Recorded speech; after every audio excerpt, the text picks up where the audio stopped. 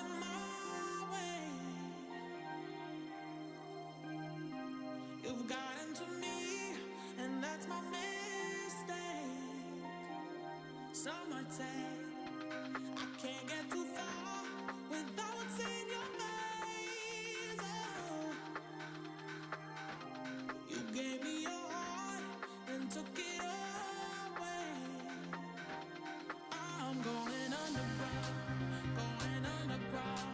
Till your loving comes around, going underground, going underground. 'Cause your love is not around anymore. Going underground, underground, underground, underground, underground, yeah. Going underground, underground, underground, underground, yeah.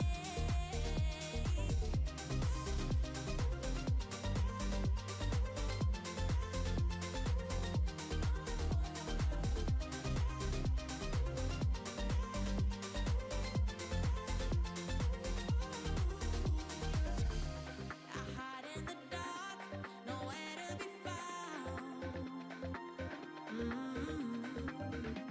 Where there was a spark, there's now only doubt. No, no, I've said it before, I'll say it again. Oh, I thought you were sure, now you're a losing.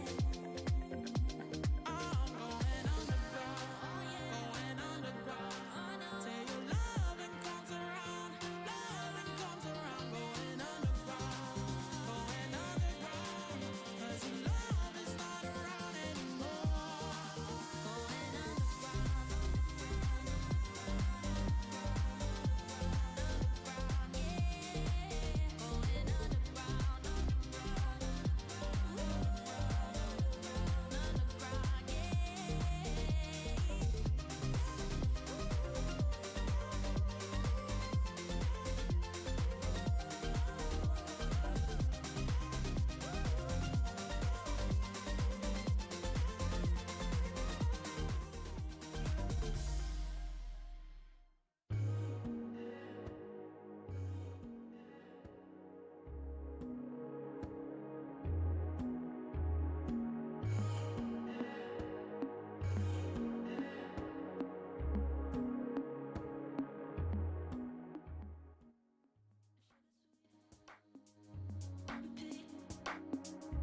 Repeat, stop in time, sugar sweet.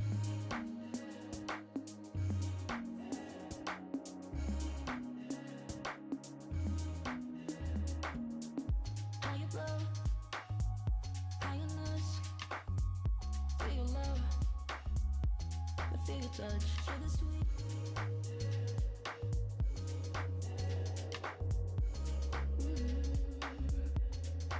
Baby, you give me every flavor, and I just wanna taste you. Keep rushing through my veins now. It's so sweet, so sweet. You give me every flavor, and I just wanna taste you. Keep rushing through my veins now. So sweet, so sweet, so sweet, so sweet. Like ice cream, ice cream.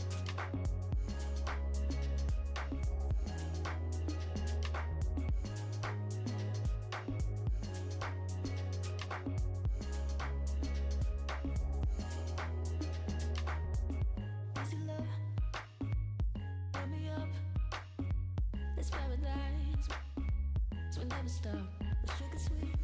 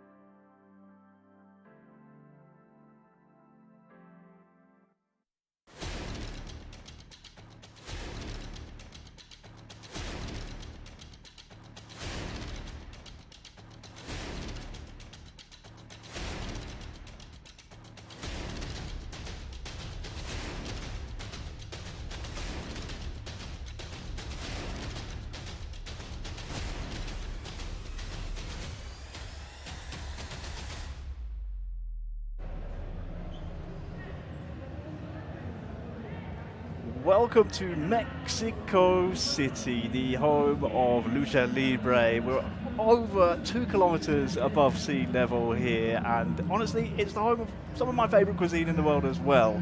Most importantly of all, we're here for the eCONCACAF tournament to decide who will be joining the nations already qualified for the FIFA E Finals. My name is Harry Chadden. I'll be your host and commentator for today, and it is my pleasure to introduce the two people sat to my left. First and foremost, Arya Harvey, Commonwealth medalist. Hello. Great to see you. And then veteran commentator on the end, Stuart Wesley, aka Wezza. Arya, we're here in Mexico City. I know we've been here since Monday morning and we've had the best time. We've managed to explore the city, went to a museum, went to Lucha Libre, have had plenty of tacos, and now we're here at Gamer G. Wes, you sadly had to go back home, but you've been here for a shorter amount of time, but no doubt just as enjoyable. Yeah, absolutely. I mean, the people, the place, the general vibe of the place. Look where we are. I mean, it feels like a stadium that we've just been plonked in. It is a wonderful atmosphere at Mexico. Certainly on the hit list to come back again. Well, let's figure out why we're here. It's the first ever eCONCACAF Federation tournament to decide one spot at the FIFA Finals. The dream starts now. From home to representing a nation. Over 120 nations, one path to ultimate glory. And now, FIFA E becomes even more global. Only the best from each region advance one step closer to the trophy. Welcome to the FIFA E Continental Championships. Kuala Lumpur, Mexico City, Rio de Janeiro, Casablanca, Oeiras, Lisbon. 5 cities, 5 events, one dream worth chasing. The road to the finals.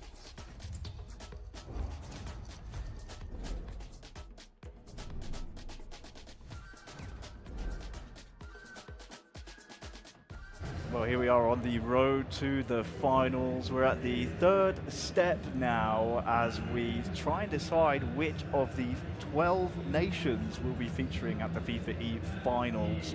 It's the first ever Continental Championship here in Central America, guys. It's so exciting, Alia. I mean, we have 6 nations here, all of which could qualify. Could do, and I think what's really exciting about this group here in Mexico is majority of the players are new. They're new signings just for this year's edition.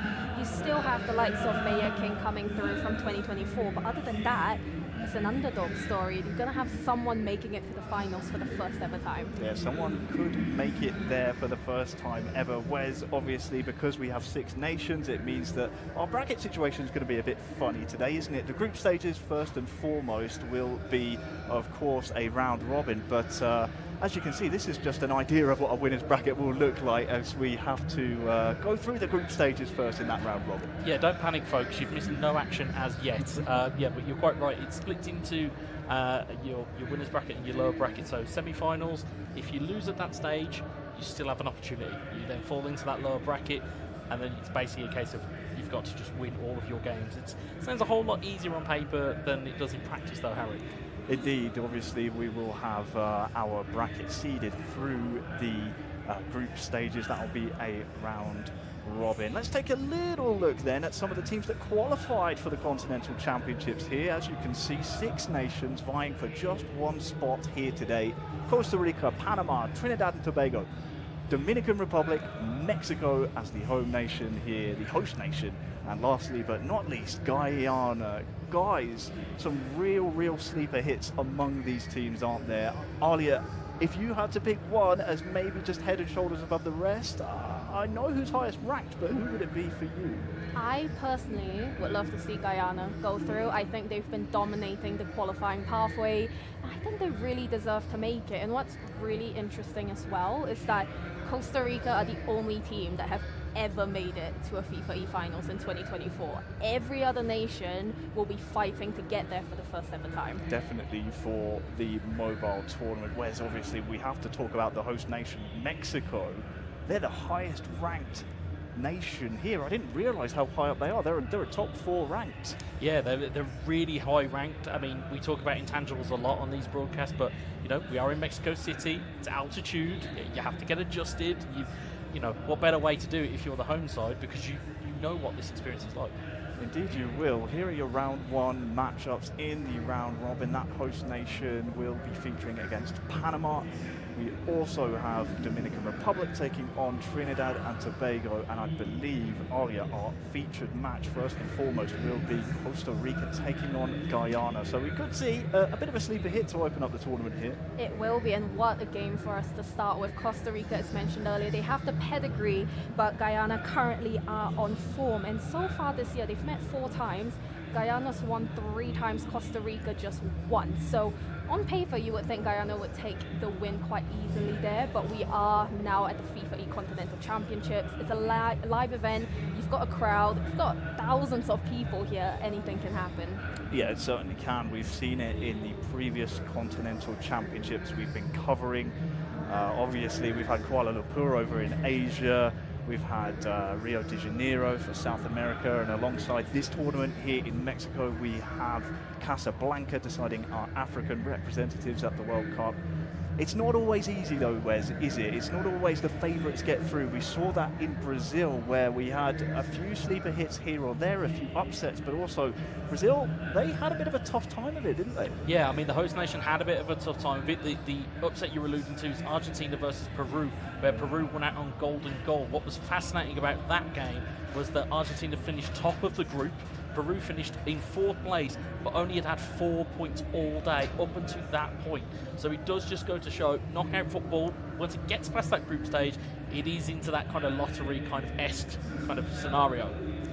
Well, you summed it up perfectly there. We can obviously fill in the audience as we go about who we need to keep an eye on, guys. But if you're just tuning into FIFAe Continental Championships for the first time, we have a draft system in place. Alia, Wes, I mean, it's a great system because you have a chance to mold your team around different play styles, isn't that right, Alia? Yeah, and we saw how important the draft was when we were in Rio, especially when it got to that phase 4 when Brazil took Ronaldinho, which in my opinion was the reason they ended up winning. But it's like, Wes, you would know a lot more than I do how important the draft is. Yeah, I mean, for me, it's always about phase 2. Phase 1, everybody can kind of share those players. Phase 3, everyone can share those players. It's phase 2 where you can start to take those ones where I can take a Ronaldinho, you can't have him. And it really, you kind of get into that tactical side of it. It's really interesting. Well, hearing in my ears, our host on the floor is ready to go. Let's head on over very soon to our good friend Extreme, who's holding it down. Y voy a ser su host en este increíble evento. Bienvenidos a la FIFA Continental Championship 2026 by eConcacaf. Como pueden ver, estamos 100% presencial, totalmente en vivo aquí en Gamergy, y tengo algo especial para mis colegas casters, para ustedes que nos ven en casita o si están aquí en presencial con nosotros. Vean nada más este bellísimo trofeo que tengo justamente atrás de mí. Esta es la copa que van a levantar los campeones del día de hoy, mañana y pasado, porque estos 3 días tenemos aquí en este increíble estadio ganadores y campeones. Ya lo comentaron mis colegas casters, el campeón absoluto, o más bien el dúo campeón absoluto, además de levantar la copa, lo van a llevar directamente al torneo mundial a representar a su país desde este increíble evento. Por allá ya sabemos que estamos apoyando un poquito más a México, estamos en México, somos mexicanos, pero obviamente los equipos que vienen a competir a nuestro país están fuertísimos y preparados para eliminar a quien sea, no importa si es el local mexicano. Y yo quiero llegar a ver ese momento, pero todos en sus lugares. Vamos a comenzar. El que gane esta partida va a pasar conmigo una entrevista para que los conozcamos un poquito más a los ganadores de este primer duelo. Recuerden, ahorita seguimos en fase de grupos, así que tienen prácticamente una oportunidad. Pero creo que es hora de presentar al segundo equipo, así que vamos con Guyana. ¡Let's go! Bienvenidos, jugadores. ¿Cómo están? Me faltó saludar aquí a mis jugadores de Costa Rica, pero bienvenidos, pásenles. Aquí su amigo Extreme los va a acompañar y, de nuevo, esta es la copa que ustedes podrían levantar. Visualícense y quiero verlos levantar al ratito. Pásenos sus lugares, por favor, porque vamos a comenzar con esta primera partida. Mucho éxito, fuerte aplauso a los competidores, porque esta partida comensal va a estar buenísima. Tenemos casters increíbles que van a dar las mejores emociones. Si te gusta ver fútbol del más grande nivel del mundo, pues lo vas a ver aquí ahora en digital, en este increíble torneo. Así que ya estamos a punto de comenzar, siguen llegando. Bienvenidos a GamerG, bienvenidos a la FIFA Continental Championship 2026 by CONCACAF. Gracias a Lenovo Intel. Así que regresamos con estas increíbles voces de Carrera y Uli. Vamos con los casters.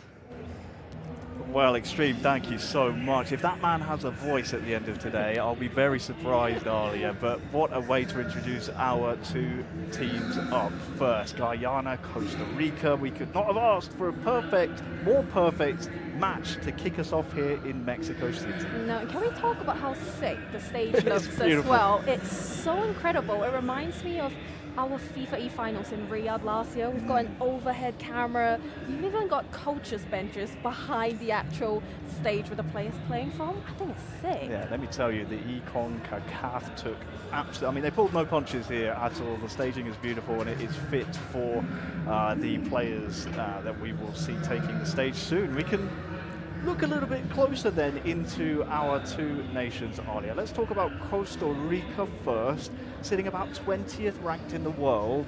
They have featured in the past at a FIFAe finals. They made it to the eFootball Mobile 2024 finals, but were 1 point away from featuring in the knockout stages there. It was a crazy group, but sadly they were out in the group stages. No, it's gut-wrenching, especially last year they didn't make it either, so would ideally want to make it back to the FIFAe finals, but they've got experience on their side in Maya King. He was one of the players at the finals in 2024, but the other three players, I think they're all relatively new, so it'll be interesting to see how they manage to cope under the pressure of that beautiful stage.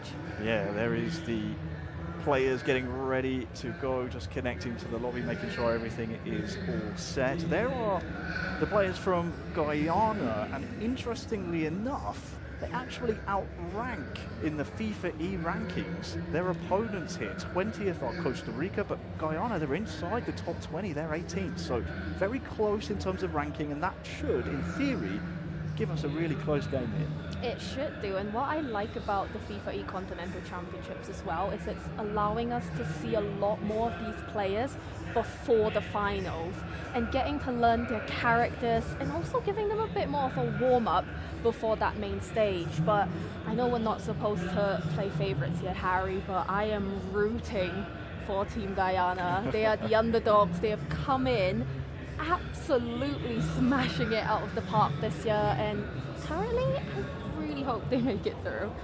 Yeah, known as the Golden Jaguars, Guyana roughly translates to land of many waters. So there you go, a bit of trivia there for you for the Golden Jags, 18th ranked FIFAe Mobile team in the world.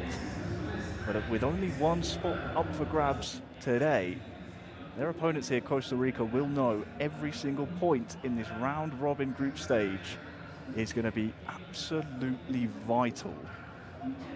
South America, they had a little bit of leeway because there were 2 spots up for grabs, with only 1 spot and 6 nations competing. Like you said, Harry, every single point matters. Yes, you have the lower bracket, but only the top 4 nations make it out of the groups. There's a lot of pressure here, and as we can see from the Costa Rican players, wiping their hands down to try and have the best grip possible, because I don't know about you, Harry, but I get very, very sweaty before I have to compete. Oh, absolutely. We'll see that throughout today. The chalk, the towels, anything you need to make sure your grip on that phone is as good as can be. Guyana on your screens at the moment, Christian 89 and Junior Boss 2000. They will have their work cut out to them, as their opponents, as you said, have already featured at a finals. Maya King being the big name in this lobby. Yeah, and I think Costa Rica against Guyana haven't performed the best this year. They've only managed to take them down once, Guyana winning 3 times. But in a moment like this, when you're at a live event, I think experience really comes into play. You're not in the comfort of your own home. You're not protected without the lights and the cameras. And I think that's something people tend to not forget, but maybe not realize how much pressure being in situations like this is. Yeah, it's completely different from playing at home, relaxed in your comfort environment. This coliseum of an arena is, I mean, there's no hiding places, so any mistakes will be crucified and you'll be on full display for the crowd. As we just take a look at the Guyana players, very interested to see how they perform. Would have said on paper that they would be the underdogs in this, but looking at the rankings and based on what you've said in terms of the head-to-head matchup earlier, it seems to me like they're almost favoured in this match, Guyana. They are, and what I love about the fact that we're going into our 3rd year of the FIFAe Finals is that we've never heard of Guyana before this year's tournament. It's taken them 3 years before we've heard of their nation in the FIFAe Finals, and what a way to make a splash, coming in as one of the favourites to make it to the FIFAe Finals. We are almost ready for the game, however, Harry, aren't we? We are indeed. Players just making sure that everything is ready on their side. You can see them starting to get into the lobby and be ready to adjust their team lineups. We can talk a little bit more about the drafting phases earlier. Phase 1, if you're just watching eFootball Mobile or eFootball Console for that matter for the first time, you can choose any in-game item you want. You will have 3 picks in phase 1, so any 3 items will be unrestricted. But from phase 2 onwards, if you choose a player, it means no other nation can, and that leads to some very interesting strategy. It does, and it's very, I feel like it makes it so much more pressurable because you have to be so tactical and also intelligent with which player you want to pick. Just because his card might be really, really good in game, that doesn't mean it's going to gel with the rest of your players. And with how competitive the phase 2 picks are, any wrong choice could cost you, which is what we saw in South America, I think, with some of the players maybe not choosing who they wanted, but looking at their team so far, Harry, it looks pretty solid on both sides. Well, it does indeed. Just looking at Costa Rica's phase 1 picks, I mean, you'll often hear us look at the likes of Hullet, Vieira, Desai, who are the 3 that Guyana have chosen as their phase 1. Over on Costa Rica's side, it looks like they've chosen Neymar Jr., which is very interesting. Not often you see Neymar go in a phase 1 selection spot. You see him there on the left wing. He's going to be a very, very interesting choice from Costa Rica because, pivotally, because he's been chosen in phase 1 earlier, no one else has access to him in phase 2. No, I'm like you, I'm also very surprised. I think throughout the entire Continental Championships throughout the world, I don't think anyone's actually chosen Neymar to start with, but I think Costa Rica know they've got to score as many goals as possible. They are the weaker team on paper against Guyana just based off their head-to-heads. But at the minute, just looking here at Guyana's squads, pretty solid team. We do tend to see Hazard starting quite often. You've got the likes of Hullet as well, but I mean, Harry, just looking at these squads, I'm speechless a little bit. It is indeed set up perfectly here. Taking a look at Guyana's starting 11. Some solid choices across the board from them. Ruud Hullet, Patrick Vieira, Marcel Desailly, they're very important in-game items to be using. But you picked out Eden Hazard there in that left attacking mid. This is almost a carbon copy formation that we saw Brazil utilize in South America. Very, very influential formation, and that allowed Brazil to come out as champions in Rio de Janeiro. It did, and I wonder if the Guyana players were maybe watching the South America tournament thinking, this is working for Brazil. They score lots of goals. Let's try that formation as well and just dominate so we top that group stage. Well, Costa Rica versus Guyana is almost ready to kick off here in Mexico City. home of the only true royal castle in North America. Can you believe that, Aria? Such an interesting fact. You're just a bank of fun facts I'm today, full of them. Harry. I am full of them, but here we go. Costa Rica taking on Guyana. We are now underway. Costa Rica, Los Ticos in the red and blue strip, attacking the right-hand goal, and Guyana, the Golden Jaguars, will be in all gold, attacking the left-hand side. With our opening game as well, it will be very intriguing to see if they go out attacking really quickly, or as we've seen in the Continental Championships. Oh, this could be a really early chance for Guyana as Christian Guy's in. Can he find a teammate? No. Good defending, cleared out. As you can see, Costa Rica in the player cams just making sure they're on the same page here. Can't afford to be too frustrated at the back, especially in the early stages.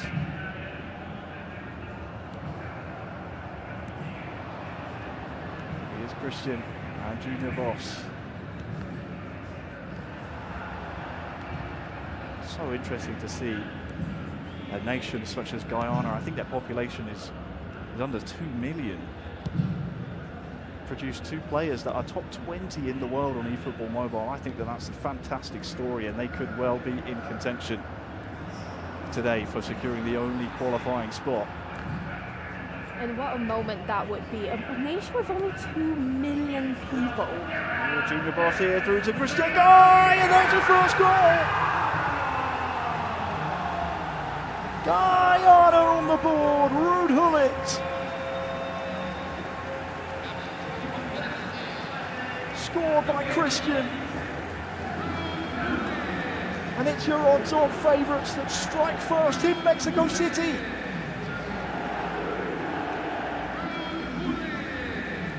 What a dominating start in a statement from Guyana. Early doors, 1-0, and what a fantastic goal. Great communication as well, Harry, given that this is a 2v2 game mode.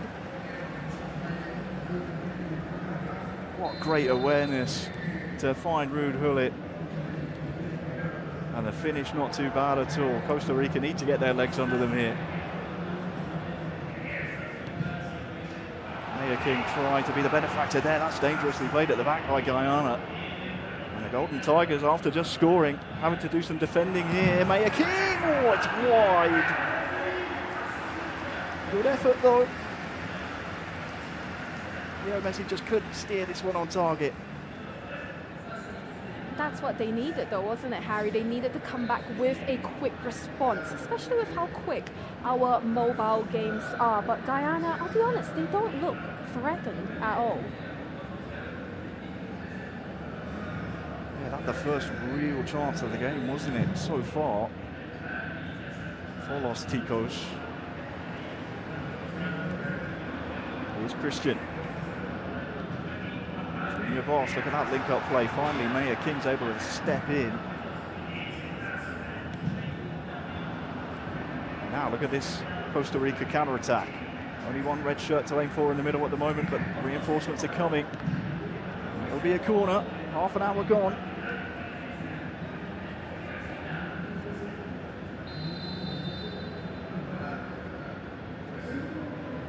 Seen a few corner routines at the Continental Championship so far. That one fired flat at the front post, but Costa Rica almost bundled it through. Now, is there a Guyana counter-attack? Christian. Latch onto this. No, good defending by Costa Rica. That's a dangerous touch from the keeper though. About 10 minutes from half time here earlier. Guyana so far controlling the tempo of the game. However, Costa Rica with a chance, and it's a goal! 1-1. Costa Rica just 7 minutes before half time. And what a goal that was, Harry. Well, it goes to show, if you don't put pressure and capitalise on it, Costa Rica, they will eventually take their chances. It seemed like to me earlier, since conceding, it was almost like a splash of cold water on the face of Costa Rica. It reminded them why they're here. They had a couple of chances following the corner, but this is the finish. Beats the keeper at the near post. Schmeichel, well, he won't want to watch that one back. It's 1-1. We have a game on our hands here now. We do, and that says a lot about the Costa Rica players' mentalities as well. Sometimes when you go down 1-0, it's easy to get dejected, but Costa Rica have not given up. And I think that's just really impressive. And like you said, I can't call this game right now. Guyana want their lead back. Junior Boss can't smuggle the ball through. Costa Rica, their quest to try and upset the form table will continue in the second half. That's the end of the first. And well done to Costa Rica. It's so easy when you concede early in a big tournament like this to just roll over and forget where you are. But here at the half-time interval, they've clawed their way back into it. And it's a fairly even game, really, possession aside. If anything, you almost tip it Costa Rica's way. They did. I think it's like you said, Harry, as soon as they went 1-0 down, they just came out full attacking mode. And it's almost as though they were reminded how much is at stake here. It's a single round robin format. This is the only time these two nations will face each other in the group stages. You can just see the crowd starting to build up in here, Harry. Hola. Welcome aboard. No doubt our crowd here in Mexico City, here at the Gamergy Expo for the CONCACAF Confederation Championships, will be as sucked into eFootball and drawn in as we are. You fell in love with eFootball Mobile. The first time you ever commentated it, Alia, you love the frantic pace, don't you? I do. It's so quick, it's so hectic that you don't really know what to expect or what's going to happen, as we just saw with how Costa Rica responded. But I just absolutely adore how quick this game mode is. We've seen some subs here from Guyana. Looks like Kaká introduced at that right attacking midfield spot. Looks to be a change at the striker position as well. If you're Costa Rica, I mean, these men, they ended the first half area in the ascendancy. Do you change anything? Do you just back yourselves to continue that fine form here? I think you can, because it shows that it works. They know they can attack, they know they can score goals. It wouldn't surprise me if they just maybe had a little bit of panic going into this first game. The atmosphere here is immense, but as we look into our other two games that are currently ongoing, Dominican Republic and Trinidad and Tobago. Dominican Republic currently 1-0 up in that game, and in the third game, Mexico versus Panama, that is currently still 0-0. But Harry, as I just said, that Dominican Republic score, they've made it 2-0 against Trinidad and Tobago. Wow. Big games here in the group stages. It's a single round robin. So you don't get any of these points back. There's no home and away. And as you can see, we're now underway here, second half between Guyana and Costa Rica. They've swapped ends. And Guyana, in the first half, they opened our scoring. And can they do it again here in the second? Junior Boss goes straight for goal, but that one saved well at the near post. Mayor King to bring the ball out now. Good touch by Lek, and that'll settle things down here for Costa Rica. They started the second half off on full defensive, full blue mentality. And now they can start to come out of their shell a little bit and continue the form they had at the end of the first half. Good dispossessed though by Guyana. And it does seem like here Costa Rica are just trying to control the pace a little bit, not let the game slip out of their hands. Guyana, interestingly as well, started the second half full out attacking in their actual tactics. So it looks like they were trying to get that early second goal here. Almost works its way through there for Junior Boss. Seen some misplaced passes here or there. As the pressure starts to ramp up, here's Mayor King. How much he would love to return to the promised land, the FIFAe finals. Nice touch into him, his leg with a stunning strike. Oh, saved well. Schmeichel pushes it around for a Costa Rica corner. Good save in the end. It was our first real chance of the second half, as Costa Rica now have a corner, and we have seen in the Continental Championships how important set pieces can be to decide the games and to take those extra points. Because from my perspective, Harry, I think a point just isn't good enough to open your first matches. Well, certainly not when you have the opportunity to steal all three. When you consider the disparity in the FIFA E rankings, Mexico by far and away head and shoulders above everyone else. They've been dominant in this region and as a result are a 4th ranked team in the world. So for Guyana and Costa Rica here, 3 points could be a big way to get up onto the same level as Mexico. It could be, and I think this could also be their toughest matchup in the group stages, just because both nations are so highly ranked and both also so in form. And just waiting to kick off the rest of this game, Harry, seems like they're trying to sort out their communication. Well, it seems to me, Alia, a bit of a change in play style coming in here. Luis Figo is coming in the right midfielder slot, and they've also brought on the big Chechen Yang Koller for the final 20 in-game minutes. Making with the corner in towards Koller, I think it was. So it could be a change in play style. Maybe that's why they were so animated, wanting to make sure they knew what the game plan is here. Crosses onto the head of the big tall striker. Try and see if he can be the benefactor. 15 minutes remain here in game 1. And the collar substitution is one that we've seen quite often, especially in South America. Around this point of the game, I think a lot of nations realize how good his height is, as we see Guyana here trying to make it 2-1. Almost matching the tactic there, word for word. 10 minutes remaining here. Costa Rica look more comfortable in their midfield. Guyana, since scoring early in the first half, have been feeding off scraps. Neck tries to play it through to Mayor King, but now's a chance for Guyana. Their counters have looked pretty good.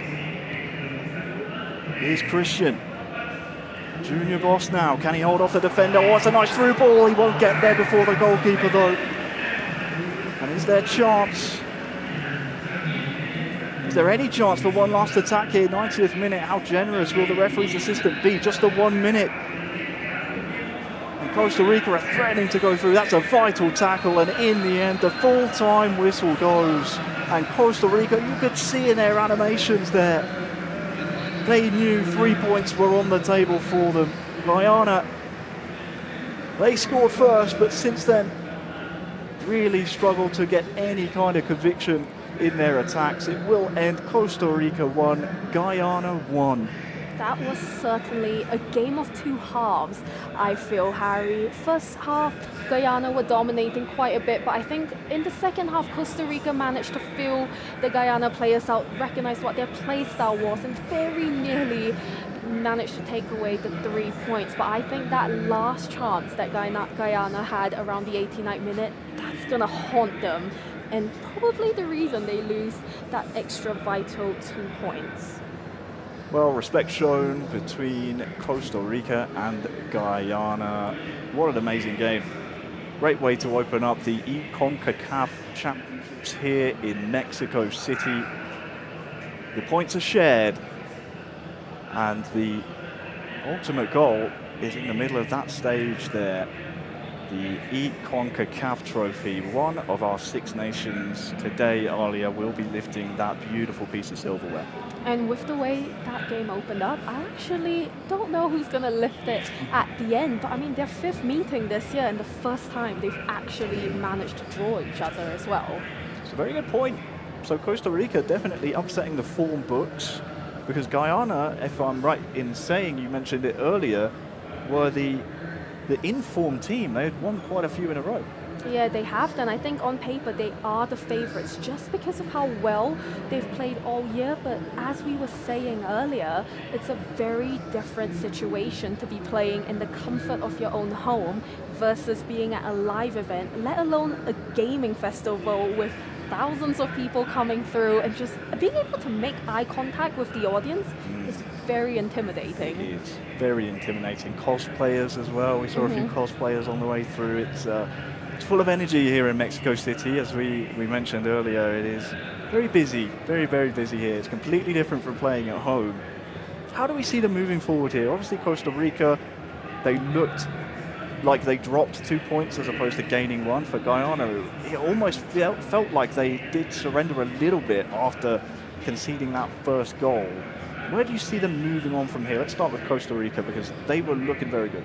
Yeah, I think Costa Rica, it is disappointing not to get all 3 points, but given their form that they had against Guyana all year, a point on the board, in my opinion, is really, really good for them, especially that they haven't been playing up to standard. Pretty valuable. Oh yeah. So I think that could be a vital moment for them, knowing, okay, we've got on paper our hardest game out of the way. We can now play the other 4 nations, probably with a little bit of an relaxed mind, I think. And for Guyana, I feel a little bit disappointed. I would have gone into that really confident that they were so dominant against Costa Rica, and to drop 2 points that they should have taken, it's not a good look. Well, let's go to our stage for an interview now. Listos para entrevistarlo. Él solamente habla inglés, así que voy a platicar con él en inglés. Voy a esperar que nos conteste y luego les traduzco a ustedes aquí, casita, que hablamos español. My friend Christian, thank you for being here. How you feel after the first match you had right now? Feel kind of excited, you know. Yeah, it was a great match between us and Costa Rica. Like this, yeah. Like you say? Yeah. Yeah. Thank you. Yeah, a great match between us and Costa Rica. Not the result we wanted, but you know, it is what it is, and we take it. But yeah, it's the first match, so you can still have a better game after this, so no worries about it. Bueno, les traduzco, chicos, le pregunté cómo se sintió después de su primera partida. Dice, pues estoy concentrado, estoy emocionado, dice, de estar aquí. No es el resultado que yo esperaba para el primer partido, pero es lo que es y vamos a tratar de mejorar. My friend Christian, I have another question for you. Are you nervous for being here in Mexico? Kind of, but so excited. Okay, I'm excited, most of us. Okay, le pregunté si está nervioso por estar aquí con nosotros en México en este torneo y dice, pues un poquito, pero más que nada emocionado. My friend, you have a strategy, obviously don't reveal it to me or for the players, but you have a special strategy for the next game, probably that you didn't do on this match? No, we just continue, just like the first match, just try to keep possession, attack, and win the game. Ok, great. Dice, le pregunté si tienen alguna estrategia para la siguiente partida, no les fue muy bien como él esperaba, bueno, un empate no está nada mal, pero ellos querían ganar, y dice que no realmente, que están concentrados, van a seguir atacando, son atacantes al parecer, y van a intentar obviamente el siguiente partido atacar un poco más para sacar ese partido. Christian, do you want to say something to the camera? You want to say hi to friends, family, or your coach, or your teammate? Yeah, I just want to thank my family and friends for supporting me to continue pushing and try to bring home the trophy. Okay, and well, can you tell your nickname, your entire nickname for the camera so people can know you? My name is Christian 89. Ok, thank you, Christian. Le pregunté si quería mandar saludos a la cámara, a su familia, amigos, porque está aquí. Dice que manda muchos saludos, obviamente, a sus amigos que están apoyando desde casa. Y pues vamos a seguir aquí con, obviamente, la siguiente partida. Así que, Christian, thank you for being here. I wish you good luck on the next match. Remember, you need to be concentrated. And, well, I wish you a lot of luck, my friend. So, you want to say something else to the camera? Just continue supporting one guy now. Ok, awesome, man. Thank you so much. Le dije que muchas gracias por estar aquí y pues suerte en la siguiente partida. Así que regresamos con nuestros amigos casters para arrancar con la siguiente partida. Muchas gracias there, Extreme in the most valuable seat in the house, you would say, Alia. He gets hands-on with the players, gets a chance to pick their brains after that game. We heard there from Christian, seemed to be a little disappointed. Obviously, they scored first, they did go ahead. I think that's probably where my mentality would be at as well. I think maybe he feels that there were 3 points there for the taking. I think so, but at the same time he said it is what it is. So he sort of accepted that defeat, gutted, not getting all 3 points, but he knows that's over now. He can't change the outcome of that game anymore, and they just have to look forward to their next game against Panama, which they've never lost to in 3 meetings. Wow. So that's a lot of pressure as well. It's a lot of pressure, but I mean, going into it, you'd much rather be on the winning side of that equation than the losing side. We could take a look at some of our highlights, our best bits between Guyana and Costa Rica here. As it was early signs for Guyana, they scored first, but that goal from Costa Rica equalised things up. Here was that 90th minute situation where you could tell Guyana were a bit upset with each other, certainly weren't on the same page. But here is that opening goal. It is, and I think for Guyana, just looking at their player cams, that last 89-minute chance might have just been a slight issue in communication. It can be quite hard to hear each other in this arena as well with how loud it is, but going into the next match, that is what I would think of. How can we communicate better to actually slot our finishers into the net? But that was such a good opening game, Harry. Indeed it was, and who would have had Guyana to open our scoring here at this Continental Championships? There's Costa Rica's goal, a stunning strike, beating Schmeichel at the near post. And that's the goal that secured something out of the game for Costa Rica. They too will feel that they could have had the 3 points, but in the end it is Guyana 1, Costa Rica 1, despite this late chance there for Guyana. You mentioned it, face cams obviously a little bit upset with each other, but got to put it in the past now. The thing with these Continental Championships, Alia, the games keep coming. You play back to back to back. You cannot let your mentality affect your future games, especially when it's only a single round robin. Every single point matters, and only 4 of these 6 nations will make it through to the knockouts. Yeah, it's absolutely brutal, and we will be seeing a losers bracket in the knockout stages later on as well. But first and foremost, you cannot get ahead of yourselves. You must make sure you get it done in the group stages. Let's take a look at our results elsewhere in the group stages. We just saw that 1-1 played out between Costa Rica and Guyana. The Dominican Republic are on the board. They've jumped straight to the top of the table. That is a 3-goal swing over Trinidad and Tobago. The Dominican Republic look very, very strong so far. And then rounding out the host nation here in Mexico, getting the 3 points against Panama, that will do them a world of good. So much pressure when you're the host nation, Alia. I think so, especially when you're in front of a home crowd. But looking at Mexico has only ever beaten Panama, same with Dominican Republic. As we look at the table here, it's pretty tight at the top. And when you look at the middle, I think there's a good chance it could come down to goal difference today. It's an early call, but looking at how bunched up they are, Mexico and Dominican Republic looking like the two nations who are trying to put their best foot forward here and make sure that they are not in that scrap towards the end of the round robin. 5 matches, 5 rounds here to try and sit at the end of it within those top 4 spots. And that top of the table could very quickly change in round 2, Harry, because Mexico and Dominican Republic are our next featured match. And I actually have it down here in my notes as a marquee rivalry, just because they've played each other 6 times, which is the most out of any other pairing in this group. Mexico currently lead with 3 wins. There's 2 draws there, Dominican Republic with just 1. But this matchup for me is very interesting because in July, in the group stages. Oh, my mind just went there. So excited the about this altitude. match. But there was a final and a reverse final that Mexico managed to win. So there's a lot of rivalry for this next match.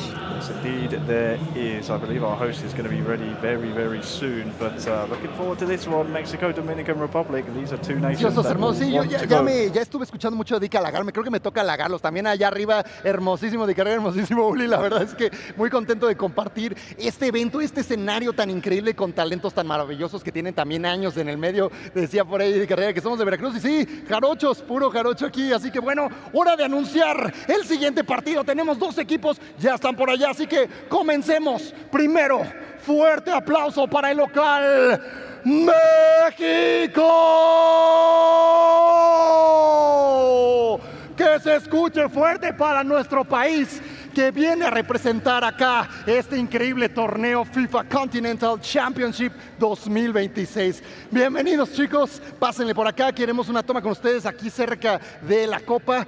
Gusto saludarlos. ¿Cómo están ustedes? Representan hoy a nuestro país, gente de todas partes del mundo viene a competir con ustedes. Ahorita no tenemos micrófonos, los platicaremos más al ratito. Y pues aquí está, obviamente, queremos que se acerquen a la Copa, la miren, la admiren, se preparen, porque yo sé que la quieren cargar. Así que, por favor, échenle muchas ganas. Todos nosotros, hay gente por allá, por si quieren saludar a la porra. Claro que sí, que vino a apoyarlos con todo cariño. Y bueno, si estamos preparados, pasen a sus lugares. Ustedes ya tienen también sus configuraciones. Mucha suerte con esta partida. Todavía seguimos en grupos, esto acaba de comenzar. Pero vamos a anunciar a los rivales que no es cualquier cosa el oponente que trae en estos momentos México. Así que, por favor, fuerte aplauso para el rival mexicano, ¡Alemania! Let's go, fuerte aplauso, Germany, bienvenidos. Chicos, welcome to this fabulous stadium. I know you already did your changes on the cell phones, you're ready. Welcome, come here, admire well, obviously the cup, because probably could be yours. Thank you for being here, guys, and you feel ready? You feel good? All right, go to your stage, go to your places. Vayan para allá, por favor, chicos. Y vamos a comenzar. Go ahead, please. No se preocupen. Vamos a comenzar. Producción, a ver si me puede confirmar. Bueno, estamos bien aquí. Y ahora sí, jugadores, colegas casters, vamos a estar en esta partida empezando este increíble duelo. Ya nos confirmarán ahorita también los casters cómo es el duelo. Y pues bueno, vamos a arrancar con la siguiente partida, por favor. México ya está listo. Continuamos con este increíble torneo. Nos vamos con los guapísimos casters. Thank you very much, Extreme. What an introduction there to the host nation, Mexico. They've got the eFootball console boys behind them as well in the stands there earlier. So much pressure on this match because you know if you win this, you take all 3 points if you're Dominican Republic, or if you're Mexico, you shoot to the top of the table. And I think seeding's so important as well in the group stages. You don't want to go into it finish second or third or fourth. You want to go in as the #1 group. But I hope we hear from the Mexican fans the same energy that we had from the Brazilians in South America.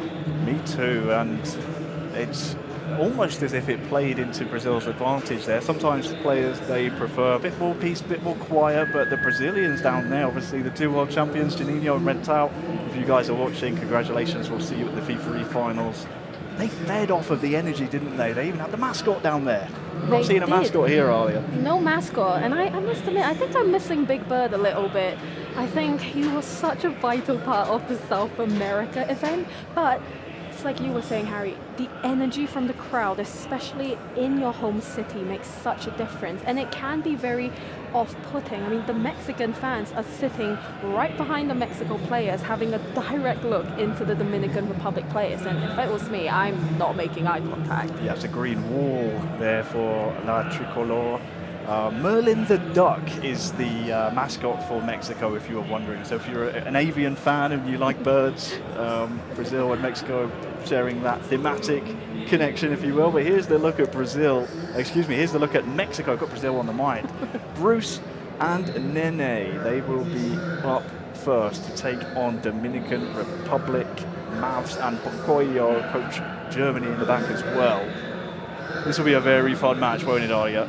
It will, and I think Bruce has a little bit more pressure on him as well because he is a content creator and he's got about 30,000 subscribers on YouTube. So you just know his fans will be keeping a keen eye on how he gets on here in Mexico City. But that's a lot of pressure knowing you're not only playing in your home crowd or on your home country, but you've got all of your fans watching you and you don't want to let them down. Indeed, it will be a lot of pressure as the final team talks come in before the team lineup selection happens.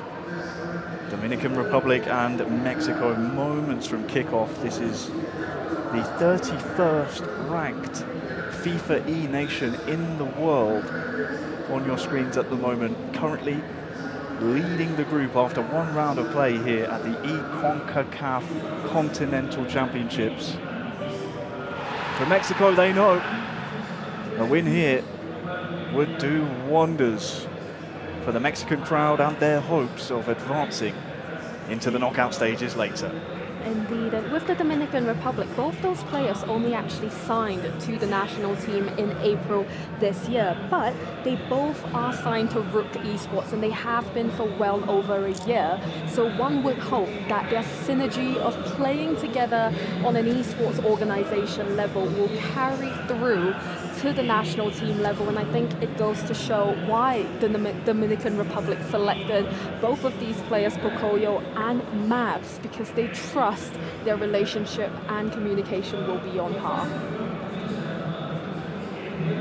Well, two Spanish-speaking nations butting heads here in Central America.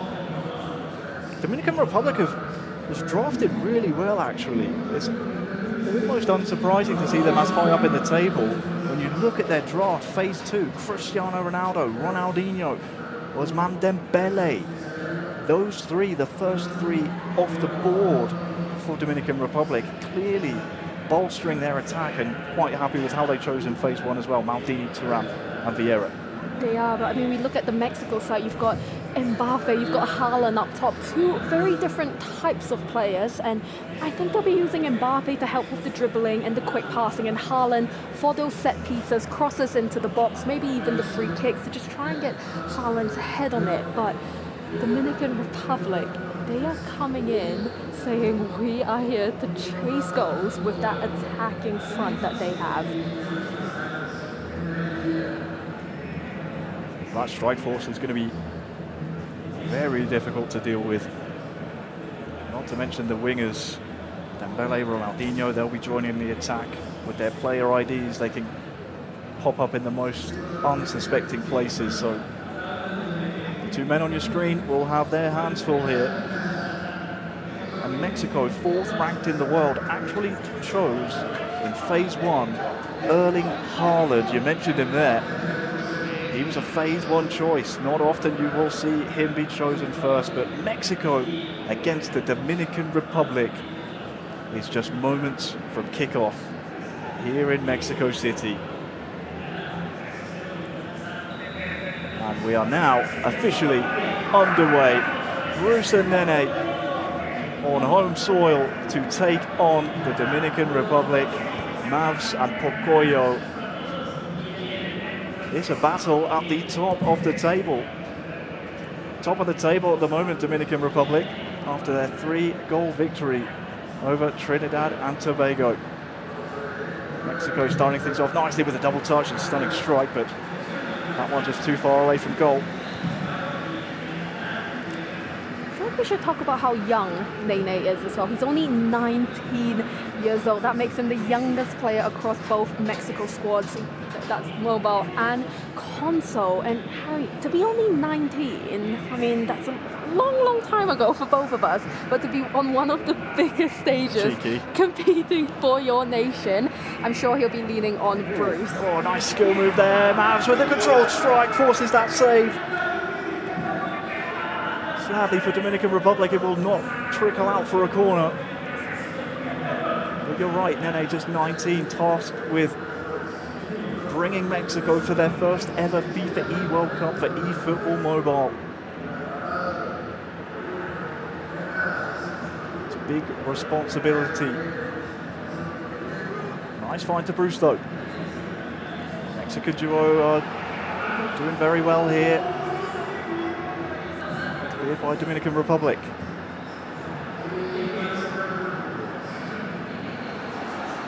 They look silky so far, Mexico. They look good for their 4th ranked in the world ranking, and that's a save on the line by Mavs. Good chances here for Mexico. Everything is currently on Mexico's side. 2 chances in this game so far, both going to the Mexican side. But I mean, so far, the Dominican Republic, they are just being controlled and they're under the thumb of the Mexicans. Here's Pocoyo into the box here for Dominican Republic, another save. Both these nations going toe to toe. And it will be a corner.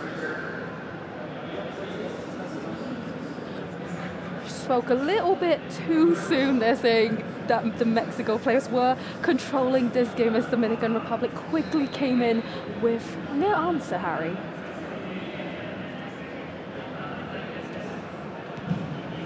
Dominican corner. It'll be another one. Pocoyo tasked with delivering this one in. Both nations showing that they can threaten when the time comes. Here is that corner.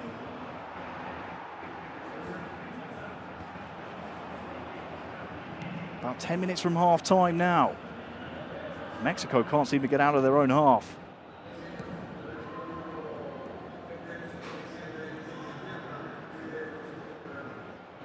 Pocoyo just running into traffic. And now Nene. He can spring this counter for Mexico. A goal would lift the spirits of the Mexican crowd.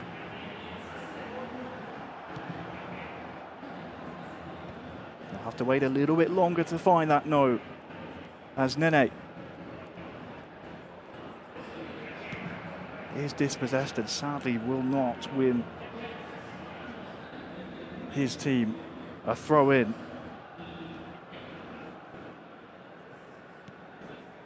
Important to keep possession here. Half time on the horizon. Oh, almost a very costly mistake.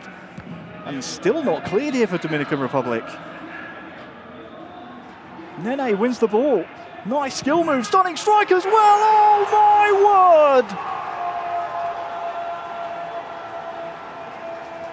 Nene, take a bow with Kovacic. How on earth has he managed to make that happen? Unreal from Nene. It looks dead and buried here. And then the skill move to beat the press, the stunning strike. What can we say? 1-0 to Mexico. And the pressure is getting to 19-year-old Nene as he opens up the scoring for Mexico. I mean, even before the game started, he was laughing and joking around with his coach. I think he's just very relaxed. He trusts in himself and the skill set that he brings to his national team. Well, here are your halftime stats. The real outlier is those completed passes from Dominican Republic. Too many turnovers from them. Despite going toe-to-toe with chances against Mexico in that first half, both Mavs and Pocoyo will know. No doubt that is what Coach Germany in the back is conveying to them. They know there was goals for them in that first half.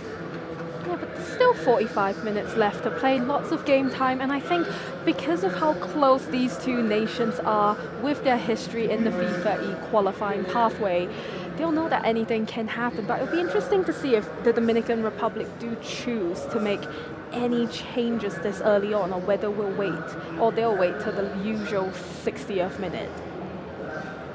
Well, there you just saw the Mexican lineup, essentially a 4-4-2, except with Vieira as a defensive midfielder. That'll mean he will sit more in front of the defence, with Kovacic in in the midfield, as we saw him scoring his goal, venturing a little bit further forward. But here's Dominican Republic's lineup. Not seeing any changes just yet. And it's unsurprising for me, Alia, because they were going toe-to-toe with Mexico in that first half. Very surprising considering Dominican Republic are 31st ranked in the world, going up against Mexico, who are number 4. I think that goes to show how much the environment can actually change the way you perform. I mean, they don't look too dejected, the Dominican Republic players, and I love how involved both coaches are. I think it goes to show on both sides why they're as good as they are, but how close as a unit both Mexico and Dominican Republic are. Well, the coaches have had their final says. We're now ready to go into the second half between Dominican Republic and Mexico, the battle at the top of the table. Advantage Mexico so far. La Tricolor are in their classic green, white, red strip, and that's a strike from downtown from Dominican Republic! No way!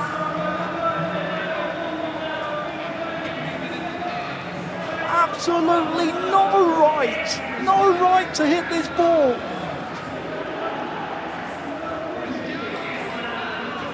And you don't need to be an expert lip reader, are you, to hear Vamos? And what a way to open the second half here. Just a minute into this game, making your mark, saying, you know what, we went 1-0 down in that first half, but we're more than good enough to not only equalize, but steal all 3 points off you. And remember, to everyone watching at home, both these nations are currently sitting top of the table with 3 points each. What a strike from Pocoyo. Fires the 31st ranked nation in the world into a level position against a top 5 side. Mexico ranked 4th in the world. This would be a big result for Dominican Republic. Now Bruce and Nene, they're trying to convert themselves. So important after you just get that equaliser, that big expression of emotion, that you keep your concentration level here. As Nene's trying to make it 2, and he does! Nothing you can do to stop Nene.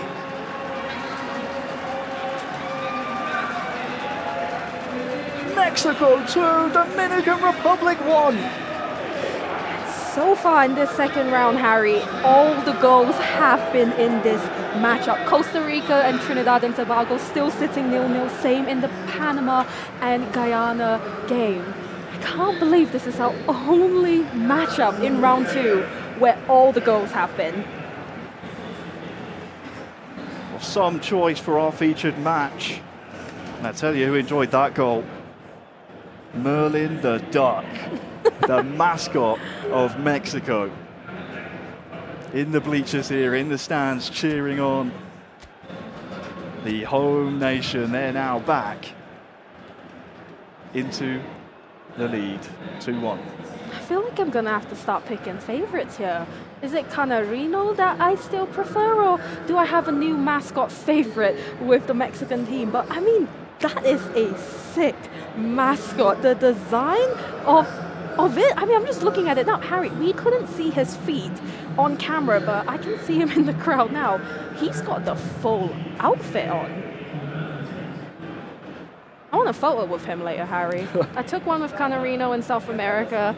I need to take one with him as well later. Some changes being made in this second half with just about 30 minutes to go from both nations. I mean, what a game so far, Harry. What a game. And a correction for you, it's not Merlin the Duck. I was fed false information. It is actually Kin. Kin, the national football team mascot, introduced back in 2012. Excuse me, 2012. Too many 20s in there. But Nene, what an absolute gem he's been for Mexico. Oh, and he's won the ball back here as well into the box. Lovely skill move!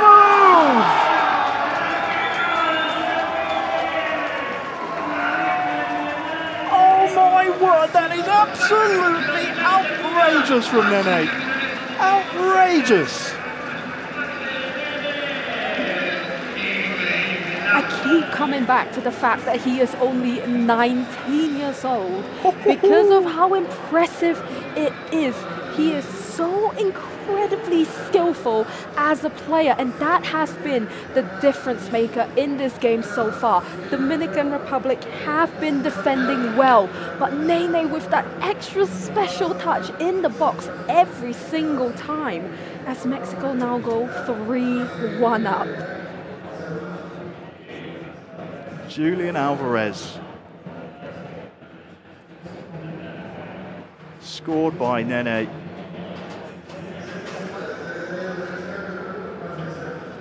And Mexico look in control of the group now. Their second choice in phase 2, Julian Alvarez, by the way. That epic Showtime card, devastating in the right hands. And not much time, crucially here, keep calling you Arya, for Dominican Republic back into it. But 15 minutes left, it's difficult to get 2 goals back. It is, especially within 15 in-game minutes in eFootball Mobile. Translates to only about 2-3 minutes in real time. But we see Costa Rica here with the tactics looking to be more attacking, but Mexico wanting to make it 4-1. But they do seem to be sitting back a little bit. They know they've kind of secured 3 points here. Well, every time this man gets the ball, the crowd just gets a little bit impatient because they want to see those silky skill moves. Nene has delivered thus far. Credit to Bruce as well, between them scoring 3 goals. Very impressive against the nation that was alongside them at the top of the group entering this round. Here come Dominican Republic. Mavs with the strike from distance. I dare I say that's what Dominican Republic really have been feeding off here earlier. They've been feeding off scraps, these long-range strikes, not too many clear-cut opportunities. No, definitely not. But what a featured matchup, like we were saying, Harry. I mean, Mexico here just going full-on defensive to see out the game. But Dominican Republic, sorry, I think they're just looking to get a consolation goal here. I don't think they're going to nab all 3 points. Well, the referee's been generous. 4 minutes added on. But you'd imagine there needs to be a goal imminently here to see any kind of chance for Dominican Republic. You can't afford to give the ball away just like that. And now it's victory lap time for Mexico. Here's Bruce. The home crowd are ready to applaud their boys. Bruce with a silky skills double touch, and there is 4 for Mexico.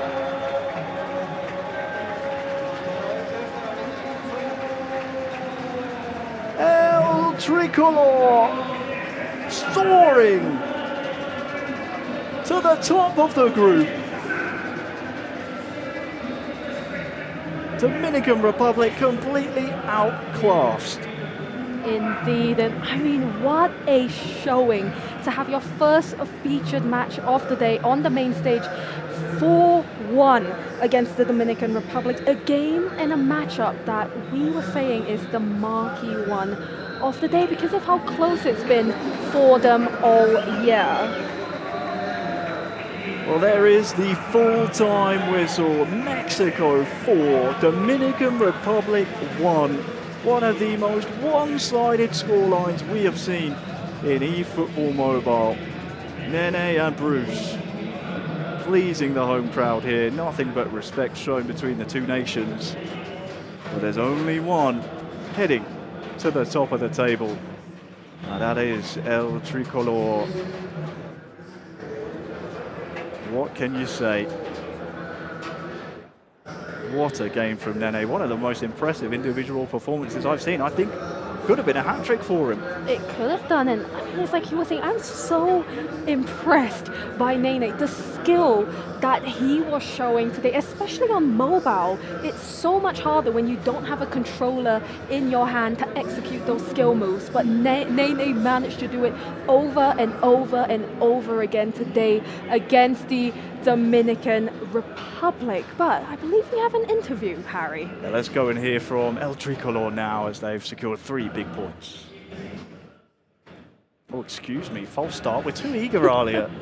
We want to hear from our Mexican players before they're ready. They've just come off the stage. They're obviously, it's time for them to decompress and, you know, think about what's next for them. But just looking at these stats, it is just completely one-sided. The scraps from Dominican Republic, sadly, it just wasn't enough clear-cut chances. And what sealed it really for Mexico was the individual brilliance. They were forcing the issue where we didn't really see from Dominican Republic. So if that's anything for Dominican Republic to pick up on, it should be that. I mean, there's not much you can do when Nene Estamos aquí con un decide to turn up. But let's finally now hear from Mexico. Nene, muchas felicidades de ese partidazo que nos dieron 4-1 en el marcador contra República Dominicana. Y pues quiero preguntarte cómo te sientes después de haber tenido este enfrentamiento, tu primer enfrentamiento del día. Emocionado, feliz, pero... A ver, pégate el micrófono, hermanito. Ahí. Pero trabajando poco a poco hasta llegar al objetivo que es ganar y pues seguir trabajando con el equipo. Perfecto, mi hermanito. Y oye, te veo un poco nervioso, tranquilo, ya pasó. Es el primer partido, obviamente te van a tocar más partidos. ¿Qué necesitas hacer para seguir manteniendo este ritmo? Acaban de comenzar muy bien y muy fuerte, les va a ayudar muchísimo, pero ¿qué sientes que tienen que continuar haciendo para mantener estos resultados? Pues seguir haciendo lo que nos trajo hasta acá, seguir confiando en cada uno de los participantes del equipo y pues jugar en conjunto, que es lo importante.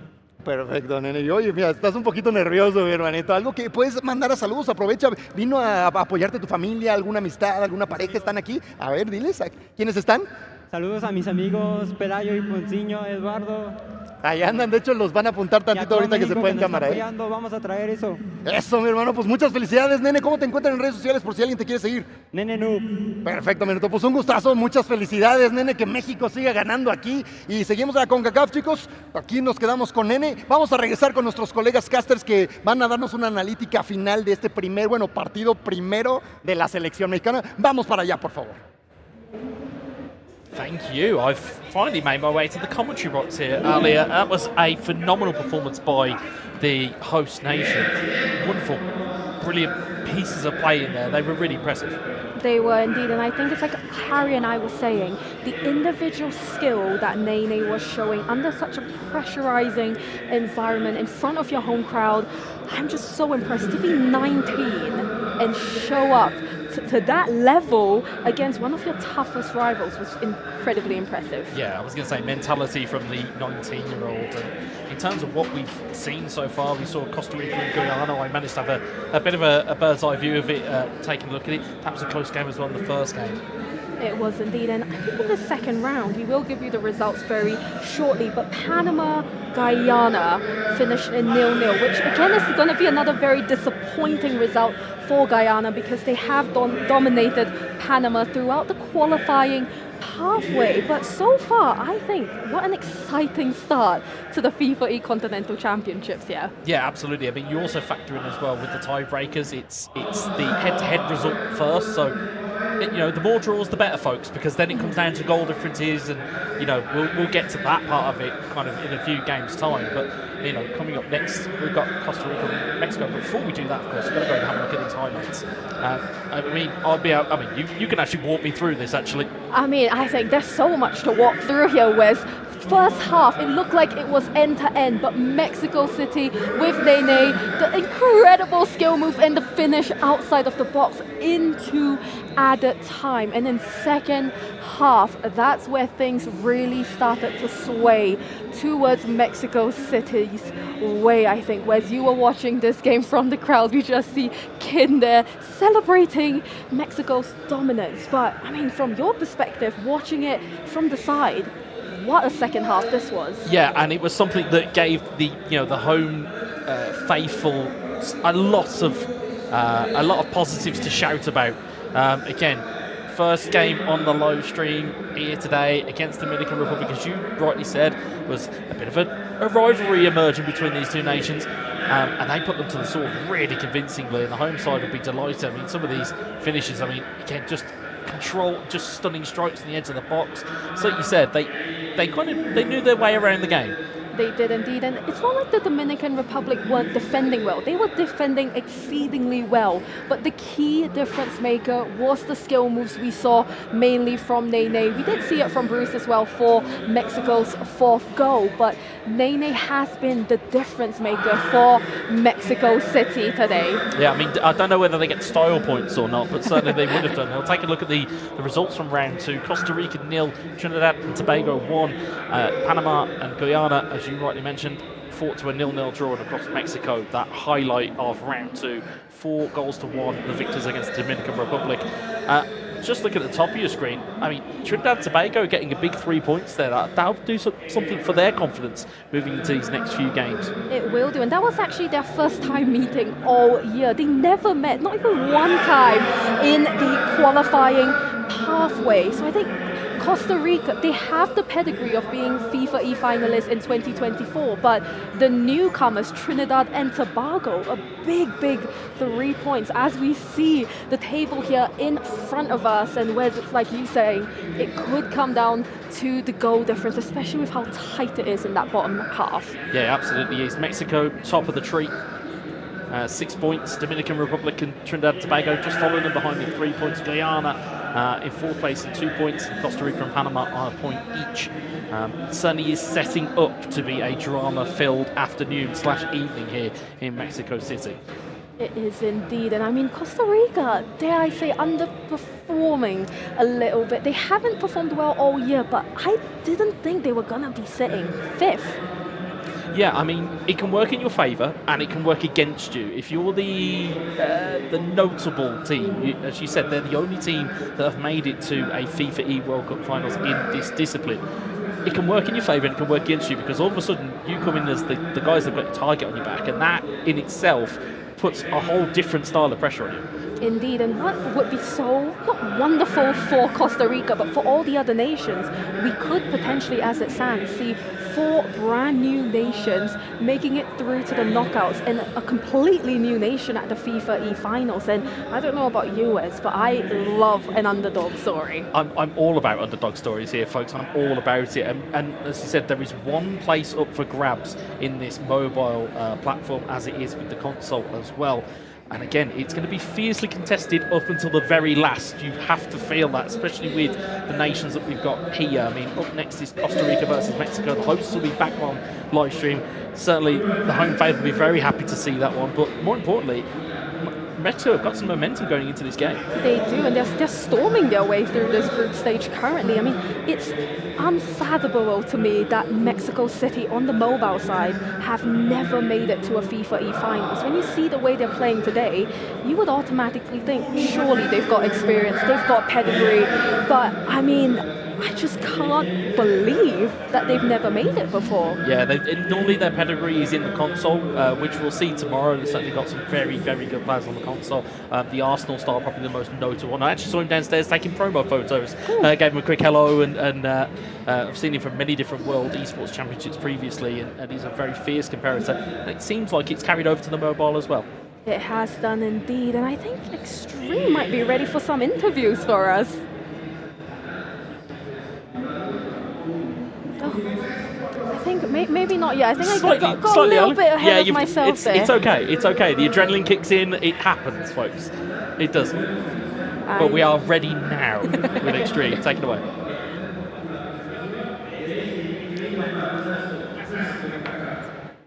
Muchas gracias a mis colegas casters. Venimos de nuevo y estamos aquí otra vez en el escenario principal de este increíble y fantabuloso torneo. Pero vamos a presentar a nuestros equipos que se van a enfrentar ahorita. Ya les spoilearon quiénes son, así que me gustaría que todos aquí en casita le den un fuerte aplauso a Costa Rica. Let's go, chicos. ya jugaron, ya los conocen, ya vieron el talento que tienen, ya estuvieron aquí en toma con la copa, así que por favor los invito a pasar a sus lugares. Mucha suerte y mucho éxito a estos increíbles competidores que traen un nivel altísimo, pero estamos en nuestro país. Y el siguiente rival que va a tener Costa Rica, duelo de duelos. Esta podría ser incluso una final adelantada, ¿por qué no? Fuerte aplauso para México. ¡Let's go! Y para todos los que están en Gamers y viendo en vivo, vengan al escenario, apoyen a nuestra selección. Chicos, de nuevo, mucha suerte. Ya estuvieron aquí con nosotros hace ratito. Nen está ya menos nervioso, ya lo vi. Y por favor, pasen a sus lugares, prepárense con este siguiente duelo, va a estar buenazo. Bruce ya también está listo con nosotros. Y obviamente todos preparados para levantar en algún momento esta bonita y preciosa copa el día de hoy. Recuerden que cada día, los 3 días de Gamers tenemos torneo, ya lo explicaron nuestros colegas casters, y cada día va a haber un campeón en diferente sección. Primero mobile con eFootball ahorita, después mañana consola eFootball y por último vamos a tener Rocket League. Pero bueno, ya queremos comenzar con esta partida, así que vamos a regresar con las voces que dan emociones a estas partidas con mis colegas casters que están por allá.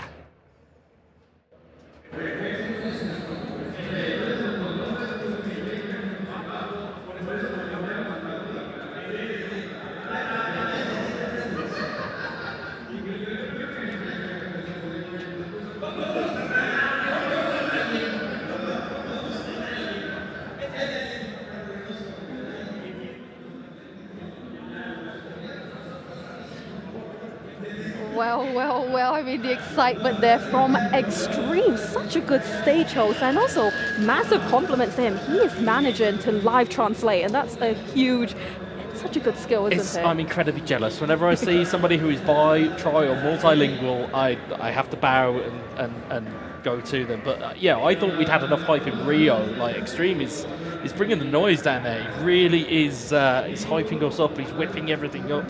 And why not? I mean, Mexico top of the tree. They're up now against Costa Rica, who have only got 1 point today, and that's what we saw in the first game. You may be, on the form book, you would suggest that Mexico are the favourites going into this game. It would do, and it's such a mental game as well, because both of these nations, they have already met twice this year in the qualifying pathway. Mexico won both times, and with the way Costa Rica have been playing today so far, I would go into this a little bit nervous, knowing we are currently sitting 5th on the table. As it stands, we're not making it through to the knockouts, and now you're coming up against Mexico City, who have been dominating today. Yeah, and that is the key bit. I mean, we're seeing the pictures on our screens of the players getting set up. Of course, Mexico haven't really had to probably get too well adjusted to it, because they've only just come off of stage and come back on.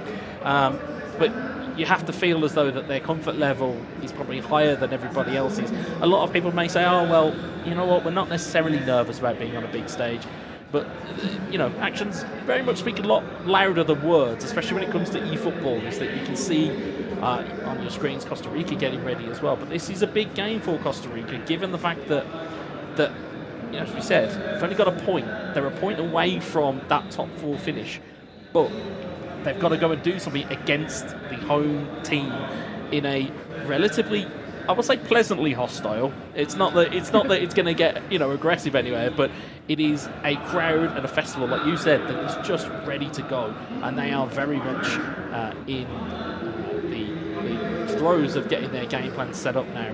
I believe that's Costa Rica's team on the screen, and as you guys pointed out, a little bit like Brazil, very much mimicking that style of the 4-2-2-2.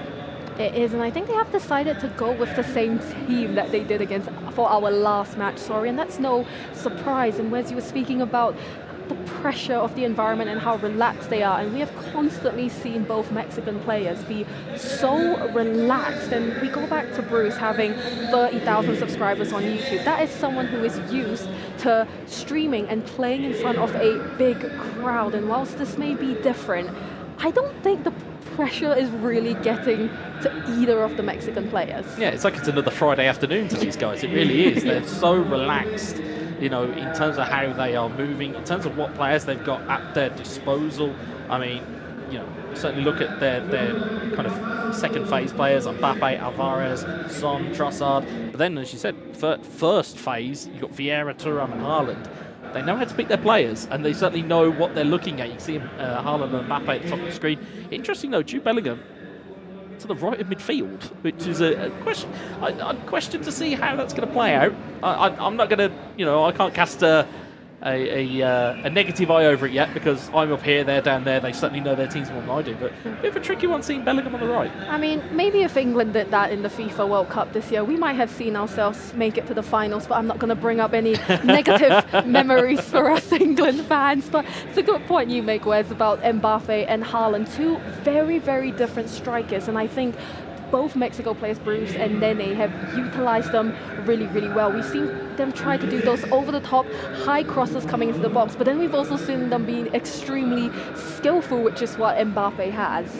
And I like this with the draft is that, what we saw in Rio, we're starting to see different players emerge here. For example, Nakamura on the left-hand side, Kovacic as a centre midfielder. Did not see them at all in Rio. And of course, on the other side, you're looking at players of kind of calibre and quality. Andrea Pirlo, very rarely saw him at Rio, if at all. So it's great to see them back in as we are quietly getting ourselves ready here. So they go to, as it is with most esports players, folks, as you'll know, as I know, they'll do everything. They'll have every little tinker. If it's 1 pixel out, they'll say, no, we can't go yet. It needs to be exact. And they'll be taking all their instructions from their coaches. Well, they're trying to keep us waiting. I'm here sat, just kick off. Yes, I've competed as well, but this is taking too long. I want to see who wins this game. It's gamesmanship, Alia. That is what it is. It is a case of going, well, we're not quite ready yet, and we'll wait until we're ready. And then you'll more often than not find out the opposition suddenly isn't ready either. And then it's a whole, blink first type of scenario. I think it's all mind games, and I think with the Mexico players, they seem to be the ones holding it up. But finally, Wes, the game has kicked off. Costa Rica versus Mexico. Yeah, it's going to be Costa Rica in the red from left to right, Mexico in the green from right to left. Direct down the middle. First of all, was that a lot of what you saw in that in last game? Was it more of a direct game where they went through the middle a lot? Yeah, I would say so, and I think that's because they know they have Nene where they can utilize. But on the Costa Rica side, they're playing exactly the same as the matches that we have already watched, and I think we're going to see a little bit of a clash in play style here, which will fare out interestingly. Yeah, as Mexico get it over halfway, but it's intercepted by Costa Rica. And again, the old commentary adage goes, the first goal is going to be vital here. As Costa Rica have an opportunity, and there's a save from the goalkeeper early on. 11 minutes gone. First sight of goal from the de facto away team, Alia. Indeed, it wouldn't surprise me if we see Mexico just feeling the Costa Rica players out. That's what we saw in their last matchup against the Dominican Republic. But will we see them try and make an early answer here? Shoots from outside of the box, and it's in! Mexico are 1-0 up against Costa Rica. And Wes, I don't know about you, but that did not look like it was going anywhere near the goal. Such as it is, with controlled strikes from the edge of the box, the power isn't there, but the precision is. It was this neat little dummy here, turns it around, and just without giving an extra touch of an animation, they've just taken the shot early. We'll see it again here. That's a really good play. We'll see it again. Just this neat dummy here. Cruyff turn straight onto it, no extra touch to control it. Instead, a controlled strike right into the bottom corner, and Mexico have their lead. I tell you what, Wes, I might play eFootball as well, but if I was coming up against Nene and Bruce, I think I would probably lose about 20-0. You just run at this stage, you really do, as Costa Rica are back underway. Unfortunately, they don't have an option to run. They've got to play through this, and they definitely need points coming into this fixture. With Lexa Mayor King trying to make his way through the lines, but Mexico opening 20 minutes here, Alia. They've taken control of the game really quickly. They have done, and there's only 5 rounds in this group stage to determine who makes it through to the knockouts. Remember, it's only 4 nations, and as we edge closer to round 5, we slowly see Costa Rica slipping away. Yeah, there is only 4 spots to get into that knockout phase. As we mentioned at the top of the show, Costa Rica, though, they won't go quietly into the night. It is only a goal, although against a very high-powered and very capable Mexico side, 4th ranked in the world in mobile, it is a tough order for them to come up against. Drifted ball down the left-hand side. It's an opportunity to maybe get this one in the box. It's come the way of Mexico, but there's a shot goal. Again, Alia, Mexico, they don't look like they're getting shook at any point here. They're very much growing into the confidence. They are dominating this game, as they have done with all of their matchups so far today. But Costa Rica not going down without a fight here, West. But Mexico, they're just not losing concentration. Oh, but there's a chance here for Costa Rica. Shot on goal, forces the save from Peter Schmeichel. It's gone out for a Costa Rica corner, but Mexico got to be careful here, because although they are growing in confidence, you don't want to get complacent. No, definitely not. But I think we've seen it with Mexico in the last matchup against the Dominican Republic. They only were 1-0 up in this first half. Granted, that was a lot later on into that half, but with first proper corner from Costa Rica today. Yeah, should be an interesting one. Are they going to go short? Are they going to deliver it into the box? They go into the box, look for a header. It's clipped away the edge of the 6-yard box, and they flicked away at the edge of the 18, and now Mexico might be able to win it back here if they have the cards right. Costa Rica have done well to recycle that back into a chance, but they've got to be careful now of the counter-attack that's on here, Alia. Indeed, Nene here controlling the ball. Bruce decides to go down to the wing. Can he keep possession? He does. Mayor King's on the floor. Bruce just by the byline crosses it in, but just too far out there. But I mean, he sent Mayor King flying. Yeah, he very much broke his ankles there. He took one dummy on the touchline and then managed to double touch it. He just went the wrong way for a cross into the box and surrendered possession. Only got 1 minute of half time, and there goes the half time whistle. It is the hosts, Mexico City, that are a goal ahead against Costa Rica. And Ali, you have to feel that that is very much a balanced, or very much a it's a justified scoreline. Although the stats read 50-50 and 2 shots apiece, it certainly feels as though Mexico have more been in control of this game. Indeed, I think this feels exactly like the last game we just watched. 1-0 in the first half, but I mean, that's not to say Mexico aren't going to do the same thing that the Dominican Republic did and start the second half in going quick with a 1-1 equalizer. But just looking at these players, Wes, they do look quite nervous, don't they? They look a little bit shook, I think. Certainly having your coach there is always good to have when you feel as though your coach is in the foxhole with you.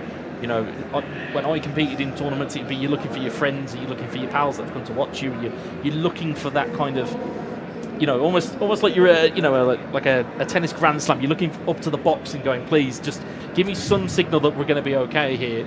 But Mexico, they just look cold as ice down there in that cauldron. Indeed, and we'll certainly and hopefully get heart rate monitors at the FIFA E-Finals again like we did last year. But what I love about Nene is he's playing up to the camera. Every time he scores, he's doing his little celebration, not to taunt his opposition, but if it was me, I'm 1-0 down, I look across and I see Nene celebrating, I'd probably lose my mind a little bit, and that goes to show the mental game and that skill set that he has. As it is, it's almost like a multiplier. It looks as though they're about ready to get back underway for the second half, as Mexico's console team and their mascot taking front of house seats here as the ball gets played back to Bruce. But it's the freedom they play with Mexico that I'm very much looking at here and saying that's the difference maker.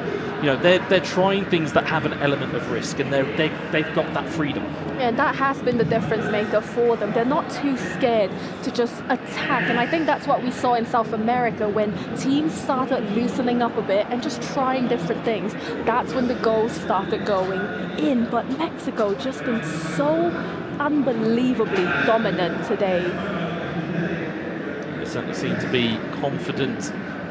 They certainly have carried in some very good form. They are 4th in the world for a reason. They certainly want to put that marker down in a home field advantage. They're throwing the ball back to their own goalkeeper though. They're going to recycle the ball with Nene, just chip it forward. They just don't look as though they're going to take this or take chances, but instead they've given the ball to Costa Rica here. There's an opportunity here to play a through ball, but it's been dispossessed again. So even in those slight moments, or it looks like there might have been a free kick. Oh! Whoa! I need a replay on that one. That even caught me out. Lionel Messi sent. Oh! Now that, Alia, I'll put to you. miscues can be certainly missed inputs on both a controller and certainly on a mobile can have that effect. That's a slide challenge which they definitely didn't want, and Lionel Messi is the first red card of this tournament. Indeed, and I like our little instinct there, like, whoa! Wait a minute. Happened there? I was just about to say that the Costa Rica players, they were looking really stressed, and then bang, out of nowhere, here's a red card to completely flip the game on its head. Made it even worse for the Costa Ricans. I mean, if it wasn't a high mountain to climb, it's just been made even worse. I mean, they are looking, as you can see from the top of the screen, Jan Koller being brought on. You maybe start to feel that might be the way they go, right, that's our plan B. We're going to try and go direct and try and feed off of the big man. But I feel like the damage may have already been done, Alia. I think so, and I think I was looking at Nene's face cam when that red card came out. He looked really shocked as well. I don't think any of the players, any of us, anyone in the crowd expected it. I think Nene sort of looked over to Bruce and thought, what did you do? What did you do? You have cost us this game, Bruce. Because the game had that where there's always animations where the game slows down. So I was like, okay, well maybe there's a shoulder charge that's gone in, or maybe something's happened where like there's a free kick that's been given.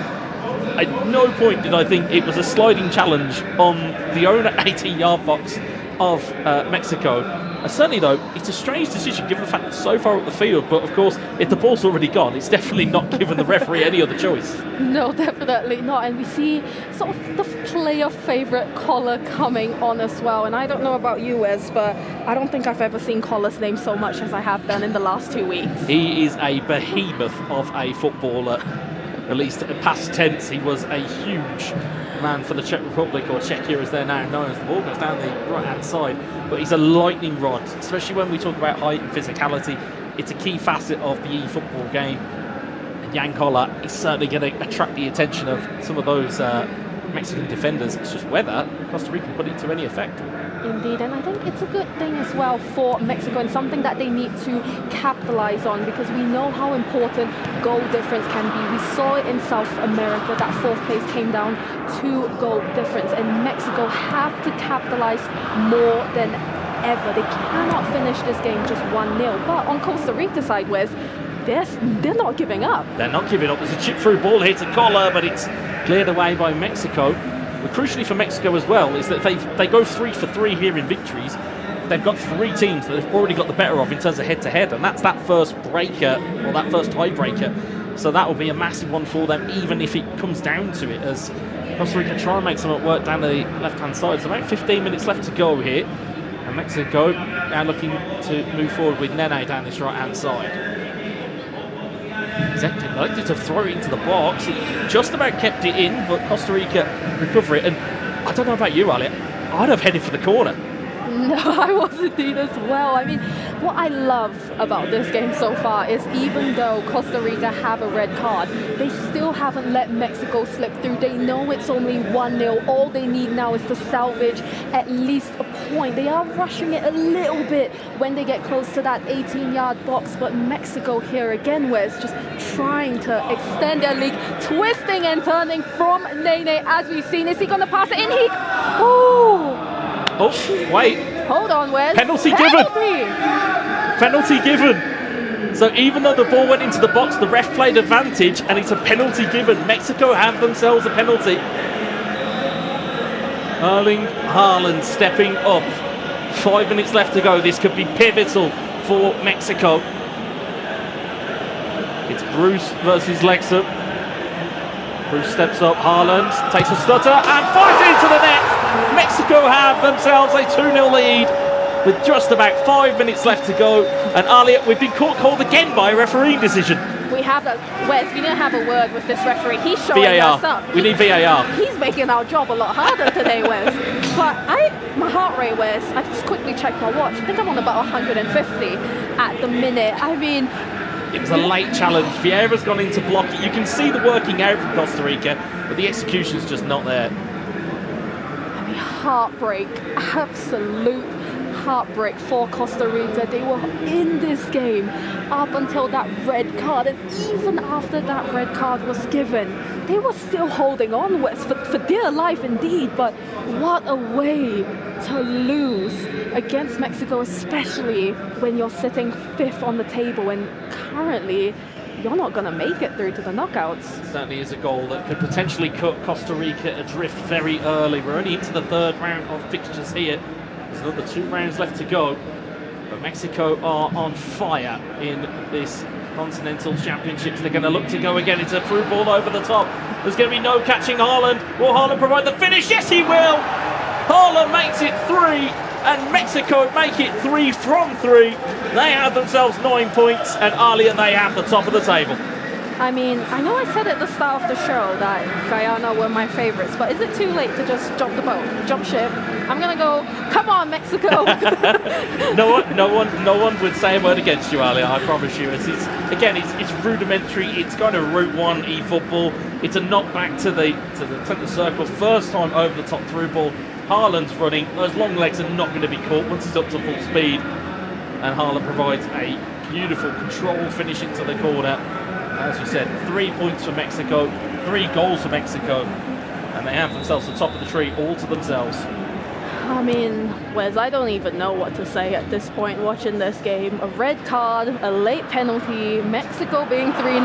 Nene's telling me, stop talking, Ali, I'm about to make it 4-0. Never mind. Mayor King was there to save me. That could have been a real opportunity. It does finish Costa Rica 0, Mexico 3. And again, a comprehensive performance from the hosts. It's another big 3 points. It's a real big step towards qualifying into those knockout phases. And as for Costa Rica, they're going to be licking their wounds, certainly, after going down to 10 men and then conceding late on and then conceding a third. That's not going to do their goal difference any good either.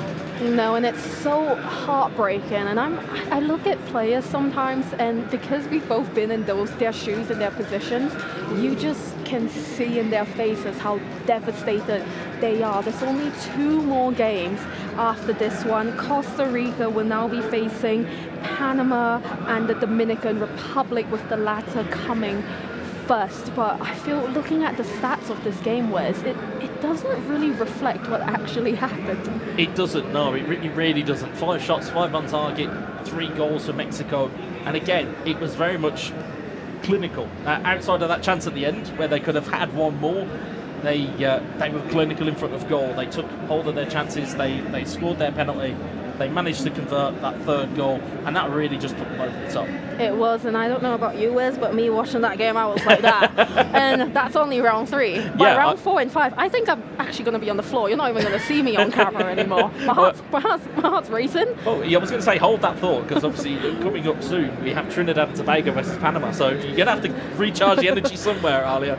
But yeah, I mean, in terms of that comprehensive performance from the hosts, and again, you kind of lose words at some point. You look at them, 7 goals plus in goal difference, 9 points in total. They're 4 points clear of second place Guyana, which we'll take a look at obviously as we get through to kind of the standings and the results from round 3. But we'll take a look at the highlights soon as well. But certainly, it was all Mexico, and as soon as they got that first goal, and you said, Nene, real trickster within mobile. It's rare that you see such a trickster. Normally that's reserved for console, where you see double touches and roulettes and all of these different skill moves. But he really just puts pay to his opponents just by style points almost. It does, and I think, dare I say, Wes, from South America and North Central and the Caribbean, I think he's the most skillful player that we've actually watched, and that's quite a brave saying considering we've just watched the Brazilians. But I just feel like Nene's been a lot more skillful. But enough talking from us, we're going to go to Extreme. Para que te oigamos todos. Okay, bueno. Gracias. El primer partido estoy nervioso, pero ahorita ya estás más tranquilo. Ya más relajado. Sí, Ya te veo, mi hermano. Les está funcionando la estrategia. ¿Puedes revelar un poquito cómo es su estilo de juego? Obviamente sin spoilear a tus rivales, pero a la gente que te está viendo aquí en Gamer y en la transmisión de este gran evento, ¿cómo es que juegan ustedes que les está funcionando tan bien en las partidas? Dos palabras, concentrado y irmão. Concentrado y irmão. O sea, muy concentrados, esa es la estrategia mental. Y dentro del partido, ¿son muy atacantes, son más defensivos? ¿Qué es lo que les ha funcionado para llevar estos resultados tan aplastantes? Yo creo que fue un equilibrio, Ajá. tanto en la delantera, tanto en la defensa, pero Yo creo que es eso. Ok, sí defienden y sí atacan, se están turnando en ambos, por eso les está funcionando. Pues realmente me consta, o sea, la defensa ha sido increíble, les han metido prácticamente un gol en ambos partidos y ustedes con 7 goles en total, quiere decir que sí saben atacar y saben defender. Mi hermanito Bruce, un saludo que quieras mandar a la transmisión aquí en casa, no sé si vino familia a apoyarte, amigos. Un saludo para mi familia que me están apoyando desde mi casa y para mis amigos que vinieron a verlos también. Y a toda la comunidad de eFootball Mobile, un saludo. Latinoamérica, Perfecto. Centroamérica y Norteamérica. Muy bien, Bruce, ¿cómo te encuentran en redes sociales para los que no te conocen y están viéndote en la transmisión o aquí en Gamergy? Como Bruce TV. Facilito, bonita playera. Y ahora sí, mi hermano, muestra esta bandera preciosa, preciosísima que tenemos aquí. Felicidades, otra victoria para México. Mi hermano Bruce, sigamos así porque esto apenas acaba de comenzar. Regresemos ahora sí con los preciosos, chulos, hermosísimos casters que están esperando allá en su cabina. Well, we heard from the Mexican players there. In terms of their play style, though, Alia, some of the things that we picked up, thank you to the slight translation in our ears, but focused, switching between attack and defence. Said hi to his friends and community back home, which is always a good one to see, folks. But you can see that focus in terms of everything is a deliberate action. Don't you think? I think that's their communication, really, because they're both such incredible players individually, but together they're a force to be reckoned with as we look at these round 3 results. Wins on the board throughout, where it's not a single draw or loss. Yeah, it's a big win for Guyana, who, as we alluded to earlier, jumped up into the second place position, but Panama closely following behind them, 2-0 victors. But of course it was on the live stream here, it was the host Mexico who took a big 3 points and a big step towards that qualification. As we'll take a look at the standings, Alia. Indeed, all I saw from that scoreboard was 1, 2, 3. I think my pronunciation was pretty good there, but wow, Mexico are just simply pulling away as we see Costa Rica very sadly drop to the bottom of the table with just 1 point, but the Dominican Republic and Trinidad and Tobago fighting for that 4th spot. Yeah, it is. It's going to be a bit of a dogfight down there for that 3rd and maybe 4th spot. You get the feeling that maybe Guyana might start to break away now that they've got those fixtures coming up. We've obviously got 2 more rounds of the qualifying rounds or the group stage before we get to the business end of the day. But it is very much the hosts in control of this group stage. I'm losing words to describe how good Mexico have been so far, but it's been a complete breath of fresh air. Certainly with their world ranking, you'd probably go in on paper and go, yeah, maybe they'll be okay. But I think looking at it, Alia, I'll give the last word to you before we go to break. They've been supremely impressive. They've been incredible, and I think they know they've never qualified for a FIFA E-finals. They know this is probably their best chance in front of a home crowd with their own nation backing them. I don't think we really expected them to come out flying as much as they did. I certainly didn't expect them to pull away as fast as they did, but Wes, I don't know about you, after that matchup, I think we certainly need to catch our breaths. Yeah. And just don't look at us for a minute. Just watch the video instead.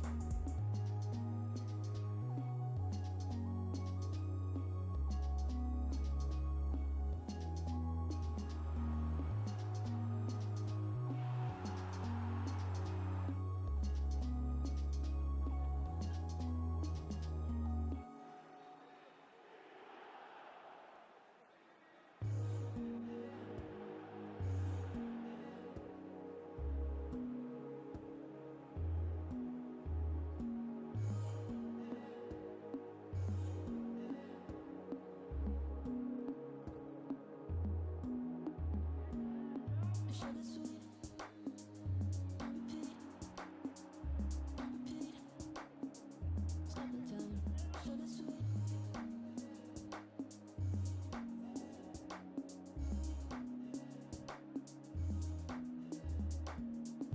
Higher blow. Higher nose. Feel your love. Feel your touch. Sugar sweet.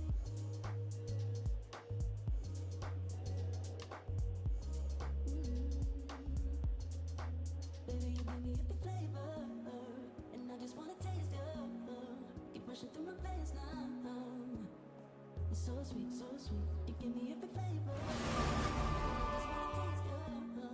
Keep rushing through my veins now. So sweet, so sweet, so sweet, so sweet. That's good, that's good.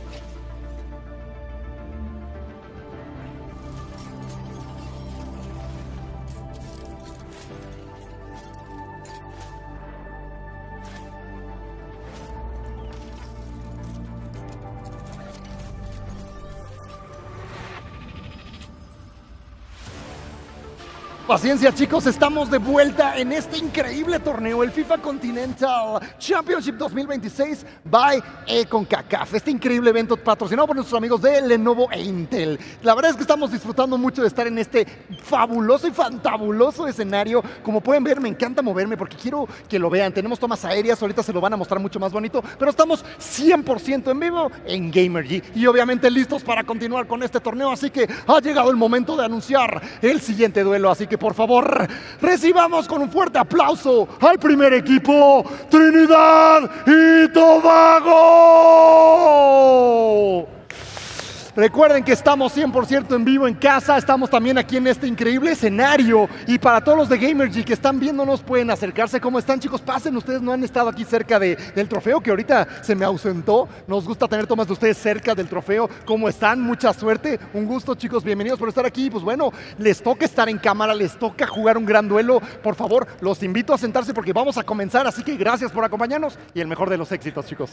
Pásenle por favor a sus lugares. Ahí está el primer enfrentamiento que vamos a tener ahorita en pantalla con Trinidad y Tobago. Ya hemos tenido varios partidos detrás de cámara, seguramente ya se dieron cuenta, pero ha llegado el momento de presentar a nuestros amigos rivales de este duelo, así que por favor, fuerte aplauso para Panamá.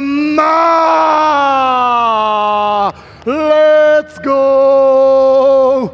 Bienvenidos, chicos, bienvenidos, pásenle. ¿Cómo están? Un gusto tenerlos por acá, chicos. No tenemos micrófono para entrevistarlos, pero ya les tocaba salir en cámara y en la transmisión. Hace rato teníamos ahí el trofeo, ahorita va a regresar con nosotros, no se preocupen. Y pues este duelo vamos a comenzar durísimo. Pasen, por favor a sus lugares, no se me estresen. Y así es un duelo que faltaba. Queríamos ver estos equipos ya en cámara. Estamos viendo los resultados con mis colegas casters que están allá listos con nosotros, pero la verdad es que toca pantalla para otros dos grandes equipos. Vamos a regresar con Dai y Casey para que continuemos con este increíble torneo. Guapísimos, ¿eh? Always got a smile smile on his face is extreme. He's very much life and soul of the party here in Mexico City. Welcome back, everybody, to the FIFAe Continental Championships here in Mexico City. I'm Stuart Wesley, of course, still joined by Alia Harvey. Alia, have you managed to recover from Mexico absolutely trouncing Costa Rica? No. I didn't think you had. Not yet, to be honest. I think I've just been sat here in silence, trying to do a little bit of meditation and think, I've got to breathe. There's still lots of games left to play today.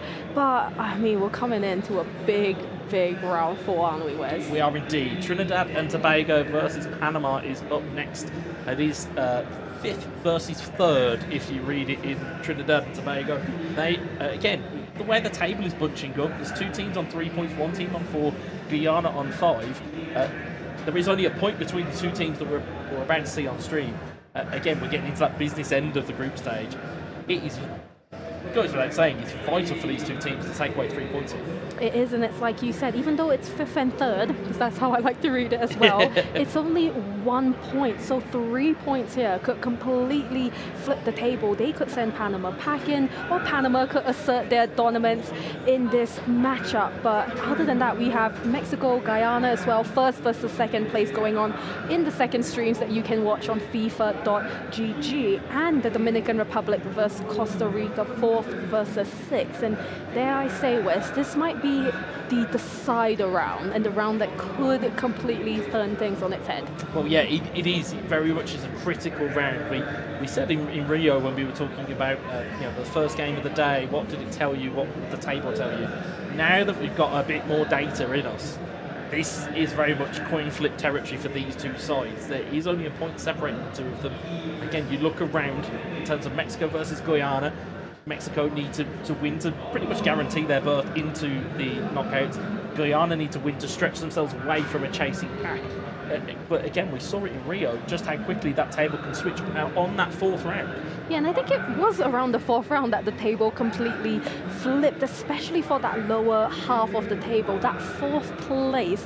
I think so many nations now are desperate for it, especially that it's only 1 or 2 points between them. But for our featured matchup that we have for you in round 4, Trinidad and Tobago versus Panama, in the qualifying pathway, neither of these nations have met.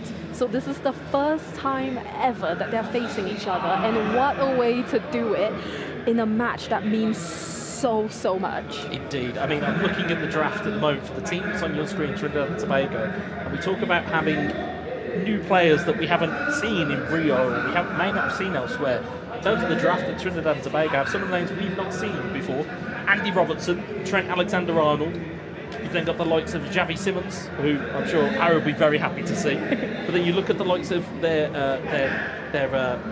phase 2 picks, Francisco Conceição, Desiree Doué, who I'd be very excited to see if they field him. And then they've got Gabriel Martinelli as well. But looking at Trinidad and Tobago, I believe that is the Egyptian Omar Mamouche, if I'm right in thinking. Arda Güler as well. They've certainly got a different flavour to them. They've gone with a couple of seasoned Premier League operators at left back and right back in Trent Alexander-Arnold and Andy Robertson. Of course, Trent now playing his trade in Spain, but it makes him no less dangerous. I mean, both of these teams are very different to what we've seen so far today, Wes. I mean, I'm actually looking at the squad thinking a lot of these players, they haven't featured very much in the teams that, like Mexico, Guyana, I actually quite like it. I like that we're seeing a bit of a switch up. Yeah, indeed. You can see on your screen Steven Gerrard, Mickey van der Ven, Ibrahima Konate. The one for me, though, my personal favourite of strikers growing up who played their trade in England, Eric Cantona will be the Frenchman who got to keep your eyes on. And interestingly enough, fluid formation as well. So they'll have a shape in attack and they'll have a shape in defence. Will Panama. But I'm going to put you on your psychological and body language experts. What can you see from these 2? I'll be honest, I think Trinidad and Tobago look very relaxed. He's got his hands in his hands. What am I saying, Alia? I am not doing a very good job at explaining myself right now, but they look very relaxed. I know they're currently 5th place, but I think they're very aware that there's only 1 point separating them from Panama. We look on the other side, I would say, you just look at the way they're breathing, and I know I'm analyzing it a lot, Wes, but he does look like he's taking faster breaths, which is a show of how nervous they actually are. And on the flip side for them, I think they know they could very easily slip away and not make the knockouts. I think both teams recognise the importance of this particular fixture. As the two teams are ready to go, it is Trinidad from left to right in red and Panama from right to left in white. As JK gets the ball back into possession for Panama, and Trinidad managed to regain possession. And we talk about the importance of the fixtures. I mean, goal difference as well is quite important. Trinidad sitting with -3 goal difference earlier. They're going to have to get themselves a couple of goals if the head-to-heads aren't going their way. Exactly, and we know how important those head-to-heads can be, especially when only 4 of these 6 nations make it out to the knockouts today. But so far, quite a frantic, messy game here. Both sides just trying to settle into the game, nearly making a mistake there with his keeper pass. Yeah, or sometimes you've got to live a little bit on the edge, and Panama certainly looking to try and do that when they just put a ball through the lines into the edge of the 18-yard box. Well defended, but it's a chance here for Panama. They've won the ball back, lofted ball into the box and cleared the way at the first attempt. But those type of errors, Ali, that Trinidad and Tobago have got to cut out. Indeed, I think looking at this game and the way they're playing, so far Trinidad and Tobago potentially slipped on his head, but I thought the decision making there was why didn't he just run and go for it? Pressure does funny things to a lot of people when you're under it. As Panama come back the other way, there's opportunity inside the 18-yard box, well defended by Trinidad.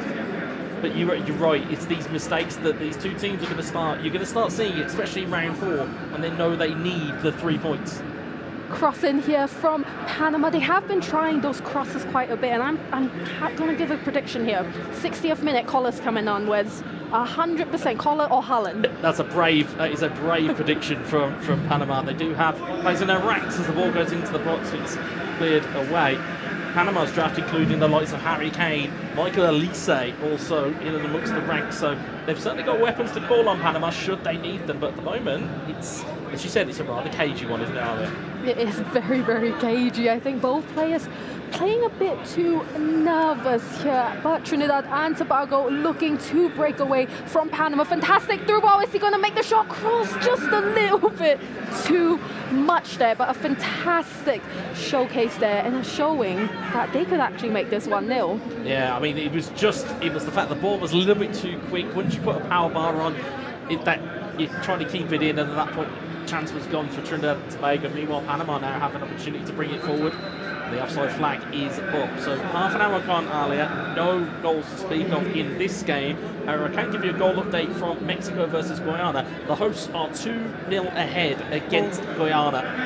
So they are carrying on as they mean to go on. Are we surprised, Wes? Are we really surprised? At this point, we have enough data to say we're not surprised. As Trinidad get this ball forward from the free kick and then put clear by Panama. Just, you've got to feel, Alia, in this moment, that first goal, that first real mistake is going to be critical. Yeah, that's going to be the moment that changes anything. And could this be the moment? A little bit too quick. I'd say he's just missed a complete sitter, Wes. He has. I don't think he realised how much time he had, but they've got the ball back here. Have Trinidad and Tobago. It's Hullet that's gone around the back. Hullet with a strike and a goal! Trinidad and Tobago take the lead. What a huge goal from the Trinidad and Tobago faithful. And that could completely turn this table on its head if it stays as it is, Alia. It could do indeed, and they were knocking on that door that entire first half trying to get that first goal, and this is the momentum that Trinidad and Tobago needed. Fantastic goal, just slotted in to the back of the net there, and Wes, earlier I fell into my seat. I think after this game I'm falling to the floor. Well, Alia, it was Damas this time. There was one opportunity just before that with Ruud Hullet. It's a chance that was saved. They were not making that same mistake twice. They've got themselves a goal. It's a vital lead with around about 7 in-game minutes left to go. And Panama now are going to have to respond, and you feel, Alia, you've got to get one probably before half-time to really try and take this one away. You do indeed. You don't want them to go into the second half with all of the momentum, deciding to take his time. There may be too much time or not. Davis, can he make it 2-0? Trinidad and Tobago 2-0 up before halftime. Two completely different reactions there from their players. Damas was just like, where was the defence? Where was the defence? But it's a brilliant through ball from Dalo. Again, finds Damas, who's almost the finisher of this two at the moment. Look at that. Travella pass right into the path of Omar Marmouche and thundered into the near post. And Trinidad and Tobago have themselves a 2-0 lead here. And that is massive. It's good for their goal difference. It's even better for their points, Alia. I'm currently stood up, Wes, and to be honest, I'm actually struggling to stand up because I can't breathe, Wes. I might need you to call me an ambulance. The altitude has got to Alia in terms of where we are in the arena and the fact that we're in Mexico City, and we made it as a big point here in terms of the intangible things that we talk about. We speak about it a lot as former players. It's these intangible moments where pressure, a different environment, even your sleep pattern, your dieting, everything can add up to these marginal gains. But Trinidad and Tobago very much came out of the traps here, and this Ruby formation that Panama have got going on does not look like it is effective against this Trinidad and Tobago attack. No, it doesn't look like that at all, Wes. And I mean, what a start from Trinidad and Tobago in this first half. They knew they needed goals. They knew that going into this match they were going to be knocked out, and just like that, they flipped the table on its head, Wes. I mean, I want to know how the other matches are going. Well, other matches, Dominican Republic versus Costa Rica, still 0-0. Mexico still have that 2-0 lead against Guyana. So to put it in perspective with this, if my maths is right, a win here for Trinidad and Tobago will put them second in the group after this game. That's such how close it is, Alia. I'll tell you what, Wes, you've got that quick math. My brain does not work that quick. There's too many scenarios rattling around in my head. I always try and think of all of them, but I don't think I had it on any scoreline that Trinidad and Tobago would be 2-0 up, and it would be a result that could catapult them into second place. Wow, 5th to 2nd place, Wes. What crazy a move. way. Crazy move from Trinidad and Tobago. And like you said, it was an interesting thing into the two personalities. You said two very different reactions. Damas was very much animated, and Dela was like, nope, we've got a job to do. Well, I think they balance each other out very well as they potentially trying to make it 3-0. But I think when you have a 2v2 and you have to work together and communicate well with each other, it's nice to have different personalities. Oh yeah, absolutely, because you will feed off one another. I qualified for an event many years ago as a co-op duo at the time when it was you could either be 2v2 or 2v3 or even 3v3 as it used to be back in previous iterations of eFootball. And having that kind of secondary player, or having that person to kind of lean on and to kind of just take that strain and just have that kind of calming influence just to calm things down when you've got into that emotional state. I mean, we've seen it time and again. We've seen it time and again in terms of the players, in terms of just being able to calm each other down. As we just have a look here, is that Trinidad and Tobago now got a little bit more narrow. They're playing with a second striker, so that you can see SD at the top of your screen instead of it being a CD, which would be centre forward. Of course, this in being in Spanish. I mean, I still don't know whether that's the right Spanish for a second striker, but that is that role. So you'll probably expect Marmouche to maybe play a little bit deeper and maybe try and peel into that kind of number 10 gap in between where Schneider and Gula are occupied. But at the moment, it's phenomenal work from Trinidad and Tobago. Indeed, I didn't think they were going to come out flying as much as they have, and what a first half. They knew how much was at stake, and I think maybe that's what they needed. Some people just thrive under pressure. I'm one of those people, and I think that's what they needed. They knew how much this game meant to them, and all you have to hope is that they can take that into round 5 and not let it slip away later on after the next 45 minutes, of course. I mean, sometimes you have personalities that love to be in a foxhole. You need to look to your left, look to your right and go, have I got help? Is someone going to be here with me? And much like we are as a commentary duo, and much like with Harry as well, you look to your left, you're like, I've got confidence this is going to happen. I've got confidence this is going to work. And much the same way with players within eFootball, you are looking to your left and you're going, have you got my back? Do you know my game plan? Do you know how I work? And certainly Trinidad and Tobago, with all the lights on them, have probably reserved their best performance for this moment. I mean, they won 1-0 against Costa Rica.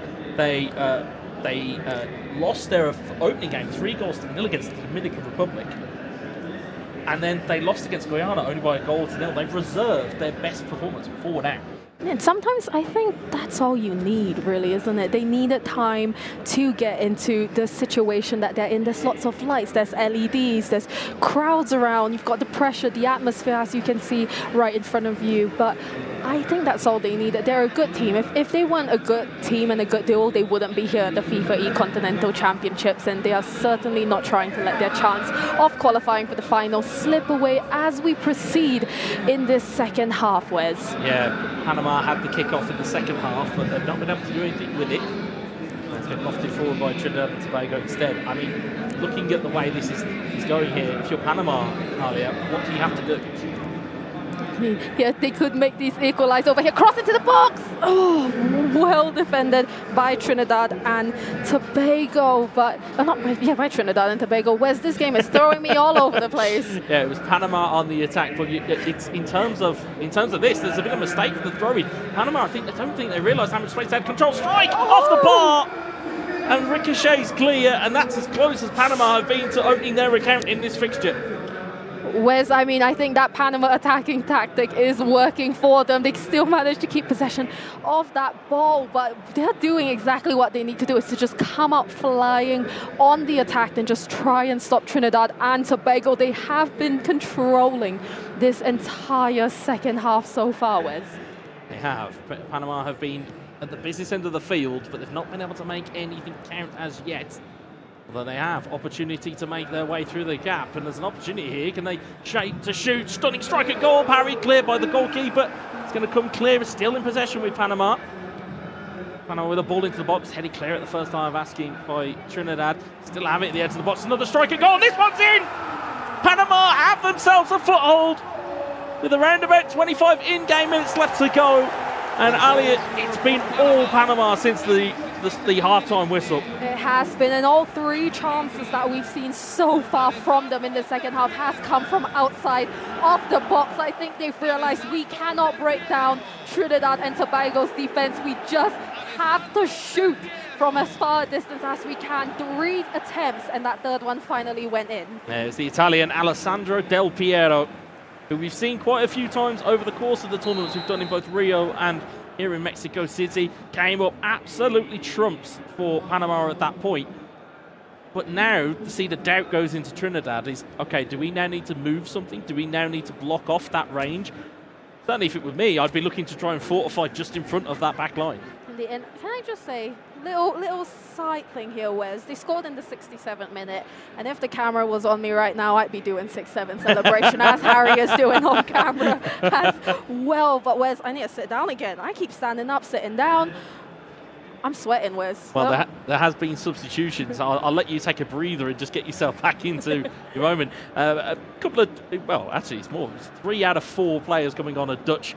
Johan Cruyff, Ruud van Nistelrooy, Javi Simmons, one of Harry's favourites, onto the field. Interestingly, though, for Panama, Ben Sesko, who we've not seen all that often, but has been used here. Certainly those changes kind of came in. Harry Kane as well. They've got a mixture of different players, but for Panama now, you've got to get that ball back as quickly as possible and try and do something with it almost immediately, because, as you've said, and as many viewers at home will know, this mobile game goes so quickly, the seconds, it's like microseconds. You blink and it's gone. Indeed, and I think I love this game because of how close it is, but I love it even more because teams are more random than what we've seen so far in the Continental Championships across the globe. 2-1 at the 67th minute. Those extra 2 points could just slip away from Trinidad and Tobago here if they're not careful, Wes. Yeah, they've got to be on it, because momentum swings, especially with goals that are scored in that magical period where substitutions are made, they can really be a difference maker. But Trinidad are now back on the ball. They're looking to try and play forward. They've surrendered the ball to Panama, and now Panama might try and do something here, but they've got to take care of the ball when they're in possession, because lumping it forward is great. You've got to take care of it, because otherwise you're just going to surrender the ball back. Indeed, here Trinidad and Tobago opting to play more with a 5-back with their defensive midfielder dropping back into their usual 4-back. But so far a little bit scrappy as we go into the last 15 minutes of the game. Panama in possession. Can they make it? 2-2 cross into the box, and it's Panama!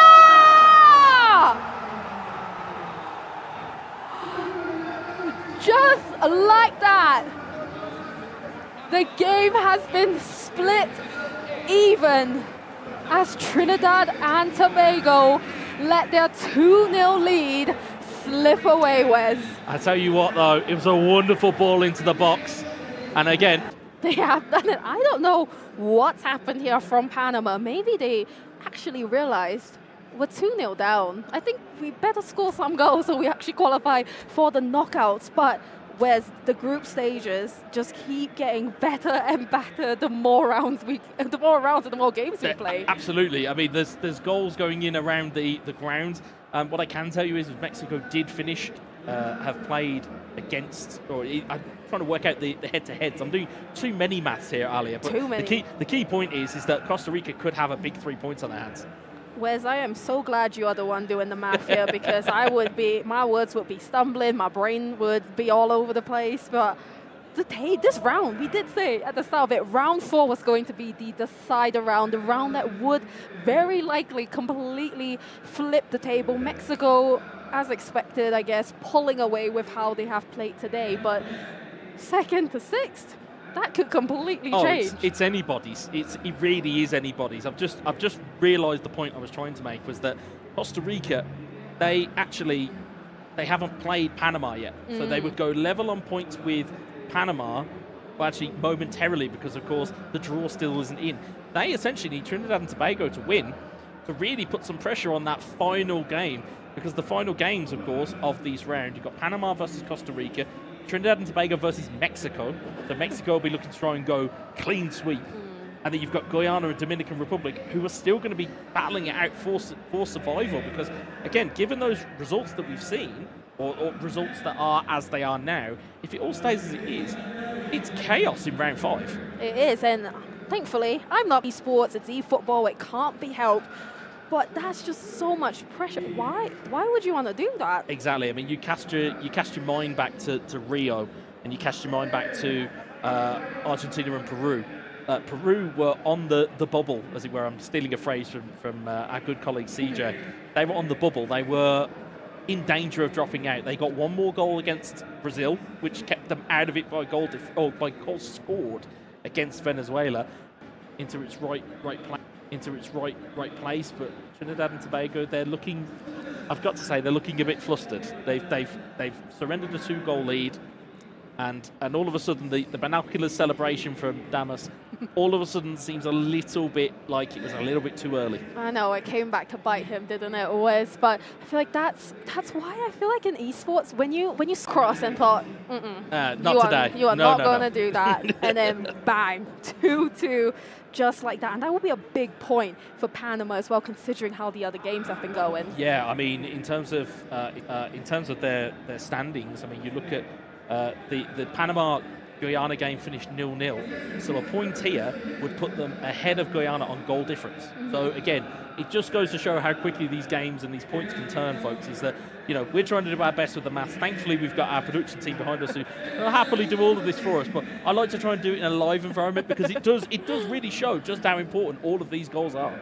It does indeed, and I mean, we've seen in Mexico City at the moment, because it literally will come down to the very final ball, it will come down to the very final kick, and we won't know until the end of round 5 exactly who is going through.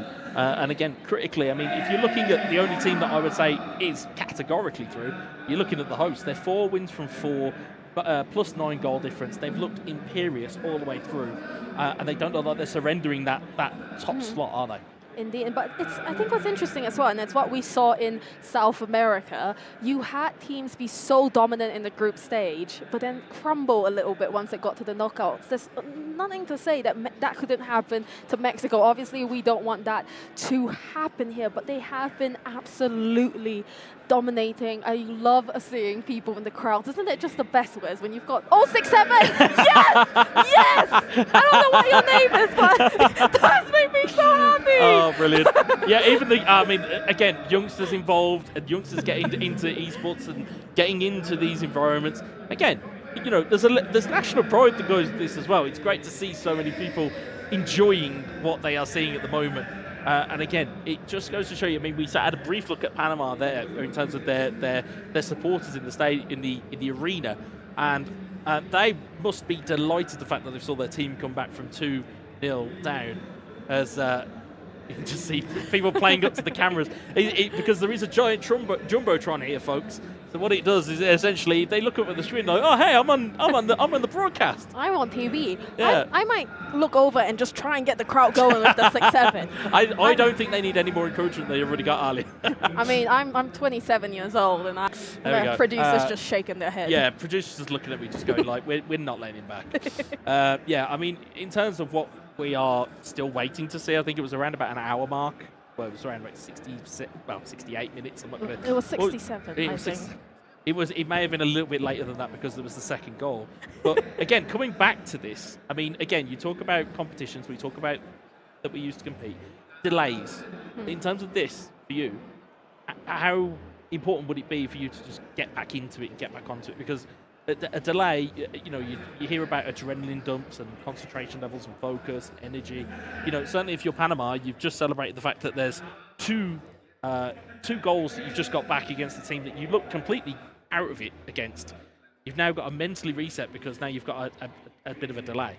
I think for Panama, it's a huge disadvantage. They had the momentum. They were 2-0 down, managed to make it 2-2. I think this is a massive blessing in disguise for Trinidad and Tobago. They lost their 2-0 lead. Was that a dab? Was that a dab in 2026? I love this. Oh, it wasn't a dab. Maybe not. Maybe not. I love this crowd. I love Mexico City. I mean, I just love the fact that the fans are the spectators in attendance are getting involved. If they cut back to us, I'm dabbing.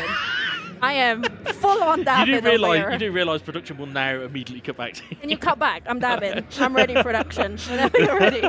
But I mean, looking at the spectacle, I mean, we walked into this yesterday and we kind of saw it, kind of 3/4 away in terms of construction. When we walked in today, I think everybody in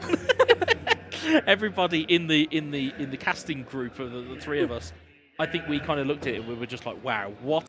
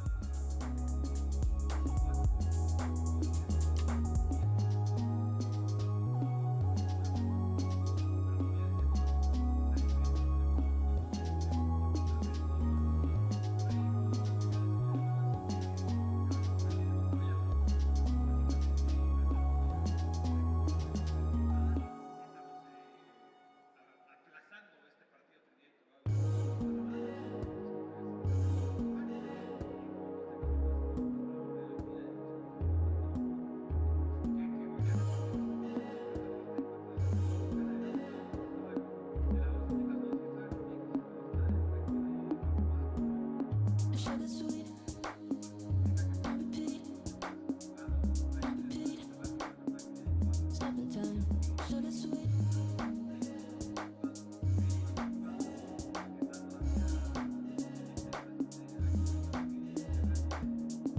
How you blow, how your nose, feel your love, I feel your touch. Sugar sweet.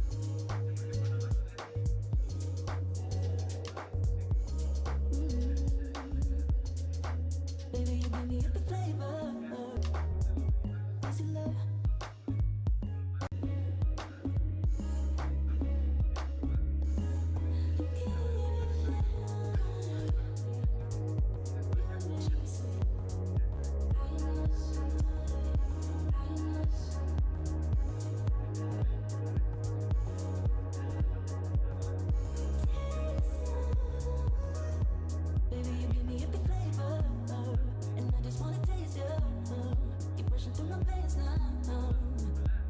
So sweet, so sweet. You give me every flavor, and I just wanna taste you. Keep rushing through my veins now. So sweet, so sweet. So sweet, so sweet. Like ice cream, ice cream.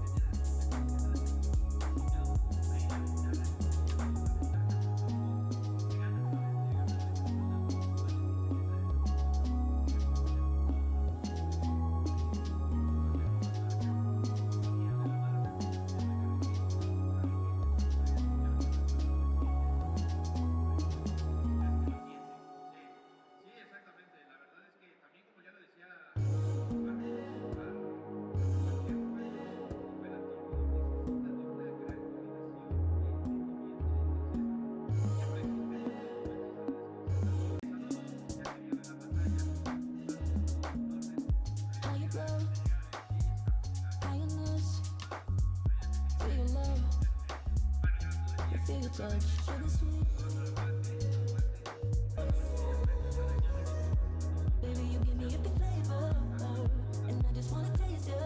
Away with it at this point. There's no doubt in my mind that Mexico are going to absolutely top the group today. The question is, how is the rest of the table going to finish? There's so much tension in the arena. There really is. I mean, you know, we just saw, kind of as we see it here, Mexico 2-0 up against Guyana. That gives them, as it stands, a 7-point gap on the second place team, with only one game left to play. So what we can say for certain is that Mexico will top the group. It's just whether they can do it perfectly or whether there will be a blemish. As we've seen on the screen as well, Costa Rica have come away with that big 3 points against Dominican Republic. That is massive for them. Of course, our game that we're on stream at the moment, which still hasn't got to its conclusion, is Trinidad and Tobago 2, Panama 2. But that is a massive result in the middle.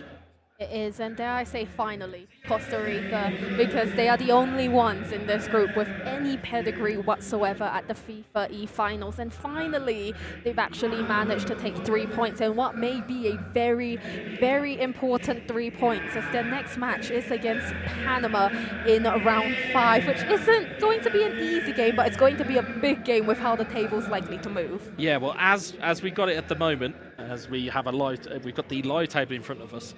Of course, we don't want to show you a graphic of the table when we've got some. Oh, we actually do have current standings. Oh, wonderful. It saves me having to look down and try and figure this out. But as you can see, Costa Rica have gone from 6th to 4th in one result. Panama, of course, still playing at the moment with Trinidad and Tobago, so that could still move. Dominican Republic could see themselves fall to the bottom of the table if Trinidad and Tobago get at least a point. But it is, Alia, as you rightly said, it is still absolutely up for grabs from position 2 to position 6. It is so close to call.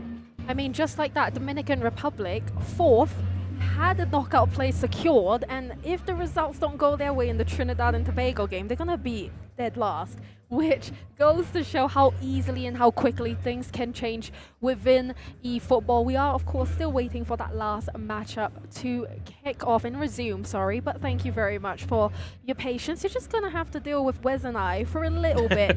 You know, you might get sick of us, but won't be for long. I can't think they would at home. I can't think that at all. I mean, in terms of the final fixtures going into this final game, and I'll just put that in there whilst we're waiting for the earlier on the kind of the highlights we've seen there. Panama got themselves back in, and you'll see the timer on the screen there in terms of where we're ticking into. We're into around about the last quarter of an hour, give or take. Harry Kane with the equaliser for Panama. It really peeled off his run to that spot. But again, we're talking a lot about Panama's recovery. Is it Panama's recovery, Alia, or is it Trinidad and Tobago's collapse? Oh, you like asking me tricky questions, Wes. I love it. I love it. It's great fun. But I think I would argue that it's Trinidad and Tobago's collapse because they were absolutely in full control of this game. And I wonder, did they get a little bit complacent? They thought Costa Rica have ever made it to a FIFA finals. You wouldn't think the other 5 nations, not one of them, haven't. Yeah, I mean, this is it. I mean, you look at the quality that's on show. You kind of, much like what you said, is that, you know, from 2nd to 6th, 1 win each. Like, they are all beating one another. The only team that is not getting beat is Mexico. Everybody's taking lumps out of each other, but it's not really doing anybody any favours at this point. The only thing I would say is that if this game does finish as a draw, Panama slot into 2nd above Guyana because it will go to, the head-to-head is 0-0, so it goes on to goal difference. Panama have the superior goal difference as it stands. I think I actually just felt myself getting a headache, Wes. I'm not even trying to wind you guys up. What do you mean Panama can go into 2nd place just like that? I'm just giving you the stats. Is that Panama slot in, they're going to be on equal points with Guyana, and equally as well, Trinidad and Tobago would also, I'm just double checking it here, Costa Rica. Your brain's going into overload. So they beat Costa Rica, so on the head-to-head they would go above Costa Rica into 4th. So they might want to try and play out a point here for these guys, but it would put a hell of a lot of pressure on that 5th round game. I'm losing track here, Wes. I'll be honest. I just need this game to finish so that I can get confirmation and I don't have to use my brain. But Wes, the delay's a little bit longer. Yeah, I think I just delayed in real life, to be honest. I was like, Wes, and then nothing was coming out of my mouth. Yeah, so we're gonna cut to a short 5-minute break, and we'll be back to you after this with the resumption of Trinidad and Tobago versus Panama.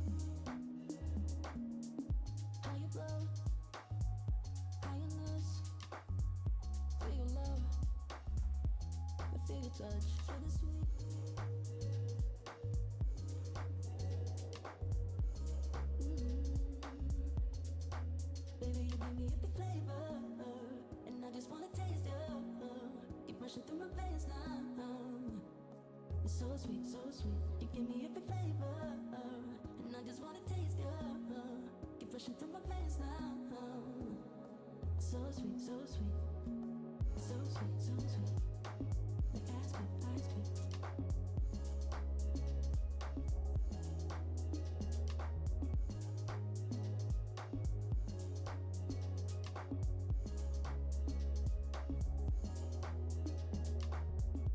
Easy love. Wake me up, this paradise, so we never stop, the sugar sweet.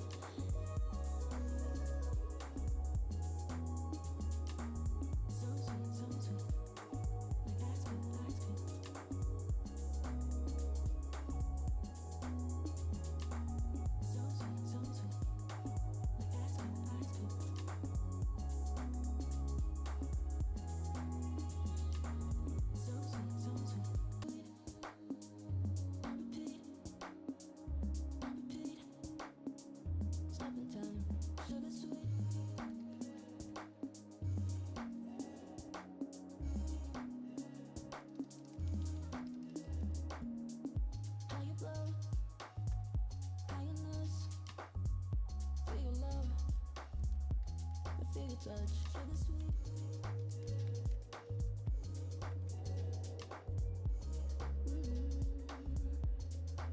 Baby, you give me every flavor, and I just wanna taste you.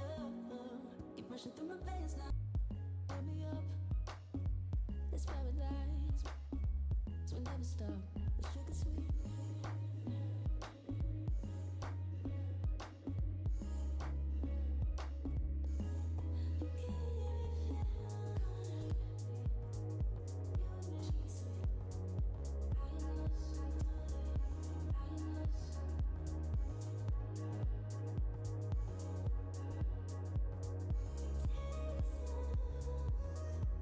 Baby, you give me every flavor, and I just wanna taste you. Keep rushing through my veins now. It's so sweet, so sweet. You give me every flavor, and I just wanna taste you. Keep rushing through my veins now. So sweet, so sweet, so sweet, so sweet. Like ice cream, ice cream.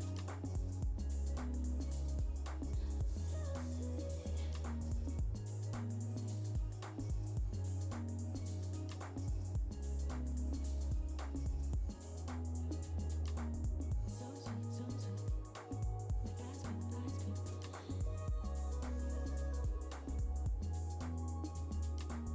So sweet, so sweet. Like ice cream, ice cream.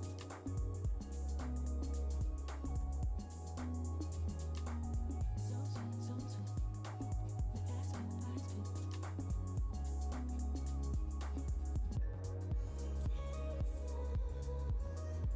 Baby, you give me every flavor, and I just wanna taste you. Keep rushing through my veins now. It's so sweet, so sweet. You give me every flavor, and I just wanna taste you. Keep rushing through my veins now. So sweet, so sweet, so sweet, so sweet. Like ice cream, ice cream.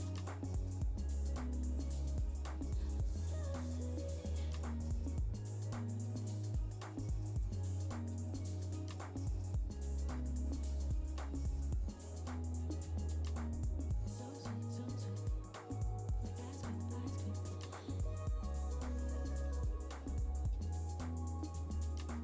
So sweet, so sweet. Like ice cream, ice cream.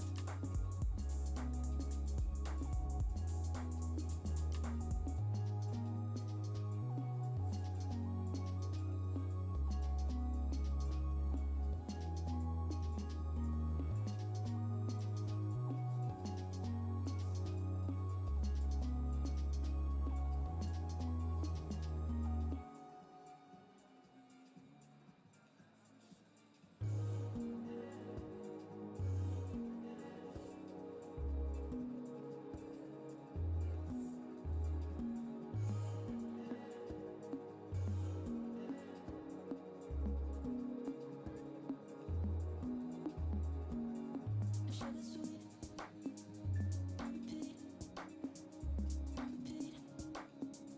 Stopping time, sugar sweet.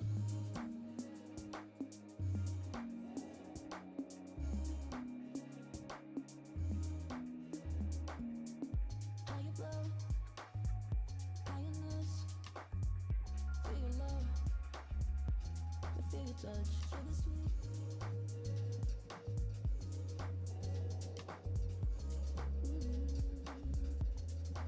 Baby, you give me every flavor, and I just wanna taste you. Keep rushing through my veins now. It's so sweet, so sweet. You give me every flavor, and I just wanna taste you. Keep rushing through my veins now. So sweet, so sweet, so sweet, so sweet. Like ice cream, ice cream.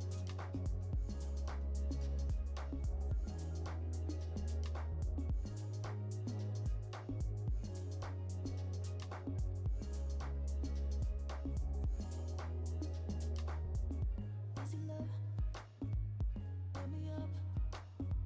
It's paradise, so we never stop. The sugar sweet.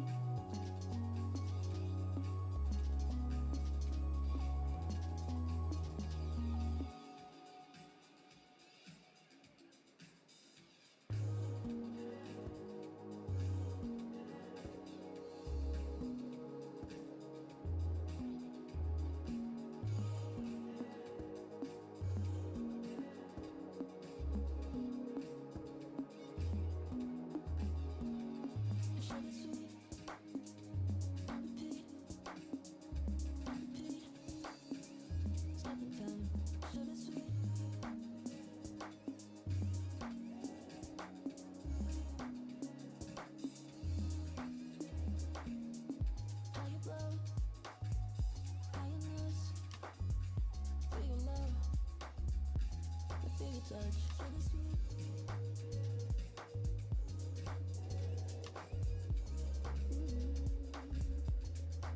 Baby, you give me the flavor, and I just wanna taste you. Keep rushing through my veins now. It's so sweet, so sweet. You give me the flavor, and I just wanna taste you. Keep rushing through my veins now. So sweet, so sweet, so sweet, so sweet. That's good, that's good.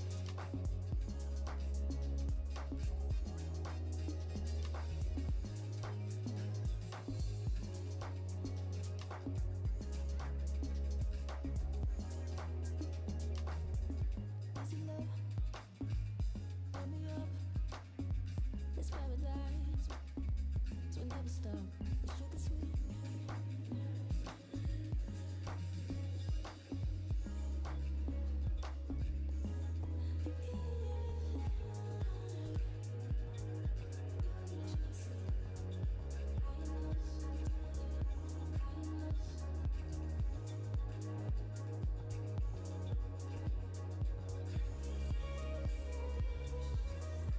Baby, you give me the flavor, and I just wanna taste you.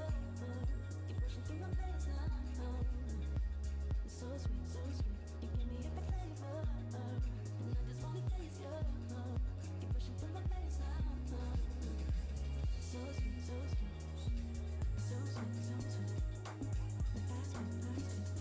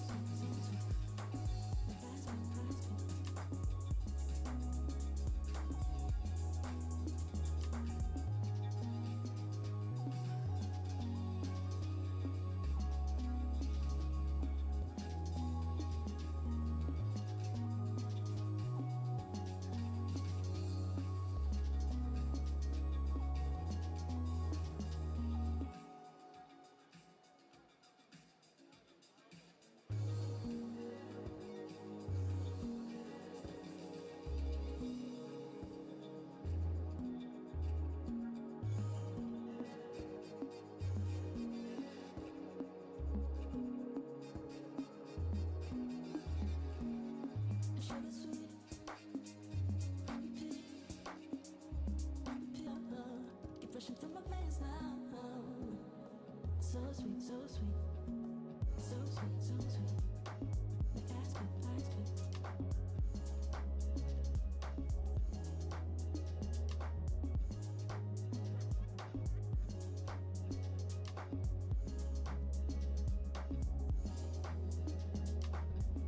Easy love, wake me up.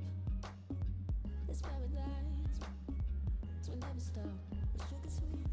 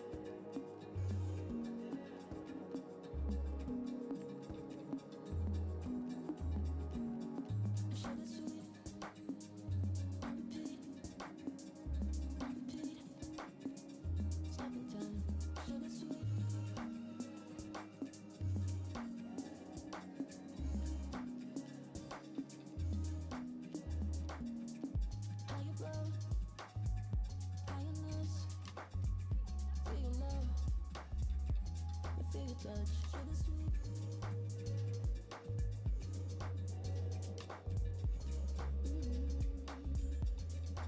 Baby, you give me every flavor, and I just wanna taste you.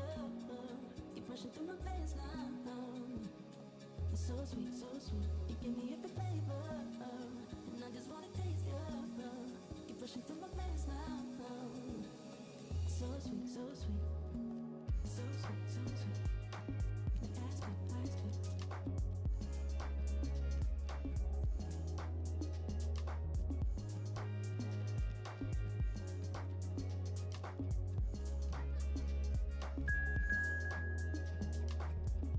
Easy love, wake me up. This paradise, so we never stop. The sugar sweet.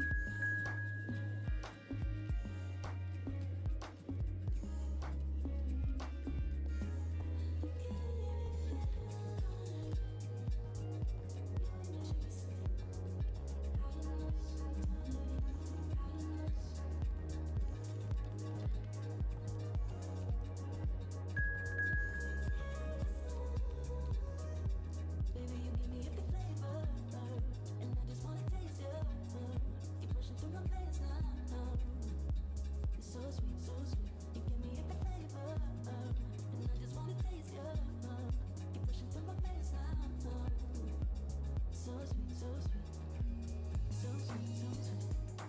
Like ice cream, ice cream.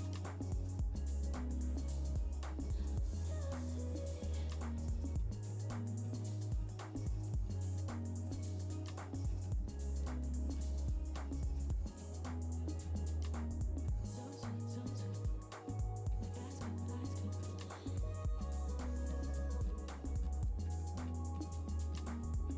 sweet, so sweet. Like ice cream, ice cream. So sweet, so sweet. Like ice cream, ice cream.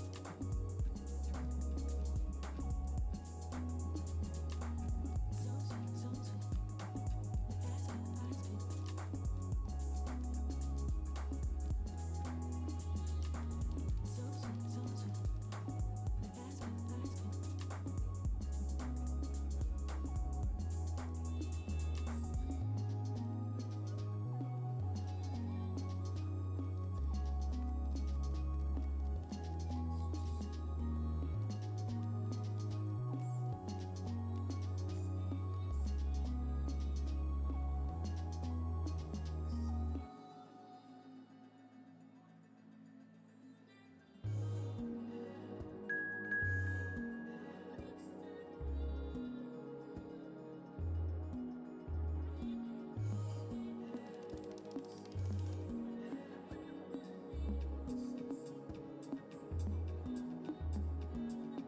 Sugar sweet, repeat, repeat.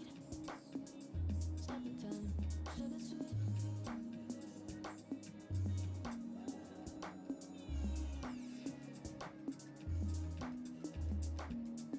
How you blow, how you nuts. Feel your love, I feel your touch, sugar sweet.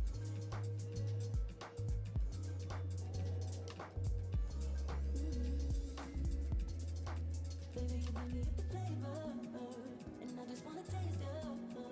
Keep rushing through my veins now. It's so sweet, so sweet. You give me every flavor, and I just wanna taste you. Keep rushing through my veins now.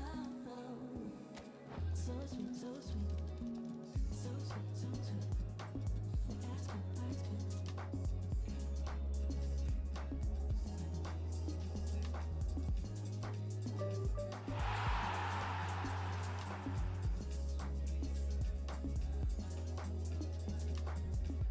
Easy love, wake me up. This paradise, so we never stop. The sugar sweet.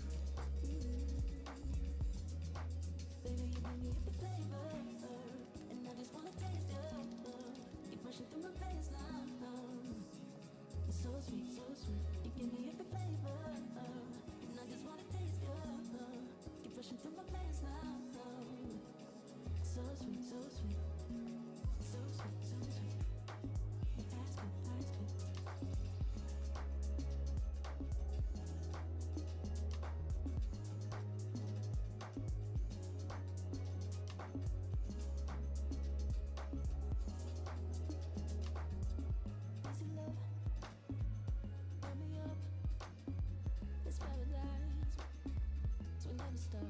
The sugar sweet.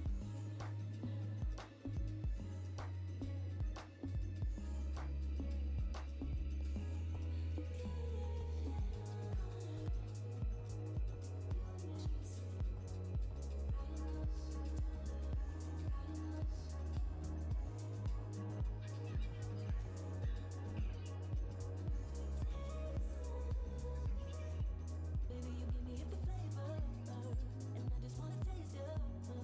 You're pushing through my veins now. It's so sweet, so sweet. You give me every flavor, and I just wanna taste you. You're pushing through my veins now. So sweet, so sweet, so sweet, so sweet. Like ice cream, ice cream.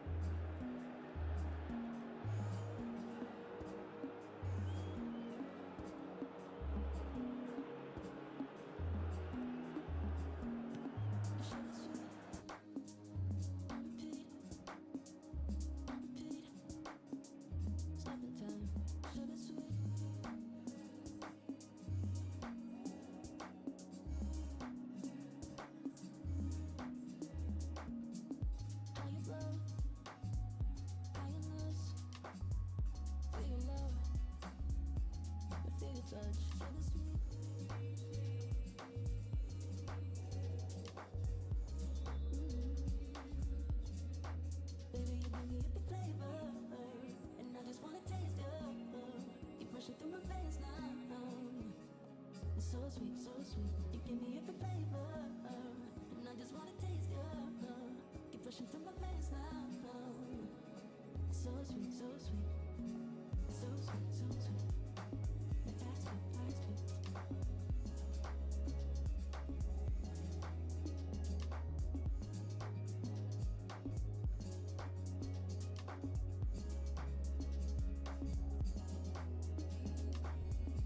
Easy love.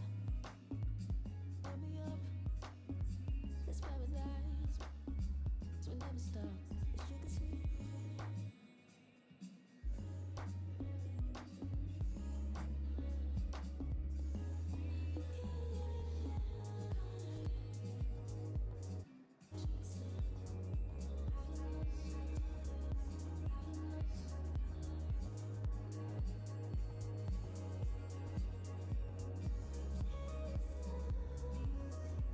Baby, you give me every flavor, and I just wanna taste you. You're pushing through my veins now.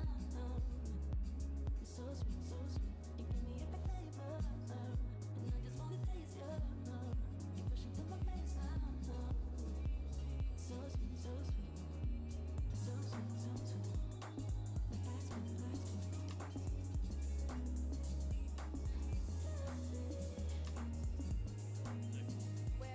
Trinidad and Tobago versus Panama 2-2.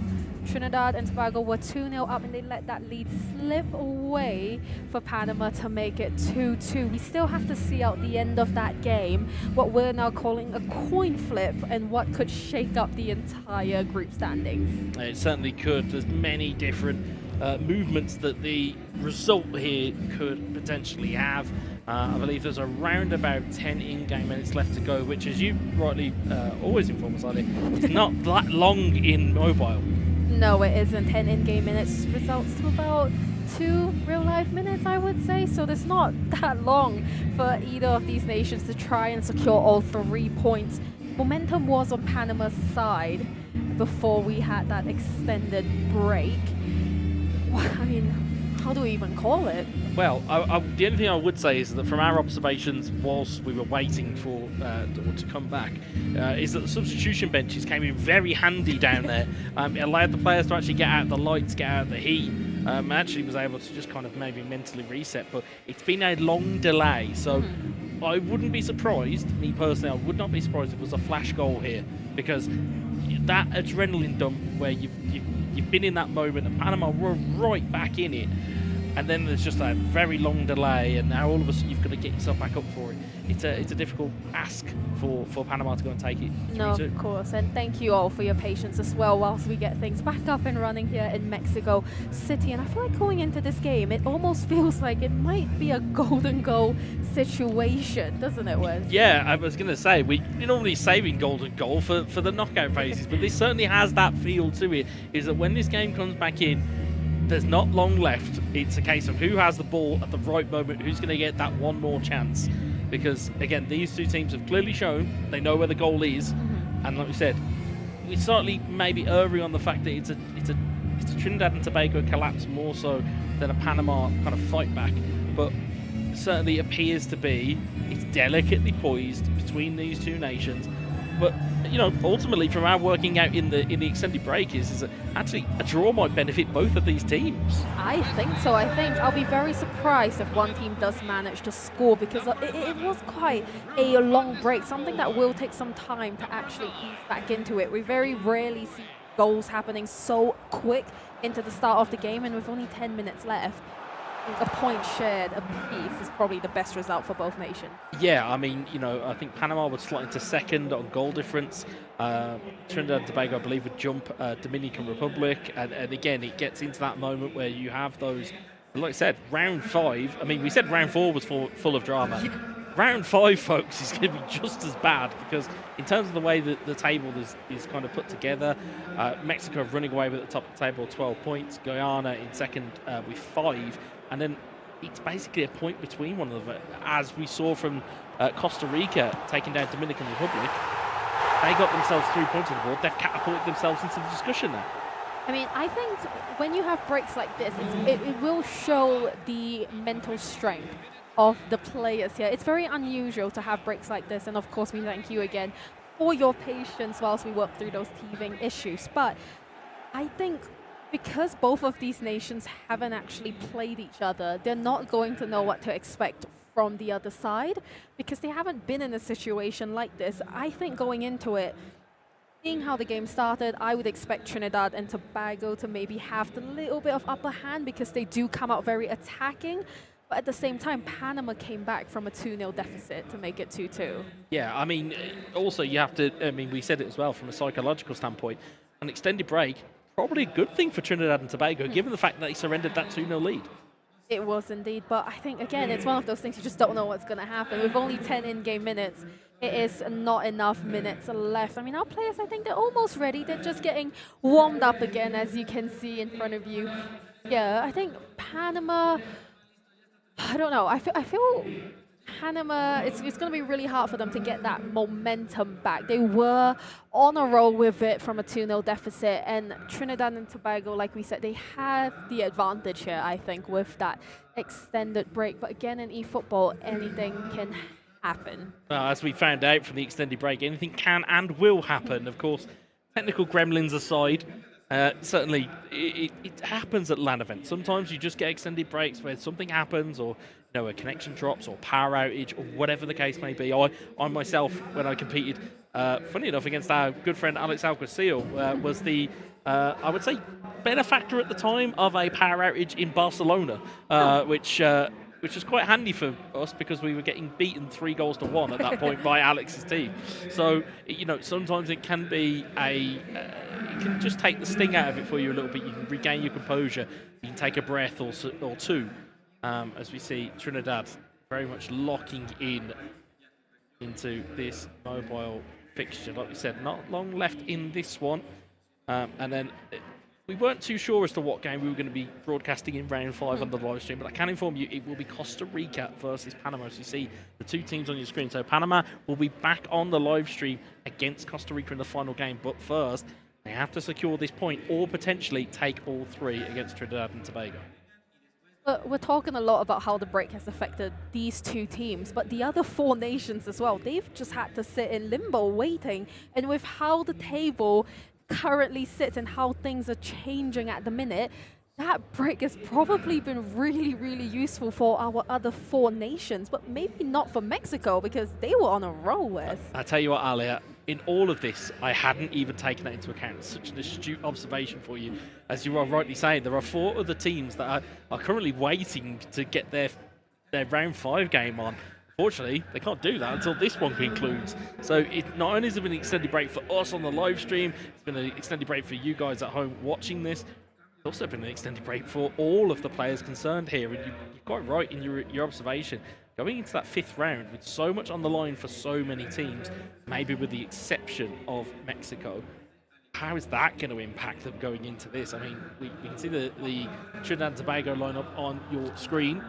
Marmouche and Ruud van Nistelrooy leading the line. They're in that fluid formation, but you rightly said, we're very much in a golden goal type of territory with these 2 coming into these final 10 or so in-game minutes. We are, and I think going into round 5, these 2 nations have the biggest advantage because they will be the last 2 out of the 6 that actually have been in that intense competitive field. The other nations, they've been sat back. They probably are practicing, but not in that same environment. So I would expect these 2 to go into round 5 thinking, okay, we had a long break, but we just rounded up our match, and round 5 could be in either of their upper hands, no matter what the outcome is.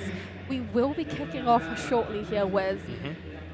Hearts racing again. Well, interestingly enough, and it was something I've just realised here as well, with the lobby reset and obviously the players having to get the situation back to where it was before the technical issue, the stamina on all of these players is not what it would have been in that first game. So Van Nistelrooy may have been trying to find his 3rd lung somewhere. Instead now, he is fully ready to go because obviously when you're trying to it's just getting goals. So the fitness is all where, well, in a place where it wouldn't have been in the first game, or in the first iteration before the technical issue. I don't know how much that's going to play into account. I think it's golden goal, Wes. There's so many. Genuinely, everything's pointing to golden goal, except the minutes. Well, strap in, folks. It is going to be a close one between these 4 competitors in the 2 corners of your screens. Damas Dalo for Trinidad and Tobago, the Breezy and JK for Panama. And as we said, it is a vital point or 3 points for either one of these sides that can come away with that at the FIFAe Continental Championships here in Mexico City. And just a word on an interesting one about teams that have just qualified. Madagascar making it through on the console from the Africa region. What a story that is going to be at the FIFAe World Cup. I was hoping you'd bring up Madagascar because a few years ago I did a DNA test, right? It's not a DNA test, an ancestry test. And in that it said my Filipino origins. It lit up the Madagascar map. No way. I've always said maybe I'm part Madagascan, but that's just me not understanding how ancestry works. But I now feel a personal connection to Madagascar at the FIFAe finals because that's where my ancestors came from. What a plethora of teams that we already have qualified for these for the FIFAe World Cup finals. We're just waiting just to make sure that everything is right where it needs to be, folks. Gaming integrity, as much as it is sporting integrity in real life, we have to make sure that everything's where it needs to be, because otherwise I'm sure there'll be a complaint or two that will go to a referee. But yeah, I mean, a fantastic story for them qualifying through. Some of the nations we've already seen qualify. I mean, you know, in the Asia region, Japan and India, they're 2 massive nations on mobile. I mean, again, you've probably also got teams from other regions probably tuning into this going, well, what can we pick out from the North, Central America and Caribbean region? I think this year's FIFAe finals is going to be so different to last year, because we're seeing not a complete overhaul of teams, but a lot of new nations coming through the ranks. I mean, Malaysia on mobile not making it through to the finals. They've been dominant over the last few years, and that's a nation that's 100% going to be missing out. But this is the beauty of having the FIFA e-finals every year. It gives different nations a chance to come through to the finals and make a name for their country and hopefully win it all. Yeah, I mean, it was concurrently running with our broadcast was the broadcast from Casablanca, and for the mobile, Tunisia came through against Morocco in what was a golden goal in the semi-final. Egypt absolutely tore the house down against Nigeria. They got themselves a berth, so it is a really eclectic mix that we're really going to see at these finals. And it has been a huge shock for us. I remember saying Morocco didn't get through, and all three of us, Harry included, were like, what? What do you mean Morocco didn't make it through? But that's the beauty of football and football esports. Anything can truly happen. Yeah, knockout esports is where kind of champions are made. It's where these real moments come through. Like, I cast my mind back, I know we've mentioned it a few times, but I cast my mind back to being in the room where Peru scored that golden goal against Argentina. It shocked the room. It completely shocked the room that Peru were able to do it, bearing in mind that differential of the points table at the end of that region. As we see, players appear to be ready to go. Just to the left of your screen in the black, Alex Alguacil just making sure that all the players are ready to go and they're happy. And the referees appear to be under starters' orders as we just wait for that final moment, Alia, where we can finally say the game has got back underway. But these last 10 minutes are going to absolutely fly. And then we will into round 5 between Costa Rica and Panama, which is setting up to be a blockbuster in and of itself. I was going to say the 10 minutes were going to drag, because we were going to be, not in the sense of, oh, it's going to take so long, but sort of the tension of waiting to see which one of these nations could potentially steal all 3 points, because it has been an absolute cracker of a game. Yeah, it has. I mean, it had everything. It had, Trinidad and Tobago taking the 2-0 lead. It had celebrations from Damos. There was that kind of yin and yang celebration where it was, Della was like, no, I'm going to keep myself. I'm going to stay calm. Where Damos was very much looking into the crowd, binoculars, and then all of a sudden, just Panama. Second half, they just came out the traps. Everything was Panama. They got their first goal, and then, as we saw from the highlights, I think a few moments ago, Harry Kane making it 2-2. They just got themselves back into it, and now we believe, Alia, the wait is over. Finally, we are back underway between these two sides. It will be Trinidad with the ball with around about 10 in-game minutes left to go. And this is where all of these moments will come home to roost for one of these two sides, Alia. Indeed, this could get very cagey very quickly. Yes, either of this nation chases those full 3 points. Trinidad and Tobago more desperate than Panama as they let that 2-0 lead slip away, Wes. Yes, Trinidad on the attack. There's a strike at goal, but it's wide of the post. Advantage was played by the referee. Substitutions in there from Trinidad and Tobago as well. They've made some switches there. Xavi Simons and Franck Ribéry on. 4 game minutes to go. You can imagine their impact will probably be a little bit less than what it would have been a little bit earlier in the game. That's a poor giveaway from Trinidad. And very shaky from both of these teams, knowing what's on the line here, Alia. Indeed, I think it has been pretty end-to-end in the sense of neither team has actually managed to have a solid chance, but it might be Trinidad and Tobago here to make it 3-2!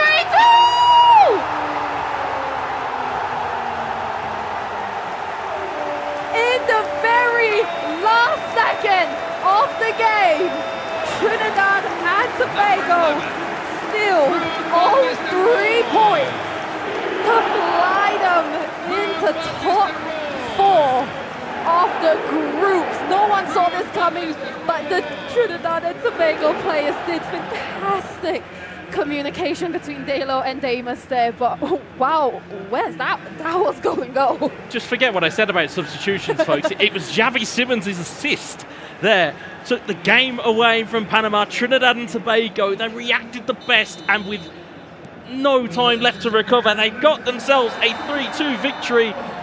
And wow, they have managed to recover and take all 3 points. That is a massive victory for Trinidad and Tobago. And that is a phenomenal result for them. Indeed, and if you were waiting with us for that game to kick off, you have not been left disappointed. If there's one team that is certainly going to be disappointed, that's Panama, because they managed to crawl back from a 2-0 deficit. But Trinidad and Tobago just coming up a lot stronger here. Yeah, well, I will happily point this out to my co-colleagues, is that with that result, Trinidad and Tobago leapfrog into second place above Guyana. They go into second place, -2 goal difference, and we have an absolute grandstand finish coming into round 5. And just like magic, Harry Channon is back in the commentary booth with me. Harry, I think it's a downgrade, isn't it, off Alia Harvey down to Harry Channon? I'm no, not it's sure. it's a super sub. It's brilliant. Either way, the super sub's here, and let me tell you, that was some finish, wasn't it? It was so long. We had to wait. Those players were sticking in their game state. I'll tell you what, though, Trinidad and Tobago, they've got that goal that they needed, and it's going to flip the table upside down as we think about our round 5. Well, Trinidad and Tobago, they've got that dog in them. They have. They had a very extended break. If you think about it, they were 2-0 up. They conceded 2. They had a severely long break, and then they managed to just go, do you know what? Mentality wins out. They made 2 key substitutions, and I'd said to Alia, I don't think it's going to matter much. And then Xavi Simmons, the substitute, provides the assist. Well, Wes, after the longest round 4 you will probably see at a Continental Championships, you can see the results here. Mexico 2, Guyana 0, Costa Rica 1, Dominican Republic 0, and finally, look at that, Trinidad and Tobago with 3 goals and 3 points over Panama. That is a huge result for them. And we'll see in a moment what that does to the group. I know you and Alia had a good chance to theory craft, but here it is in actuality. From near enough dead bottom, Trinidad and Tobago are now in second place. Absolute chaos. Coming into this final round of fixtures, Harry, it is chaos. Below Mexico, who you could probably say, do you know what, we can coast this last game, we don't need to worry. It is chaos from 2nd to 6th. It is 3 from 5, and I don't know how they're going to pick that out. Just the 3 points separating second top from very bottom. Here are the highlights of your marathon between Panama and Trinidad and Tobago. I mean, Wes, what can we say? It's so difficult, isn't it, to steady yourself and regain composure in a situation like that where there's a big tech pause, there's issues outside of your control. It's so impressive from Trinidad and Tobago, isn't it, from Damas Adelo, to steady yourself and remind yourself to stay in that game state and stay ready. Yeah, I mean, it really was. I mean, these are some of the highlights from earlier in the game. There was that big opportunity for Ruud Gullit, and then there was a second one that came, by the way. They found a second goal just before half-time through Omar Mamouche, and they were very much... One side was very cool, the other one was performative, and we thought, we're not too sure how that's going to play out. And then Panama come out the block second half, there was that hit off the bar, and that set the tone for Panama into that period, because straight back, cannoned one in from the edge of the box. And then, I mean, it was all Panama. It really was. Up until the tech pause, it was all Panama. They were very much up and very much at Trinidad and Tobago. And we did kind of, as you said, theory craft. We thought, we're not too sure who that's going to favour. It certainly favoured Trinidad and Tobago. Yeah, it certainly does, and that is something that I do feel a little bit for Panama. I do as well. Again, similarly, it's a situation outside of their control. Sure, you have to win the restart, but that second half from them before the restart looked so impressive. It looked like they were going to go on and win the game, but sadly they lost their heads in terms of concentration levels when it came to the restart, didn't they? Yeah, I mean, we talked a lot about adrenaline dumps and talking about, having to get yourself back up for it. But it had the feeling of flash goal was going to happen. It had that feeling that it would just be one goal. One goal that settled it, and it took Trinidad and Tobago to the very final kick. The only kick after that goal was the kickoff. That was it. There was no more time. It was now or never, and they very much picked now. Yes, they did. So, Wes, I wonder if that's maybe changed our featured game, because obviously, outside of Mexico, we don't know who is going to be in those top 4 spots. It's only the top 4 from group play here in Mexico City that can feature in the knockout stages. And I don't know who it's going to be out of the 5 possible teams. We need 3. Well, I'll let you in on a little secret. I had a chat with the Boffins. Okay. I had some time, and they believed that Costa Rica versus Panama would be our game 5. Okay. And the reason why I would pick it, it's 4th versus 5th. They are level on points. Ooh. Now, they are not the only 2 teams in jeopardy, folks. There's another 3 other ones that are in jeopardy. We'll keep our eyes across those scores.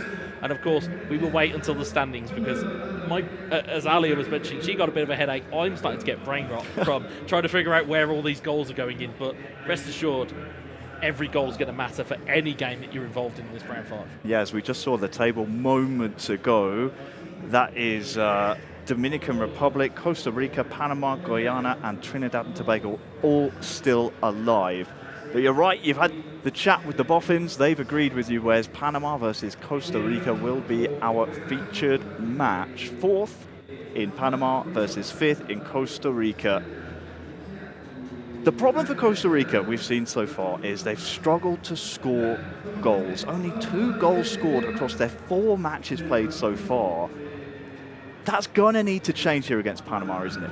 Yeah, it is. I mean, it very much smells a bit of Peru than what we saw in Rio. They just about scrape into that knockout phase, and then anything can happen. I'm very intrigued as to how Panama recover from what's just happened, because now you've got to go again. You've got to go into a scenario where you're pretty much in must-win territory, because if Dominican Republic can pick up a victory and they're against Guyana, then they might be able to leapfrog into those top 4 places. Of course, Guyana's still looking to make sure that they can still qualify, because even on 6 points, granted, it would take a huge swing, they could still be in a bit of a jeopardy. Well, yes, they could. Panama versus Costa Rica will be our match coming shortly. 4th versus 5th, but with anything up for grabs here. The question is, Wes, is there a universe in which Panama and Costa Rica can both qualify? I'm looking at the table. I think it looks pretty difficult. Yeah, I mean, you'd maybe look at a point apiece, and I think maybe, if I'm looking at this here, I'm just going to double check the head-to-heads, because that's where it crucially falls down on. I mean, Panama and Guyana work to a draw, and that Panama would go above Guyana on goal difference if Guyana don't score and don't win. There's so many different scenarios, but I'm working to it. I'm helping us out here, folks. But there might be a world where both of these teams could qualify. Costa Rica drew against Guyana in the opening game that we saw on stream. So again, head-to-head is nullified. It then goes down to goal difference. So we'll wait for the fabled Boffins to come out and tell us what we need, because right now, all we'll be able to tell you, guaranteeing, is what goals are going in, because, it's the group is fluid. The group is fluid. It moves around. It's certainly going to move around quite a lot in this last phase. Well, there you can see the lads from Costa Rica, Maya King and Lek, just waiting for the match to commence. We had a quick look at their formation there. Pretty much sticking with their 4-4-2, with Vieira as more of a defensive mid, so a 4-1-3-2, if you will. Mm-hmm. I wonder if maybe that's where they're coming unstuck a little bit. Is Vieira the handbrake in that situation? Is potentially 2 strikers not working out for them? Maybe they need to push a few bodies further up the pitch. I mean, surely you'd imagine, Wes, if they're down or even drawing in this match, considering how the group looks as is, they'd start throwing caution to the wind a little bit. You would like to think, but the problem you have is timing it. It's timing when you start committing bodies. It's timing when you start moving those pieces around. It's timing using game plans you're not normally used to. I'd imagine these guys are well drilled in using the likes of Patrick Vieira and making sure that he's playing 90 minutes regardless. You do maybe have those moments, though, where you've got to go and commit. But the problem is, once you have those substitutions and you commit, that's it. There's no, oh, I can bring Vieira back on, and there we go. It's not roll on, roll off subs. Well, round 5 is now underway. Panama in the all-red strip, taking on Costa Rica. I can't see a universe in which both of these nations can make it through to the knockout stages. Only the top 4 can. And Panama are going to start things early over on that far side.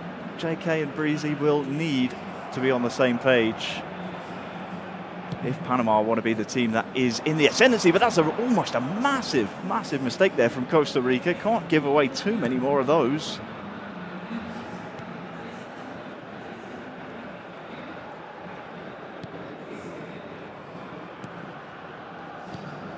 Of course, if you're looking purely on the FIFAe worldwide rankings, this is a complete mismatch, as Lek and Mayor King are starting to work through the gears now. Lek on that far side. Is there a cross to be found? Only a corner. As Panama, 58th ranked in the world, the lowest ranked nation here in Mexico City. Looking to try and provide the upset. Here's Costa Rica's corner. And Panama survive for now. Not only do they survive, they try and spring an attack on as well.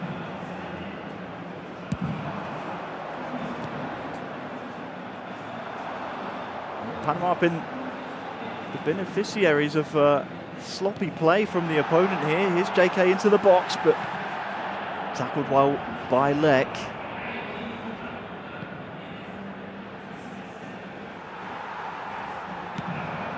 "25 minutes gone." It's looking pretty cagey here in round 5. No goals to report around the grounds as of yet. I'll try and stay on top of that, because every goal could be a difference maker in the grand scheme of things here in the group stages.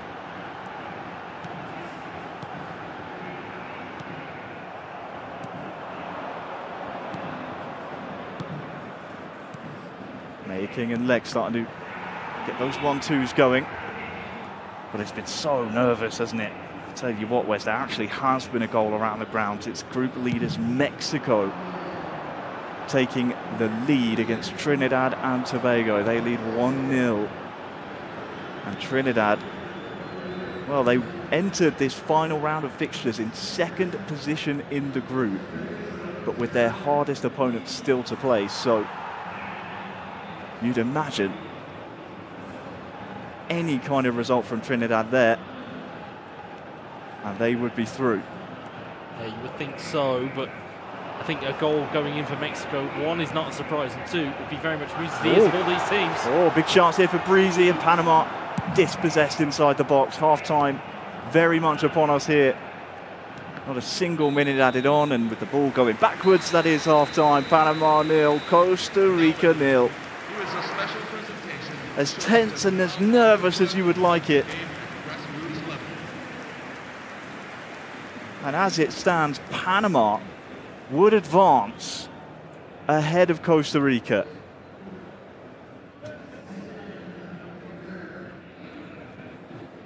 I lost Ticos on your screen. Clearly know what they need to do here. A win against Panama would be enough. It certainly would. It certainly would be enough. I think, given those results as they stand, given the fact that Guyana and Dominican Republic would be 0-0, if Costa Rica do manage to get their noses in front, it would catapult them into 2nd place at the table. I mean, that's how delicate things are here in the group stages. Seeing a couple of strikers coming on there for Panama. Looks like Harry Kane entering the fray. I mean, it is an imposing stadium here. You see the scaffolding in the background. That's where we're sat in our commentary gantry position. just watching, looking down, judging our players. It's a lonely spot there in the middle of the arena here in Mexico City. And as you can hear, the second half is now officially underway. 45 minutes separating either Panama or Costa Rica, or maybe both of them, from the knockout stages.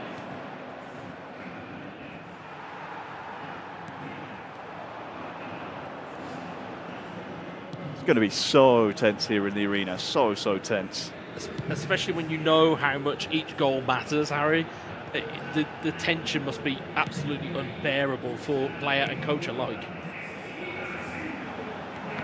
Well, somewhat of a missed input there from Panama, but it will apply the pressure onto the back line and give Costa Rica something to do in terms of playing out from the back. Well, they've evaded the press well enough, and that's a lovely ball over the top. Mayakin! Goal, Costa Rica! And it's a goal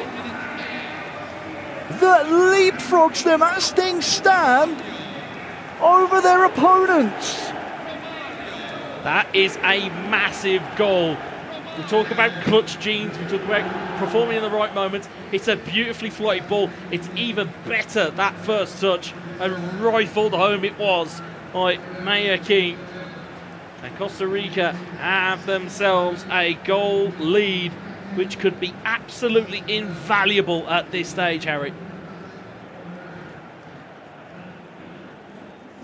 Or couldn't it just?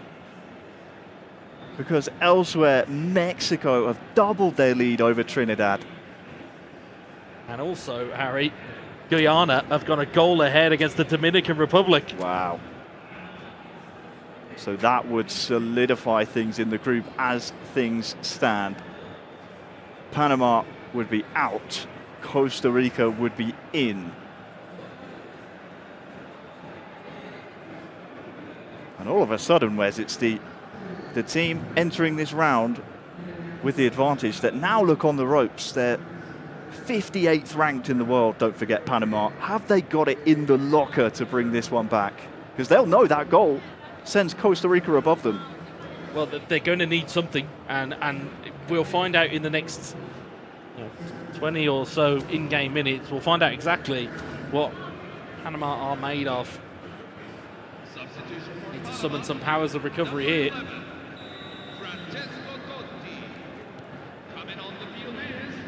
Well, what a time to score a goal on the hour mark. Panama 0, Costa Rica 1.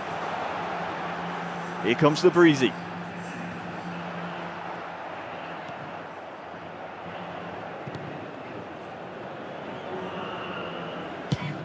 And Panama know they'll need to look after the ball much better. Don't forget, it was a bit of a missed input that converted possession over to Costa Rica.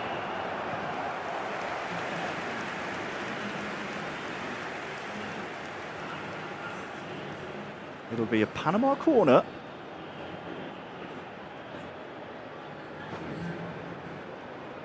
Is there anything from the training ground that those men need to be careful of here, defending this corner? I mean, this is the moment, Harry, where it's one false move or one wrong move and you can see yourself going home. It's that vital that these players get this right. It's Costa Rica just shift it about a little bit. Beckham moved on to the right-hand side. Figo actually put in as a de facto striker for now. I would imagine that's going to be a substitution. Jan Koller brought on as well. That's actually a change in shape. Actually, their Neymar going to drop into a attacking midfield slot and Figo out on the left. So Costa Rica maybe looking to go a bit more conservative, but we've seen it before, Harry. We've seen it plenty of times when a team kind of took their chin and they kind of shut up shop. If they don't execute it correctly, they could be in huge trouble. But at the moment, they are very much in the box seat. So much rides on this next 25 or so in-game minutes. It is now Guyana 2, Dominican Republic 0. So Guyana looks set to feature later on. JK with the corner. Might get a second stab at this, but great pressing there from Lek. And look at these white shirts pouring forward, by the way. Mayor King on the outside. He's found him.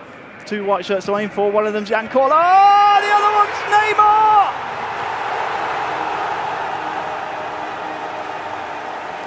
Costa Rica!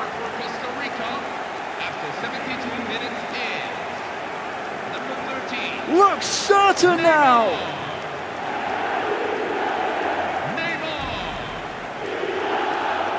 Ice in the veins from Costa Rica. It was that stop on the left-hand side that allowed them the space to find that ball into the box. It was wonderfully crafted. Brilliant. You could see the minute the stop came in, everyone's eyes are on Koller, and then out of nowhere, Neymar Jr., edge of the 6-yard box, would not be denied. Costa Rica have themselves a 2-0 lead, and that is, it's a sucker punch, and it is almost a critical hit.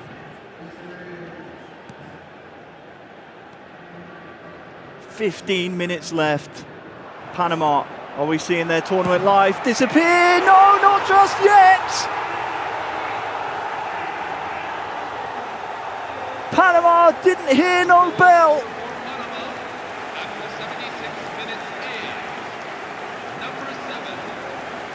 Some goal this is.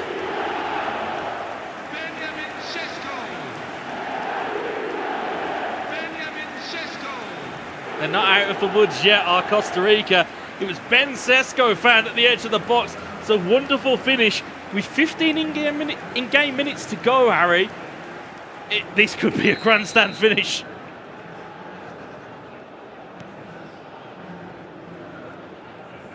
What a banger between these two.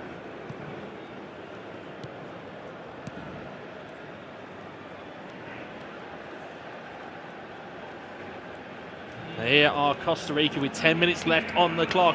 They manage to find a through ball. Collar's in the box, and it's against the keeper. It's a brilliant save.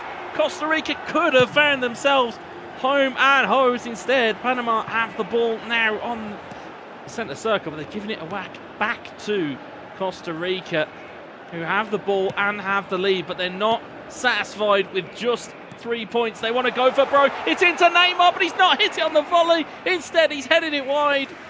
Could have added an ocean of time to take that one down. Instead, Costa Rica, that's 2 big chances they've had, Harry, in the last couple of in-game minutes. They could have seen this game off.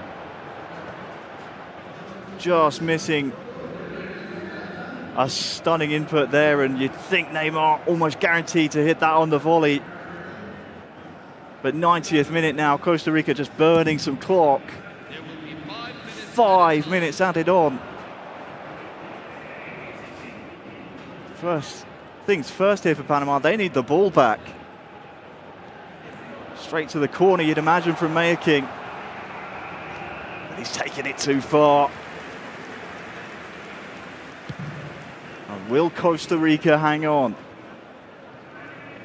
Panama, this ball has to go forward. No, the referee's blown the full-time whistle.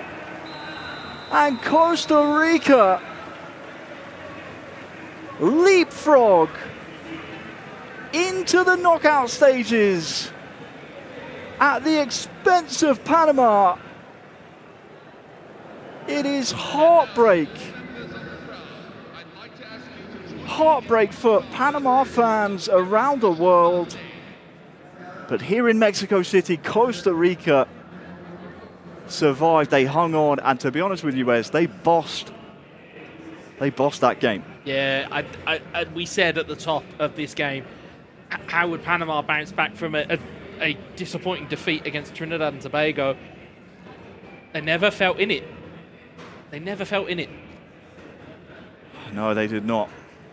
Panama, with that late resurgence, they just left it a little bit too late, though, didn't they, Wes? There was no way back for them, because when you're 2-0 down in eFootball Mobile, with just 15 minutes left. I mean, even if you get one back, you need to keep that clinical cutting edge, and we just failed to see that, sadly, from Panama.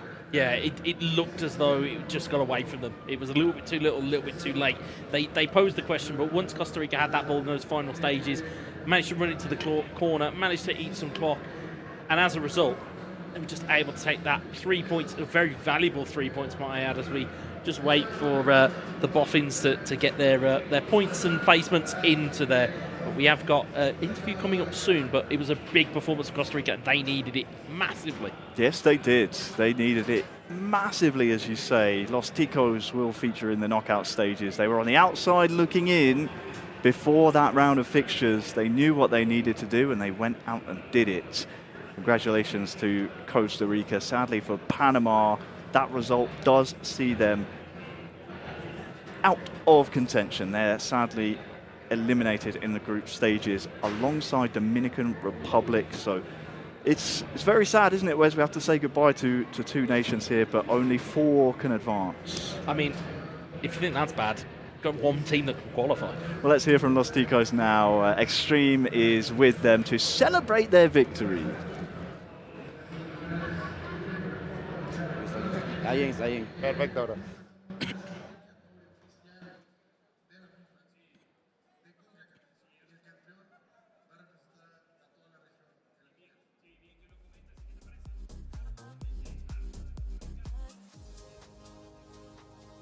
Gracias, guapísimos casters que están allá arriba, el buen Uri y el buen Di Carrera. Y así es, estamos aquí de vuelta y traemos aquí una estrella, una leyenda con su victoria del día 2-1. Mi hermanito Mayor, ¿cómo te encuentras esta tarde?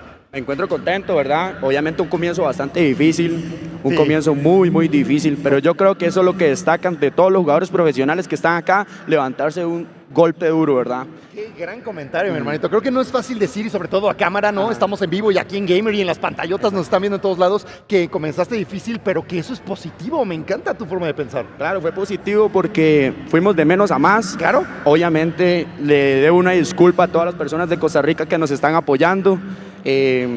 Vuelvo y repito. Escuchando eso, costarriqueño. Yo creo que ahorita todos te estamos amando, mi hermanito. Qué bonito que te disculpes. Pero bueno, la verdad es que creo que no tienes por qué dar una disculpa. Creo que están de acuerdo conmigo en casa. No tienes por qué disculparte. Estás jugando contra varios de los mejores jugadores del mundo. Es complicado estar aquí en persona. Todos te estamos viendo, pero creo que van muy bien. ¿Cómo te sientes a pesar de que tuviste un duro comienzo? Ahorita que ya te remontaste, ¿cómo sientes esa, como tú dices, de abajo para arriba? Sí, como te dije, de menos a más, muy motivados. Ya queremos que inicien las semifinales.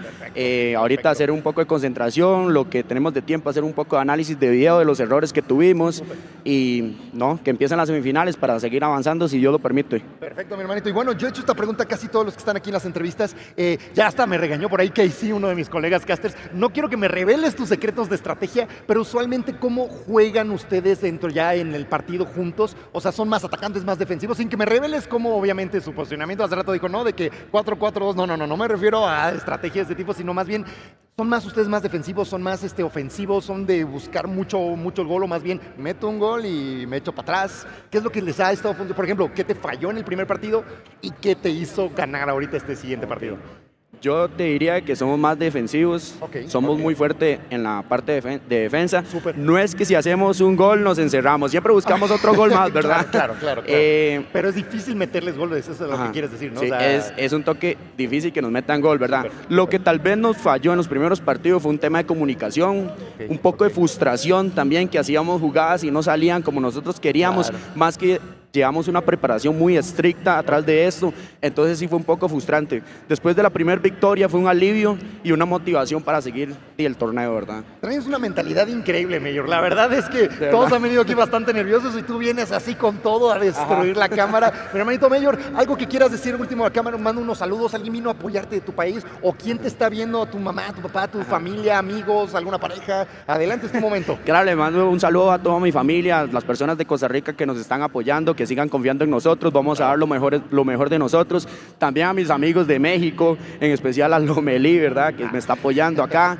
Pero sin embargo, muchas gracias a todos los ticos que están apoyándonos desde allá y ya con ansias para jugar las semifinales y dar lo mejor. Saludos a todos los ticos que están viendo esta transmisión. Gracias por estar aquí con nosotros. Mayor, pues vamos a regresar con nuestros amigos casters que nos están esperando para dar un análisis final de su partida, porque nosotros queremos competir, seguir compitiendo y seguir viendo esta bonita transmisión. Así que, Mayor, muchísimas gracias. Muchas gracias. Y regresamos con ustedes en cámara de casters, mis amigos. Gracias, hermano. Amazing stuff, Extreme. Thank you so much. Great to hear there from Costa Rica. Coasting through in the end, Wes, to the knockout rounds. Yeah, they had the appearance of the swan, is that they were serene on the top. I'd imagine their legs were pretty much kicking under the waterline because they knew that they needed that result and they came up clutch and they came up when it mattered. We always talk about those moments where when it counts, you put your performance in, and Costa Rica left it very late in terms of the group stage, but they performed. We mentioned before they'd have to get their goal scoring form, but they sadly couldn't quite get it going before this round. Only 4 goals they scored in the group stages, Costa Rica, but it didn't matter too much whatsoever because they managed to secure their berth into the knockout rounds. It's only fair, Wes, we make it official now. Take a look at the results. We were keeping an eye on the results around the grounds. Here it is to make it official. It's Costa Rica 2, Panama 1. That will see Los Ticos into the knockout rounds. Mexico continuing their 100% record over Trinidad and Tobago. And then finally, Guyana, that's some scoreline, 3-0 over Dominican Republic. We will see Guyana, Trinidad and Tobago, Costa Rica and Mexico contest the knockout rounds later on. But only one of them, Wes, can lift that trophy and go to the FIFA finals. Yeah, and as the data suggests, going into it now, if you were making predictions, you've got to point to the home team. You have to, because they've been perfect in groups. They've been perfect in that group stage. And we're going to see the standings here now. And thankfully, my mental maths was just about where it needed to be. Mexico in first, Guyana in second, Costa Rica in third, Trinidad and Tobago in fourth. Panama and Dominican Republic we say goodbye to. But critically, if you're wondering about the setup of the semi-finals, it is first versus fourth and it's second versus third. So I'm sure you'll be able to work that out. We have got our graphic at some point, but it will be Mexico versus Trinidad and Tobago and Guyana versus Costa Rica. Yes, it will, and importantly as well, although we say goodbye to them, they will live on because there is a phase 4 of our drafting system, because the 2 eliminated nations, their phase 2 players are up for selection now. So I think it's a maximum of 2 our nations can still see. We're going to go to a video now, and then when we return, we will have the knockout rounds here in Mexico City.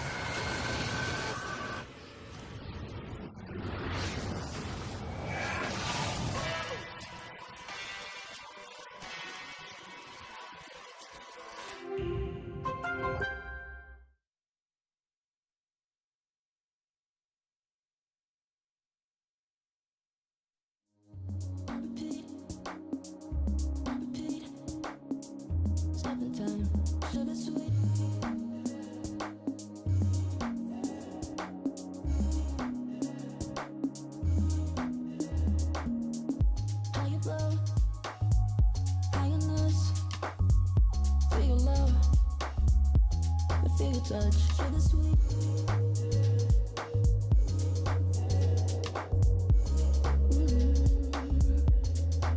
Baby, you give me hippie flavor, and I just wanna taste you. Keep rushing through my veins now. It's so sweet, so sweet. You give me hippie flavor, and I just wanna taste you. Keep rushing through my veins now. So sweet, so sweet. So sweet, so sweet. Like ice cream, ice cream.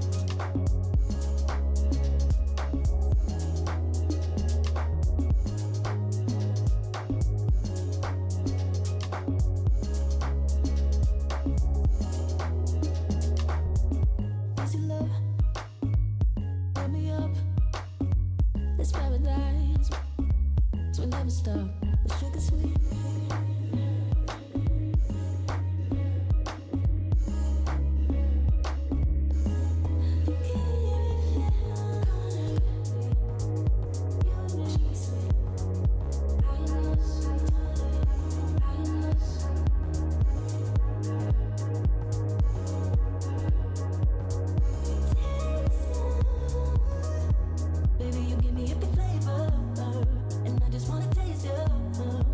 rushing through my veins now. It's so sweet, so sweet. You give me every flavor, and I just wanna taste you. Keep rushing through my veins now. So sweet, so sweet, so sweet, so sweet. Like ice cream, ice cream.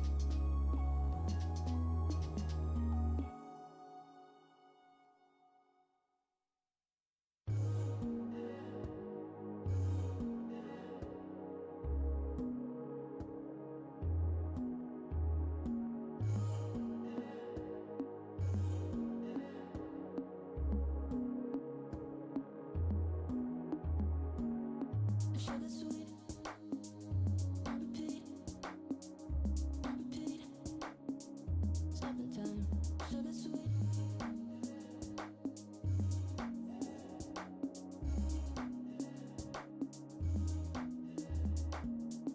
How you blow, how you nurse, feel your love, feel your touch, sugar sweet.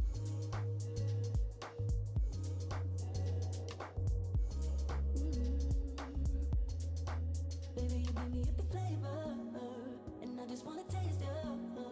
Keep rushing through my veins now. It's so sweet, so sweet. You give me every flavor, and I just wanna taste you. Keep rushing through my veins now. So sweet, so sweet, so sweet, so sweet. Like ice cream, ice cream.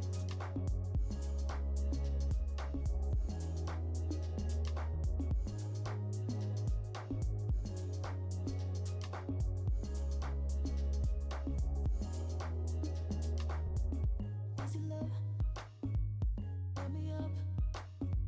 This paradise, so we never stop. The sugar sweet.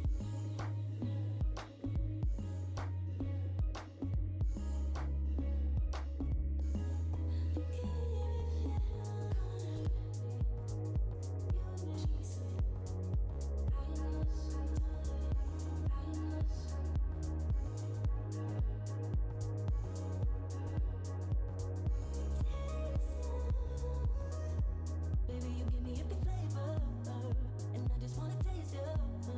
Keep rushing through my veins now.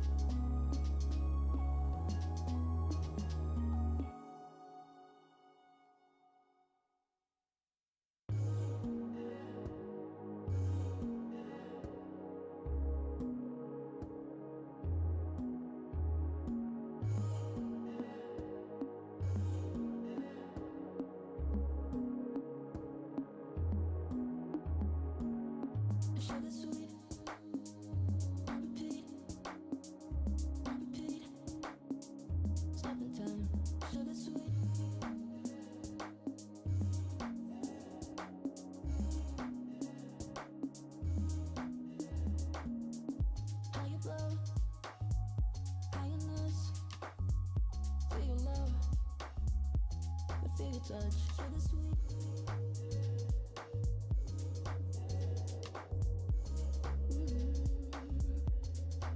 Baby, you give me every flavor, and I just wanna taste you. Keep rushing through my veins now. It's so sweet, so sweet. You give me every flavor, and I just wanna taste you. Keep rushing through my veins now. So sweet, so sweet. So sweet, so sweet. Like ice cream, ice cream.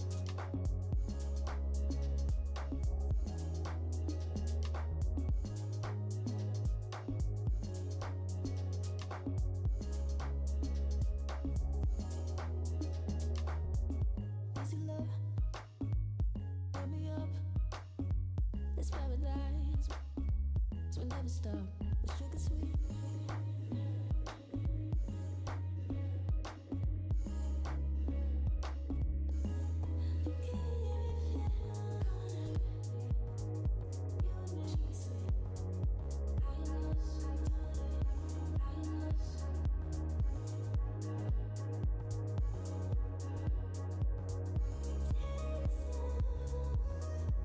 Baby, you give me every flavor, and I just wanna taste you.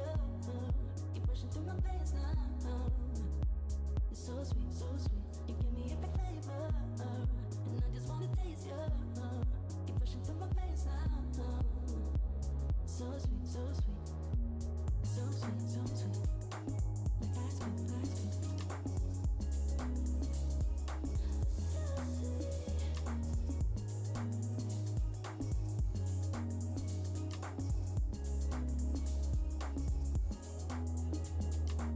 So sweet, so sweet. Like ice cream, ice cream.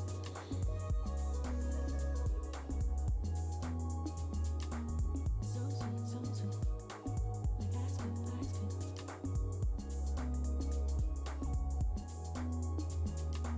So sweet, so sweet. Like ice cream, ice cream.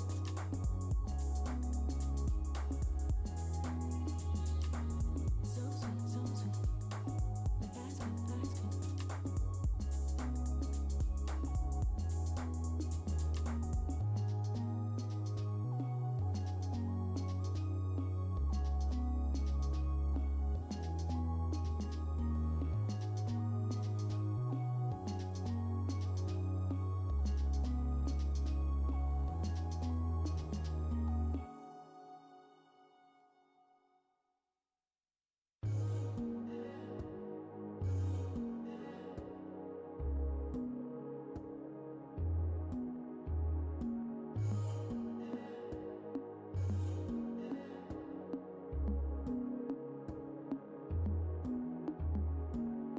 Sugar sweet, on repeat,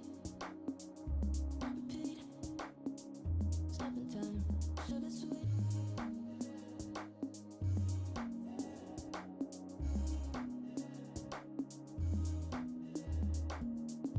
how you blow, how you nose, feel your love, I feel your touch. Sugar sweet.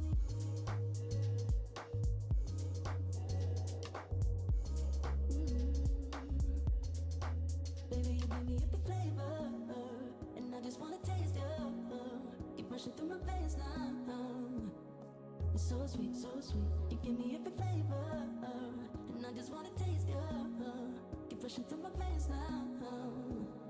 So sweet, so sweet. So sweet, so sweet.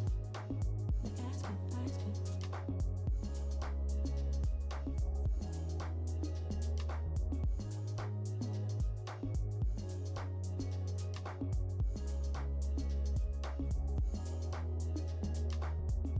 Easy love, wake me up.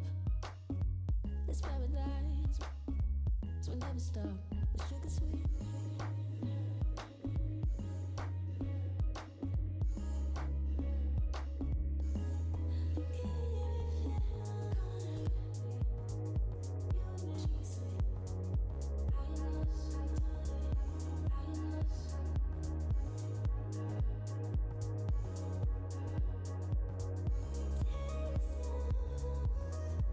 Baby, you give me every flavor, and I just wanna taste you.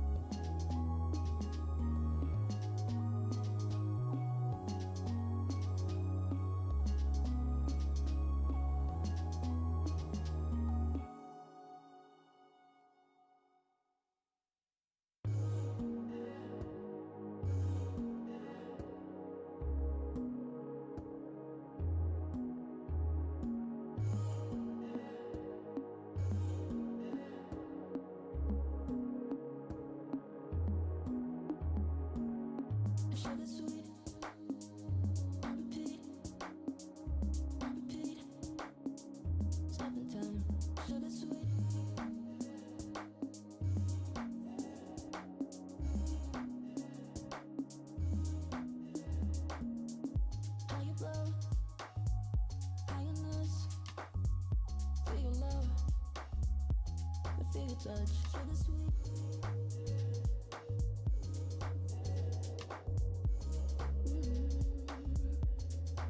Baby, you give me every flavor, and I just wanna taste you. Keep rushing through my veins now. It's so sweet, so sweet. You give me every flavor, and I just wanna taste you. Keep rushing through my veins now. So sweet, so sweet. So sweet, so sweet. Like ice cream, ice cream.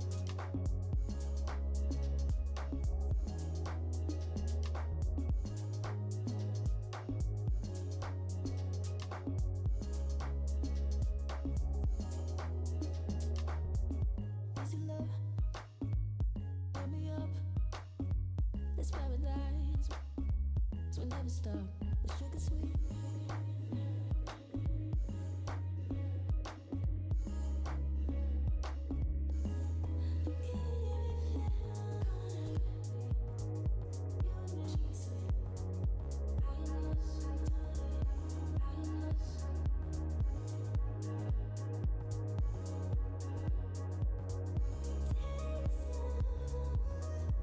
Baby, you give me every flavor, and I just wanna taste you. Keep rushing through my veins now. It's so sweet, so sweet. You give me every flavor, and I just wanna taste you. Keep rushing through my veins now. So sweet, so sweet. So sweet, so sweet. Like ice cream, ice cream.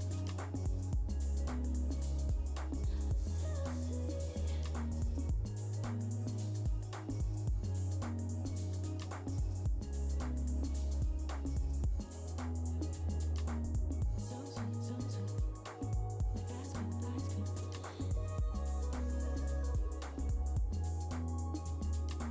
So sweet, so sweet. Like ice cream, ice cream.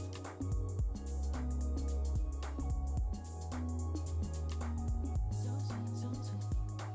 Like ice cream, ice cream.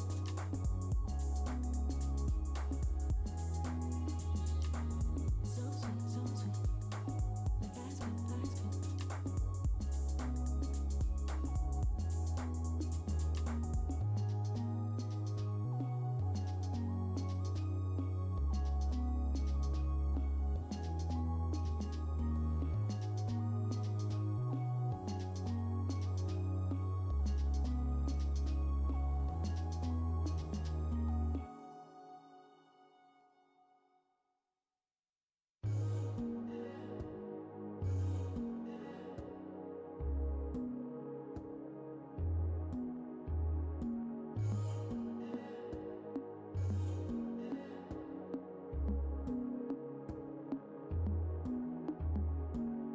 Sugar sweet, on repeat, on repeat. Stop in time, sugar sweet.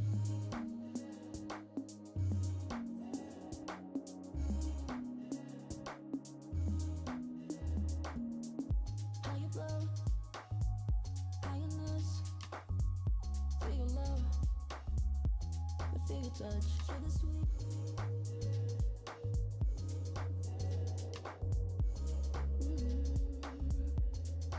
Baby, you give me every flavor, and I just wanna taste you. Keep rushing through my veins now. It's so sweet, so sweet. You give me every flavor, and I just wanna taste you. Keep rushing through my veins now. So sweet, so sweet. So sweet, so sweet. Like ice cream, ice cream.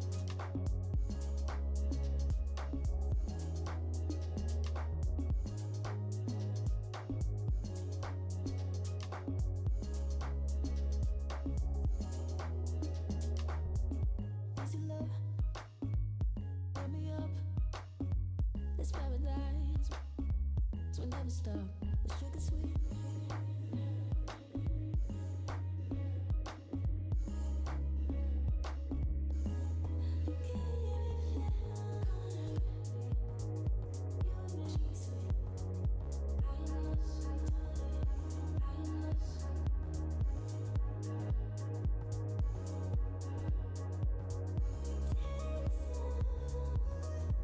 Baby, you give me every flavor, and I just wanna taste you.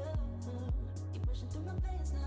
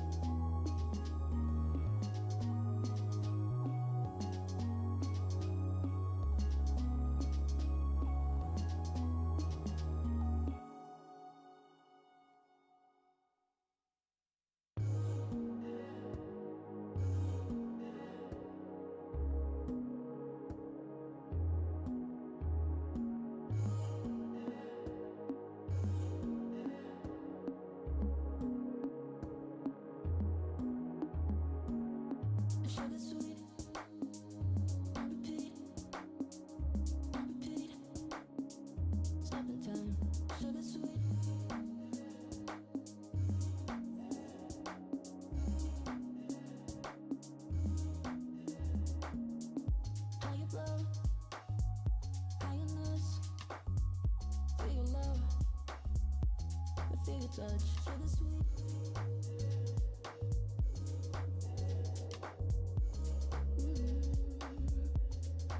Baby, you give me every flavor, and I just wanna taste you. Keep rushing through my veins now.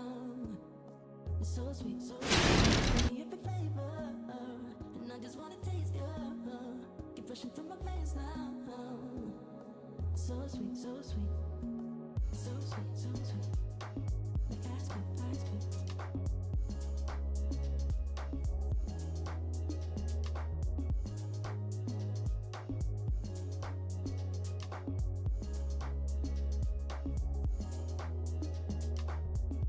Easy love, wake me up.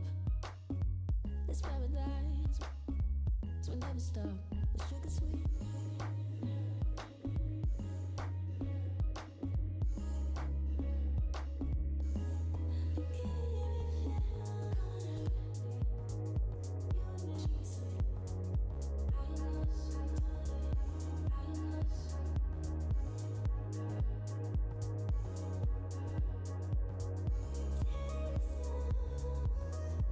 Baby, you give me every flavor, and I just wanna taste you. Keep rushing through my veins now. It's so sweet, so sweet. You give me every flavor, and I just wanna taste you. Keep rushing through my veins now. So sweet, so sweet. So sweet, so sweet.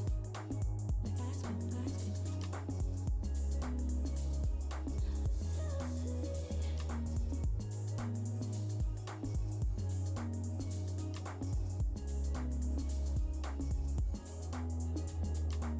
So sweet, so sweet. Like ice cream, ice cream.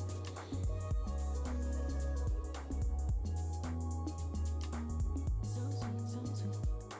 Like ice cream, ice cream.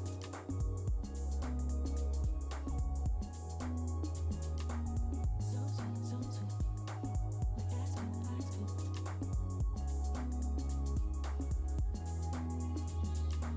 So sweet, so sweet. Like ice cream, ice cream.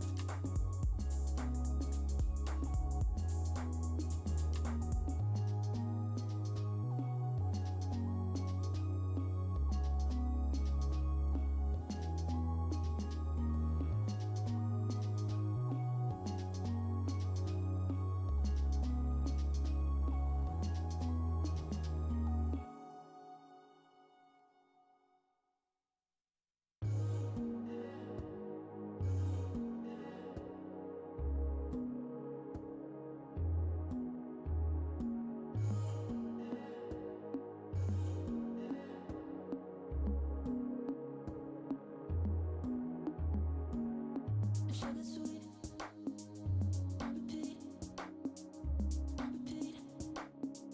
Stopping time, sugar sweet.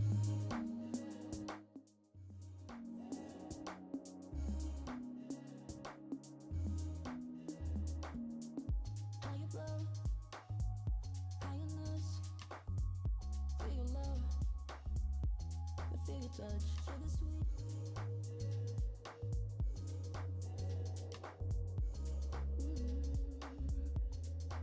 Baby, you give me every flavor, and I just wanna taste you. Keep rushing through my veins now. It's so sweet, so sweet. You give me every flavor, and I just wanna taste you. Keep rushing through my veins now. So sweet, so sweet. So sweet, so sweet. Like ice cream, ice cream.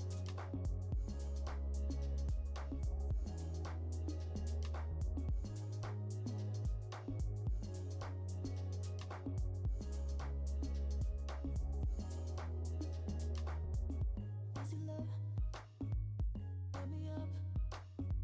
It's paradise. So we never stop. The sugar sweet.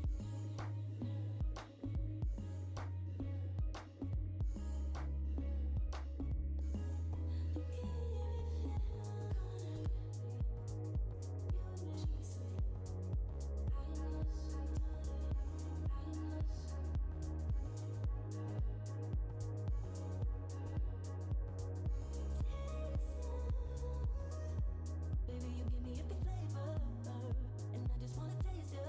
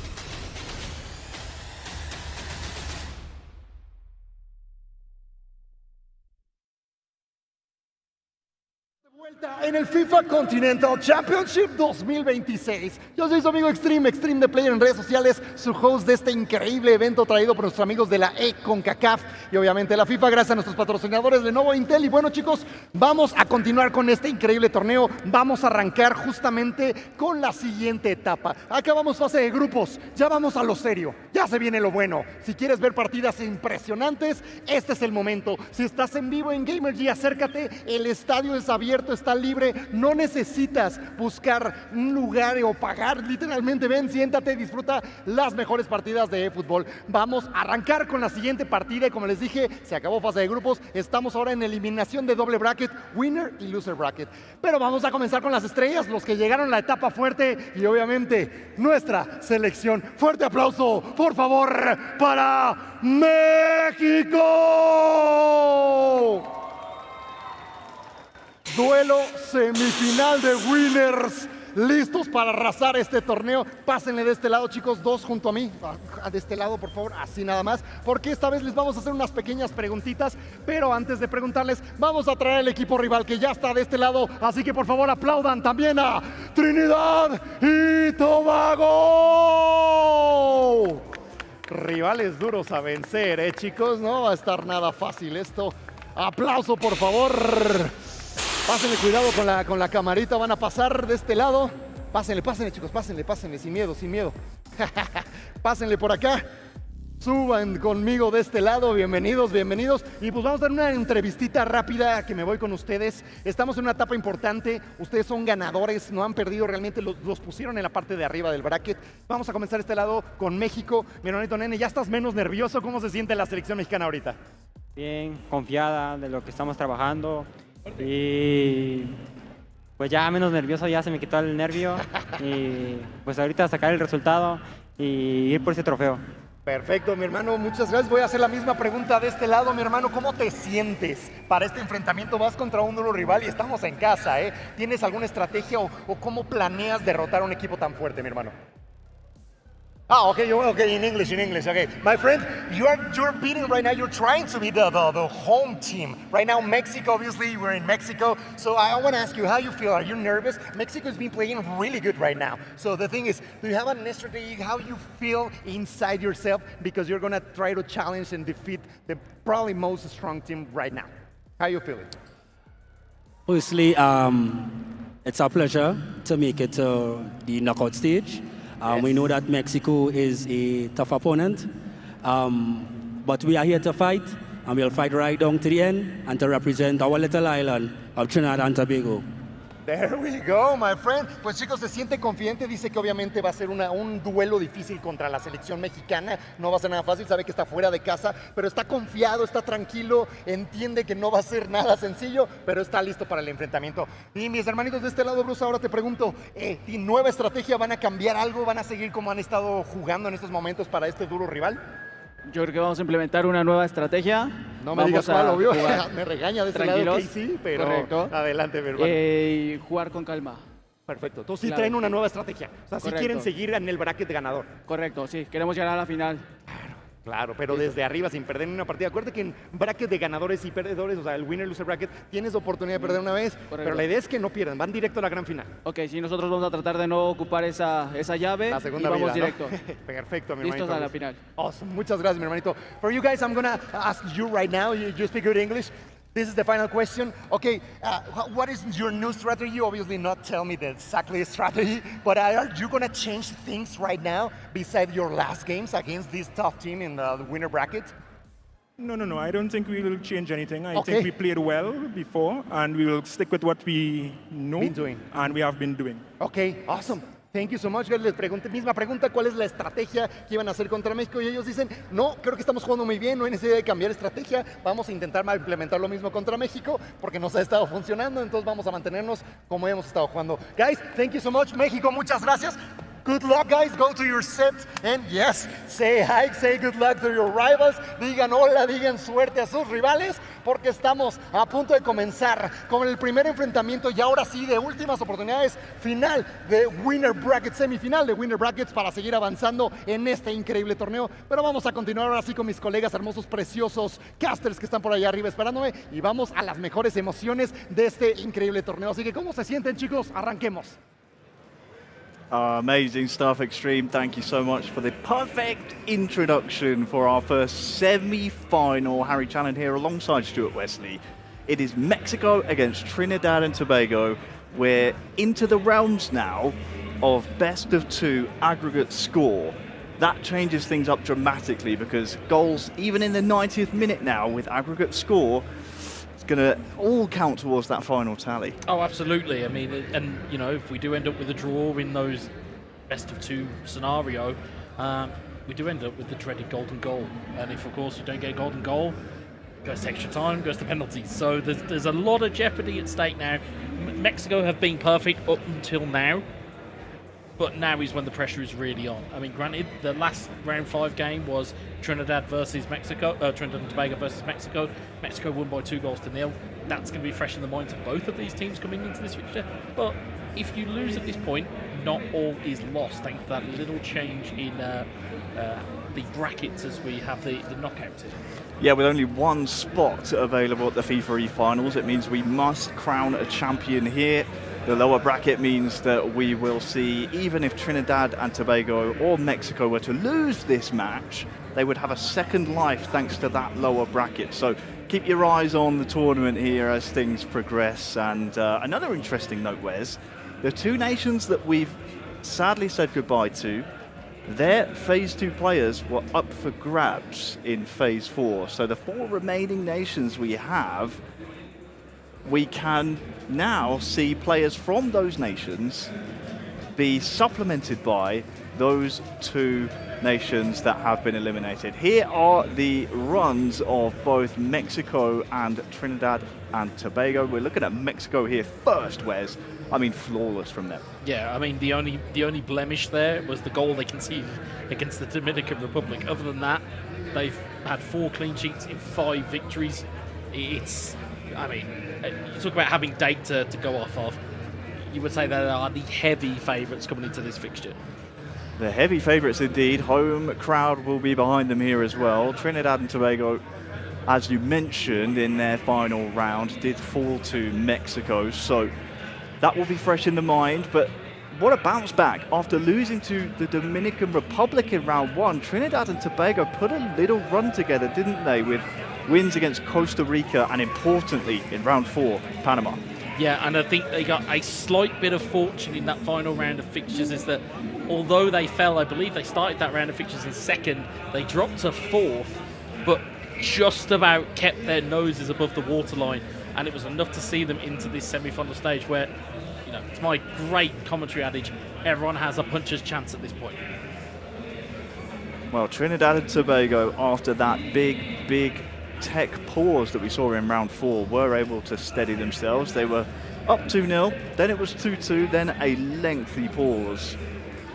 We didn't know if it would be Panama, if it would be Trinidad and Tobago, but it's the boys from the Caribbean. It's Stamus and Dalo, the 2 men we'll see on stage facing Mexico, that came out on top, and that mental resiliency will be needed here in the knockout stages, especially against Mexico. Well, home crowd, several check. Lights check. Heat check. Altitude check. There's so many things that would go against Trinidad and Tobago here.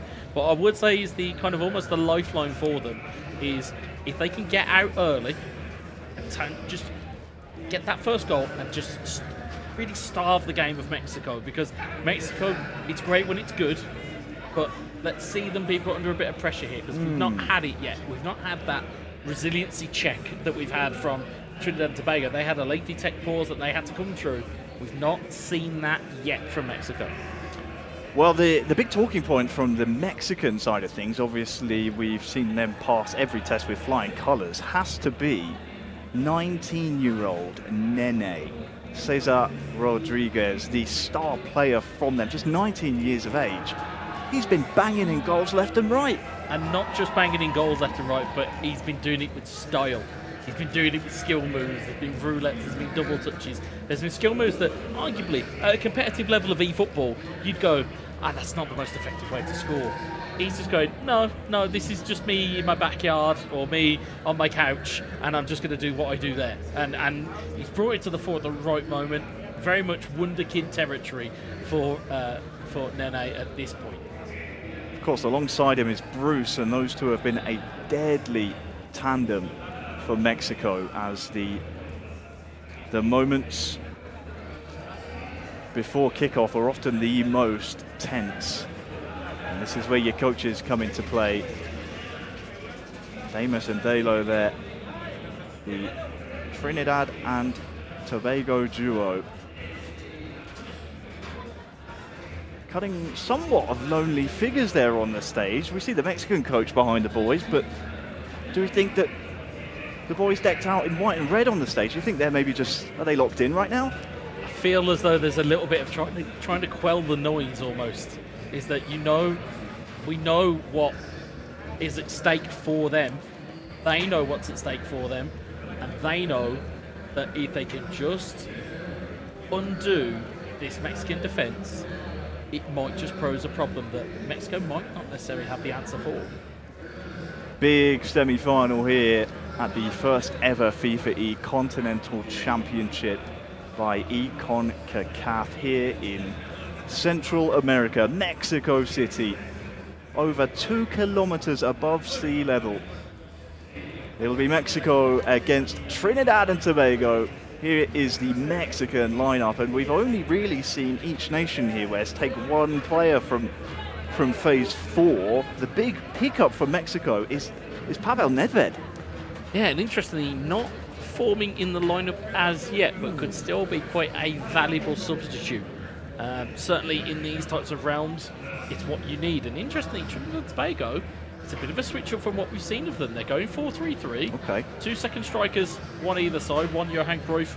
It's very much the Flying Dutchman in attack. You've got Xavi Simons on one side and then Ruud Gullit up top. Then Totti, Davids and Vieira backing out the midfield. It's not a bad little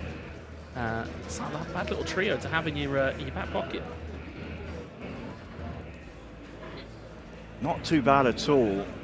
Did I see Chouameni in the mix there as well? He was their phase 4 pickup.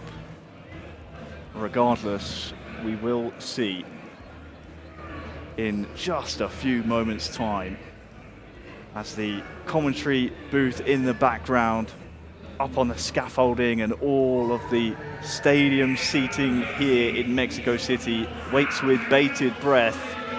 Your first semi-final now underway. Mexico versus Trinidad and Tobago. Can the Caribbean nation upset the pecking order here in Mexico? It's Bruce and Nene to start things off nicely. Here comes Nene with an attempt at a controlled strike, but that one defended well.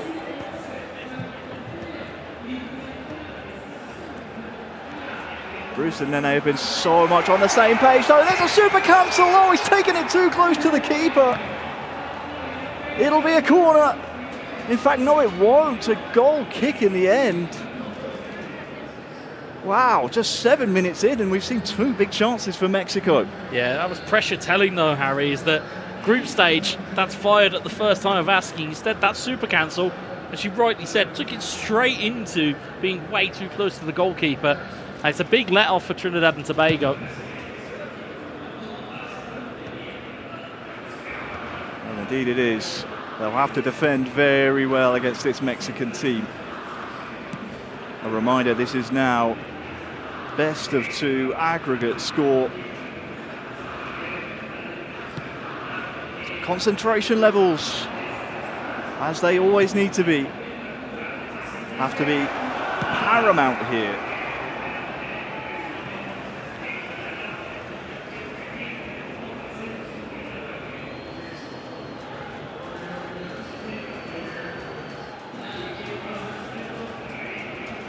Trinidad and Tobago with the throw-in. Tries to knock it down to Dalo. This could really upset the Mexican crowd here. It'll fall to Damus. Oh, he's lifted it lifted it over. Nothing doing for him there. Snatched at that one, Harry. Bounced to him. I think the adrenaline got to him, put a little bit too much power on it. Lifted it over the bar.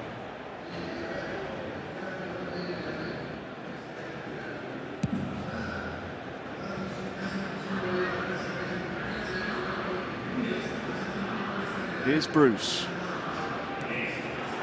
Looking for the run of Nene.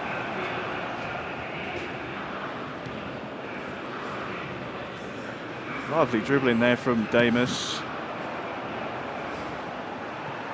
Gives Dalo something to chase here as well.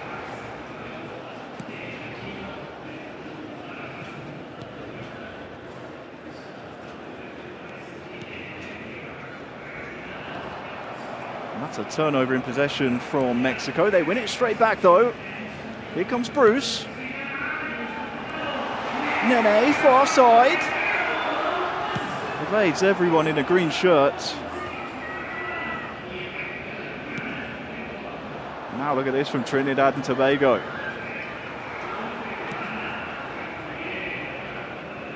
Half an hour gone. Lovely ball to Nene.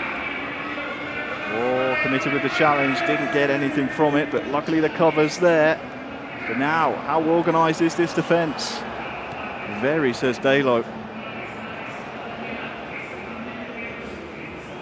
Oh, lovely dribbling.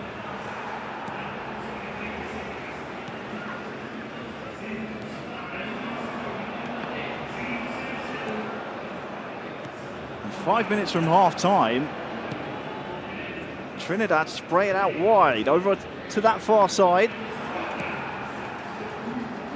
Unforced error. Now look at the space in the middle of the park here.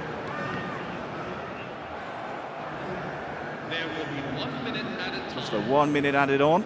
And Mexico, they might have one last attack here. This might dribble agonisingly out for a corner. No, the referee says half-time, Mexico 0, Trinidad and Tobago 0.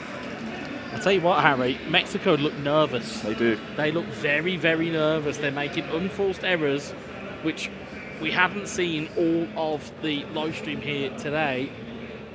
And Trinidad look like they've just maybe have learnt a thing or two about how Mexico play in that final group game. And I think they may have set up a little bit differently just to try and nullify it. Yeah, don't forget that change in formation. We were wondering before the game how that might impact Trinidad and Tobago as we're seeing a Mexican wave try and be started. The crowd here in Mexico City cheering on their home nation. Bruce and Nene heavily favoured in this matchup.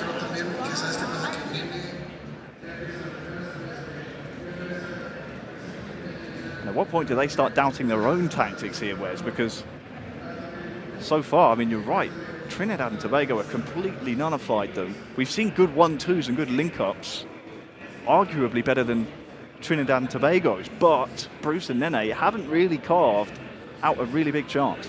Yeah, I mean, you just look there as well on your screens. Trinidad and Tobago playing with that fluid formation. We keep saying it, it's a new factor as of a few weeks ago with the 6.0 update of eFootball, where you can have a defensive shape in and amongst your team. You don't have to make any changes to. You don't have to press, pause it and go into game plan and change it. Instead, it acts one way when you have the ball, and it acts one way when you don't have the ball. It's going to be very intriguing to see how this next 45 pans out. Is that a wild Isco I just saw in the stands there? Veteran of the club events, qualifying to numerous eFootball Championship club event finals here in Mexico City, supporting his nation. 45 down, still goalless. Trinidad and Tobago to kick us off here.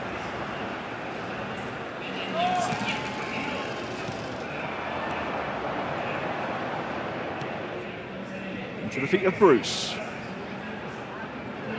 He and Nene have been so deadly, especially when they're into the box, but Damus is there, good covering, good pressure.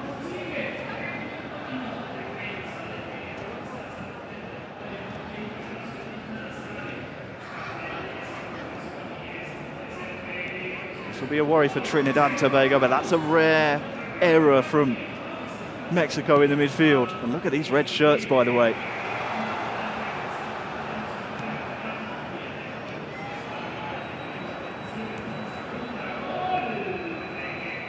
Good read again from Damus.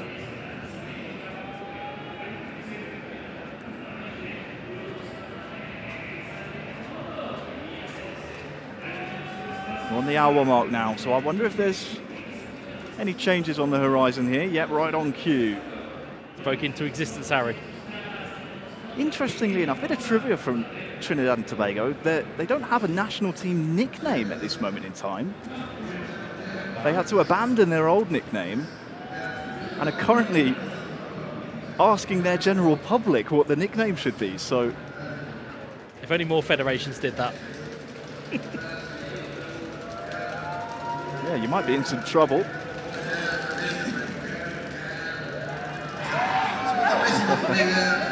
It's not a kiss cam, guys, come on. The locals certainly having fun here, though.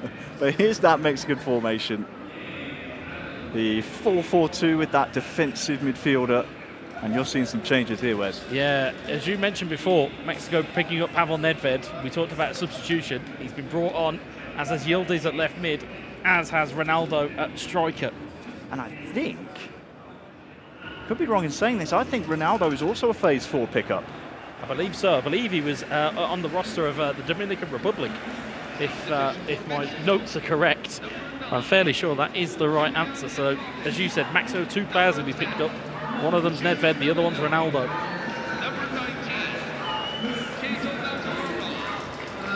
The crowd here in Mexico City getting behind their nation. And Bruce and Nene reward them with a goal.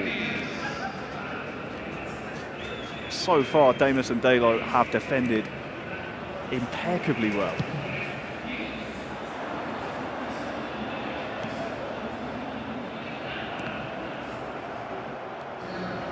It's been difficult for them to try and turn on the ball. We've seen them snatch the ball back again. But Mexico, they are responding in kind themselves, Nene and Bruce. They desperately want to reward the home crowd. Here comes Damus. Oh, nice touch inside. Stunning strike as well. Will force the corner.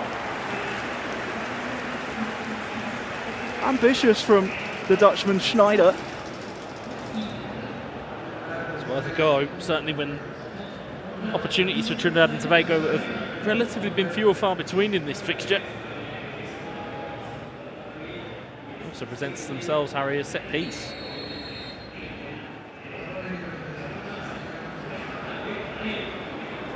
Anything from the training ground here. Looks like the front post will be the intended target. Oh, it's saved by the keeper. And Mexico, they survive by the skin of their teeth. How was that not a goal?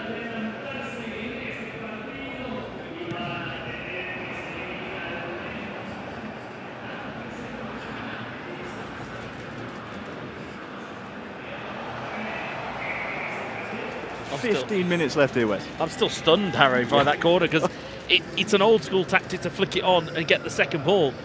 And normally it is in the back of the net and it's all you needed. But I don't even know how that stayed out.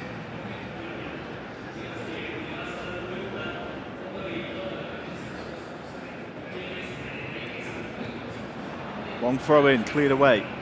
Only as far as Bruce. Perhaps a missed input there. The nerves starting to get to our competitors here. Dalo has found a channel over on that far side. Try and play Damus in. It's been so open in this midfield. It's a surprise we haven't seen more action. Nene shielding the ball well. Oh, needs to clear this ball here, Damus. Can't dwell on this. Final 5 minutes in our first semi-final. Far side, there's Bruce. Oh, that'll be brought back, I think. The referee will give A late free kick to the home nation here. A chance to lift the roof off of the CONCACAF stadium.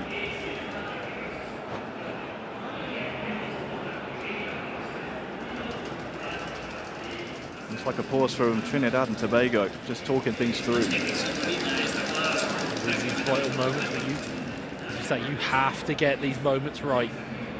One wrong move, one player in the wrong place, one change, it can cause havoc. Let's go. I've brought on Julian Alvarez up top.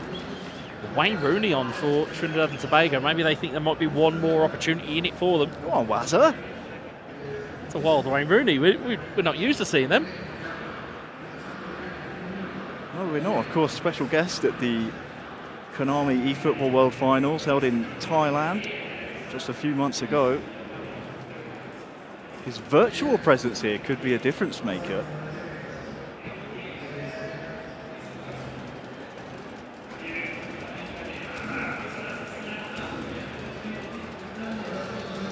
The clappers are out. Those Mexico-coloured clappers as well? I would hasten to say they are Mexican-coloured clappers. Need to find me one of those. A few clappers might get broken if Bruce can find the head of Nene. Here from this dead ball situation. Here's the free kick. Oh, he's found Nene! Oh no! As free as a bird in the box. And he can't find the back of the net. Big chance. I think Trinidad and Tobago got a little bit too clever with their defensive line at that free kick. Everybody emptied out, and I don't think Mexico realised how much space and time they had.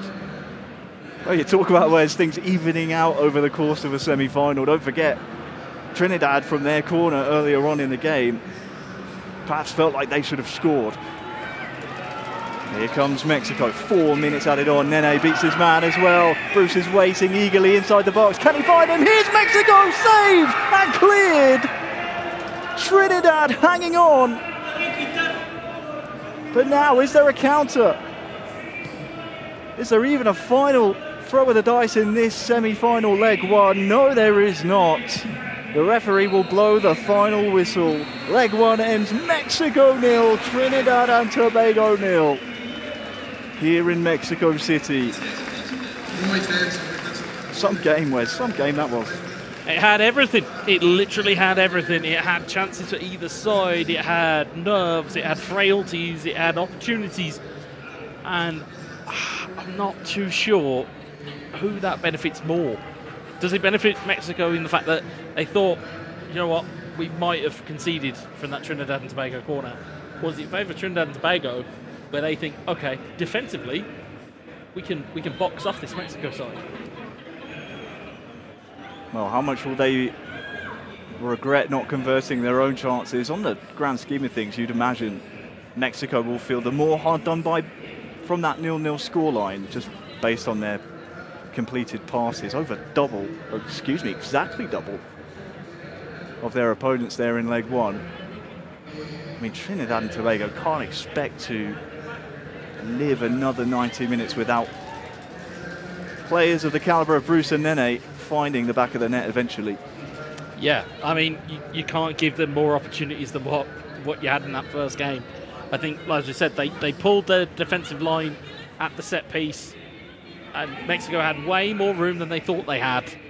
And if they'd have just been a bit cooler of head, which is very easy for me to say up here, if they'd have just been a touch cooler of head, they may just have got themselves a goal advantage. But as it stands now, it's very much as you were. A 0-0.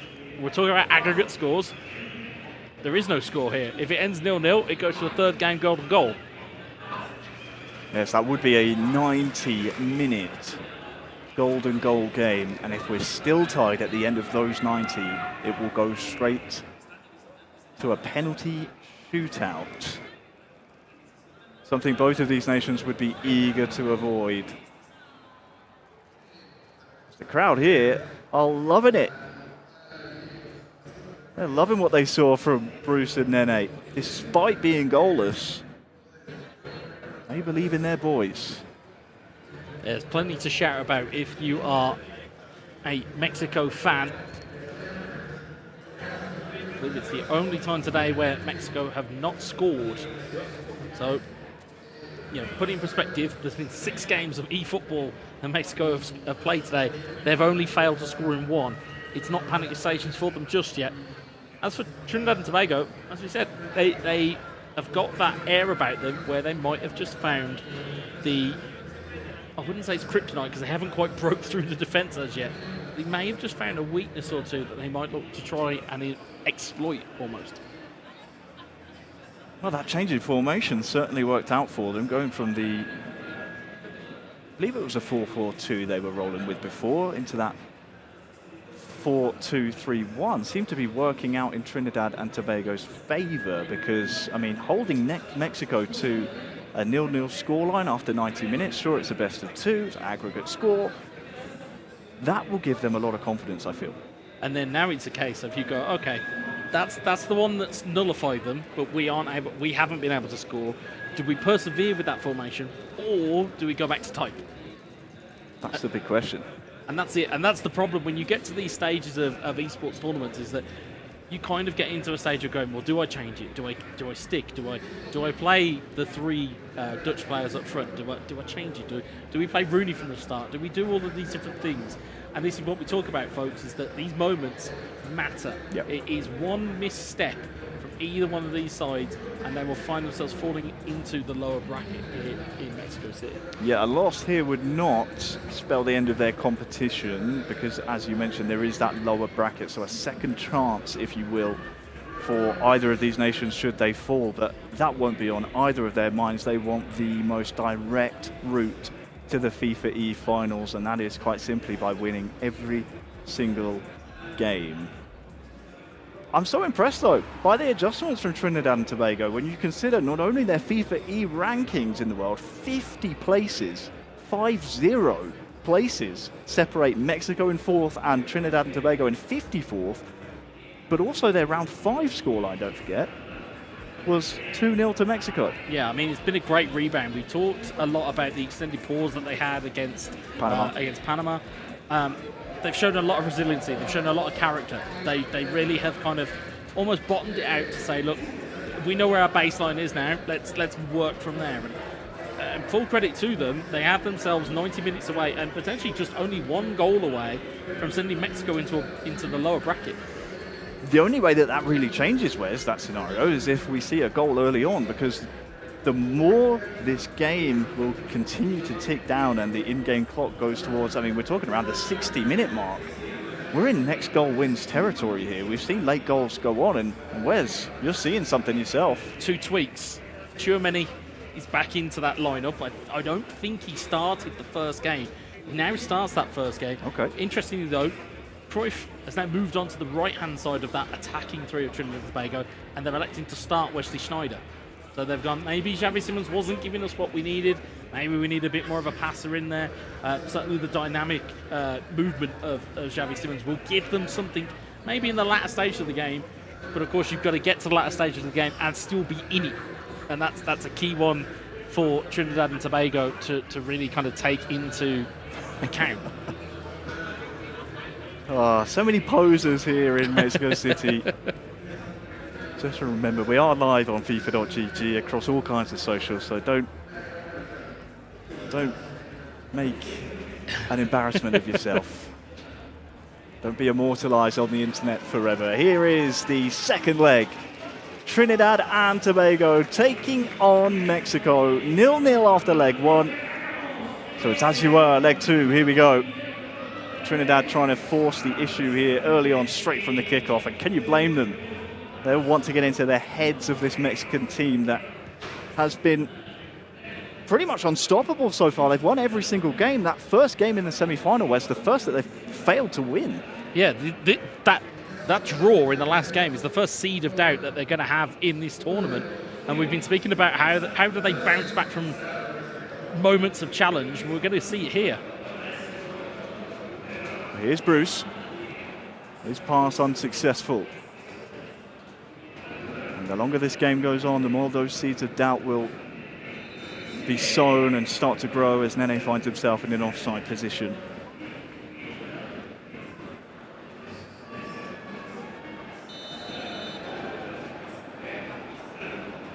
Some performance from Damus and Dalo thus far. Of course, it will mean nothing to them if they can't come out on top. They should be very proud of how they played so far. Here come Mexico. Nene near side. Just stuttering and hesitating, and that's making Dalo wonder, should I put a foot in? Nene with a cross. No! It's wide. Header unsuccessful. But a wide open header at that, Wes. Good try. Yeah, first big chance. And Nene, when he gets you in that left wing slot and he has you in isolation, he has you thinking, am I going to take a touch? Am I going to do a skill move? So dangerous. And instead, he just plows through and tries to get through. And that's when it's the most dangerous. If sometimes you do the most simple thing in eFootball, it can sometimes be the most effective. I'm reliably told from our production crew, Nene roughly translate to baby. He's playing beyond his years here, just 19 years of age. Bruce lays it off to him now, and here he is in that isolation. Oh, he's gone for the blitz curler, but that one just not enough curve. But a good start to this game from Mexico. They can feel it coming to them.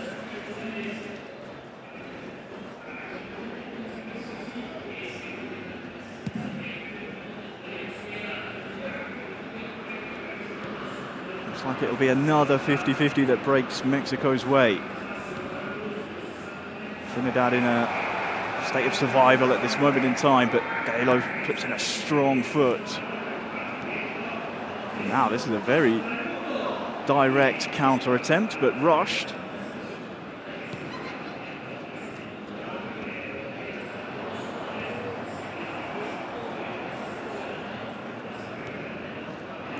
Half an hour gone.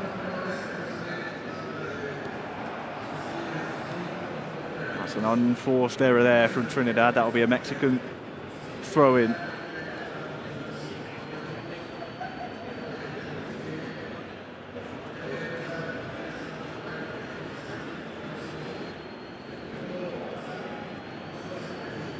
What can they conjure up from this? See the tall figure inside the box, no guesses who that is, heads it down.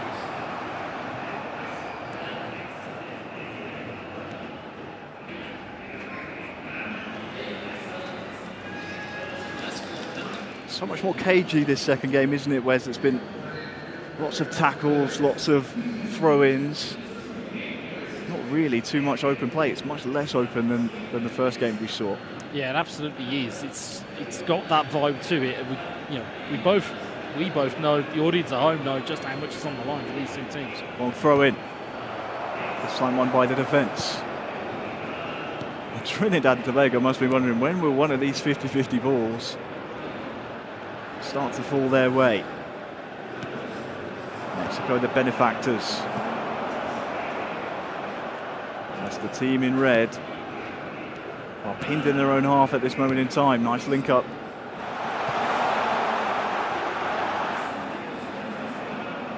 Just a cold kick in the end. Just so much nerve. You can feel the nerves almost through the screen, can't you, Wes? Yeah, the tension here is palpable between both of these sides. I mean, such is the concentration. You can see in both bottoms, or both corners of the bottom of your screens. They are absolutely in focus mode. They're dialed in. Oh, nice dribbling from Damus. Sends his defender for an early bath almost. 2 added minutes have been indicated. Chance for one last attack here in the first half. The ball needs to go forward. Trinidad and Tobago play it backwards, and you can see their player down there perhaps discussing whether or not they knew how much time was left, but regardless, after, what is that now, 135 minutes, It is still 0-0, nothing to separate Mexico and Trinidad and Tobago. Yeah, if you could look up the word deadlock in a dictionary, this is very much where we are. 73% possession for Mexico.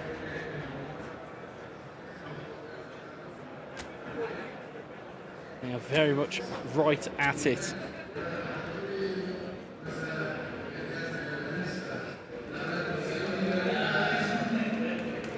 Crowd here just waiting patiently for a goal that would lift the roof off the place. It might bring the roof down. It might just. Here are your Mexico changes, Wes. Yep, Yildiz, Nedved, Alvarez, Ronaldo. Just to freshen up that attacking line, but I'm not too sure whether it's the attacking line that's their issue. I think it's more so it's the connecting passes that go with it. So maybe they've got to make a shape change almost. But we'll find out in the next 45. Yes, we will. Leg 2, half 2 is underway. If we're still level at the end of this, we will be heading to golden goal.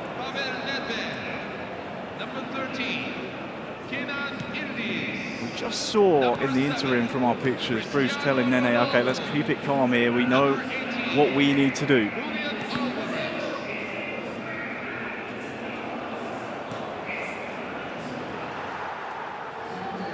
So many unforced errors across the board. Mexico do not look like the 4th best eFootball mobile team in the world at this moment in time. Yeah, they've been nullified in this knockout phase at the moment. And Trinidad, the longer it goes like this for Trinidad, the better you feel it is for Trinidad and Tobago. Always need to be concentrating though. Great read from Damus. Really good defending.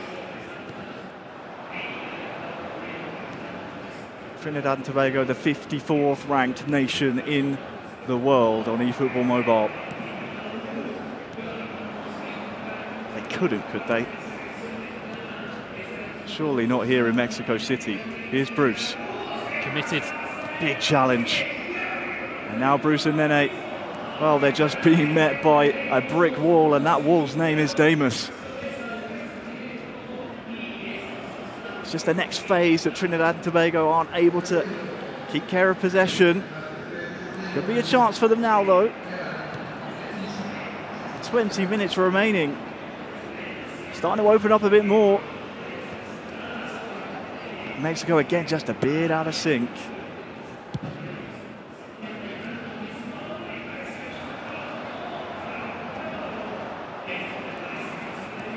Mexico to bring it forward. Nice turn from Bruce. And he gives it back to him. He'll get onto this as well. Is there a cross to be found? It's Bruce's header. It's too close to the keeper. Second chance here for Bruce. Oh, it's saved again. Can you believe that? What will it take for Mexico to score? Trinidad and Tobago here on the ropes. Here's Bruce. Nene waiting. Damus is there. Good goalkeeping. I'll tell you what, you spoke about Damus being a brick wall. Dalo was the man with the interception there. What a moment for Trinidad and Tobago. They are surviving by the skin of their teeth here. Ooh, could be dangerous for Mexico. And it is dangerous. Here's Dalo. So many red shirts to find. Has Damus stayed on side? The answer is no. And one of the best chances of the game for Trinidad and Tobago will be ruled out by the assistant's flag.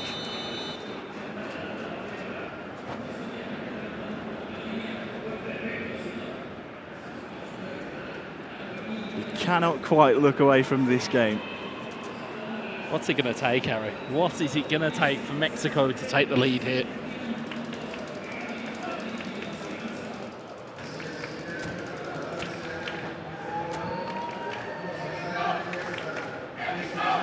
Ooh, crowd are getting involved, Harry.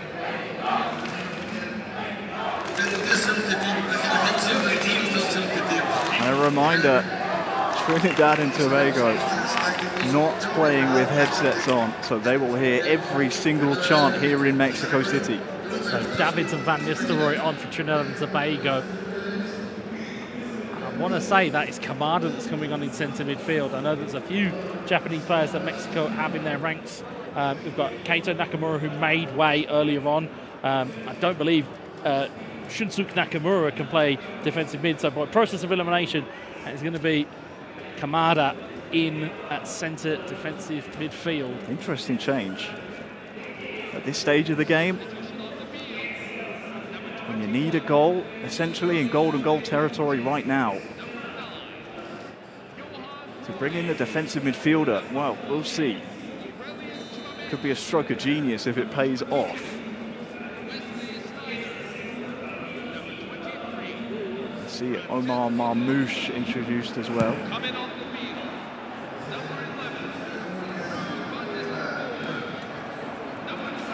Mexico winning the 50-50. 90th minute has just ticked over. And Mexico win the ball in Trinidad and Tobago's half. This could be it here for Mexico. Nene, Bruce, just waiting for the run, has lots of time and space. Double touch, strike, wide. Unbelievable. Oh, but the referee's given a pen. Has he? Well, let's find out. Let's find out for certain. Oh, it's a free kick. It's a free kick, excuse me. Still though, prime territory, last seconds of the game. Not a pen, but could be as good as one if they can convert. Over the wall!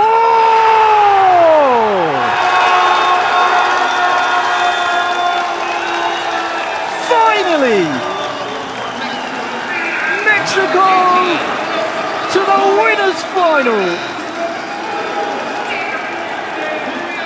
What a hit!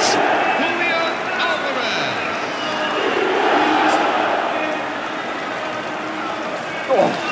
Take a bow, Nene. Take an absolute bow. He's been Mexico's star boy. And he's just converted the free kick. That in the end was as good as a pen to send Mexico to the winners' final in front of their home crowd. Trinidad and Tobago held on for 180 minutes of eFootball. But in the end, it's the star boy. It's a moment of magic, of brilliance from Nene. Up and down over the wall. Mexico into the final.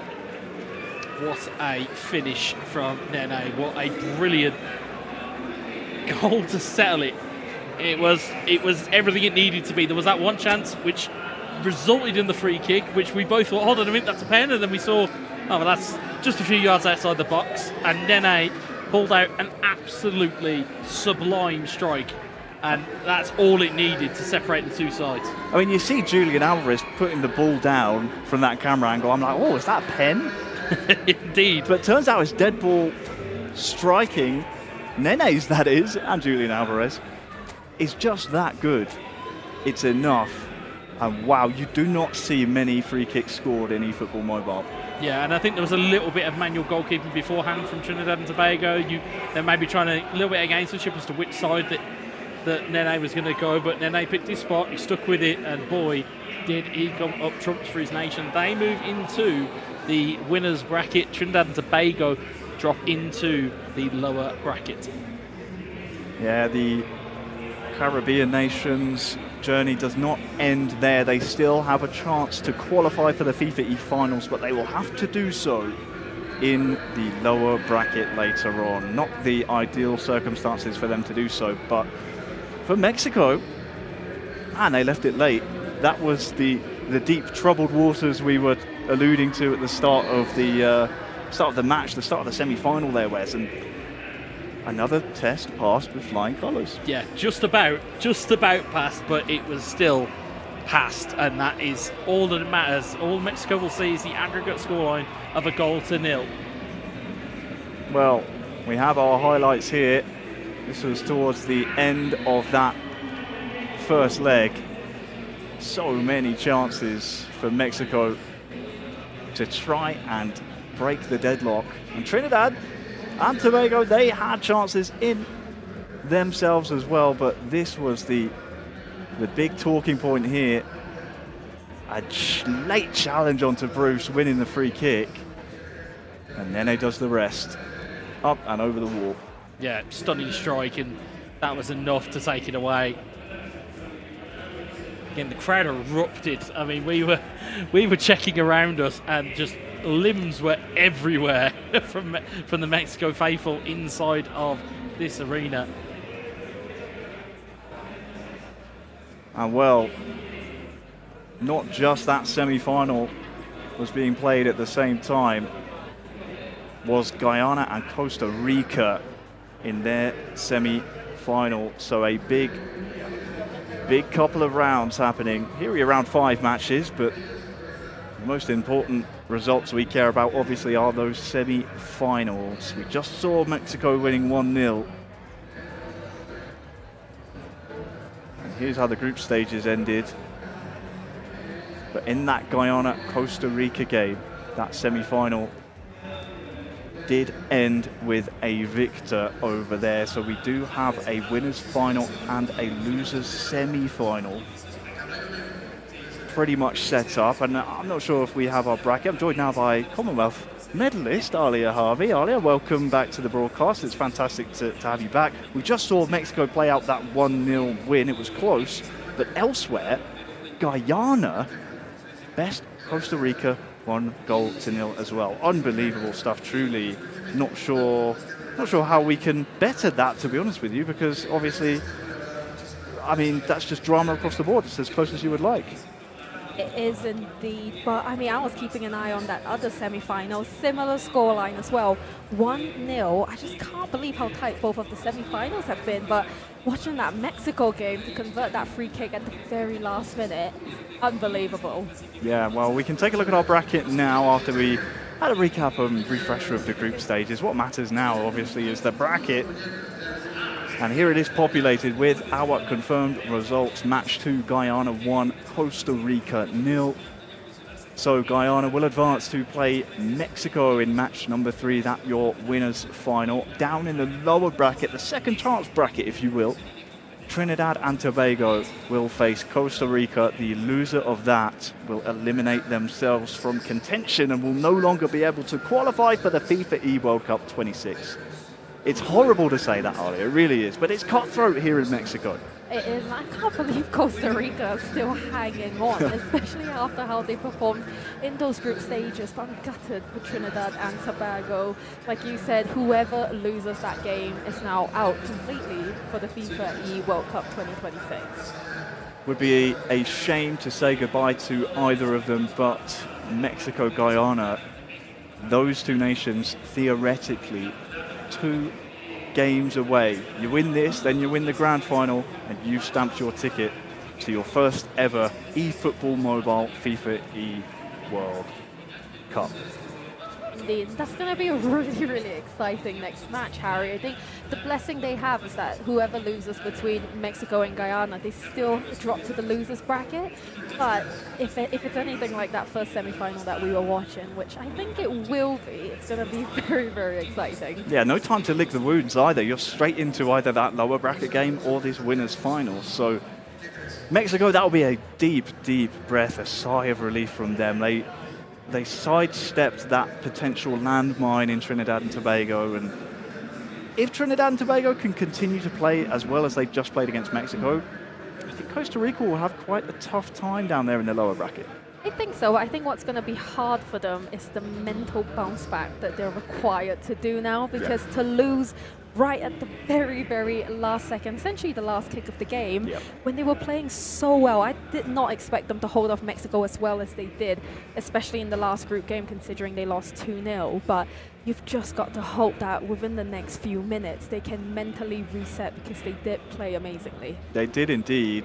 For Mexico, though, you just imagine that it doesn't matter how you win, it's that you win. And the fact that they were able to weather that storm means that they surely will be just full of confidence now. You I think it's also one of those things where once you get into the knockouts, teams tend to show up a lot more. And we saw this in South America, that the teams that dominated in the group stages underperformed when it came to the knockouts. And they got through with the skin of their teeth, which is literally exactly what we just saw with Mexico as well. Yeah, you don't want to be leaving it as close as that. And Mexico will be hoping in their next match against Guyana that they're able to be a bit more convincing about things, of course. We didn't get a chance to watch Guyana. Obviously, their semi-final was not our featured match, but if you're interested in watching any and all of the matches so far here at the Continental Championships, you can go on FIFA.gg and keep an eye on that, as well as the Trinidad and Tobago Costa Rica match. I mean, it's so sad to be saying goodbye to a nation after this round of matches, Arlie. I honestly, it brings a tear to my eye because they've all fought so hard. They have done, but I think that's what I love about the knockouts is you don't know who we're actually going to say goodbye to. There was a chance there that we might have seen Mexico drop to the losers bracket, but I'm glad to see that Guyana won their match against Costa Rica because they were so dominant in the qualifying pathway. We haven't seen that from them today in the group stages, but it seems like they're starting to find their feet a little bit and they realize now they actually have to turn up. They do indeed. Guyana, Mexico, our winners final. That's going to be a big one, obviously. But for Trinidad and Tobago, we just saw, sadly, they did not have enough in the locker, at least at this junction. It's hard to make a lower bracket run, Alia. It's not impossible, but highly improbable. They will need to press that reset button very, very quickly if they are going to try and make that Cinderella dream continue. Don't forget, 54th ranked in the world are Trinidad and Tobago. So the fact that they're even in the knockout stages is an achievement of itself, but no competitor wants to hear that. They want to go all the way. And I think they've done exceedingly well for themselves as well today. No one expected them, I don't think, to make it through to the group stages, but their round 4 win in the group stages that flew them to the second standing in the groups, I think that was their blessing that they needed to push them through to the knockouts. But I think, like you said, the lower bracket is a much harder run, but I think if they can get to the grand final, it's the more rewarding run. Yeah, it is indeed, but very interested to see how things shape up. I believe we're going to be taking a quick break here just while we get our nations a little breather, a bit of a water break and a chance for them to just settle themselves after that grueler of a semi-final. When we come back, we will have the winners' final between Mexico and Guyana. Don't go anywhere.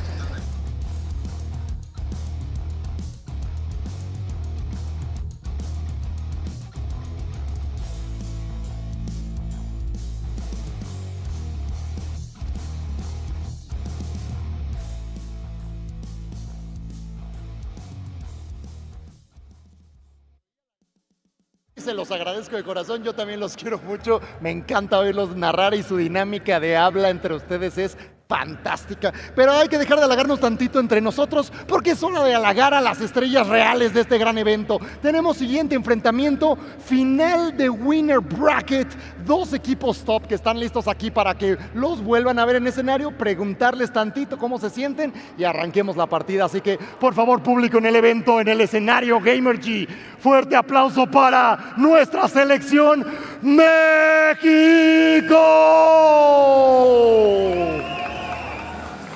¡Let's go! Me encanta cómo entran en epicidad, chicos. Pásenle de este lado, ya se saben la dinámica. Y pues bueno, ahorita vienen contra otro duelo duro, otro duelo fuerte. Ustedes ya saben de qué se trata esto, pero vamos a presentarlos. Así que un fuerte aplauso para el equipo de Guyana. ¡Let's go también! Prepárense con los humos. Epicidad a máximo nivel, más aura no puede haber. Guys, welcome, bienvenidos. ¿Cómo están? How you feeling? Good? Okay, I'm gonna ask you a small questions right now here in the stage. If you feel ready, we're gonna start. Y chicos, les voy a hacer unas preguntitas antes de que comencemos la partida. Esta vez voy a comenzar con mis colegas de este lado. Guys, my friend, how you feeling on this stage, en esta etapa? ¿Ya hablan español, inglés? English. Okay, how are you feeling right now? Because you're gonna face against Mexico one more time. Right now, Mexico is doing amazing and we are home. You understand that? So, same question I did last time. Do you have a new strategy? You obviously don't reveal everything about the strategy, but you're gonna change some things to play against Mexico? Yeah, we have a few changes. But we're looking to try a different tactic against Mexico, but hopefully it works this time. Nice, man. Dice, le pregunté mismas preguntas quizás hace rato, que cómo se sentían para enfrentar un equipo tan fuerte, que qué estrategia tienen, que sin que me revelen tanto, van a ser un poquito más defensivos porque vieron que México tiene un ataque muy fuerte, entonces van a manejar una estrategia híbrida entre defender más, pero no dejar de atacar. Vamos con México, mi hermanito Nene, ¿cómo te sientes? ¿Ya estás más tranquilo otra vez? Sí, ya estoy más tranquilo. Pues ahora sí que es un rival muy fuerte que ha venido trabajando bien, al igual que nosotros. ¿Cómo quedaron los resultados hace rato? ¿Me recuerdas? ¿Contra ellos? Sí. 3-0. Pero ahorita cambió el chip, es otra fase. Claro, y pues es otro partido nuevo y pues a jugarlo desde el minuto 0.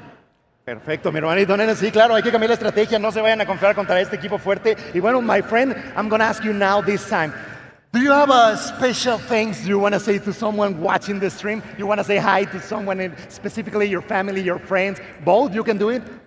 I just want to say hi to my mom, my friends. That's and the my camera if you want to say hi. Yeah, I just want to say hi to my moms and friends and thanks for the support and I hope I can win the trophy. Oh, nice. You want to say something, same thing? I just want to say thank you to my mother and my father. It's been a great opportunity to be in Mexico and we're loving it so well. What do you think about the country so far? Beautiful. And the Mexicans, you like us? They're very nice. Love you guys, love you. La tienen difícil, chicos, la tienen difícil. Le caen bien los mexicanos y el lugar. Y bueno, aprovechen misma situación. Quieren mandar un saludo en específico en su momento. Ahorita están en la etapa final. O sea, si hubiera sido eliminación directa, ya estarían en la gran final. ¿A quién quiere saludar, Nene? Pues a mi mamá que me apoyó desde que supo de esto y a toda mi familia que está siguiendo esto y pues a mis amigos que me están apoyando aquí. Excelente, mi hermanito. Lo mismo a ti, Bruce, algo que quieras decir. Ahí está la cámara para que saludes de ese lado, allá, la principal. Un saludo a toda mi familia, a todos mis amigos y a toda la comunidad de eFootball Mobile que nos está apoyando desde atrás, desde su casita. Muchas gracias. Oye, mi hermano, no quiero hacer menos a los coaches, entonces voy a dar la oportunidad que digan unos saludos. I want to say, you guys coaches, you want to say hi to someone on camera? Sure, we'd like to say hi to Guyana, hi to all of our supporters out there, and we appreciate everything that you've done for us. We're loving Mexico, and let's grow, develop, and have some fun together. Awesome, man. I love you guys. What? Love too many tacos. Ah, you love tacos. We Mexicans love tacos too. Amazing, right? Mi hermanito, mismo, ¿quieres aprovechar unos saluditos a la cámara? Pues nada, mandar saludos a toda la comunidad aquí en México. Gracias por apoyarnos. Estamos en casa. Estamos echándole todos los kilos para poder obtener el pase al Mundial y para eso venimos. Es el primer objetivo. Segundo, ganar el Mundial. Muy bien. Los dos objetivos se mencionan en este momento. Chicos, guys, if you're ready, say good luck to your rivals. Digan muy buena suerte.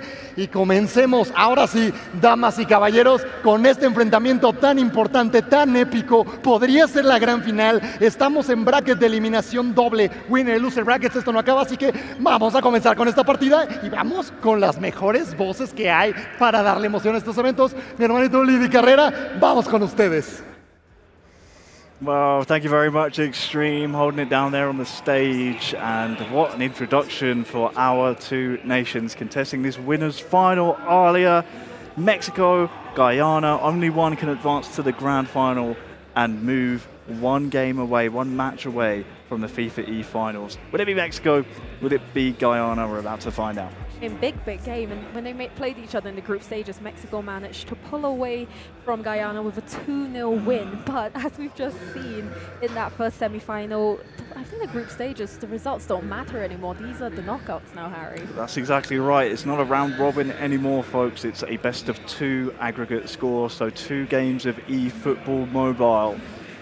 You need to come out on top after those, and if you don't, then, well, sadly, you'll be falling down to contest the lower bracket final, not the final you want to guarantee yourself a place into. Mexico against Guyana is moments from kickoff. Bruce and Nene of Mexico going up against Christian and Junior Boss of Guyana, who have just sort of steadily gone about their business here earlier. They've really just turned up, and considering that they're a top 20 nation in the world, I think a lot of people overlooked the Golden Jaguars here in Mexico City. Guyana have really just gone about their business. Yeah, I mean, they're a bit of the underdogs here. It's not a nation that we've really heard about in the FIFA World Cup throughout the last few years, but neither of these nations have ever made it to the FIFA finals, Harry, so I'm sure both of them will be desperately trying to make it happen this year. No, you're right about that earlier. Mexico, of course, qualifying previously for eFootball console, but never for mobile. And Guyana, how much they'd love to upset the home crowd. They've seen, however, how difficult that has been. Mexico undefeated so far today. They've won every single game except that first leg against Trinidad and Tobago that we just witnessed. Here is the Guyana lineup. Eden Hazard going to be a focal point of their attacks. Watch out for his blitz curlers. Going to be a very important piece of the puzzle. And interestingly enough, in phase 4, we've seen on Mexico's side, Nedved and CR7 picked up. For Guyana, they've gone a little bit more defensive. Gabriel and then Ousmane Dembele picked up as well for them. So bolstering both defense and attack. I think Guyana needed that, to be honest, because in the group stages, they weren't performing as well as they hoped, and I didn't think they were expecting to concede as much as they did as well. So I'm not surprised that they've gone for a defender and an attack, and it seems to be working for them because they won that first semi-final against Costa Rica 1-0 on aggregate. So we'll see how it fares up against Mexico, who are a far more attacking side. Well, the Golden Jaguars will have their work cut out for them here because L3 have been flying. Undefeated thus far, thanks in no large part to the man front and center, El Nene, the baby, Cesar Rodriguez, 19 years of age. We're really witnessing a star be born here in Mexico City, aren't we? Nene has completely taken this tournament by the scruff of the neck, and it's him to kick us off here. Mexico against Guyana in our winners' final. Game 1, leg 1, it's aggregate score, and it's Mexico in possession first.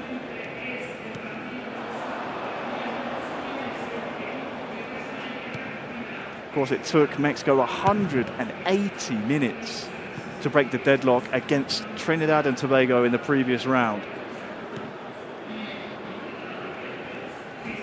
Goes without saying they want to try and better that this time around, and no doubt that there's been a team talk here. Just try and maintain possession a little bit better, take care of the ball better than they did in that semi-final. Indeed, I think Mexico will be very disappointed with how that semi-final turned out for them, but can they have the early attack here? Fantastic ball in, but Harry just very well saved. Yeah, too close to the goalkeeper, that one. Bruce will try and set Nene forward. That's lovely. Forces the save. And Guyana are in a bit of trouble here. Up against the ropes. They play it out nicely though. And again, give the ball away. Here's Nene. That one just too close to the golden defense. Mexico have come into this game just wanting to control the tempo of it and actually give themselves a bit more control, but Guyana just making one too many mistakes and losing possession way too easily. 25 minutes gone, it's been all Mexico. Nice read from Junior Boss. Now Christian. He can send his teammate going over there on that far side. Just took too long on the ball there. Now we'll see Bruce and Nene combine. There's a 1-2 on here over the top towards Nene. That'll be a corner.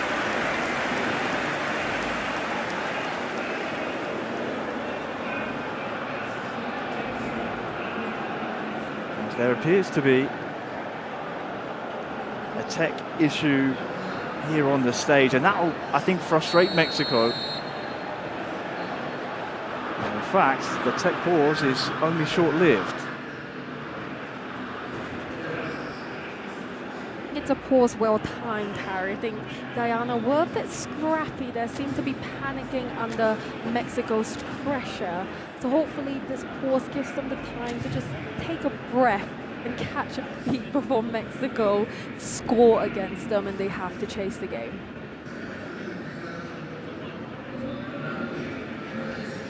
Yes, indeed. It seems to me as if Guyana are using this opportunity to make some changes as well.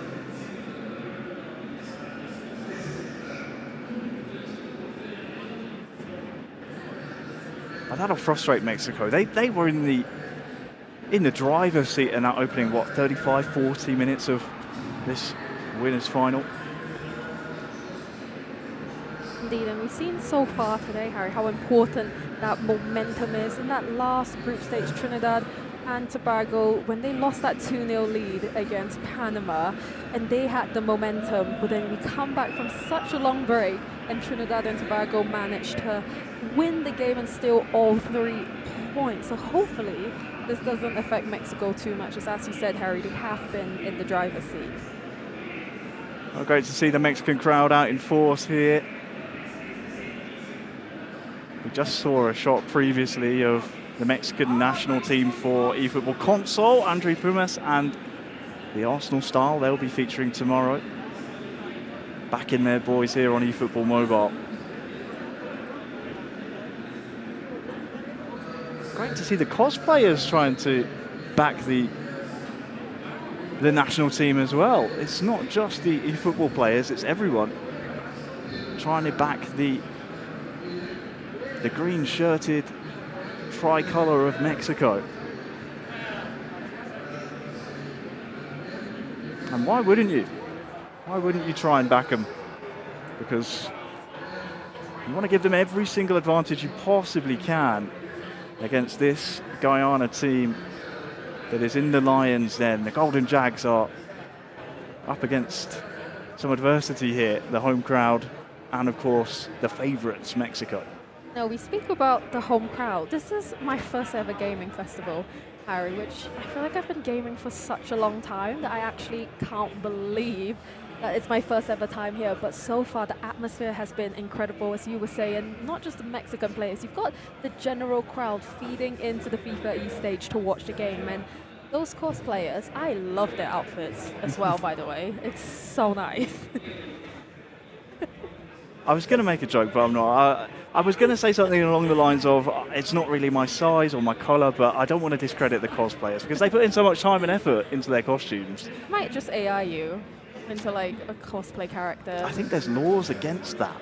Is there? I think so, but I don't know. Like I'm not 100% sure.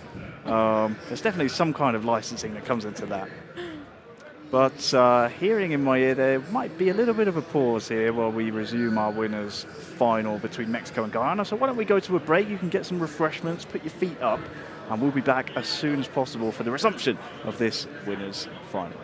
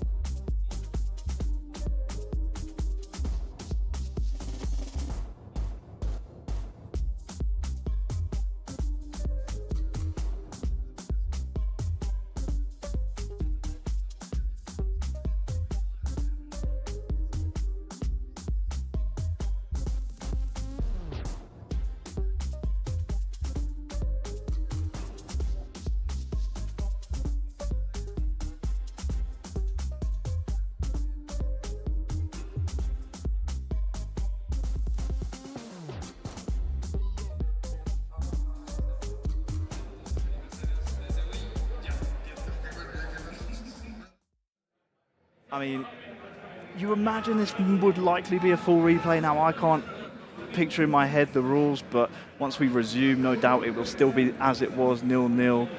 Mexico were looking so sprightly that Guyana, they may want to consider a change in formation, change in personnel, whatever it is, use this opportunity here to to make some tweaks because Mexico were having too much joy? I think so. I think Guyana haven't been using the same popular group of players that we see a lot of these other nations use, and it has worked in their favor so far. But now that we've gone so far into the knockouts, I almost feel like they need to start making changes to their team, maybe play a little bit more attacking, because Mexico are coming in a lot hotter and a lot harder than they have in all their previous matchups. Yeah, you can see they're locked in and they're ready to go. Our crowd cam here is one of my favorite things, honestly. I love people watching, it's a great hobby, but the way people love being on camera, it really is great. I am obsessed with how cinematic the cameras that we are using here are. I was speaking to our producer Sam about this, and we were having about 5 minutes just geeking out about the type of cameras, the lenses, how good it looks for the show. And I don't know about you, Harry, but I love my cameras. I think it's part of the occupation, really, isn't it? Once you get into this field of work, you love cameras. I personally love the staging. I love the scaffolding in the background, being able to stand over and lord over and judge our players in the Coliseum. It makes me, it feeds my ego a little bit, to be honest with you, Alia. I really think FIFA needs to be careful with that because my ego can't get much bigger than it already is. I was going to say, it gives you a sense of power because we're stood over all of the players and we don't actually have to sit down there and play the game and be, well, commentated on by us.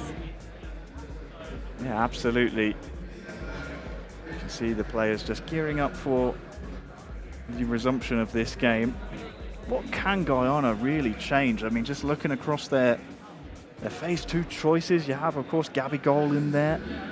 Gabriel Batistuta, of course, Gonzalo Ramos. You've got the likes of Kaká you can bring on. Michael Owen, he can hit teams on the counter. In terms of phase four, Ousmane Dembele was really their only attacking pickup, so I'm not sure what, if any, changes the men on your screen will be making following the resumption of this restart. It's almost as though they came into the knockouts with a more defensive mentality, just try and concede as little goals as possible and hope that we score more than the opponent, which it could be a good tactic, but I feel like when you come up against players like Mexicans with Bruce and Nene, it may come back to bite you because we have seen it happen before where teams just play so defensive and it doesn't work out. Well, we're ready to get back underway. Thank you for your patience.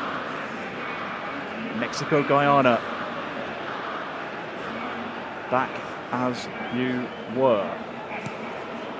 Mexican corner played short here to Nene. Where's the delivery? Oh, almost an immediate goal.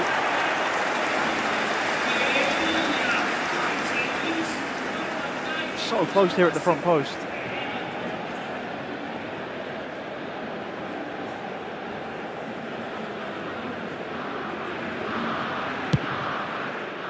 Possession lands back here with Guyana, who so far in this first leg have been extremely shaky, to say the least, as Mexico have just been completely dominating. Yeah, a little too passive so far.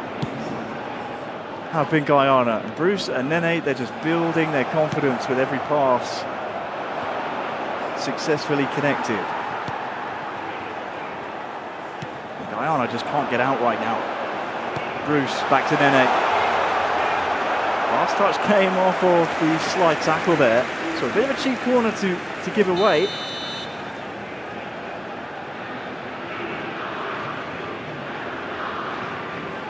Nene, the hero of Mexico so far.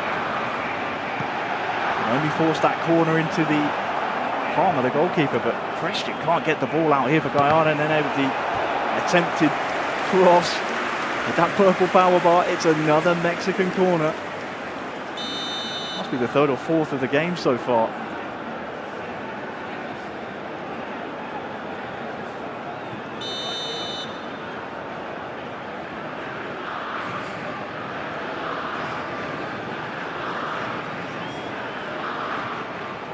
Here comes that Mexican corner near side. Fired in dangerously. There will be 1 minute at a time. No connection there though, and look at these yellow shirts pouring forward. Nope, the referee says you can work, but you can't start. Mexico nil, Guyana nil. This is an announcement from the local Here in leg one. Please take a look at the screen for details. Oh, what can we say, Alia? Just two nations clearly very nervous here in this winners' final. Elsewhere, Trinidad and Tobago and Costa Rica will be battling for their survival in the lower bracket. Latest score over there is 1-1. So clearly two nations with nothing to lose. Mexico and Guyana feel actually plenty to lose here. we want to keep our cards as close to the chest as possible. And whoever makes it through or drops down to that lower bracket, you certainly don't want to come up against either Trinidad and Tobago or Costa Rica, because both nations seem to have found a spark within their team as they are playing much better than they did in the group stages. But Mexico, Guyana, I mean, Mexico just aren't giving Guyana a chance to even have a sniff of making an attack. No, you're right. It was the same before the restart, and it's the same afterwards. There needs to be better ball retention from the Golden Jaguars if they want to best the men in green. Standing between them and the grand final later on. Our second half, moments away from kickoff. It'll be Christian to get us underway. He'll be hoping that Guyana can keep a bit more possession this half. They need it, because cheap giveaways like that will do them absolutely no good whatsoever. Here's Mene. Finds Bruce. Oh, just over the bar. Controlled strike attempts, but just not on target.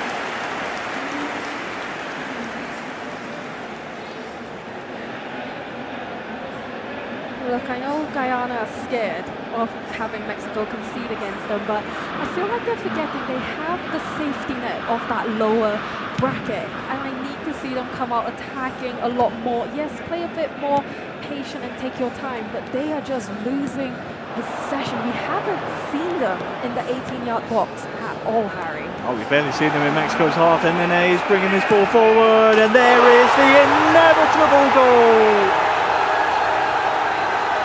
Who else but Nene? Mexico 1, Guyana 0. There is the deadlock broken. That goal has been coming for Mexico. They were banging on that goal over and over again. And Guyana were incredibly lucky that Mexico did not score in that first half. But what a goal, and you just have to hope for Guyana's sake the floodgates haven't been open. Well, not for the first time today. It's Kovacic coming to Mexico's rescue. What a find in the draft. Clearly suiting their play style very, very well in Guyana. Well, they've barely been in this final thus far.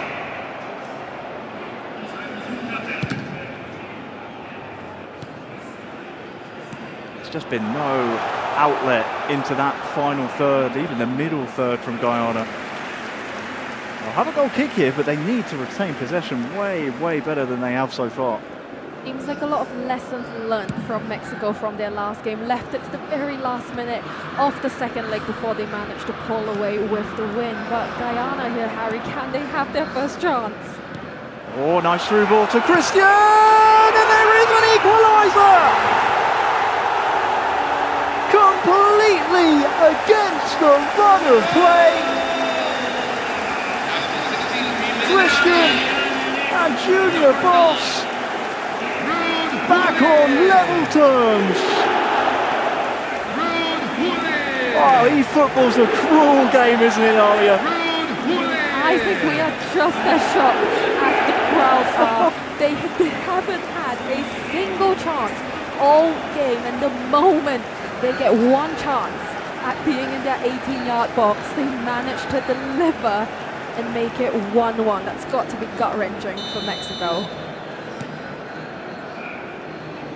Oh, the floodgates firmly closed.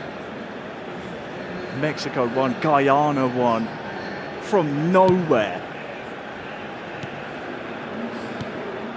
But that is how good Guyana are and why they are worthy of being in this winners' final. Here's Nene crossing to the front post! Guyana survive.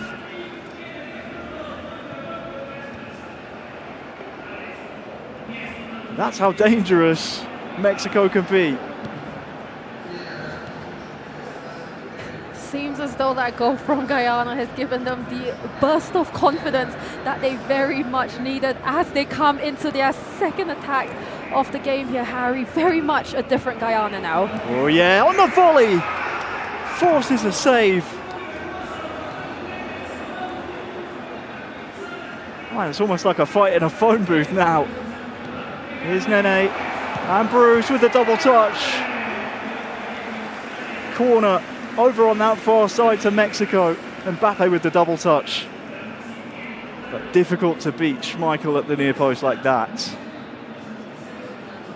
This has been a completely different game in the first half versus the second half. The first half was all Mexico, but it seems as though as soon as Guyana got that goal, in the nicest way, I think they've finally woken up, Harry.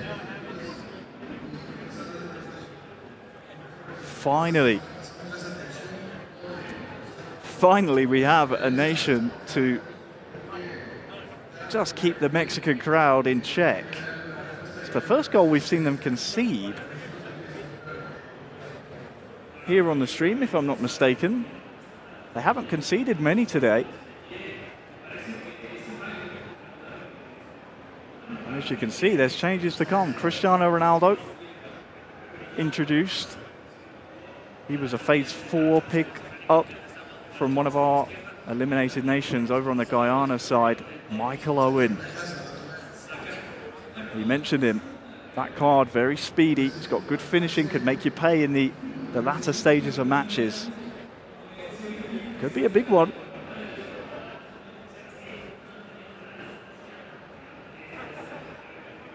Look how nervy it is. You can feel the tension through our cameras here. I think the knockouts have finally given Mexico the test that they've needed. They cruised through the group stages, but now they're actually struggling to just dominate all the games. Certainly it's not as easy as they would have liked. Here in the knockout rounds, 10 minutes left here in leg 1.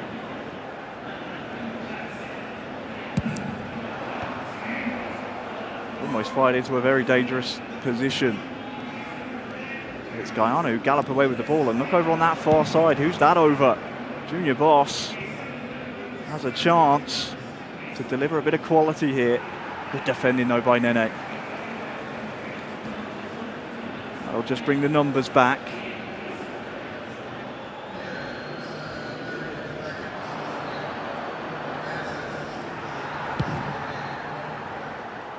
Not once but twice from Nene, and now Mexico can think about staging a late attack in this game. They'll have a throw in here as well.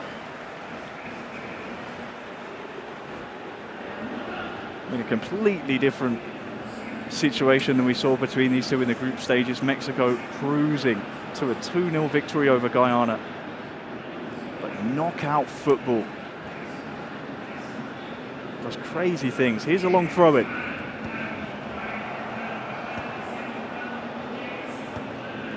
'90th minute now. Can Nene and Bruce force things forward, or will Guyana gallop past the halfway line? Junior Boss just waiting for a bit of backup. Needs to release this ball here soon. Here's Christian. Breaks through the lines, and Guyana are starting to threaten now. Mexico have to clear. Is there one last attack? Which way will it fall? Looks like it'll be Mexico's way. Nene far side. Nice super cancel here, but no, the referee blows that final whistle. And leg 1 will end. Mexico 1, Guyana 1 here in our winners' final. A disappointing result for Mexico from that first leg. They completely dominated that game. the moment Guyana equalized, it just seemed like they realized, actually, we've got a good chance here. What have we been doing so far in this match? And I think they are incredibly lucky to be going into the second leg all even. Indeed they are, because Guyana looked almost bereft of ideas at moments of that game. And you could see Nene over on that far side, headset off, just wondering, what do we need to do to put down this tricky Golden Jaguars team? Guyana, they've been gritty, haven't they? They've really dug in. I mean, Guyana have been so dominant this entire year in the qualifying pathway. In the group stages, I think they let themselves down a little bit and underperformed, but it seems as though now in the knockouts they realize, actually, we've got a really, really good chance of making history for our country. And if we don't turn up now, we will never know. And we're going to have to wait till next year. And no one wants to wait until next year. We still have the FIFAe finals to come in just a few weeks' time. That's what these nations are battling it out for. Only 4 remaining here on eFootball Mobile here in Mexico, as we can take a look over some of the action from leg 1. It did end Mexico 1, Guyana 1, but that was your opening goal. Then almost straight away afterwards, we saw Guyana, with their first real gallop forward there, Aria, just be so clinical. I mean, I think to get your first goal of the match and the equalizer after Mexico have been in complete control of you, your first attack, and they made it count. And what an important goal it was, because you do not want to be going into the second leg with a deficit. And hopefully now we're going to be seeing a completely different Guyana in the second leg. Well, they threatened to double their lead as well with that volleyed attempt. Oh, excuse me, fire themselves from behind into a lead. But that was some first leg. Hopefully we see more of the same in leg 2. For those fans of Trinidad and Tobago, well, I've got bad news for you. If you're tuning in on FIFA.gg or however, wherever you're watching, you will know that Costa Rica lead them 4-1 on aggregate in the lower bracket. So that heroic effort, that Herculean effort in the semi-final against Mexico, where they lasted 180 in-game minutes with the 4th best ranked eFootball mobile team in the world, looks like it's for naught, as Costa Rica have finally found their shooting boots, Alia. I am gutted for Trinidad and Tobago. I feel like they've played so incredibly well today, but Costa Rica, I think their pedigree is coming through. They've remembered, you know what, we've qualified for a finals before, we can do it again today. And why not? They are the only nation here that has qualified for a FIFA World Cup on eFootball Mobile. As you can see, we're into the lobby, we're into the team sheet to decide the lineups for this second leg. If we're all even after this leg of football, we're going to a 90-minute golden goal game. Similar situation we were in before, Alia, where you get into the latter portions of the game and you're almost in golden goal territory before that golden goal game even kicks off. Indeed, and I think for Guyana, the last thing they want is for it to go to golden goal, because we know how quickly the Mexican players can score and how skillful and talented they are as well in this game. But I cannot wait for this second leg. If it's anything like the second half of the first leg, we are in for a real cracker. Well, cracker's a great word for it. It's going to be a banger. I can't wait. Guyana against Mexico for the chance to be one game, one match away from the FIFAe finals, the FIFAe World Cup. We couldn't separate them after 90, so we go again.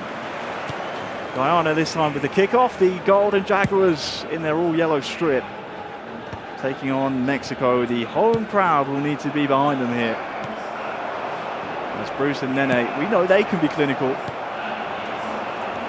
haven't found their shooting boots thus far as the referees brought this one back for an offside.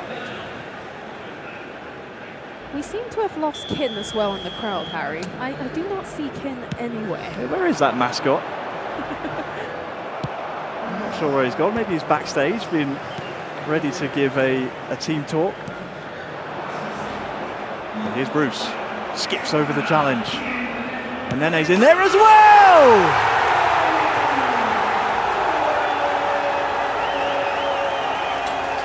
Goal for Mexico! Scored by Nene, but created by brilliant Bruce.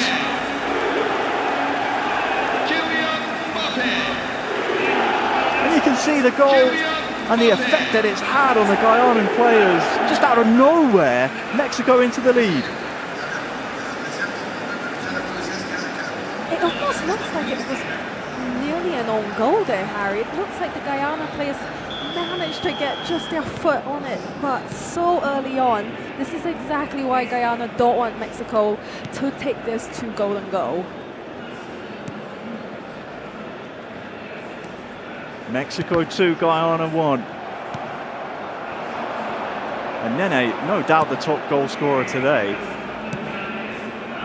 But we must give credit where credit is due. Bruce, with that brilliant individual run to set that goal up, has been excellent today as well.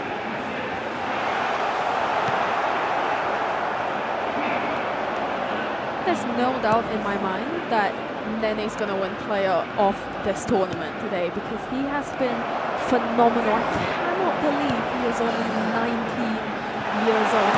So young. He's just come up with all the clutch moments here for Mexico. Bruce will try and find him here again for yet another goal for Nene. No strike this time, as Erling Haaland denied an attempt on goal.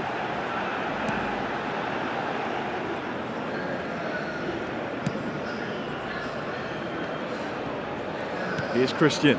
Guyana starting to turn the wheel a little bit now. That screw's starting to be turned left and right. Here's Christian. Oh, forces the save, and Nene will clear.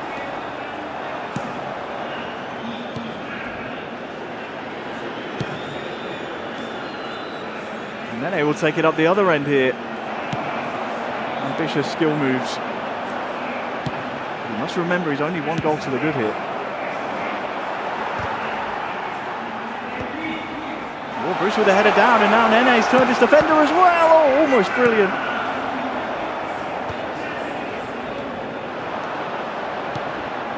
So far in this second leg, this has been a much better showing from Guyana. They're not letting Mexico roll all over them, but may they equalize. They're trying very, very hard to do so, but so far just over 45 minutes left to go, but a much better showing from them. Always found Christian down the channel, lovely turn inside. Vital intervention from Bruce. Needed to be done there. Last attack of the half will go Guyana's way. Nene steps up. And Nene clears. Mexico 2, Guyana 1. And 45 minutes separate Mexico from the grand finals here on home turf. You're right, Guyana seem a bit more sprightly. You can see from the stats there, more passes completed, but Mexico, they're the ones with the goal to the good. Yeah, indeed, and hopefully possession can actually turn into goals for them. But Mexico, I think every single time they see a slither of a chance, they tend to dominate it a lot better than Guyana managed to do. And I think that goes to show the level of skill from both Bruce and Nene. But so far, such a good half, and this second half could go either way. Indeed it could. We're just taking a look at the player changes here, the team lineups. There's been half-time substitutes from both Mexico and Guyana. Very interesting to see that. It's very rare you'll see it, honestly, in eFootball. But the half-time subs being called in.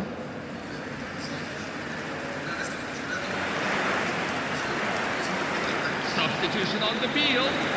Number 8. You can probably hear we're ready to get things back underway here. Leg 2, second half action between Mexico and Guyana.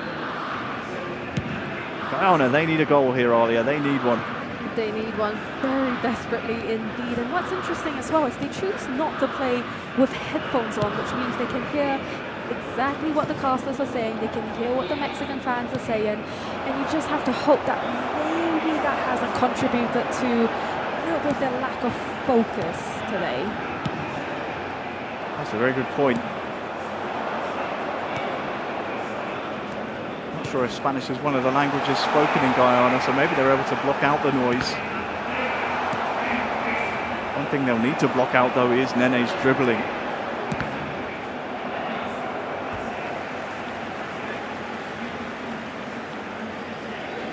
Just seems the complete player at this point in time, Nene.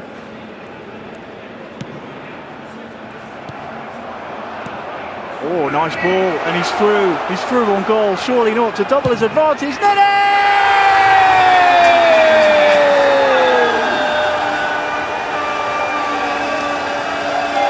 Where has he been hiding? Welcome to the eFootball stratosphere. Nene with his second of the second leg. And your call of player of the tournament, Alia, I think that's spot on. That is incredible. I am speechless. Harry, every single time you think Nene scored an incredible goal, he just manages to one-up it and score an even better goal. Just 30 minutes remaining here, and so far, Guyana have to be disappointed because they have played so much better.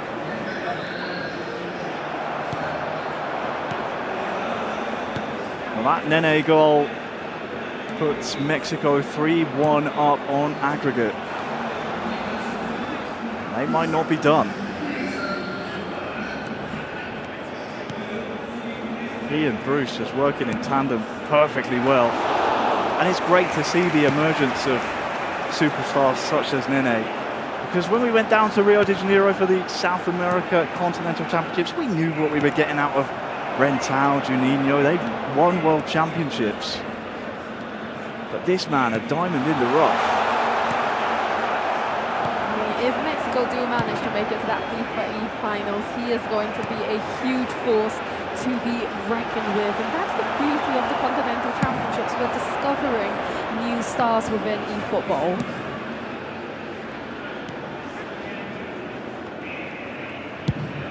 Of course, Bruce's playmaking enables Nene. As Haaland heads it down, and Haaland might get it back here. Oh, it's off the frame.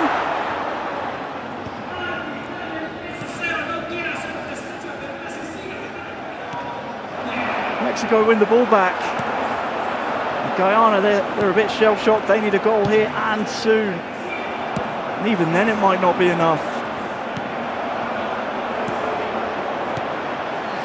Are Guyana destined to drop to the lower brackets?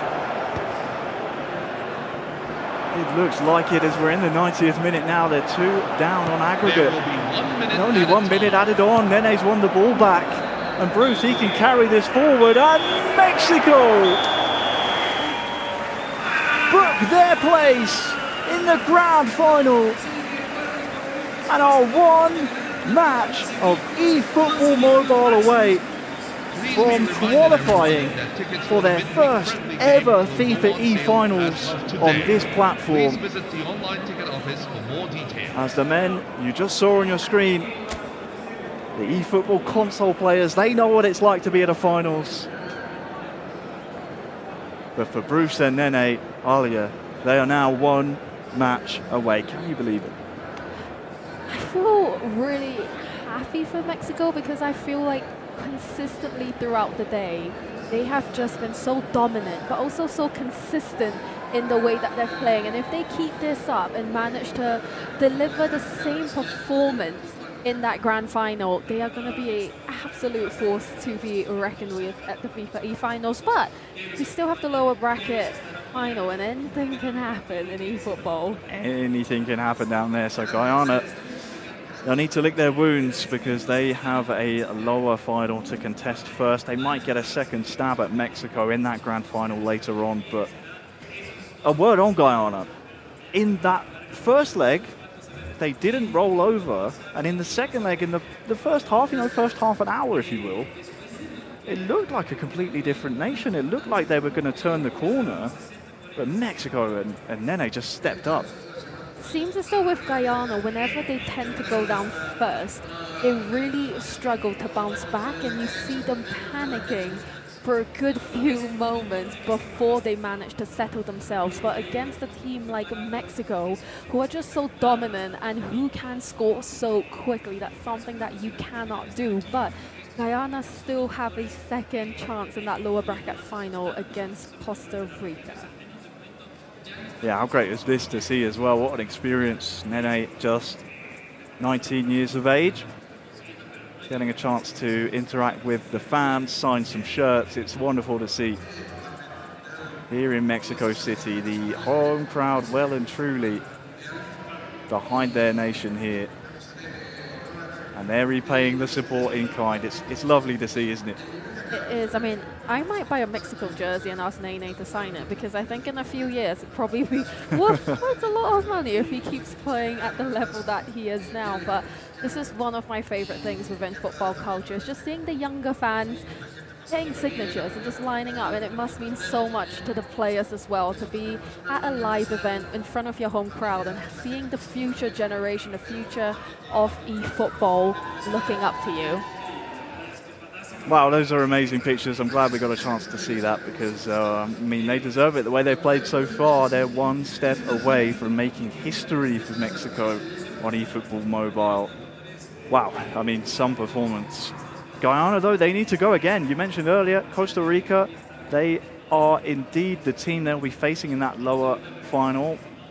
As we look over some of the action we just saw between them and Mexico, what needs to change? Because obviously Costa Rica are a completely different beast, but Guyana, we never really saw the best of them. They were always chasing the game in that winners' final. I think by the looks of it, it almost feels as though Guyana are going into all of their matches today with a scared mentality. They are being very, very defensive from early doors, and I do feel like in the lower bracket now against Costa Rica, this is their last chance, and I would like to see them come out a lot more dominating, because we know how good both of these players are, but so far they're just playing so nervy, and that needs to change. But that might be the pressure of the environment, Harry. Yeah, here's the bracket as it's shaping out thus far. Mexico have survived the scares against Trinidad and Tobago and Guyana, and they will feature in that grand final later on. For Trinidad and Tobago, sadly, we say goodbye to them. They will have to wait another year to make history for themselves and feature at a FIFAe World Cup. Sadly for them, they lose to Costa Rica 4-2. Costa Rica will advance. They found their shooting boots now. And for Guyana, well, are they prepared for what's about to come at them here? I'm not sure. I think with Costa Rica, it's nice to see that they finally turned up. They made it through to the knockouts very, very thinly. We almost saw them go home earlier, but just on Trinidad and Tobago, I think they should be very proud of their performance today, because to be able to walk away from this and say you are top 4 in North America, Central America, and the Caribbean is a huge achievement, and also a massive confidence booster, and hopefully we see them back at the FIFAe finals of the FIFAe World Cup next year. That's a very good point you make earlier. Obviously, Trinidad and Tobago ranked 54th in the world to come to the Continental Championships and upset many higher ranked teams is very impressive indeed. Sadly, we say goodbye to them, but we're going to take a very short break here, because when we come back, we want to be rested. We want to be ready for the lower bracket final between Guyana and Costa Rica. People, do not go anywhere. This is about to be fireworks.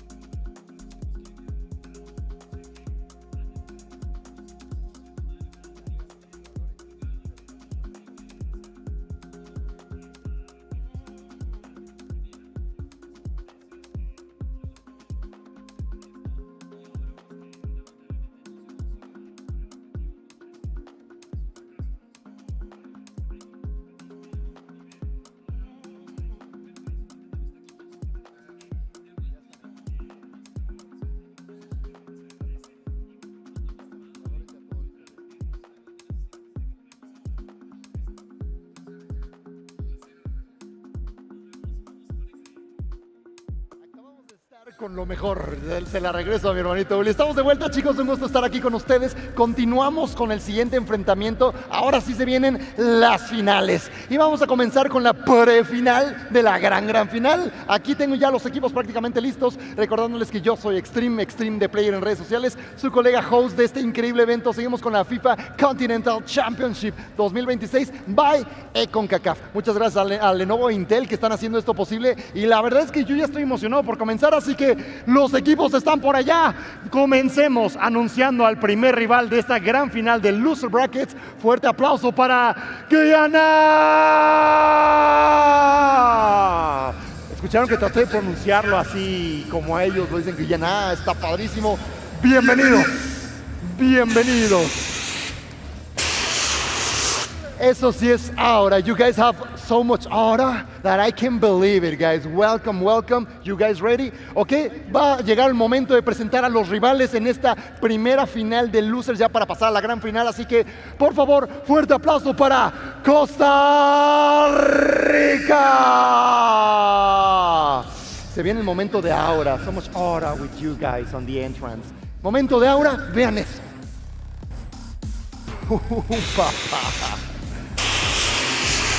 ¿Se podrá pedir más aura en este evento? No creo que sea posible. Bienvenidos, chicos. Welcome, guys. This is your last chance. Última oportunidad. El que gane ahorita pasa a la gran final. If you guys win, go to the great finals. Vamos a comenzar en español. We're going to start in Spanish this time. Así que, chicos, pregunta rápida.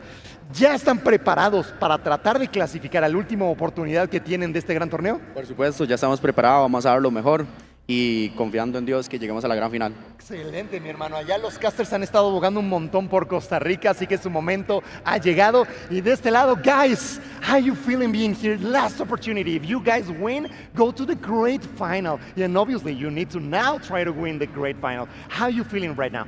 Well, we're feeling great. We are fully prepared, and hopefully we can move to the final. Fully prepared is the word I was looking, the two words I was looking. But you're nervous a little bit? It's normal, but nah. Le pregunté cómo se sentía, estaba nervioso, dijo fully prepared, estoy completamente preparado, dije un poco nervioso.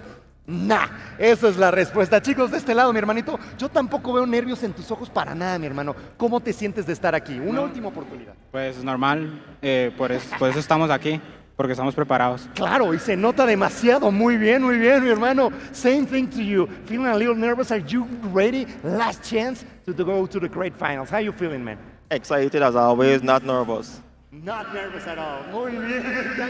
Los 4 jugadores ya contestaron, me estoy preparado, estoy emocionado, me comentaban de este lado, y además, 0 nervios. Coaches, oportunidad, ¿ya tienen la estrategia preparada? ¿Ya hablaron con sus chicos? Sí, claro. Ya tienen todo listo. Está todo listo, ya saben, cada uno sabe lo que tiene que hacer y vamos con todo. Claro, también, por supuesto. Perfecto, mi hermanito, pues mucha suerte, Costa Rica. De este lado, coach, how you feeling? Are you ready? You already talked to your guys? You have your strategy already planned and everything? We're ready and we're grateful and we appreciate this opportunity. We appreciate you guys being here, so good luck. Deseenle mucha suerte a los jugadores, mucha suerte. Do your thing with your hands. Say good luck to your rivals. And I wish you a lot of luck. Mucha suerte a todos, suerte a los equipos. Última oportunidad, el equipo que gane ahorita pasa a la gran final. Y obviamente la última oportunidad de ellos de clasificar a la final del mundo. Fuerte aplauso para estos 2 grandes equipos. Y regresamos con los mejores talentos y voces, además preciosos. Mis colegas casters de este lado ya están preparados. Long old day here, Ali. I don't know how Extreme has kept the energy level up that it has. I mean, it's been such a long day. Guyana and Costa Rica are about to play each other for the 3rd time. I mean, that just says how long it's been. The first time they met in the groups, it finished 1-1. They met probably only about an hour ago in the upper bracket, which Guyana won 1-0 on aggregate. And now for the 3rd time, we see them again, except this time, one nation's going home. Yeah, I was going to say, it is very much the last chance saloon for both of these sides. Again, Guyana just coming off the back of being on the live stream. Mexico awaiting the winner of this game in the grand final here. And you got to feel that maybe Ghana maybe have the slight edge here, given the fact they've only just been on stage, so they're probably more used to it. And like you say, Costa Rica kind of almost in the shadows a little bit, very much just like waiting for their time to come back to shine. Indeed, but I mean, Guyana are coming off the back of a loss, whereas Costa Rica are coming off a win against Trinidad and Tobago. So even though they weren't on the main stage, they were on our B stream that you could have watched on FIFA.gg. But this is a game where we are now starting to feel a lot of the pressure. We felt it all day, but this is the moment. It's the business end. This is it. This is literally it. There's nothing to lose now. Yeah, I mean, at no point now do I want to see 5 backs. I don't want to see defensive. I want, like, all out, blood and guts. Let's just go attacking and let's just go for it. But I know full well, Alia, as much as you do, that it'll probably be cagey 0-0s now that we've asked for that. I said there was nothing to lose. In fact, I correct myself. There is everything to lose. Whoever doesn't win this match goes home. They don't have a fighting chance anymore after this game to make it to the FIFA E finals. And like you said, Mexico's waiting, and they'll be in the crowd keeping a keen eye on this matchup. They will indeed. I mean, they've been imperious today. They have been everything that we've expected from a host nation. They have themselves a big opportunity. Of course, reminder, only one team goes through on mobile from the North, Central America and Caribbean region. And again, it's going to be one of 3. It's either going to be Mexico, it's going to be Guyana, or it's going to be Costa Rica. I know where I would be putting my chips if I was looking at things. But again, as I've said so many times earlier, if we played it on paper, we wouldn't even bother playing. No, we wouldn't. And I mean, looking at both of these nations, with the way that the games have currently gone, we know how dominant Guyana can be. But sadly, for some reason, they've just been playing quite defensive today, Wes. And I hope now in this lower bracket second match, we see them actually come out and just start attacking, because we know that is exactly what Costa Rica are going to do. Yeah, and we heard it earlier on with some of the on-stage interviews with Costa Rica, is that they were a bit disappointed with the way that they played, and they felt as though they'd made some mistakes and they were going to right those wrongs. They certainly have done. They've got themselves into a really good position here. It's just a case of whether they can finish off. Now, Guyana, interestingly, looking at that very quickly before it flew to Costa Rica, saw Vitinha and saw Alexander Sorloth, who, again, some of these players we don't normally see. I mean, Costa Rica playing Hiroki Ito at the centre-back position, Nuno Mendes at left-back. There's a lot of good players there that actually we very rarely see at this level of eFootball, and that's the beauty of the draft system, really, isn't it? Yeah, and I was going to say as well, what I like about this matchup is it's 2 teams trusting the players that they want. They're not going based off what's popular, what everyone else is using. They're just using players that they know they'll like, and that makes this matchup so much more exciting. And like you said, the draft, especially with Phase 4 and the players that they chose, could completely flip this game on its head. Yeah, absolutely it could. Looks like both teams are just getting into those zones. Costa Rica's coach with final instructions to his charges in front of him. And what a game this is going to be. As Harry alluded to, will be fireworks, and we feel like it may just be. Guyana in the yellow from left to right, and Costa Rica in the red from right to left. You've got to feel, Alia, that first goal here would be absolutely pivotal for your aspirations to end up in the grand final. It will be, and we saw when Guyana were just playing Mexico, whenever they went a goal down is when they really struggle. But will they go a goal down again here today? Definitely trying to go 1-0 up first here, Wes. Yeah, they're trying to just pose those questions early. The earlier you can put a seed of doubt into your opponent, the better it is for, certainly for your own teams. A long ball goes down the line, and Beckham can't quite keep that one in, goes out for a goal kick. But again, in this mobile phase, I was explaining to some of the Spanish-speaking streamers whilst yourself and Harry were calling the last game between Mexico and Guyana. It's just how quick mobile goes. They weren't aware of just how quick it goes. They thought, oh, these games are rather quick. And I was like, well, no, this is eFootball Mobile. It's exactly where the pace lives. It was like me last year, the first time I commentated on mobile. I think I was doing it with you, and I was like, Wes, why is the game moving so quickly? Is something wrong? Well, I was going to say, the game time moves as quickly as do the players on the field. And 15 minutes gone, it's that feeling out process, Adi, that we know all too well within eFootball esports, as Costa Rica have an opportunity to drive forward now. They've driven forward through midfield, double touch there, and an attempt of a stunning strike, but they've won it back in transition. Stunning strike, a goal, it's just wide of the post. That's the first big opportunity for Costa Rica. And nearly a huge, costly mistake for Guyana. They're very, very lucky that ball went just wide off the post. Costa Rica here with a corner. Whereas, and we have seen, they are pretty it went out for a goal kick instead. I stand corrected. It's been a long day, Ali. You'll be forgiven for thinking it was going out for a corner. Goal kick is forward now for Guyana. And again, 20 so minutes gone. These minutes will tick down. Wide, but evades everybody. I just get the feeling, I don't know why, but I get the feeling that this game, the first game is almost destined to finish 0-0 to set up that really nervy second game. But you know, looking at it at the moment, Costa Rica seems to be growing into this. I mean, the first game they met did finish 0-0 in leg one, well defended there by Guyana, but it finished 0-0 in the first leg, with Guyana managing to pull away in the second leg with a narrow 1-0 draw. Christian, they're finding J.R. Boss, decides to twist and turn with the ball, taking his time, but maybe took too much time there as Costa Rica back in possession. Yeah, you can't let a defence get set in eFootball. Long ball forward, looking for the second ball. Run back by Guyana. Just want it on the halfway line. They try and prod it over halfway. Costa Rica are pretty good recycling in midfield. They managed to get it back underneath themselves. May King and Lexham just trying to find those pockets of space. They found one on the left-hand side now. They'll try and charge down the left-hand side. We'll get a ball into the box, but it's going to always go out of play for a goal kick.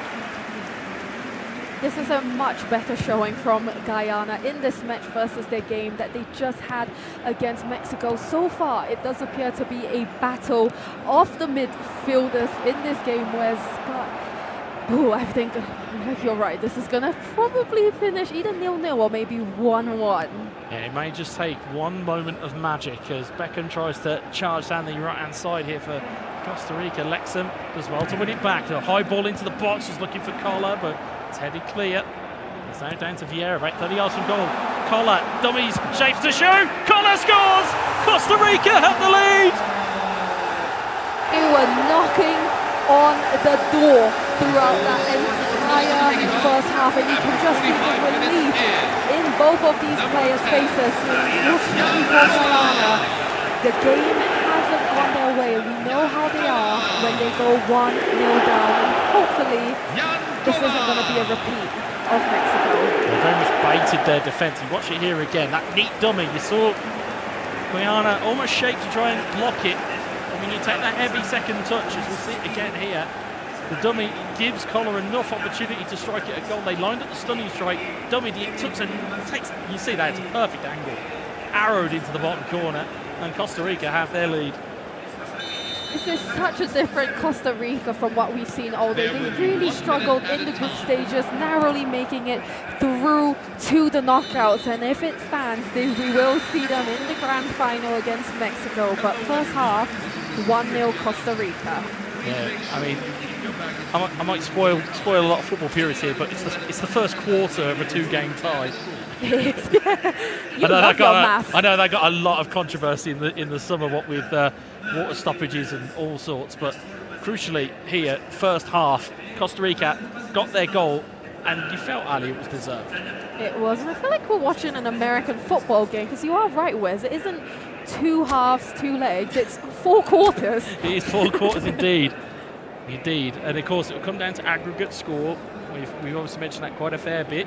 Come down to aggregate score. If it's level after aggregate score, the dreaded golden goal will be awaiting these two sides. As it stands at the moment, Costa Rica have their lead. As we see here, again, we talk about players that we don't normally see.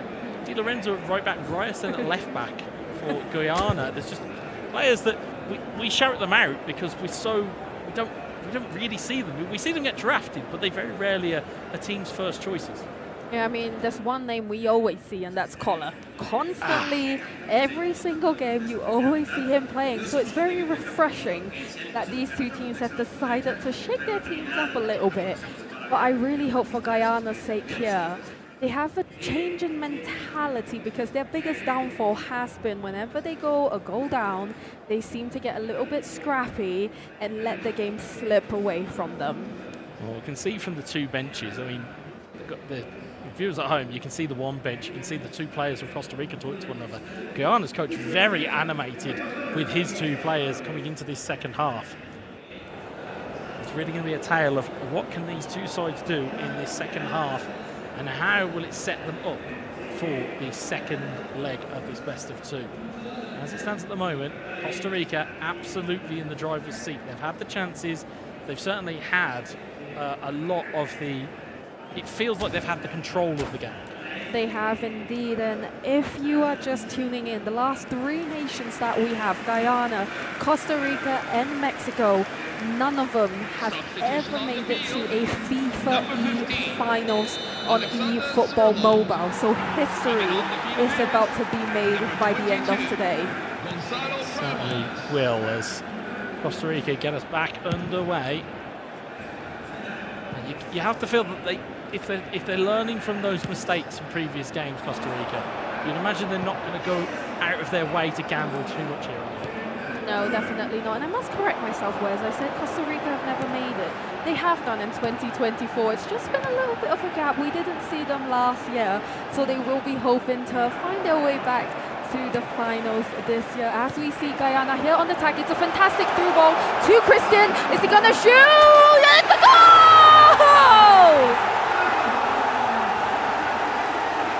Guyana make it 1-1 against Costa Rica, but there seems to be something's going on here. We're not sure what.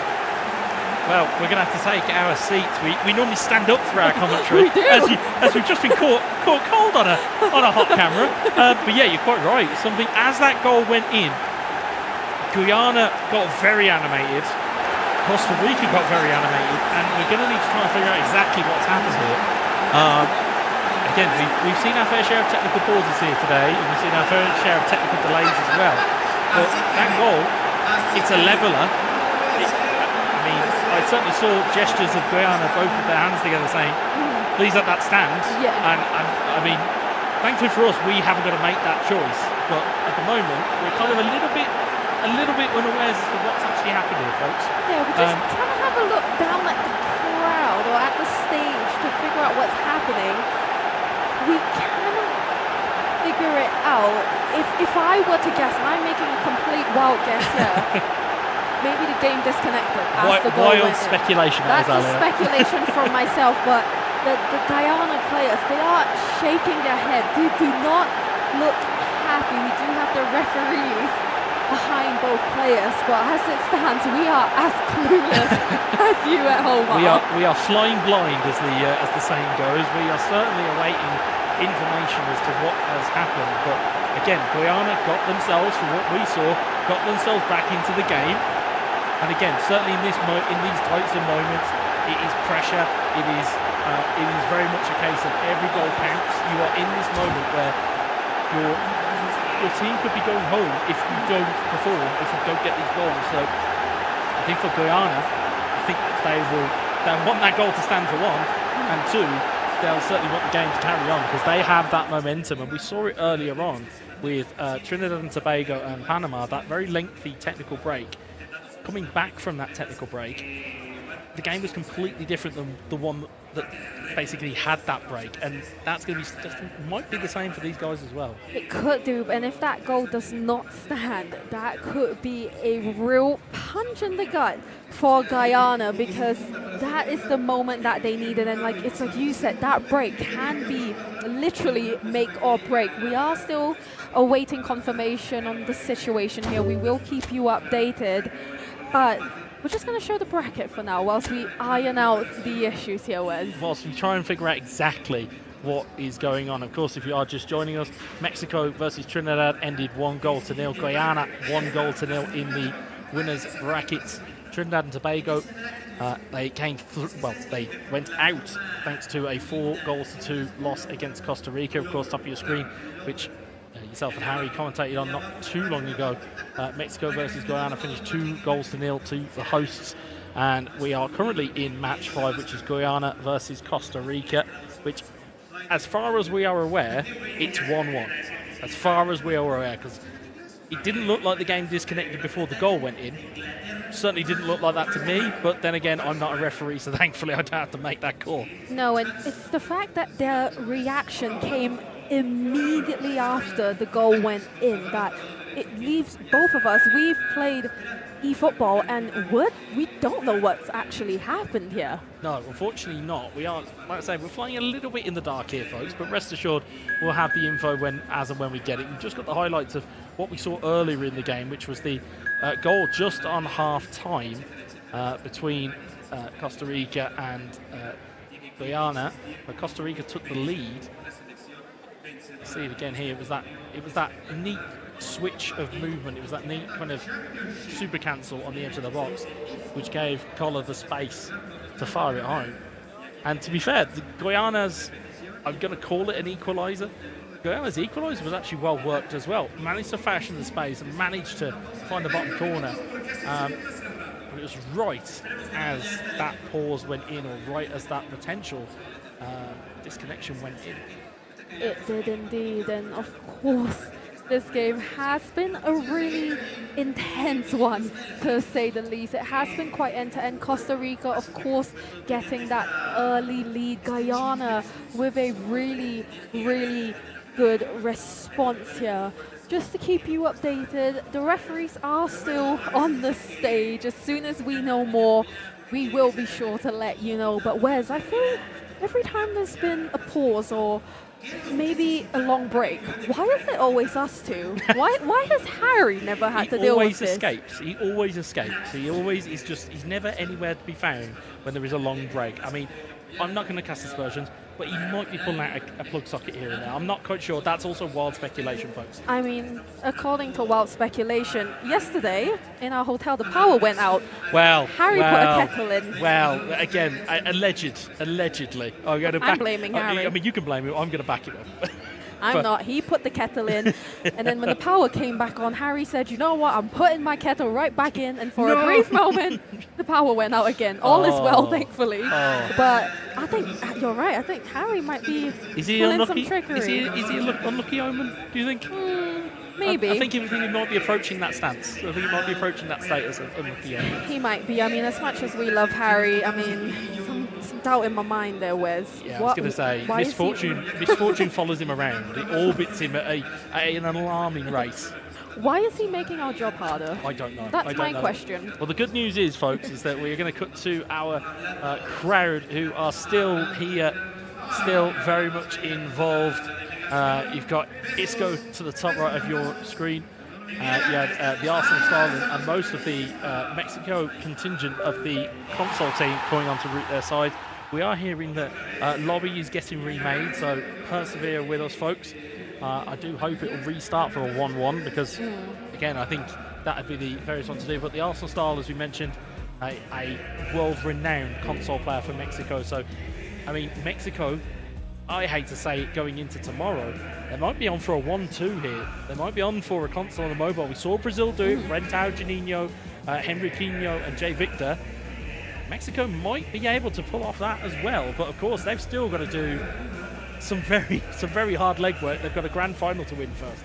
I mean, we saw Brazil do the full sweep. They won eFootball console, then won eFootball mobile, then they also won Rocket League. So I'm sure Mexico will be looking to do the exact same thing here today. Just one thing there's no doubt in my mind is how supportive the Mexican fans have been today. But I do want to know, I asked Harry this, where has Ken gone? Where's their mascot? He's probably got delayed. He's probably got delayed coming through the crowd of people that, I mean, I had to navigate through that queue earlier, and it's a lot of people here, folks. I mean, I got speaking to the Spanish-speaking commentators that are just next door to us, whilst you guys were commentating the winners' final, and you know, much like we heard in Rio, football over here it's a different beast. It's their sports. Everybody has got a fanatical fandom about anything, be it sports, e-sport, life in general. They seem to just have a verve for life, and it's great to have that type of response because, again, when it comes to things like this, where esports, so in some sections might not necessarily be something that everybody kind of gets, but everybody gets a Mexican badge, everybody gets a Guyanian badge, everyone gets a Costa Rican badge. Everyone understands it when it's national. It does indeed. And ladies and gentlemen, whilst we wait for this game to kick back up again, we're going to take a little bit of a breather because our hearts have been racing, but we'll see you back here very shortly.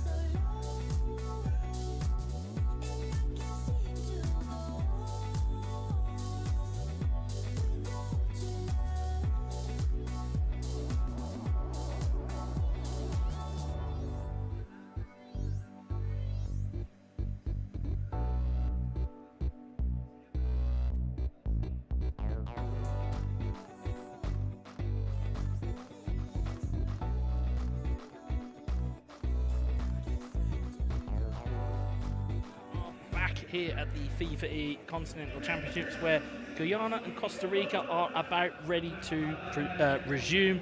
Alia, I'm sure the burning question for you is, does the Guyana goal stand or not? I have the answer for you.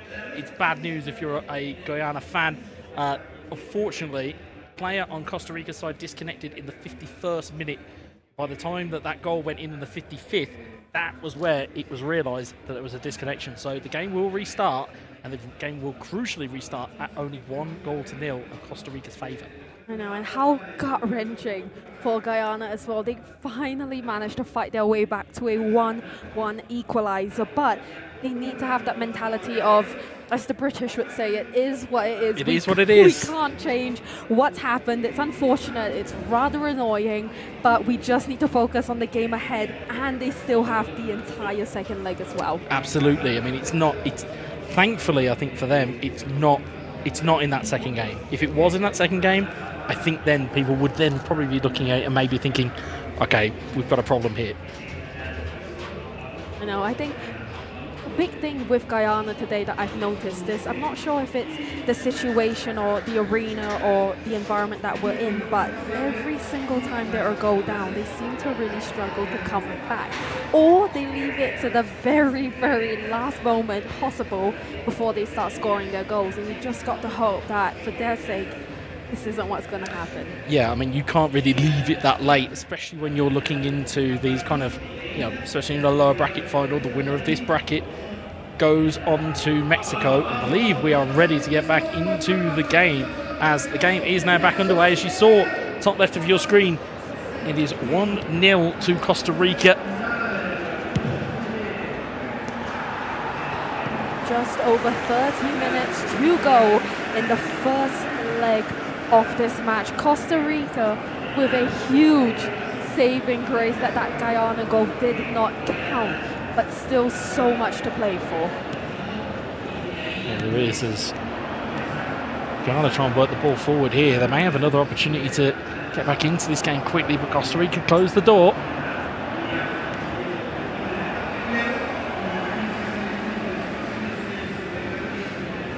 Guyana here, they do seem to be getting visibly frustrated that things aren't going their way, but I need them to focus, I need them to calm down and remember there is still so much eFootball to play, but they are doing pretty well at maintaining possession, or at least fighting for it back.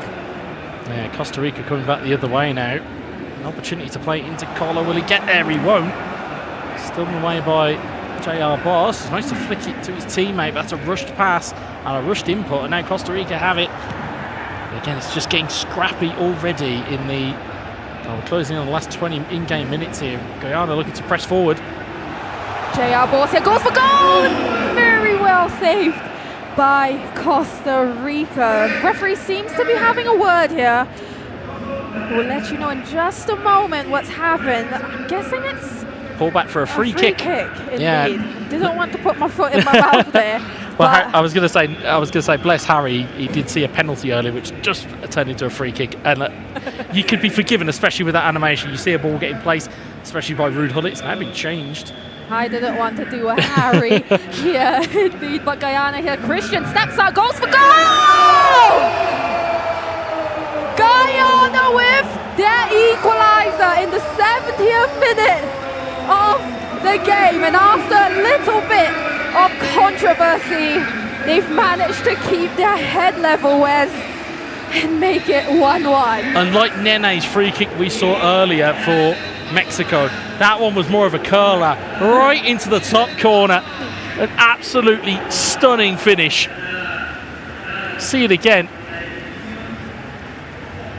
What a strike that was.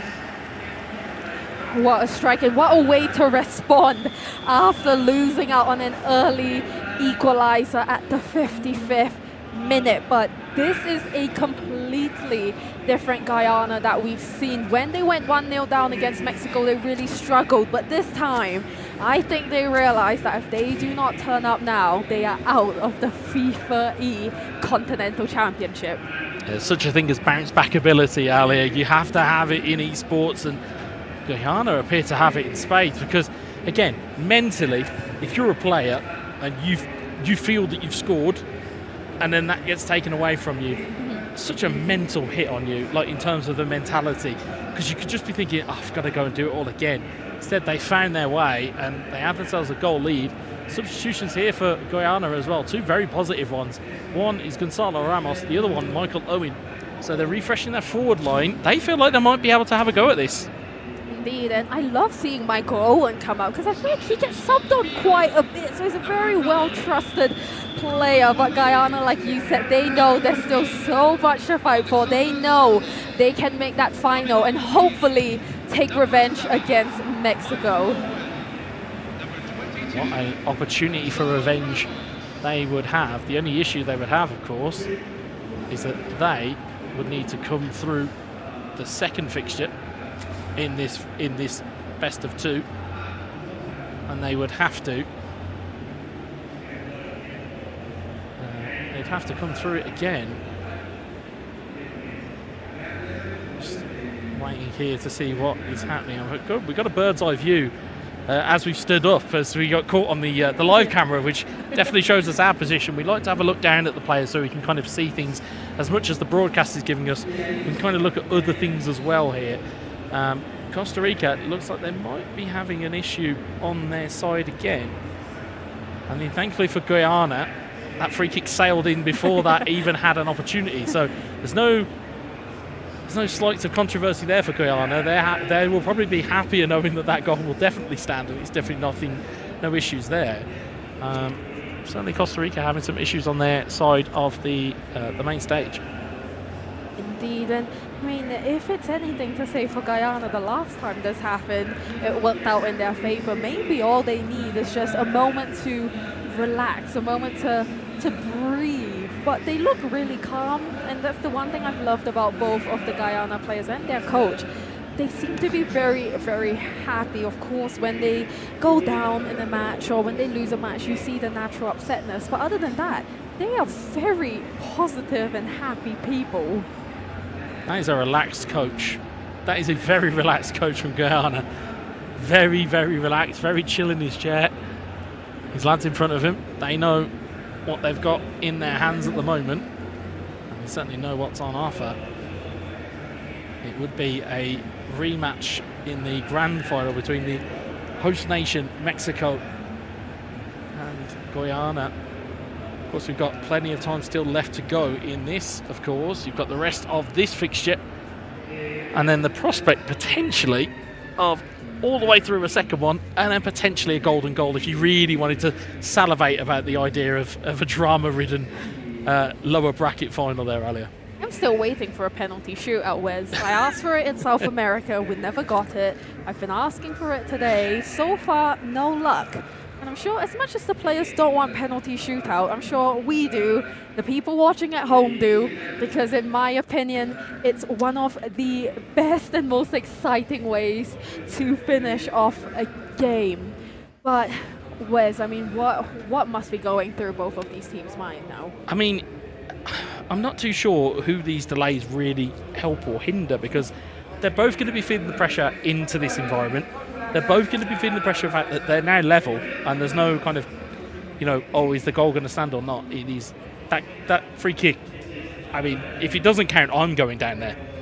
But I think we look like we might be heading to another break here. So, folks, please stay with us. We will be back shortly after we get this all resolved and straightened out.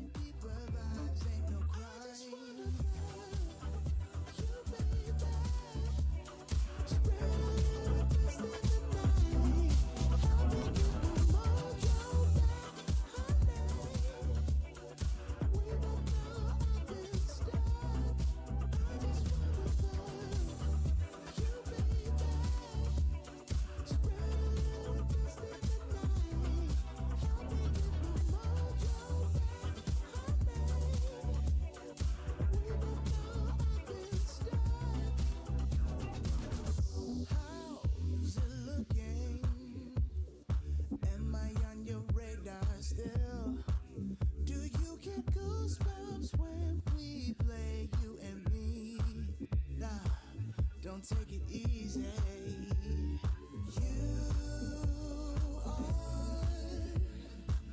every man's dream. Find this woman that I've seen. Take your time down the line. Beat the vibes, ain't no crime. I just wanna love you, baby. Spread a little distance tonight.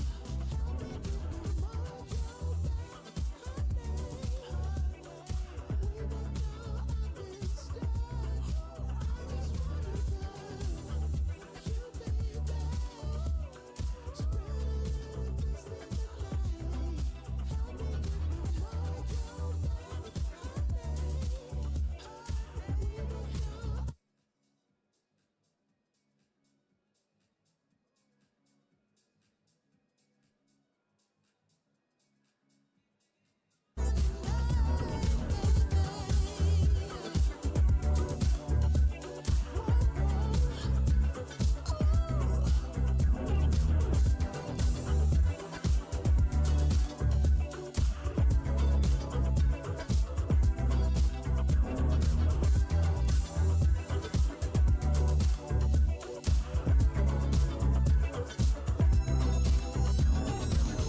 tonight. Help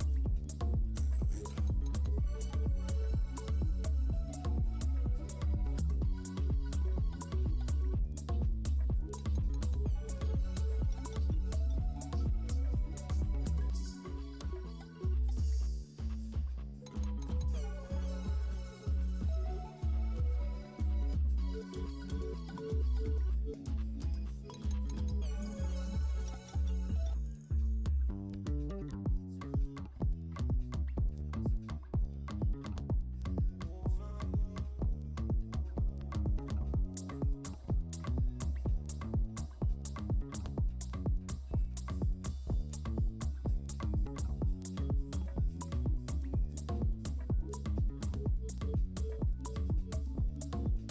mojo back, honey.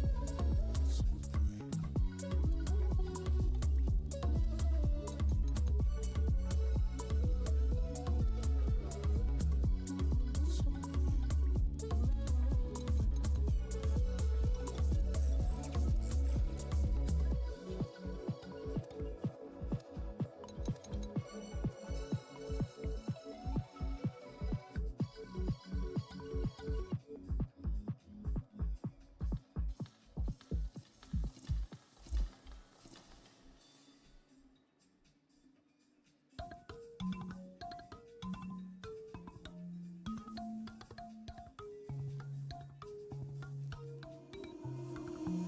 You say you only wanna be best friends. I just wanna be a damn girlfriend. What I gotta do to make you face the truth? You didn't act like a friend that night. Maybe that's why it felt so right. Do I really need to spell it out for you? So why you trying to hide your curiosity? When I know you call my name out in your sleep. Tell me, friend, can't you see you're in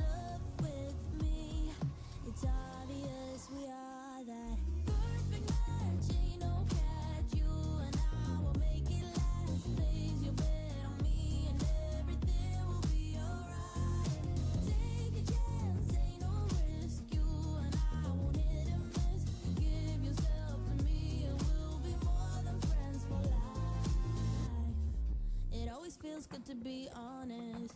Can't you admit that you want this? Everybody knows it except for you. When you're lying there on your deathbed, you will regret you kept quiet. Also not telling me straight up, ooh. So why you trying to hide your curiosity? When I know you call my name out in your sleep. Tell me, friend, can't you see you're in love with me? It's obvious we are that perfect match. Ain't no catch. You and I will make it last. Place your bet on me and everything will be alright. Take a chance, ain't no risk. You and I won't hit and miss. Give yourself to me and we'll be more than friends for life. So, what's it gonna be? You gotta give me something. What's it gonna be? Are we gonna do this or not? I really need to know if you're in or out. You don't have to say the words, just look in my eyes. Tell me, friend, oh, can't you see what you mean to me? It's obvious we are that perfect match. Ain't no catch. You and I will make it last. Place your bet on me and everything will be alright. Take a chance, ain't no risk. You and I won't hit and miss. Give yourself to me and we'll be more than friends for life.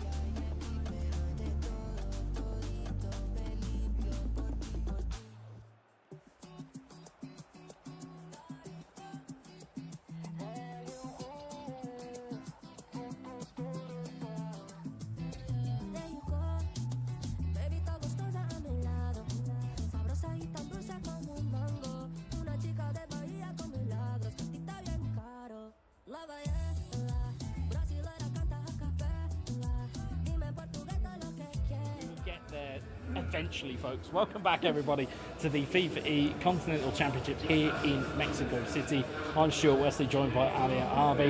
Where we left it, it was 1 apiece between Guyana and Costa Rica. Again, we are 2 technical pauses deep into this fixture, but fingers crossed we'll see a conclusion coming up. But it's been a very tight game between these two.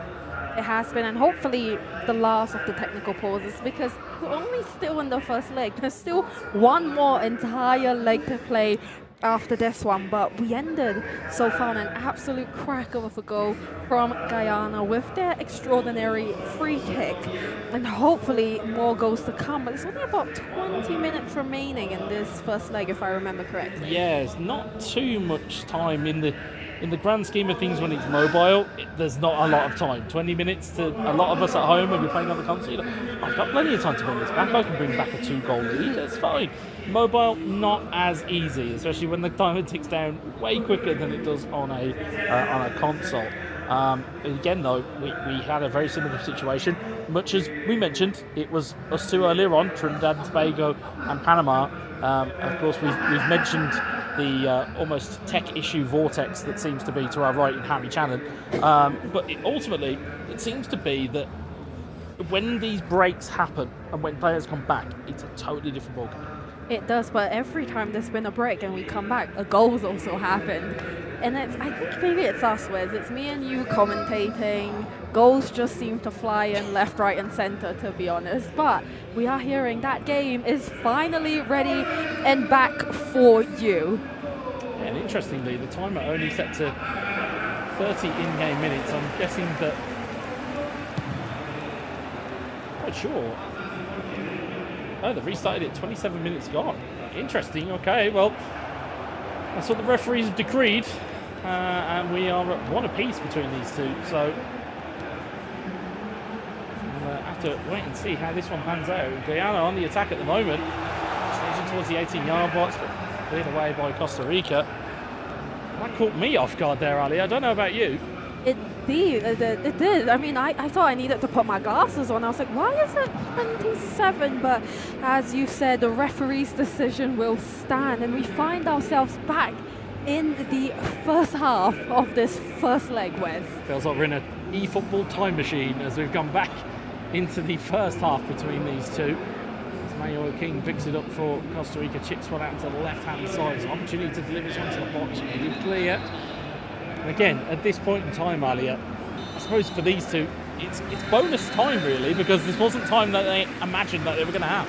No, I mean they've been gifted about 50 extra minutes of time, but we are hearing that this potentially might be the end of the match, but we will give you confirmation of that. I believe I just heard that in my ears as well. It wasn't just your imagination, Ali. I believe that was the referee's call, was to just play out the first half rather than play all the way through. So that is the end of the first game between these two. So it is a goal apiece, so that is the critical bit for everybody to really keep hold of.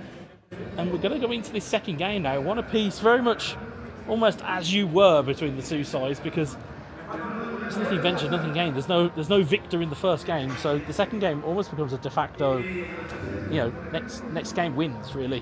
If whoever wins this game goes through and takes it through to playing Mexico in the grand final. It does, and we of course must thank you for all your patience so far with the first leg of this match. Unfortunately, like Wes was saying earlier on, when you do these live events, many things can happen, but a huge shout out to our production team and the guys on the ground for dealing with it so well, and especially the players, because it can be very off-putting, but these things happen, Wes. Yeah, and it's the ghost in the machine, the gremlins, whatever you want to call it. These are these perils of LAN events. As I was speaking to the Spanish Supercasters next door, and their experiences is that LAN events, they never really go always absolutely perfect. There's always something that maybe goes amiss. We'll take a quick look at the highlights that we have. That was the opener for Costa Rica. It feels very much like an age ago that we saw that one go in.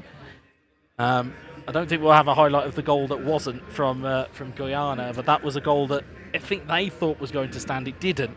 And then when they came back from that pause, or the technical pause, they unleashed a brilliant goal. But again, to open the scoring, though, Costa Rica found that opportunity and made it pay. And they did, and as you said, Wes, as well, 1-1 going into the second leg. Essentially, in my opinion, whenever it's equal going to the second leg, there's so much more to play for, because you know that one goal could be the goal that decides who makes it through to the grand final and will come up against Mexico. But what a first half and first leg this was. This was the fantastic free kick scored by Guyana as they erupted in their side of the stands, coming in at the 70th minute here, Wes. But, I mean, so well deserved, I think, for Guyana as well. Yeah, I think so. For the industry they showed, I think that was a deserved goal. Certainly their coach absolutely delighted with it.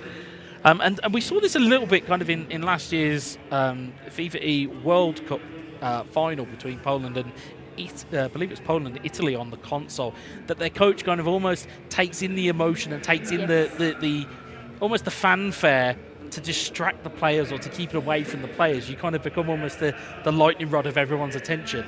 And I feel like there's a little bit of that with Guyana's coach. Yeah, and I forgot about that moment as well from last year, so thank you for reminding us. I'm a catalogue of what feels like sometimes useful, sometimes useless information. You've got a library in your brain, it's in there somewhere. It's in there somewhere. But no, it's a very good point. I think sometimes in situations like this, the crowds can get very, very vocal. They can get very loud. And if you're not used to it, it's something that you can easily crumble under because of the pressure. But their coach is doing a fantastic job of taking the attention away from their players and saying, just look at me, forget about the players, there's nothing to worry about. Yeah, I mean, we saw it a lot in Rio with Brazil. They had their home team advantage. They had a home crowd. They had their mascot, the canary, who was everybody's best friend. Unfortunately, we haven't seen King reappear, which is slightly disappointing from Mexico's standpoint, but still, his presence was felt. The energy that I felt when Mexico scored that last-minute winner, Nene's free kick, it was just like a swell. It was just like a sudden shock where everybody was on their feet, and it can just take you out of those moments. And I think Guyana, if Guyana can get through, they've got to somehow master that cauldron, because in a grand final, it's going to be a whole lot worse than just a winner's bracket final. It is, and you mentioned that Mexico goal. I was off camera eating a pizza, and I'll be honest, it nearly went flying into the stage, but luckily I managed to catch it. But it just goes to show how quickly things can change in this esport. Within a few minutes, it can completely flip on its head. We've seen it throughout the day in the group stages, the table completely flipping here. But Wes, we go into our second leg, one apiece. What do you think of their teams? I mean, looking at their lineup, you look at three Brazilians that are always going to be of attention: Neymar, Romario, Pele. Interestingly, though, Guyana slightly switching tactic. Kaká on the right, Vitinha obviously still there. Filippo Inzaghi being chosen there. I mean, momentarily it was Ousmane Dembele, so maybe they've had a slight tinker there. You got William Saliba at centre-back as well. There's a lot of players there that, again, we don't normally see a lot of, and it's always good to see them get into these lineups, because they sometimes go deep into the draft, they sometimes go into phase 3, and sometimes they don't feature. And more often than not, I would be, just to remind some nations out there, the players you pick up in P3 can actually be of real damage and can do you some real help in moments like this, where you're going, okay, what have I got that people aren't used to? Where is my Benjamin Sesko? Where is my Julian Alvarez? Where are my players who people aren't used to playing? As an example, Chris Tunn, one of our broadcast colleagues, loves the fact that when he sees Dan Burn as a selection, where's Dan Burn? Where are these players that we're not used to seeing? But it's true. It can catch players out and catch teams out, as we are back and underway between these two sides. Here we go, as at the end of this 90 minutes, we will potentially see one of these nations going home unless we take this match to golden goal. An early attack from Costa Rica doesn't deliver or give anything here, but I mean, Wes, I don't know what to expect. I want to know who goes through. I mean, I feel as pressure enough as you do. There's a pause here. feel as though these technical gremlins are not going to plague us, are not going to stop plaguing us. Someone out there doesn't want to see this game end with. They don't want this tournament to end. I feel like we kicked off this game an hour ago. It very much feels like it. I mean, I think that's going to be the third technical pause. I would say thankfully for both sides and for the viewers at home, it wasn't too far into the game. So it's not. I don't think we've got to go to a break. I think it's just a case of get everyone back into the game and let's try again. It wouldn't surprise me if they just restart from zero. Yeah, I wouldn't. I would not be surprised. 5 minutes. We can forget. There was 5 minutes. There was no goals. There's no chances. It's fine. No.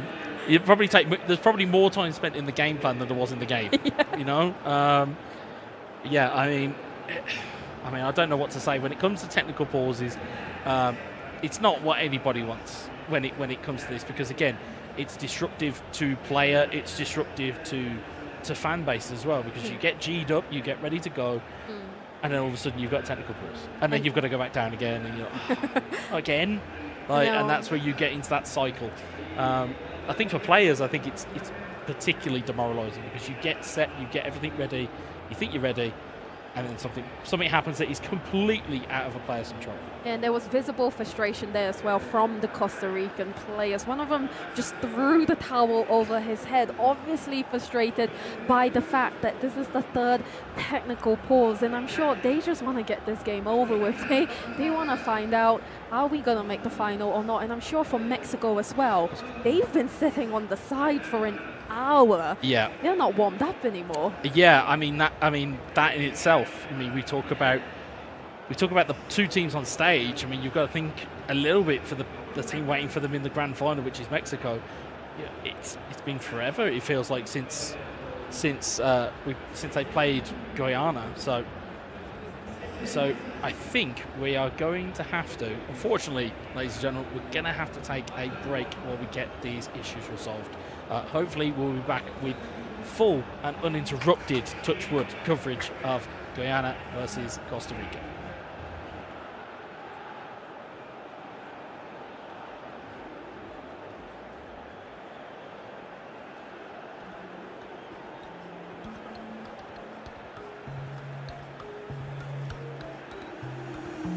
You say you only wanna be best friends. I just wanna be a damn girlfriend. What I gotta do to make you face the truth? You didn't act like a friend that night. Maybe that's why it felt so right. Do I really need to spell it out for you? So why you trying to hide your curiosity? When I know you call my name out in your sleep. Tell me, friend, can't you see you're in love with me? It's obvious we are that perfect match. Ain't no catch, you and I will make it last. Place your bet on me and everything will be alright. Take a chance, ain't no risk. You and I won't hit and miss. Give yourself to me and we'll be more than friends for life. It always feels good to be honest. Can't you admit that you want this? Everybody knows it except for you. When you're lying there on your deathbed, you will regret you kept quiet. Also not telling me straight up, ooh. So why you trying to hide your curiosity? When I know you call my name out in your sleep. Tell me, friend, can't you see you're in love with me? It's obvious we are that perfect match. Ain't no catch, you and I will make it last. Place your bet on me and everything will be alright. Take a chance, ain't no risk. You and I won't hit and miss. Give yourself to me and we'll be more than friends for life. So, what's it gonna be? You gotta give me something. What's it gonna be? Are we gonna do this or not? I really need to know if you're in or out. You don't have to say the words, just look in my eyes. Tell me, friend, oh, can't you see what you mean to me. It's obvious we are that perfect match, ain't no catch. You and I will make it last. Place your bet on me and everything will be alright. Take a chance, ain't no risk. You and I won't hit and miss. Give yourself to me and we'll be more than friends for life.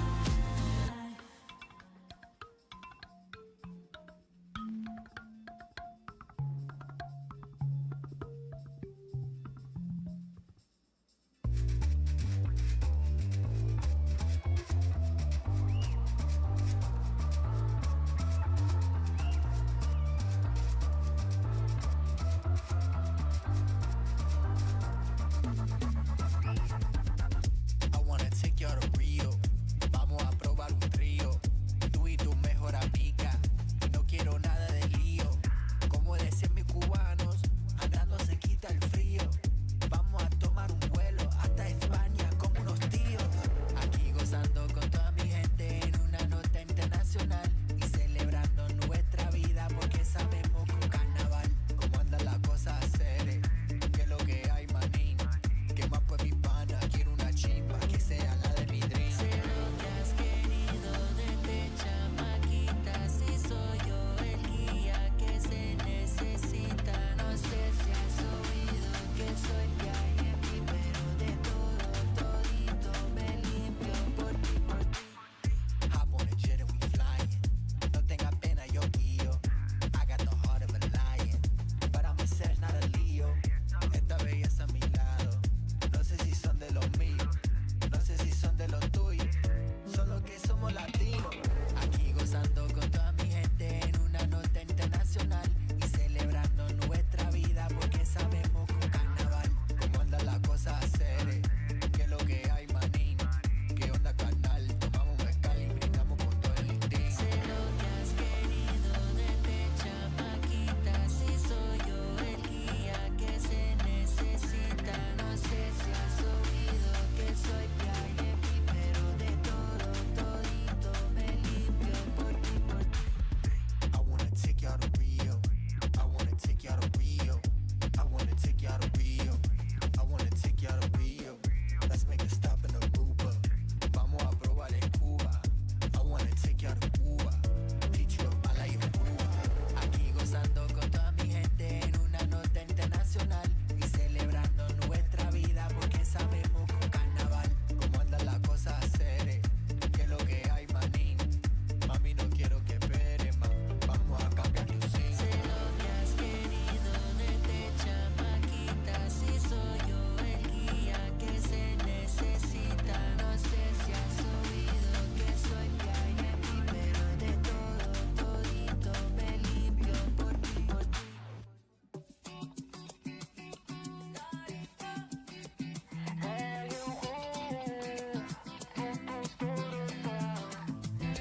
There you go. Baby, está gustosa a mi lado. Sabrosa y tan dulce como un mango. Una chica de Bahía con milagros. Cantita bien caro. La ballena, brasilera canta a capela. Dime en portugués todo lo que quieras. Yo te llego en cualquier manera. Semi-automatic. Shoot my shot in verse until I had it. Pajama, she was cinematic. Speak to me in tongues like a fanatic. Yeah, she a fan of. Le gusta bien caro. En un Ferrari bien caro. Con mucho clase caro. Con un estilo bien caro. Me gusta bien caro. En lencería bien caro.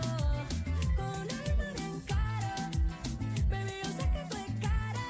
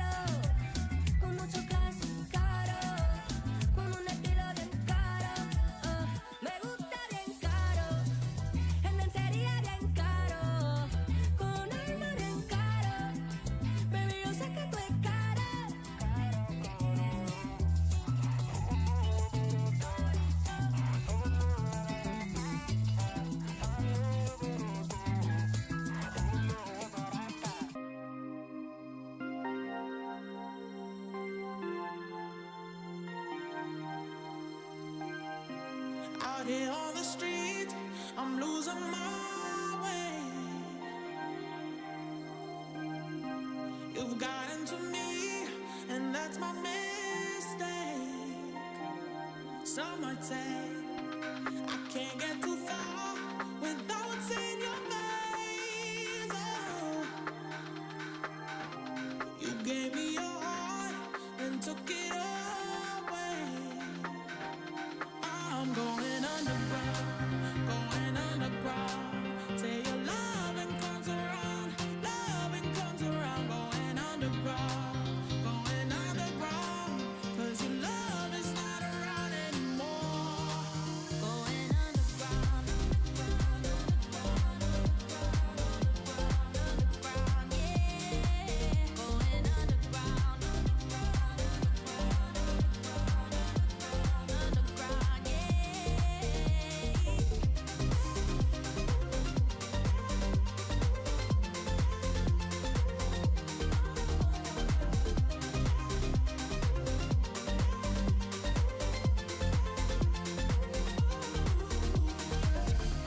I hide in the dark, nowhere to be found.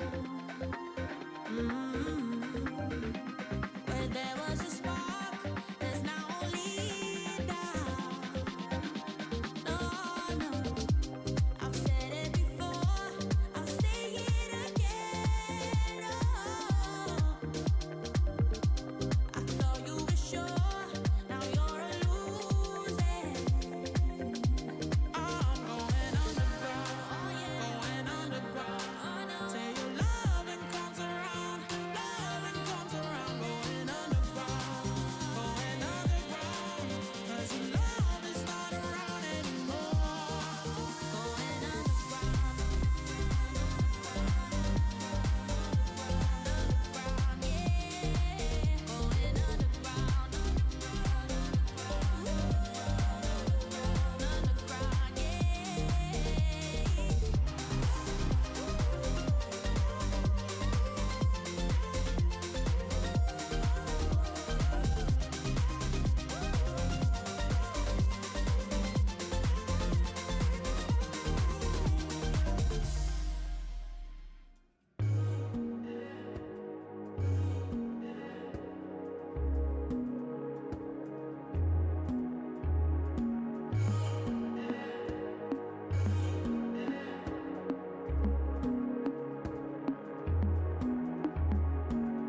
Sugar sweet, repeat, repeat.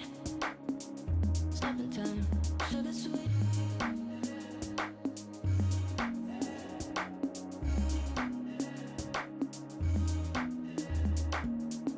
How you blow, how you nose, feel your love, I feel your touch. Sugar sweet.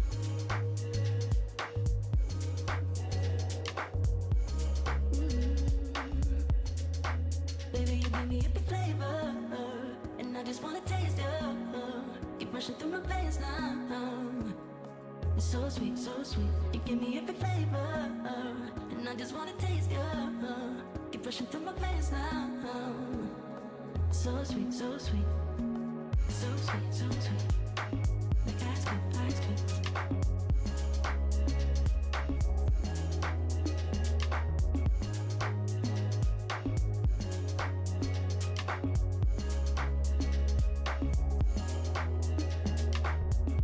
Easy love, wake me up. This paradise, so we never stop. The sugar sweet.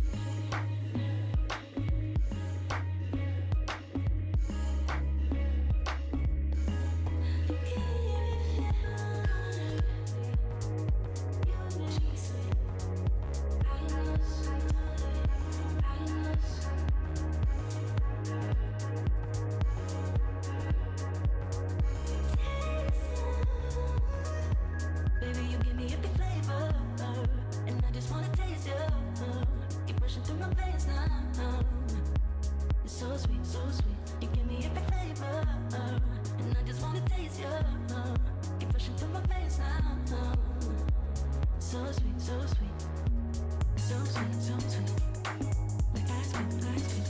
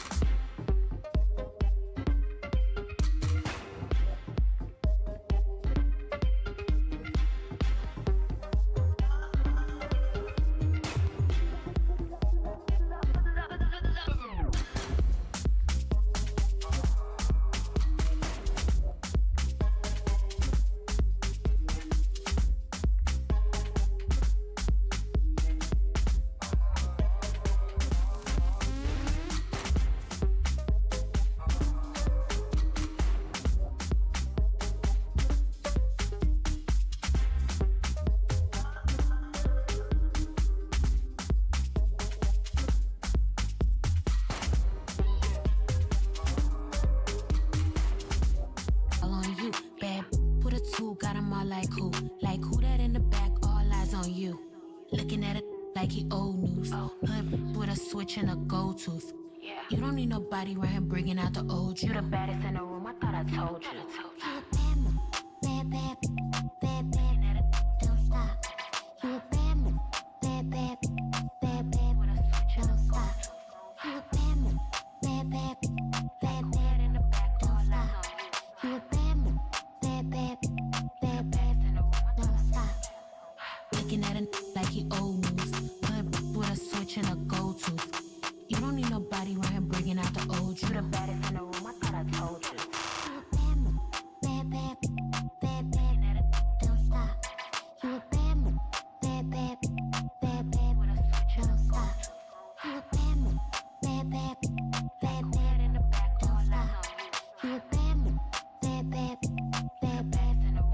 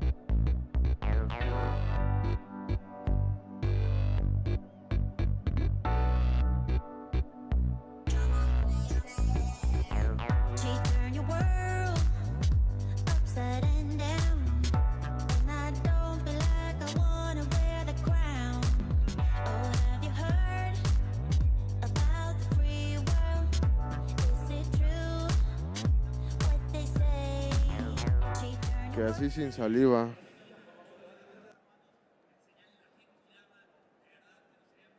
Ya los abriste, ¿verdad, gordito? Aquí. Hazard, Vitinha, Vieira, Saliba, some really good players in there. And again, I think for Guyana, I think we're keeping it as it is. I think Costa Rica are just starting to maybe switch those tiny players and personnel. Yeah, indeed. And what's interesting as well is during that break is us watching on both sides of the team. Costa Rica seemed to be getting a lot more restless. Guyana, they were as chill as a cucumber, I think they were doing tornadoes in their chairs at one point. They were very much ready to just get going. But yeah, thankfully technical issues resolved. But I think if I was still playing and if I was a player in this instance and I was having technical issues on my side, I think I'd very much be like Costa Rica and be very almost annoyed that these things are happening. You just want to get the game done. Yeah, but I think hopefully we'd see with Guyana, them being so positive, that might work out in their favor because the coach was just talking to them, he was making them laugh, he was essentially taking their mind off what happened. But we are now finally back with our second leg. Costa Rica, Guyana, 1-1 on aggregate, and whoever wins this match will take on Mexico in the grand final. It will be a tense one between these two. As Costa Rica recover the ball, they have an opportunity to get to the box, but good challenge by Guyana. Just get the ball away, and again, it just stands to our thoughts here, Ali, is who's going to come out of this break the better. Looks like it might be Guyana here, tries to shoot, but well defended by Costa Rica. However, they have won themselves a corner, a little bit of disagreement. How animated they are in the bottom corner, bottom of your screen. Two players almost very much verbally jousting with one another, going, no, I wanted to score. No, I wanted to score. Unfortunately, though, neither one of them have done so for their side, but they have won their team a corner. J.R. Boss looking for Christian if he can find it in the box. Delivery is short, though. Stunning cross into the box, looking towards the back post. Header goes wide from J.R. Boss. Again, early sighter for Guyana. Opening 10 minutes. And correct me if I'm wrong, Wes, but I believe Costa Rica in the first leg had headphones on. It looked like they've taken them off, and both teams are now playing headphoneless. Again, pressure and things happening certainly can rattle a player. You certainly then trying to figure out what you're going to do next.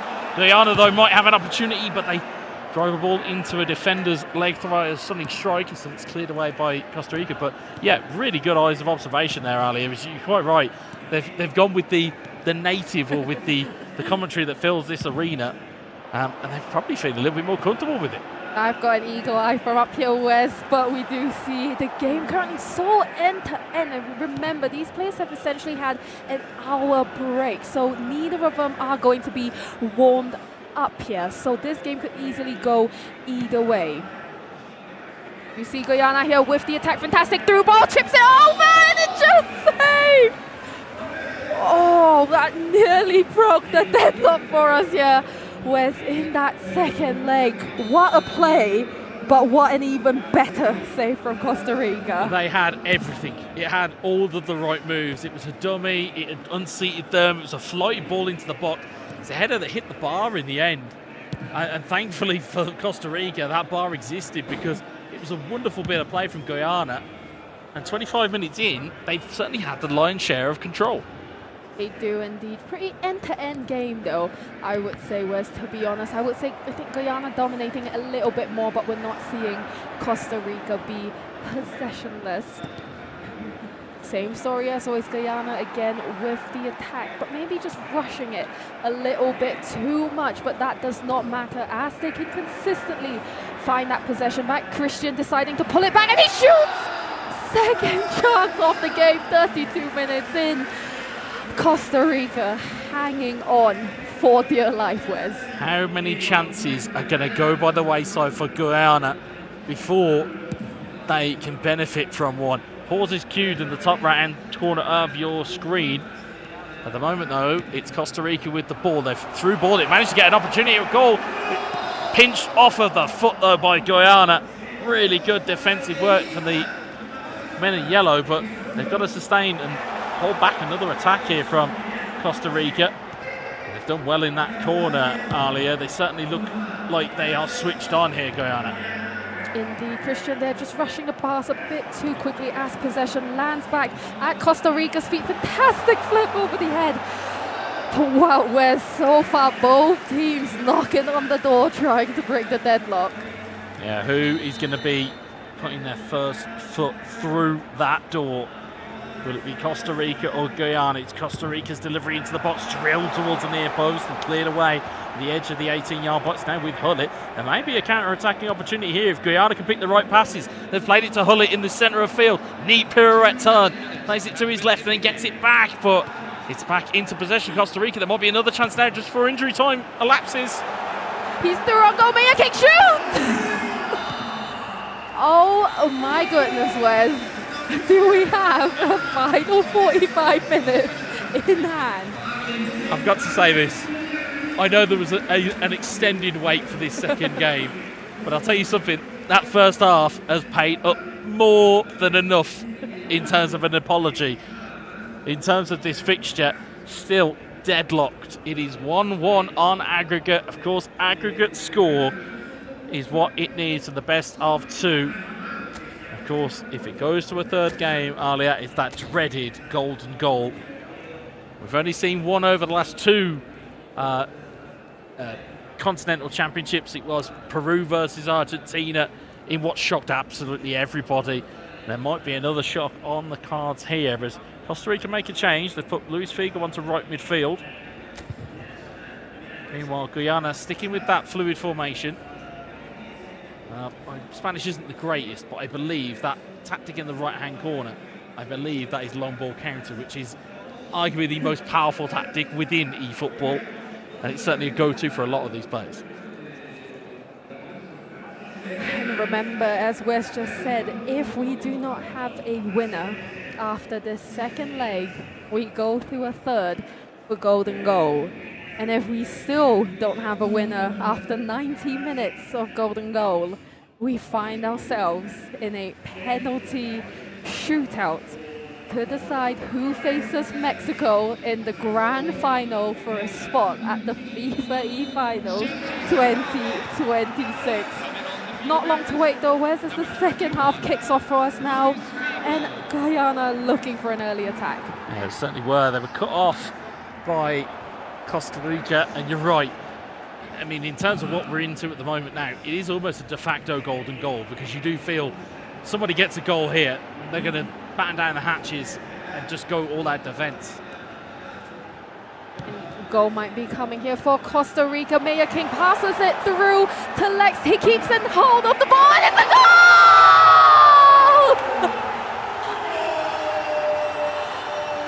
Costa Rica, the first nation to break the deadlock and make it 2-1 on aggregate with just half an hour to go.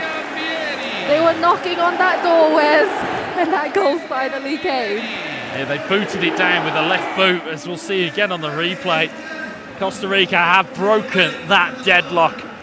Again, shapes and just holds off his defender, turns it onto the left boot of Christian Vieri. It is a cultured left boot, might I add. One of the premier finishers in Italian football history, and he has come up trumps for Costa Rica with 54 on the clock, but there is nothing to suggest here, Alia, that Guyana will be out of it, but they might need to switch on very quickly as Mayer-King's through on goal. He's got an opportunity to finish it. It's a save from the goalkeeper, pushed clear, and Guyana have had to survive a real early scare there, and they might not be over yet, Alia. Not indeed, and interestingly enough, Costa Rica have decided to go full defensive to try and park the bus and hold on to this lead. Half an hour still to play, lots of eFootball left. Costa Rica coming down the wing, he flies the ball in, but pushed away by their keeper, but they do manage to maintain possession here, Wes. Yeah, it's an opportunity here, though, if they can just find it. Vieira into Vieri. It's at the edge of the box. Near pirouette. A stunning strike at goal.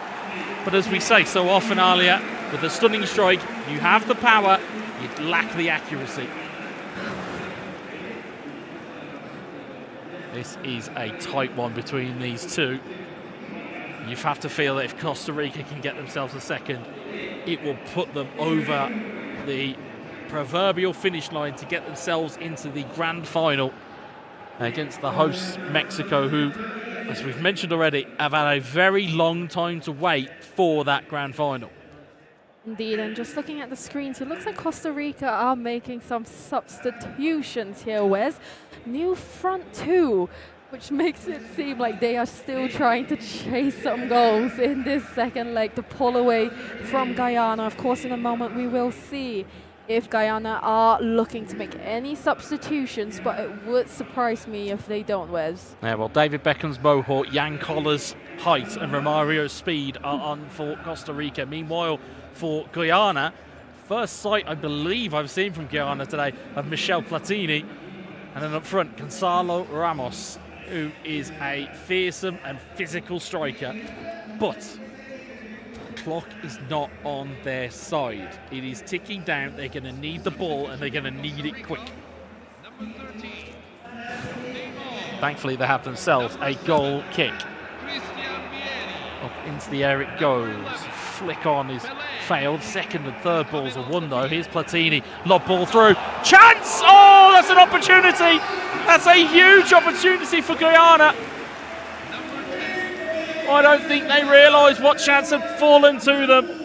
Too much power on it. Launched it over the bar. And Costa Rica can spare their blushes. The momentum is, however, on Costa Rica's side as they gain back possession here. Looking to make it 2-2, but just a little bit too strong of a pass here. Possession back with Guyana. They have a goal kick.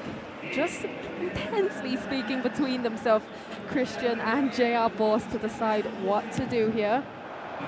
Floated ball into Costa Rica's half. It's been recovered by Costa Rica. You'd imagine they'll try and keep this ball and eke out some of the clock as they recycle the ball out onto their left back, and they try and get it forward, but Guyana have got it in transition.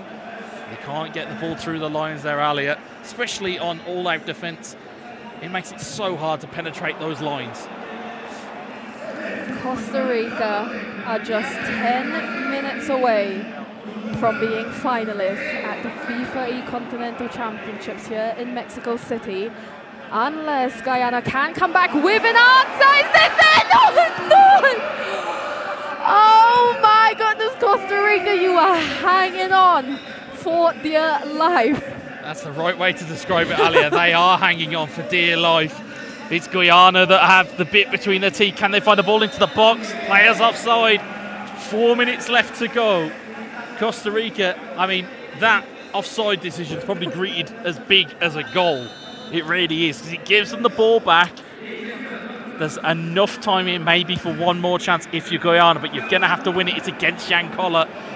I mean, you've got to somehow get the ball back, and they've done so here on the halfway line. Guyana, they can't find the ball through the lines. Instead, hooked forward over halfway. Koller with the flick down. He's offside. Alia, one more chance surely for Guyana to have a go at this Costa Rican defence. You are right indeed, Wes. Just 1 minute left unless the referee decides otherwise. Flies it up the pitch, trying to find the head of JR Boss, but Costa Rica win possession back. 4 minutes of added time, and Costa Rica just moments away from, against all odds, making it to the finals. JR Boss rushes that pass, and as it stands, maybe one more opportunity here, Ali, and the whistle goes though. Guyana are out. Costa Rica are through to the grand final against Mexico, the hosts. A disappointing start in the group stages for Costa Rica, but when it came to the knockouts, Wes, they woke up, they turned up, and they are now grand finalists against the host country, Mexico, one step away from returning to the FIFAe finals. What a really, again, mentality performance. There was such a long stoppage in that game. Costa Rica managed to steel themselves and just get that kind of fortitude in, and they managed to get themselves over the line by hook or by crook. They have got themselves into the FIFAe Continental Championships grand final against the hosts, Mexico, no less. I mean, I think, Wes, that just goes to show how important knockout football is and how much can change. Because we go back to the group stages, Costa Rica barely scraped by to make it to the knockouts, other results working in their favor.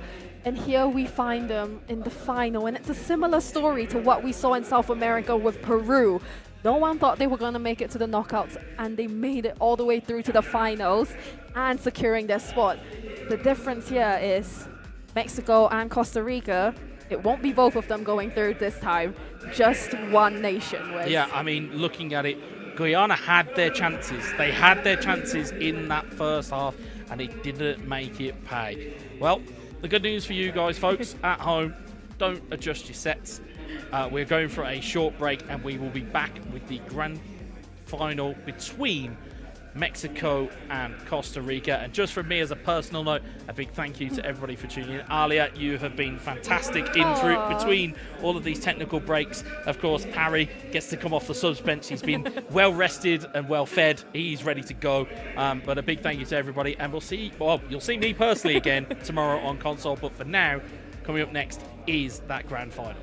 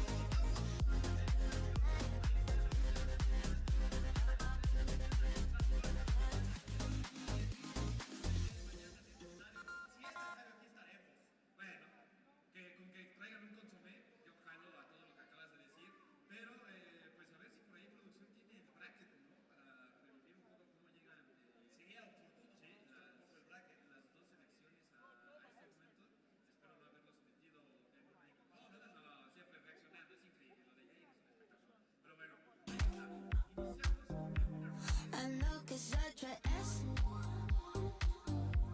Now I see through your habits, just like gadgets. You tell me with the two hands, I'm too bad. Wonder what you think's I like. Need me to get your bills paid, that's what you said. I guess I'm just too fake for that. So sit down, listen, think for a minute. Know it might be hard 'cause you're uneducated. Break down, face it, breathe for a minute. I'm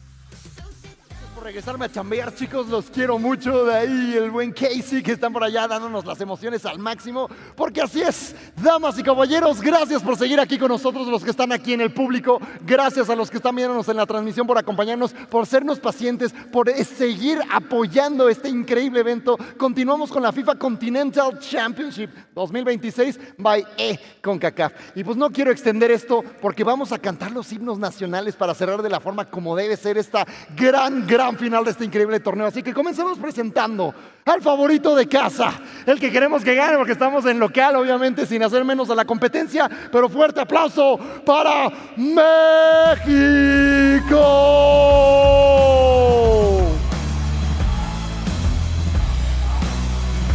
México.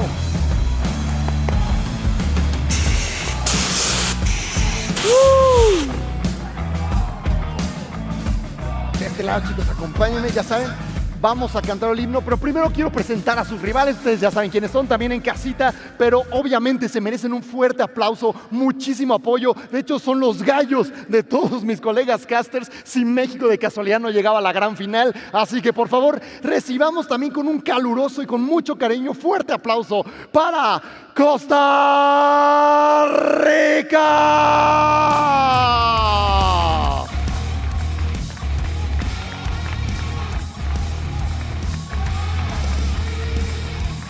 Vean la epicidad.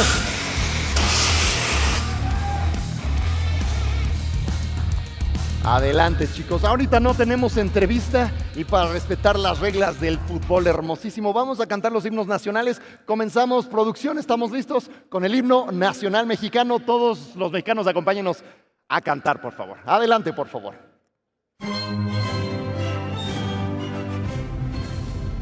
Mexicanos salidos de guerra en la tierra.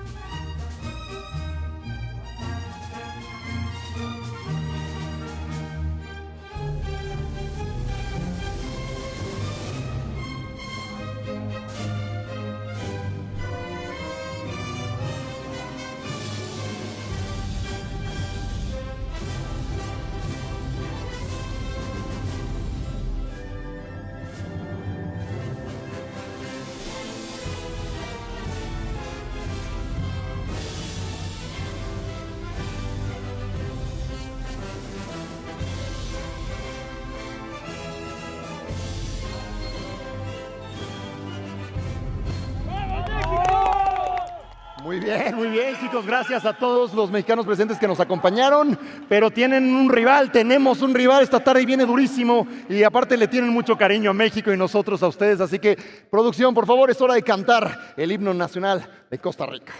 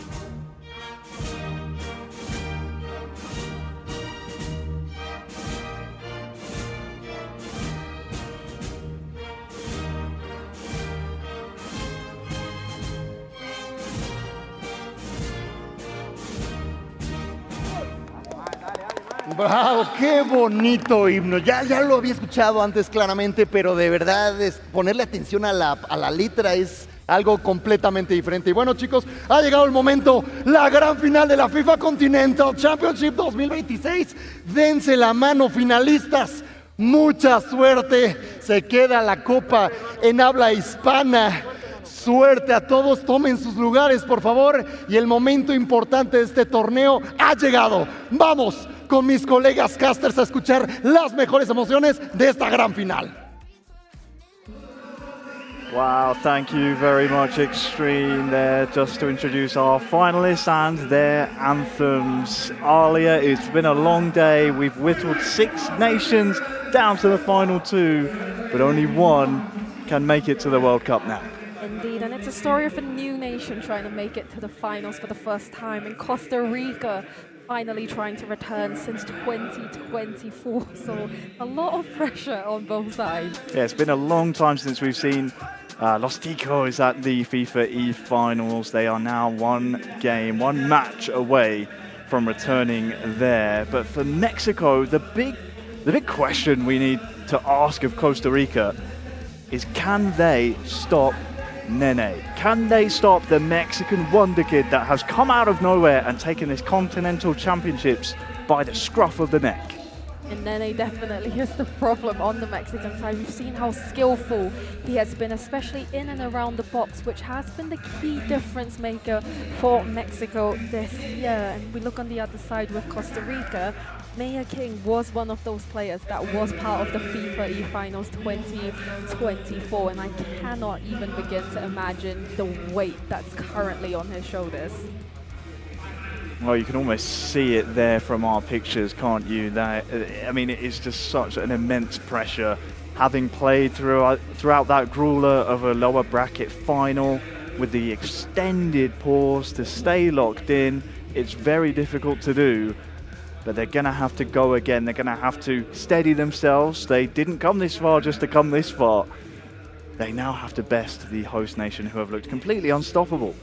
We have indeed, and we might be seeing a repeat here like we did in South America. Brazil absolutely swept the board, and I'm sure Mexico, the last thing they want is to lose at the very last hurdle, especially with how dominant they've been today. Yeah, especially with them having to wait all day as well. Yeah. I mean, it was feels like a lifetime ago that they were in that winners' final.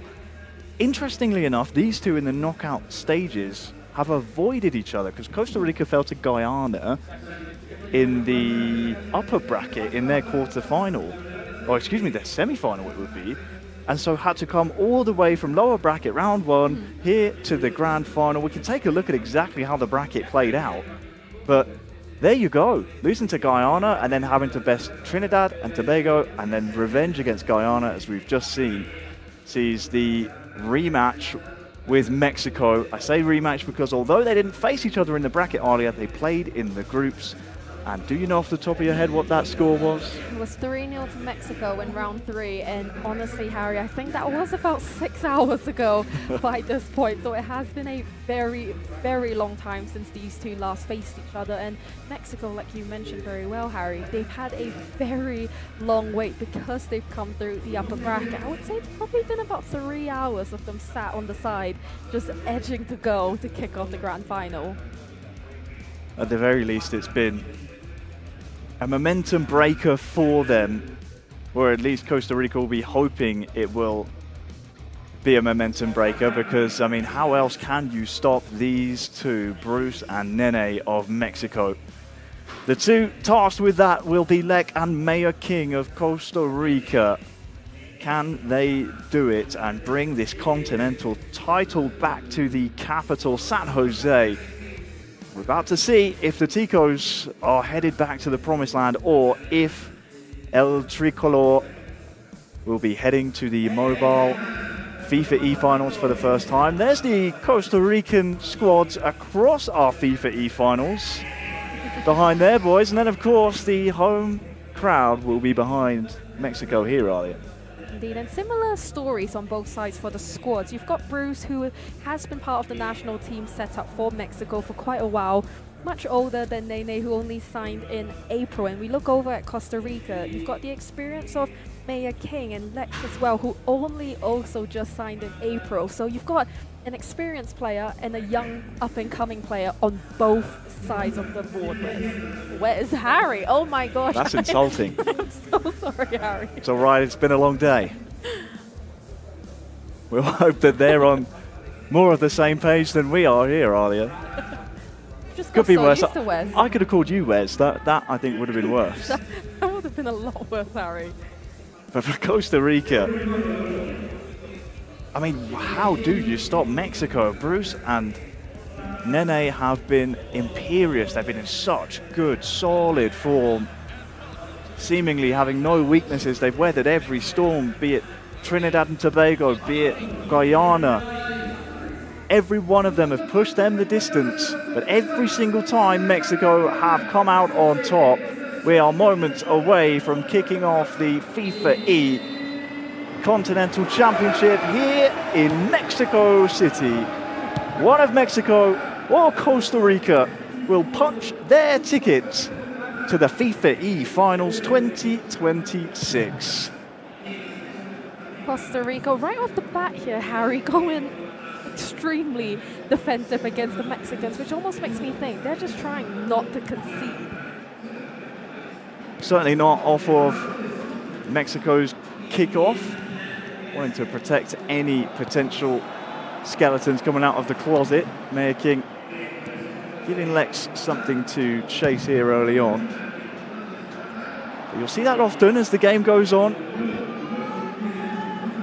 You'll see more balls being given to chase, but also Costa Rica starting to come out of that full blue mentality. You can see they're down to just one blue bar now. Very aware of this counter-attack potential from Mexico.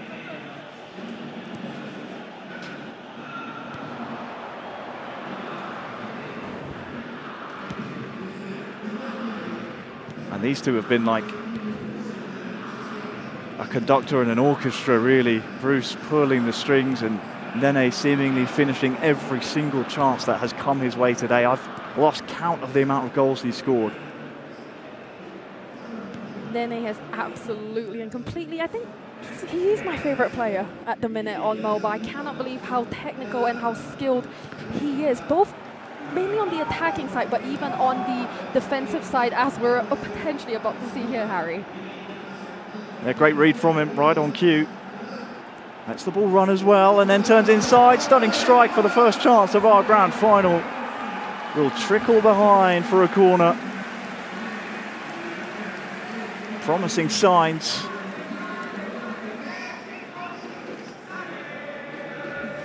And the Mexican crowd are up on their feet now.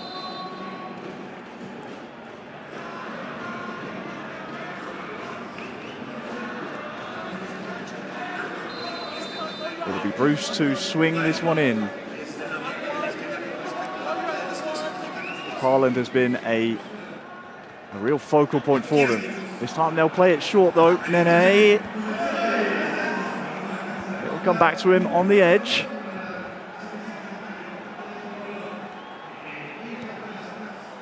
Here's Nene, he can be really dangerous from here. Lovely skill move, stunning strike as well. Oh, it's wide. So much promise there, but that's what he can do. Mexico are banging on that door, Harry, and if Costa Rica are not careful, we're going to see a very early goal come from Mexico in this first half. And I really don't understand why the Costa Ricans are choosing to play without headphones again. You've got the Mexican crowd here. They're making a lot of noise, banging up against the chairs. Why would you want to listen to that? But, I mean, fair play to them. They obviously just prefer the natural ambiance of the arena. Well, I was just checking my notes, because how many chances has Kovacic carved out for Mexico? He was a phase 3 pick. He was out of the bargain bin. Mexico clearly happy with their midfielder. 10 minutes from half time. Here's Nene.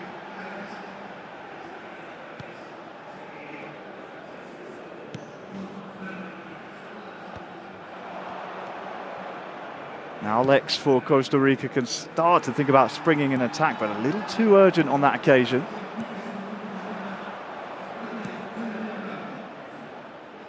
Similar game plan here from Mexico that we've seen throughout the day, just stopping their oppositions from getting even close to their 18-yard ball. Lovely bit of skill there from Nene, but well returned and received again by Costa Rica as they look to make it 1-0 here. But Harry, I think Nene's got the last chance here. I was wrong again. Sadly, he turns the ball over and the referee's seen enough.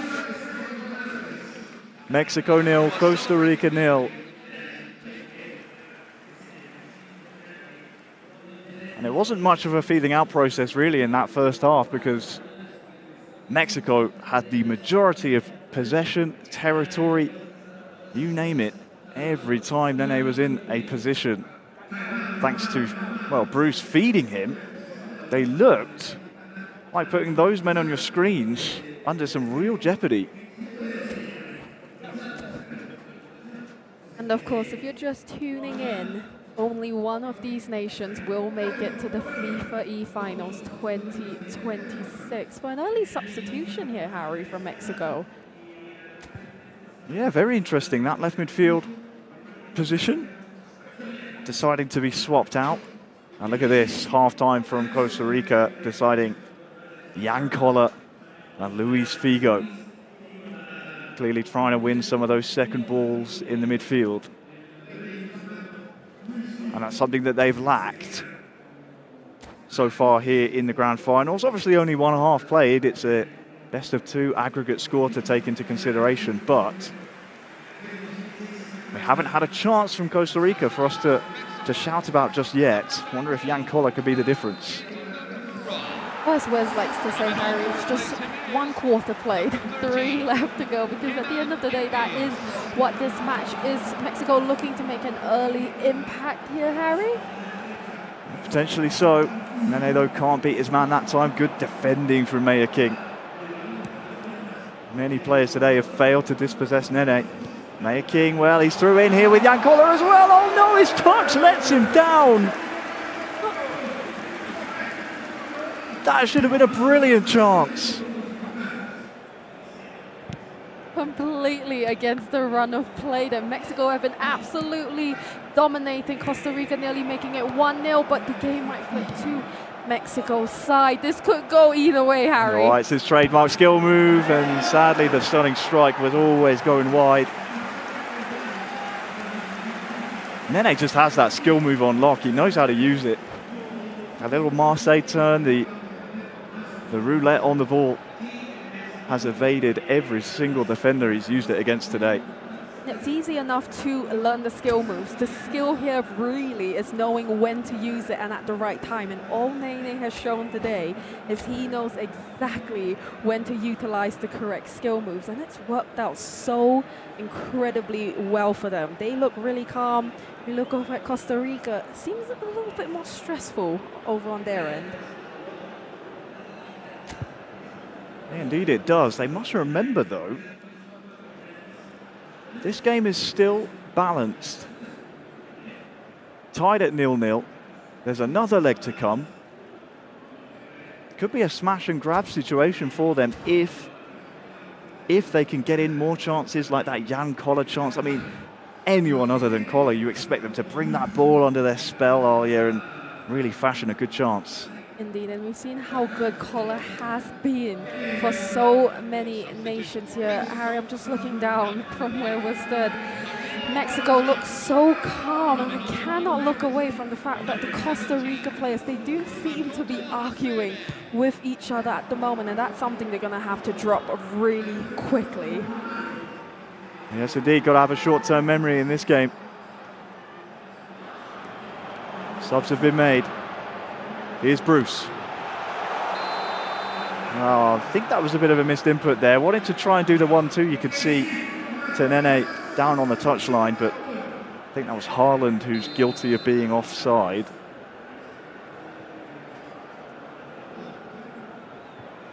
And this is something that Mexico have been a little guilty of, at least so far in the knockout stages, failing to move up the gears early on. We'd like to see them really put Costa Rica to the sword, because for the majority of this game it has been Mexico.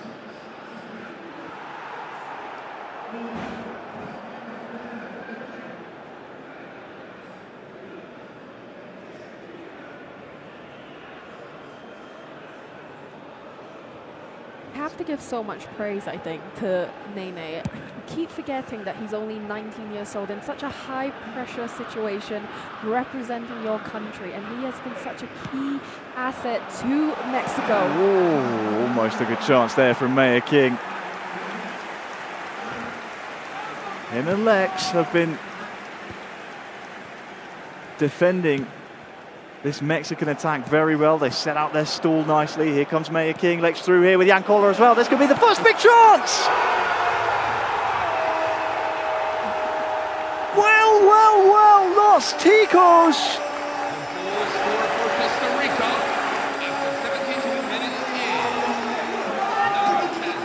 Have completely upset the crowd here in Mexico City.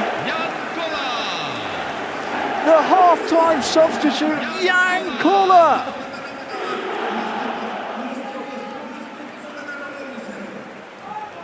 It's a gut punch to Mexico. I mean, we didn't see that coming, and I'm certain the Mexican players, Bruce and Nene, didn't either. They've completely dominated this first leg against Costa Rica, and against the run of play, they now find themselves 1-0 down with that key superstar that we like to say, Koller. Well. Who on earth saw that coming?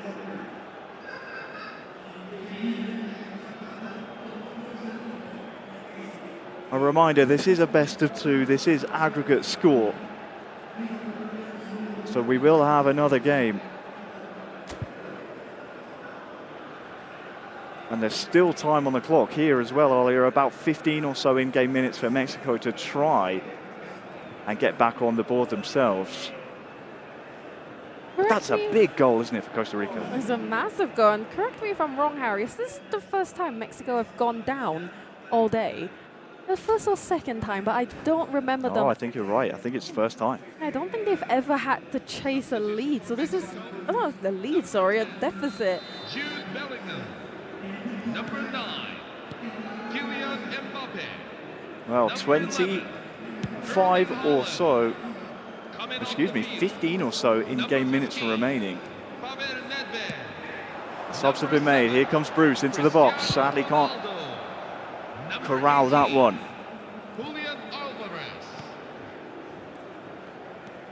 Is there a moment of brilliance from Mexico's magician? Costa Rica, oh, they're giving Jan Koller all kinds of things to chase here. Lex holding the ball up. Here's Mayor King. Smartly and wisely just retaining possession here. Bit of a mistake there, though. And Mexico, they're pouring bodies forward. Here's Nene.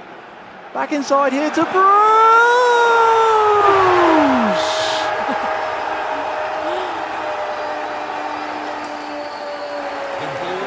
Perfect reply from Mexico! It's not the superstar, it's the veteran, it's Bruce stepping up and leading by example. Mexico won, Costa Rica won. For the first time today, we saw Mexico go down 1-0, but it wasn't for long before they managed to equalize and make it 1-1 against Costa Rica. And Harry, it's safe to say it's game on. Oh, some finish by Bruce. All day long we've been singing the praises of Nene. One for the future, the superstar. But big Bruce stamping his name on this game.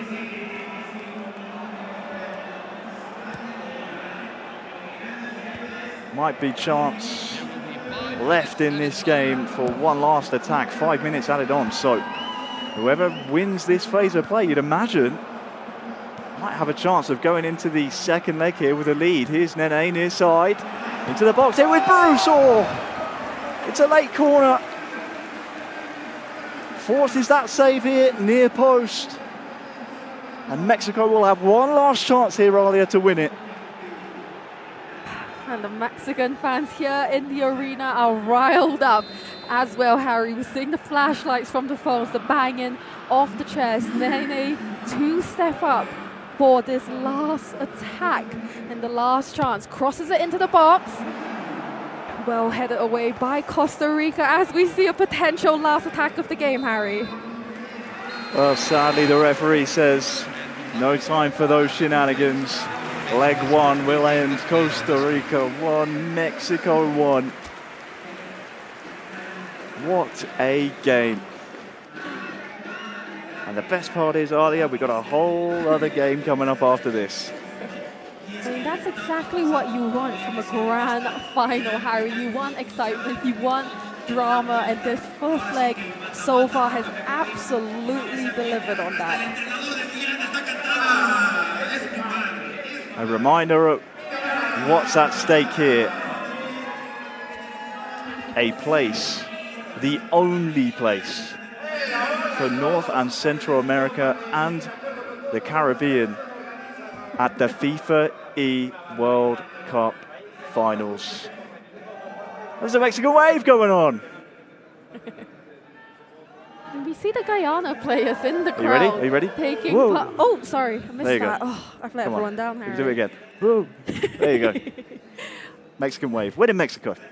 In Mexico, indeed. I mean, I wonder who the Guyana players are rooting for. I can hear them cheering, you can hear them shouting "Vamos," but are they rooting for the team that just knocked them out, or are they rooting for the host nation? The Guyanan players are just such lovely fellas that I think that they're just looking for exciting eFootball. I think that they're appreciating what they're seeing here. We hope you are appreciating it as well on FIFA.gg or wherever you are watching us here in Mexico City. The crowd is ready for this one. It's set up so perfectly for leg two. Costa Rica and Mexico, we can't split them after the first leg. 1-1. Could be some big drama coming up here soon, Alia. Could do. And for the fourth meeting of this year, Costa Rica have finally managed not to lose to Mexico City, pulling away with a draw. Mexico on its own, Harry. We're in Mexico City. But as we look at the highlights here for that first leg, what an absolute cracker of a game it was. Mexico consistently banging on that door, but it was Costa Rica who broke the deadlock first, Harry. Indeed it was. It took 70 minutes. But we did say if you can get Jan Koller in a position where maybe his first touch doesn't need to be as silky, those are the types of finishes he can provide. We'll see it again here. Great angle, just pokes it past the on-rushing keeper. But 10 in-game minutes later, who else steps up but Bruce? After Nene has been stealing the headlines all day. Big Bruce. Big Bruce. I think I heard the crowd go, Bruce. I love those types of chants. It's like Jude. You know, it sounds like booing, but it's actually just saying the name. Bruce. Yeah, but why would you want to make it sound like you're booing your own player, Harry? You sure that's not coming from the opposition? I don't think there's booing here in Mexico City, are there? Come on.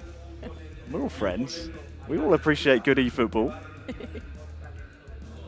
And as good as both these nations have been throughout today, only one can make it to the finals. Only one can punch their ticket and secure their place at the FIFAe Finals against 12, or rather I should say 11 other nations in the world. The best eFootballing mobile nations in the world. Only one of these two nations can. It's crazy to think after all of today we can only send one of them there, Alia. I know, I feel so sad because South America had 2 spots and North America, Central America and the Caribbeans only have 1, but that's the way the cookie crumbles and that's the way it's gonna go. But I don't want to say goodbye to either of those teams. I feel like both of them deserve to make it to the finals. I think Mexico more so than Costa Rica at the minute just because of their form today. But I'll tell you what, Harry, after a disappointing start from Costa Rica, they have absolutely turned up. Oh, Mexican waves coming again, Harry. You need to be prepared for this one. You don't need to tell me that. You're the one that wasn't prepared, Aria. But how great is it to see the guys from Guyana in the crowd enjoying the show. A top 3 ranked nation within their region. That is something to take back to Georgetown.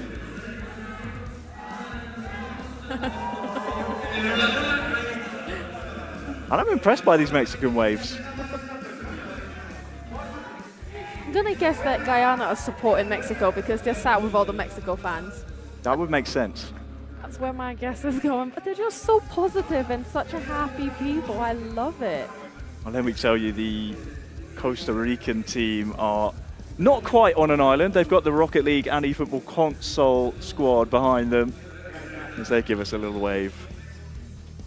But completely outnumbered by the hometown support here in Mexico City. It should be no surprise who the crowd wants to win here. It's Mexico versus Costa Rica. Leg 2 about to kick off soon. I'm very surprised. I'm nervous. I'm nervous. Where's Collar? I thought they would have decided to maybe start Collar because of how crucial and instrumental he was towards them going 1-0 up. I mean, I'm not a player. They obviously know better than I am. I'm just sat up here talking over them, to be honest. But I fully expected Collar to be in their starting lineup. Yeah, honestly, me too. Maybe that's them not wanting to deviate from their strategy. Usually bringing them on as a half-time substitution. He was selected second in phase 2 by Costa Rica.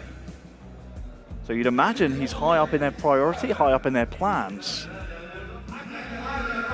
But electing to stick with what has been working, not deviating from plan A, as we enter the end game now.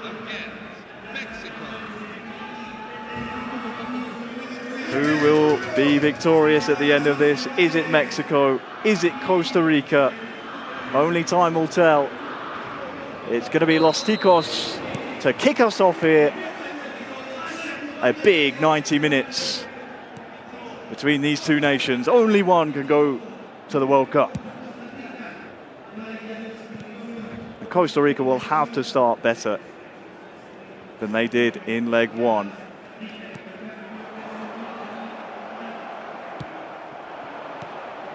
Can't afford Bruce and Nene free reign over the football. Mexico started with the same tactic as well for the first 5 minutes. They went ultra defensive just to stop Costa Rica from having a chance of getting near their box, but that might not work for long here, Harry. No, it might not. Always want to defend that kickoff. Kickoffs can be so powerful.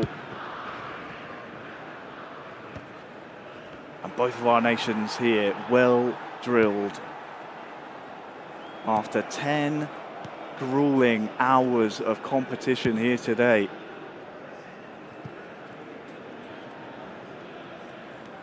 Cannot afford to slip up concentration now. That's a mistake. Turns it over to Bruce. Can't get around the Costa Rican defense. Mayor King turns it over though. Bruce, Nene, this is where they're dangerous. Offside, sadly, over on that far side.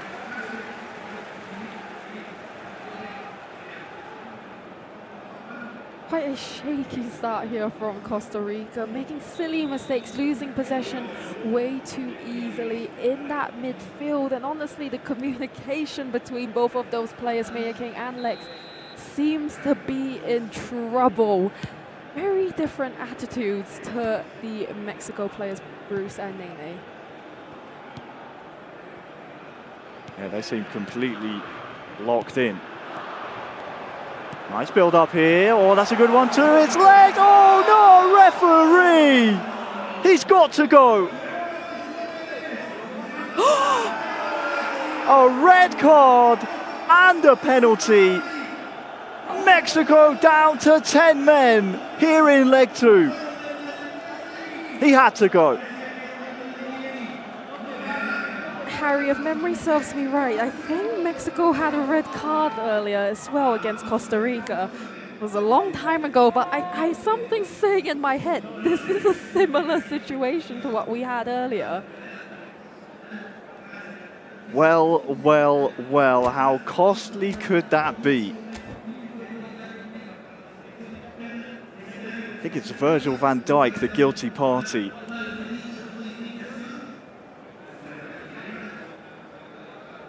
And now, Costa Rica, they have a penalty to convert, but you have to ask the question, how do we make this man advantage stick? We have seen Mexico go down today, and even with a red card earlier on, they still managed to walk away with that win in the group stages. But Costa Rica, that final spot is being handed to you here on a plate. As long as you can capitalize on the fact that Mexico are not only one player down, but such a key player in Virgil van Dijk. And you have a penalty Substitution for Mexico. to convert here. Number 9, Kylian Mbappe. Oh, Mbappe makes way Replace him is for a defender as well. Fabio Cannavaro. Mbappe off, Cannavaro on for Mexico. Let's see what happens from this pen. Could be a big swing in this grand final. It's Neymar Jr. and Lex to step up. Oh, down the middle! He called his bluff! Nene! He can do it all! Costa Rica, what have you done? And they've given the ball away here as well, Alia. Haaland trying to bully his way through. Oh, that is a big mistake that could come back to haunt Costa Rica. If they do not win this matchup against Mexico, it is all going to likely come down to that missed penalty. But Nene, like you said, Harry. Oh, long throw. He's completely onside here. Mexico!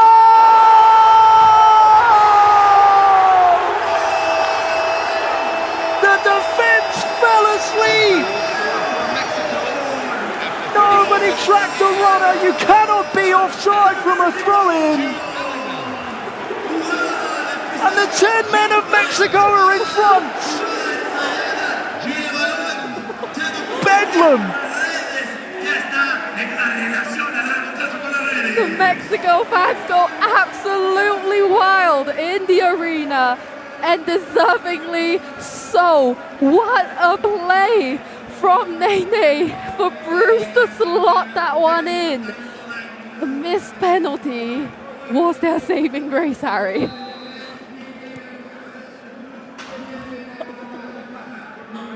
In the most unlikely of circumstances, Mexico lead Costa Rica.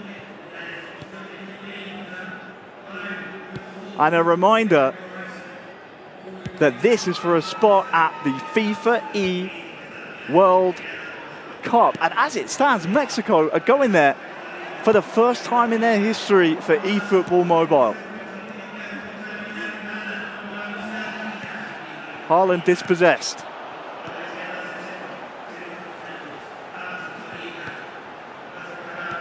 Costa Rica simply must find a way to make the extra man work. Mexico rightly so, playing fully defensive here. It would not surprise me if they keep this tactic all the way through to the 90th minute. But in an unlikely turn of events, Mexico with a red card, Costa Rica not converting on the penalty, and we find Mexico 1-0 up at the half and 2-1 on aggregate. And Harry, I was not expecting that.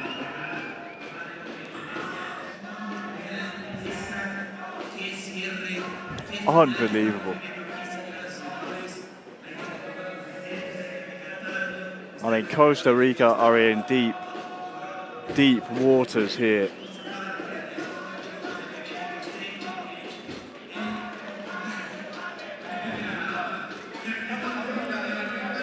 Mexico City cannot believe what their men are producing down there in the arena. Guyana's having a great time, by the way. Just looking over, they are dancing, they are grooving to the Mexico chants. And what? They don't look like a team that's just been eliminated in third place. No, I was going to say, they're so positive. They're just enjoying the vibes and being here. But you know what? I think it doesn't really surprise me that Mexico managed to hold on, because throughout this entire competition, their communication with each other has been top notch. No matter what happens, you always see them communicating well with their heads level, and it's not something we've seen on the Costa Rica side. They've been visibly getting frustrated with each other, and even more so as we see the Mexican fans winding the Costa Ricans up. I hope you can hear this at home. I think we've got the janitor involved here in Mexico City. The weight of a nation behind just two men, Bruce and Nene, down to 10 men on the virtual pitch.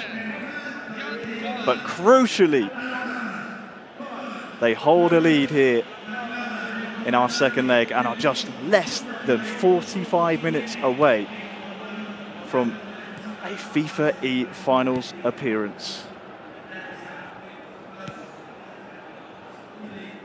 Now, patience is going to be key here for Costa Rica, because Mexico, yeah, they'll want to keep the ball, but eventually the press will work, and then it's about what you can do with possession.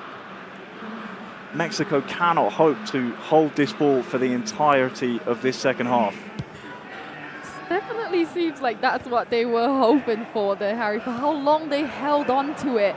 And rightfully so, looking at Mexico playing ultra defensive. They know they are only down to 10 men. The chances of them scoring again is slim.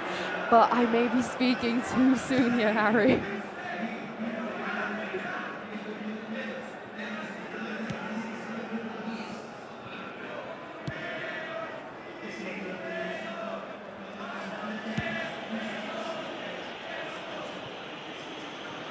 Can't afford to make any mistakes.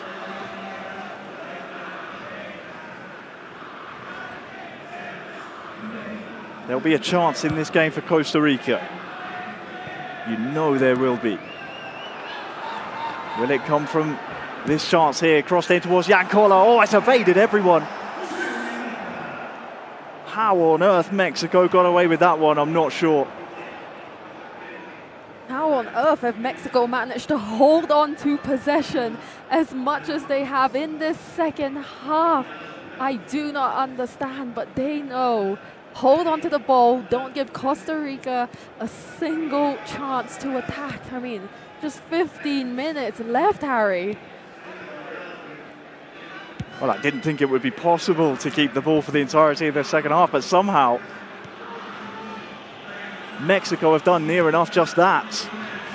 And now here's Nene. Watch out for this skill move. He does it every single time. Bruce is there for the square. No! Penalty? I think the referee's given a pen.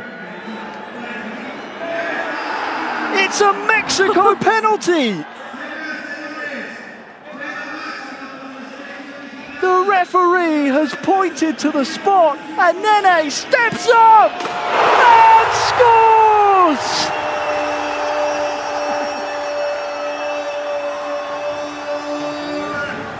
Mexico, for the first time in their history, are heading to the FIFA E World Cup Finals for eFootball Mobile. Down to 10 men. Conceded a penalty. Did they care? Not one bit. Unreal. Unreal. I am absolutely speechless. The minute they got that red card, I was watching it and thinking, Costa Rica, this is your perfect chance to capitalize on a weaker Mexico, but weaker they were not. They kept their cool, saved the penalty. Fantastic 1-0 goal from a long throw-in and converting on that last penalty. What a performance from Mexico, not just today, Harry, well, not just in this match, sorry, but the entire day.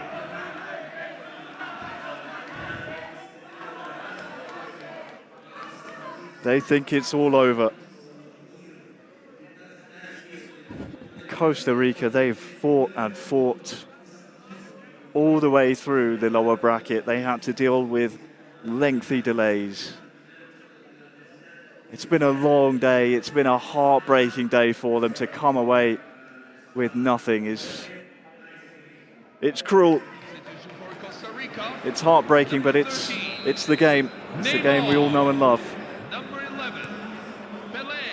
Let's not rule out the possibility of Costa Rica getting one back and making this very interesting, because that one's crossed in. But with more and more time ticking down, we're closer and closer to that crowning moment.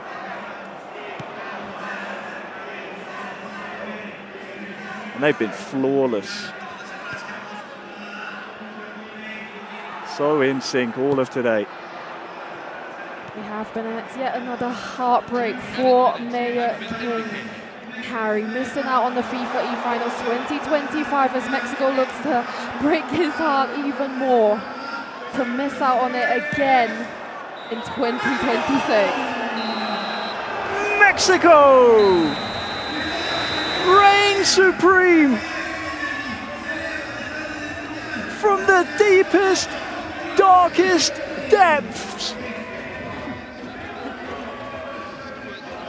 Comes the ultimate glory. Mexico heading to the FIFA E World Cup. As the Oles ring out around Mexico City. My heart absolutely breaks for Costa Rica. One of the most valiant efforts the streets will remember. But in the end, Mexico defend home soil and a new star is born. It's that man, Nene.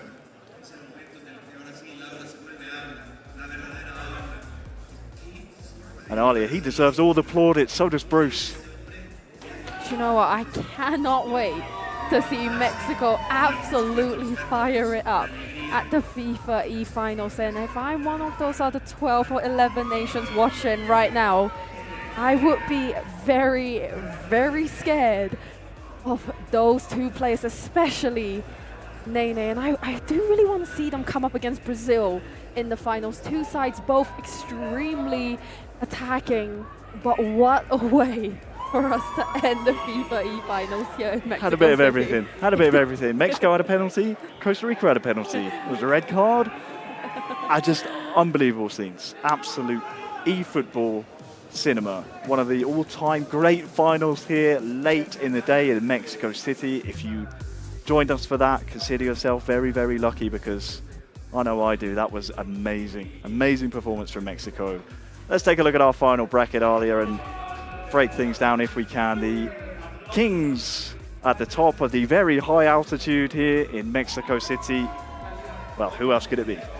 I mean, what a performance from them, and I think very deservingly booking their spot at the FIFA E-Finals this year.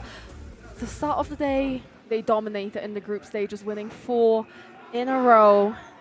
The first time they dropped a game nearly came in the grand final.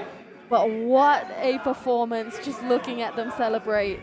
I am so happy for Mexico. Oh, this second leg. I mean, it looked completely set up for Los Ticos, Costa Rica, to convert this penalty. and frustrate Mexico down to 10 men.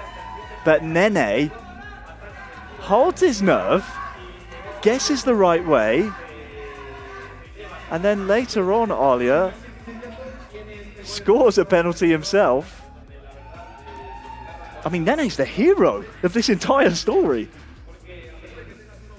I just look at Nene and I think, how have you only just signed to Mexico's national team this year? I mean, that throw-in, Harry, I did not see that coming. That's the first time we've seen any team attempt that today, and what a way and the time to attempt it in a grand final. I mean, this team, Mexico, you are not real. I mean, Bruce, when you watch this back, I love you, my friend, and I'm sorry for talking about Nene so much, but saves the penalty, long throw for the assist for the goal, and then converts the penalty.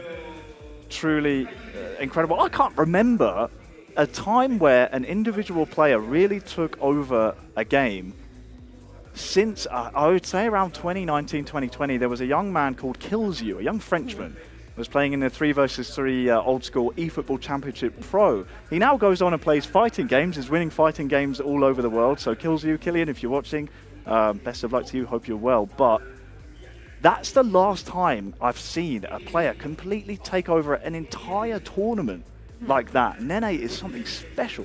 We have to give credit to Bruce as well for just letting Nene shine. That goes to show not just his experience, but also he understands Nene's got all these incredible skill sets. What can I do to assist Nene to perform at his best? And they just work so well as a team. And it's like I mentioned earlier, if I am part of those other 11 nations, I'd be very, very scared of Mexico at the eFootball Mobile Finals. And that is unreal. The prospect that we could see Mexico come up against a Brazil, some of the other incredible nations we have, India. Think about Daniel versus Nene. I mean, that's a battle of the superstars right there. That could be a fun one. You have Bantam of Egypt. He's secured his spot at the finals as well. Thailand will be there. The obviously reigning champions, Thailand, of the world. Brazil, 2 world champions on their lineup. You've got Japan, who play in the birthplace of eFootball. It's going to be cinema. It's going to be absolute cinema. I can't wait. I mean, I loved eFootball Mobile last year, and I think I'm going to fall in love with it even more this year. I cannot wait to see, like you said, Harry, all those players coming up against each other. And I feel like for the first time in 3 years, we're going to go into the FIFA e-finals for mobile not knowing what to expect. You know, Thailand was so dominant last year, but I feel like there's so much more talent this year. I mean, the talent across the board is stacked, and you have to remember, it's now 2 versus 2. It's not just 1 versus 1 anymore. So as great as Tromkata was last year, as great as Juninho was last year on his own, it's not just about that now. It's about making sure that you're in sync with your teammates. I can see now we're ready for the trophy presentation. So let's go down to the stage and crown Mexico champions. Mañana vamos a repetir, entonces para los que les guste seguir viendo eFootball, pero ahora en consola con nuevo campeón. Los vemos mañana. Gracias a que se hayan quedado hasta tan tarde. También invitamos a los jugadores, la familia de México, obviamente de eFootball en celular. Si quieren regresar mañana y acompañarnos de nuevo aquí en el estadio, están invitadísimos. También hay selección mexicana en consola, entonces vengan a apoyarnos. Pero ahora sí, la razón por la que estamos aquí, ha llegado el momento de la premiación. Hay que felicitar a nuestros top 3 mejores equipos de la FIFA Continental Championship 2026. Y yo quiero que recibamos 1 por 1 de tercero hasta campeones nuestra selección. Así que por favor en casa y los que sigan aquí con nosotros, recibamos con un fuerte aplauso al tercer lugar, top 3 de este gran torneo, Guyana.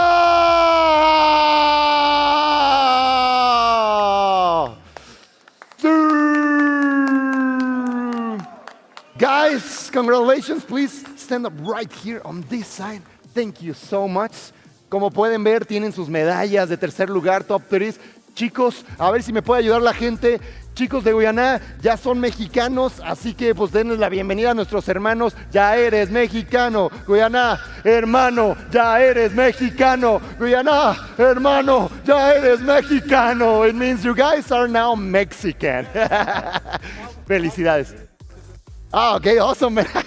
Felicidades al top 3, pero vamos ahora a felicitar a nuestros subcampeones, el equipo que estuvo a punto de derrotar a los favoritos, no solo porque estaban aquí en casa, sino porque venían durísimos. Esta selección mexicana que se volvió campeona, venían fuertísimos, parecían imbatibles, y este equipo estuvo a punto de cumplir su sueño a nada, venciendo al top equipo, y ahora ellos son subcampeones de este increíble torneo. Así que con un fuerte aplauso a nuestros subcampeones, hermanos que queremos mucho y mucho cariño, aman los tacos también.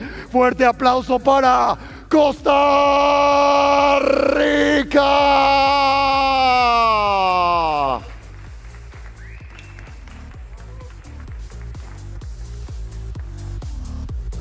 Por acá, por favor, chicos. De este lado, de hecho, suban aquí a la tarimita. Súbanse, de este lado. Perfecto. Felicidades, chicos. Dieron una batalla. Yo sé que ahorita están en una situación que es difícil comprender, pero jugaron increíble. Todos en el penal dijimos ya, Costa Rica campeón, pero ya lo platicaremos detrás de cámaras porque vamos a terminar esta premiación. Por favor, todos que están aquí somos mexicanos. Viene familia, vienen amigos en casa. Feliciten. Me comentan que si puedes estar abajo, mi hermanito, acá de este lado, así. Gracias, mi hermano. Muchas gracias. Ahora sí, fuerte aplauso. Nuestros colegas, hermanos, son de aquí. Amamos los tacos, los inventamos. Aplauso para el campeón, México. México. México. México. Eso es todo. Pásenle, por favor, campeones. Qué forma de ganar. Imposible. Yo hubiera perdido una apuesta el día de hoy si en el momento del penal me dijeron quién va a ganar Extreme. Yo, Costa Rica. Ustedes rompieron la expectativa, llegaron a la gloria, representaron a su país en su país y se van a ir a representarnos en la final de este gran torneo. Fuerte aplauso para los finalistas, por favor. Subcampeón, tercer lugar, y México, nuestros campeones. Gracias por acompañarnos en la transmisión. Pónganse para una foto, pásense los tres aquí adelante, chicos. Yo me cuelo así. Pósenle, júntense. Felicidades a todos. Fotito. ¡Oh!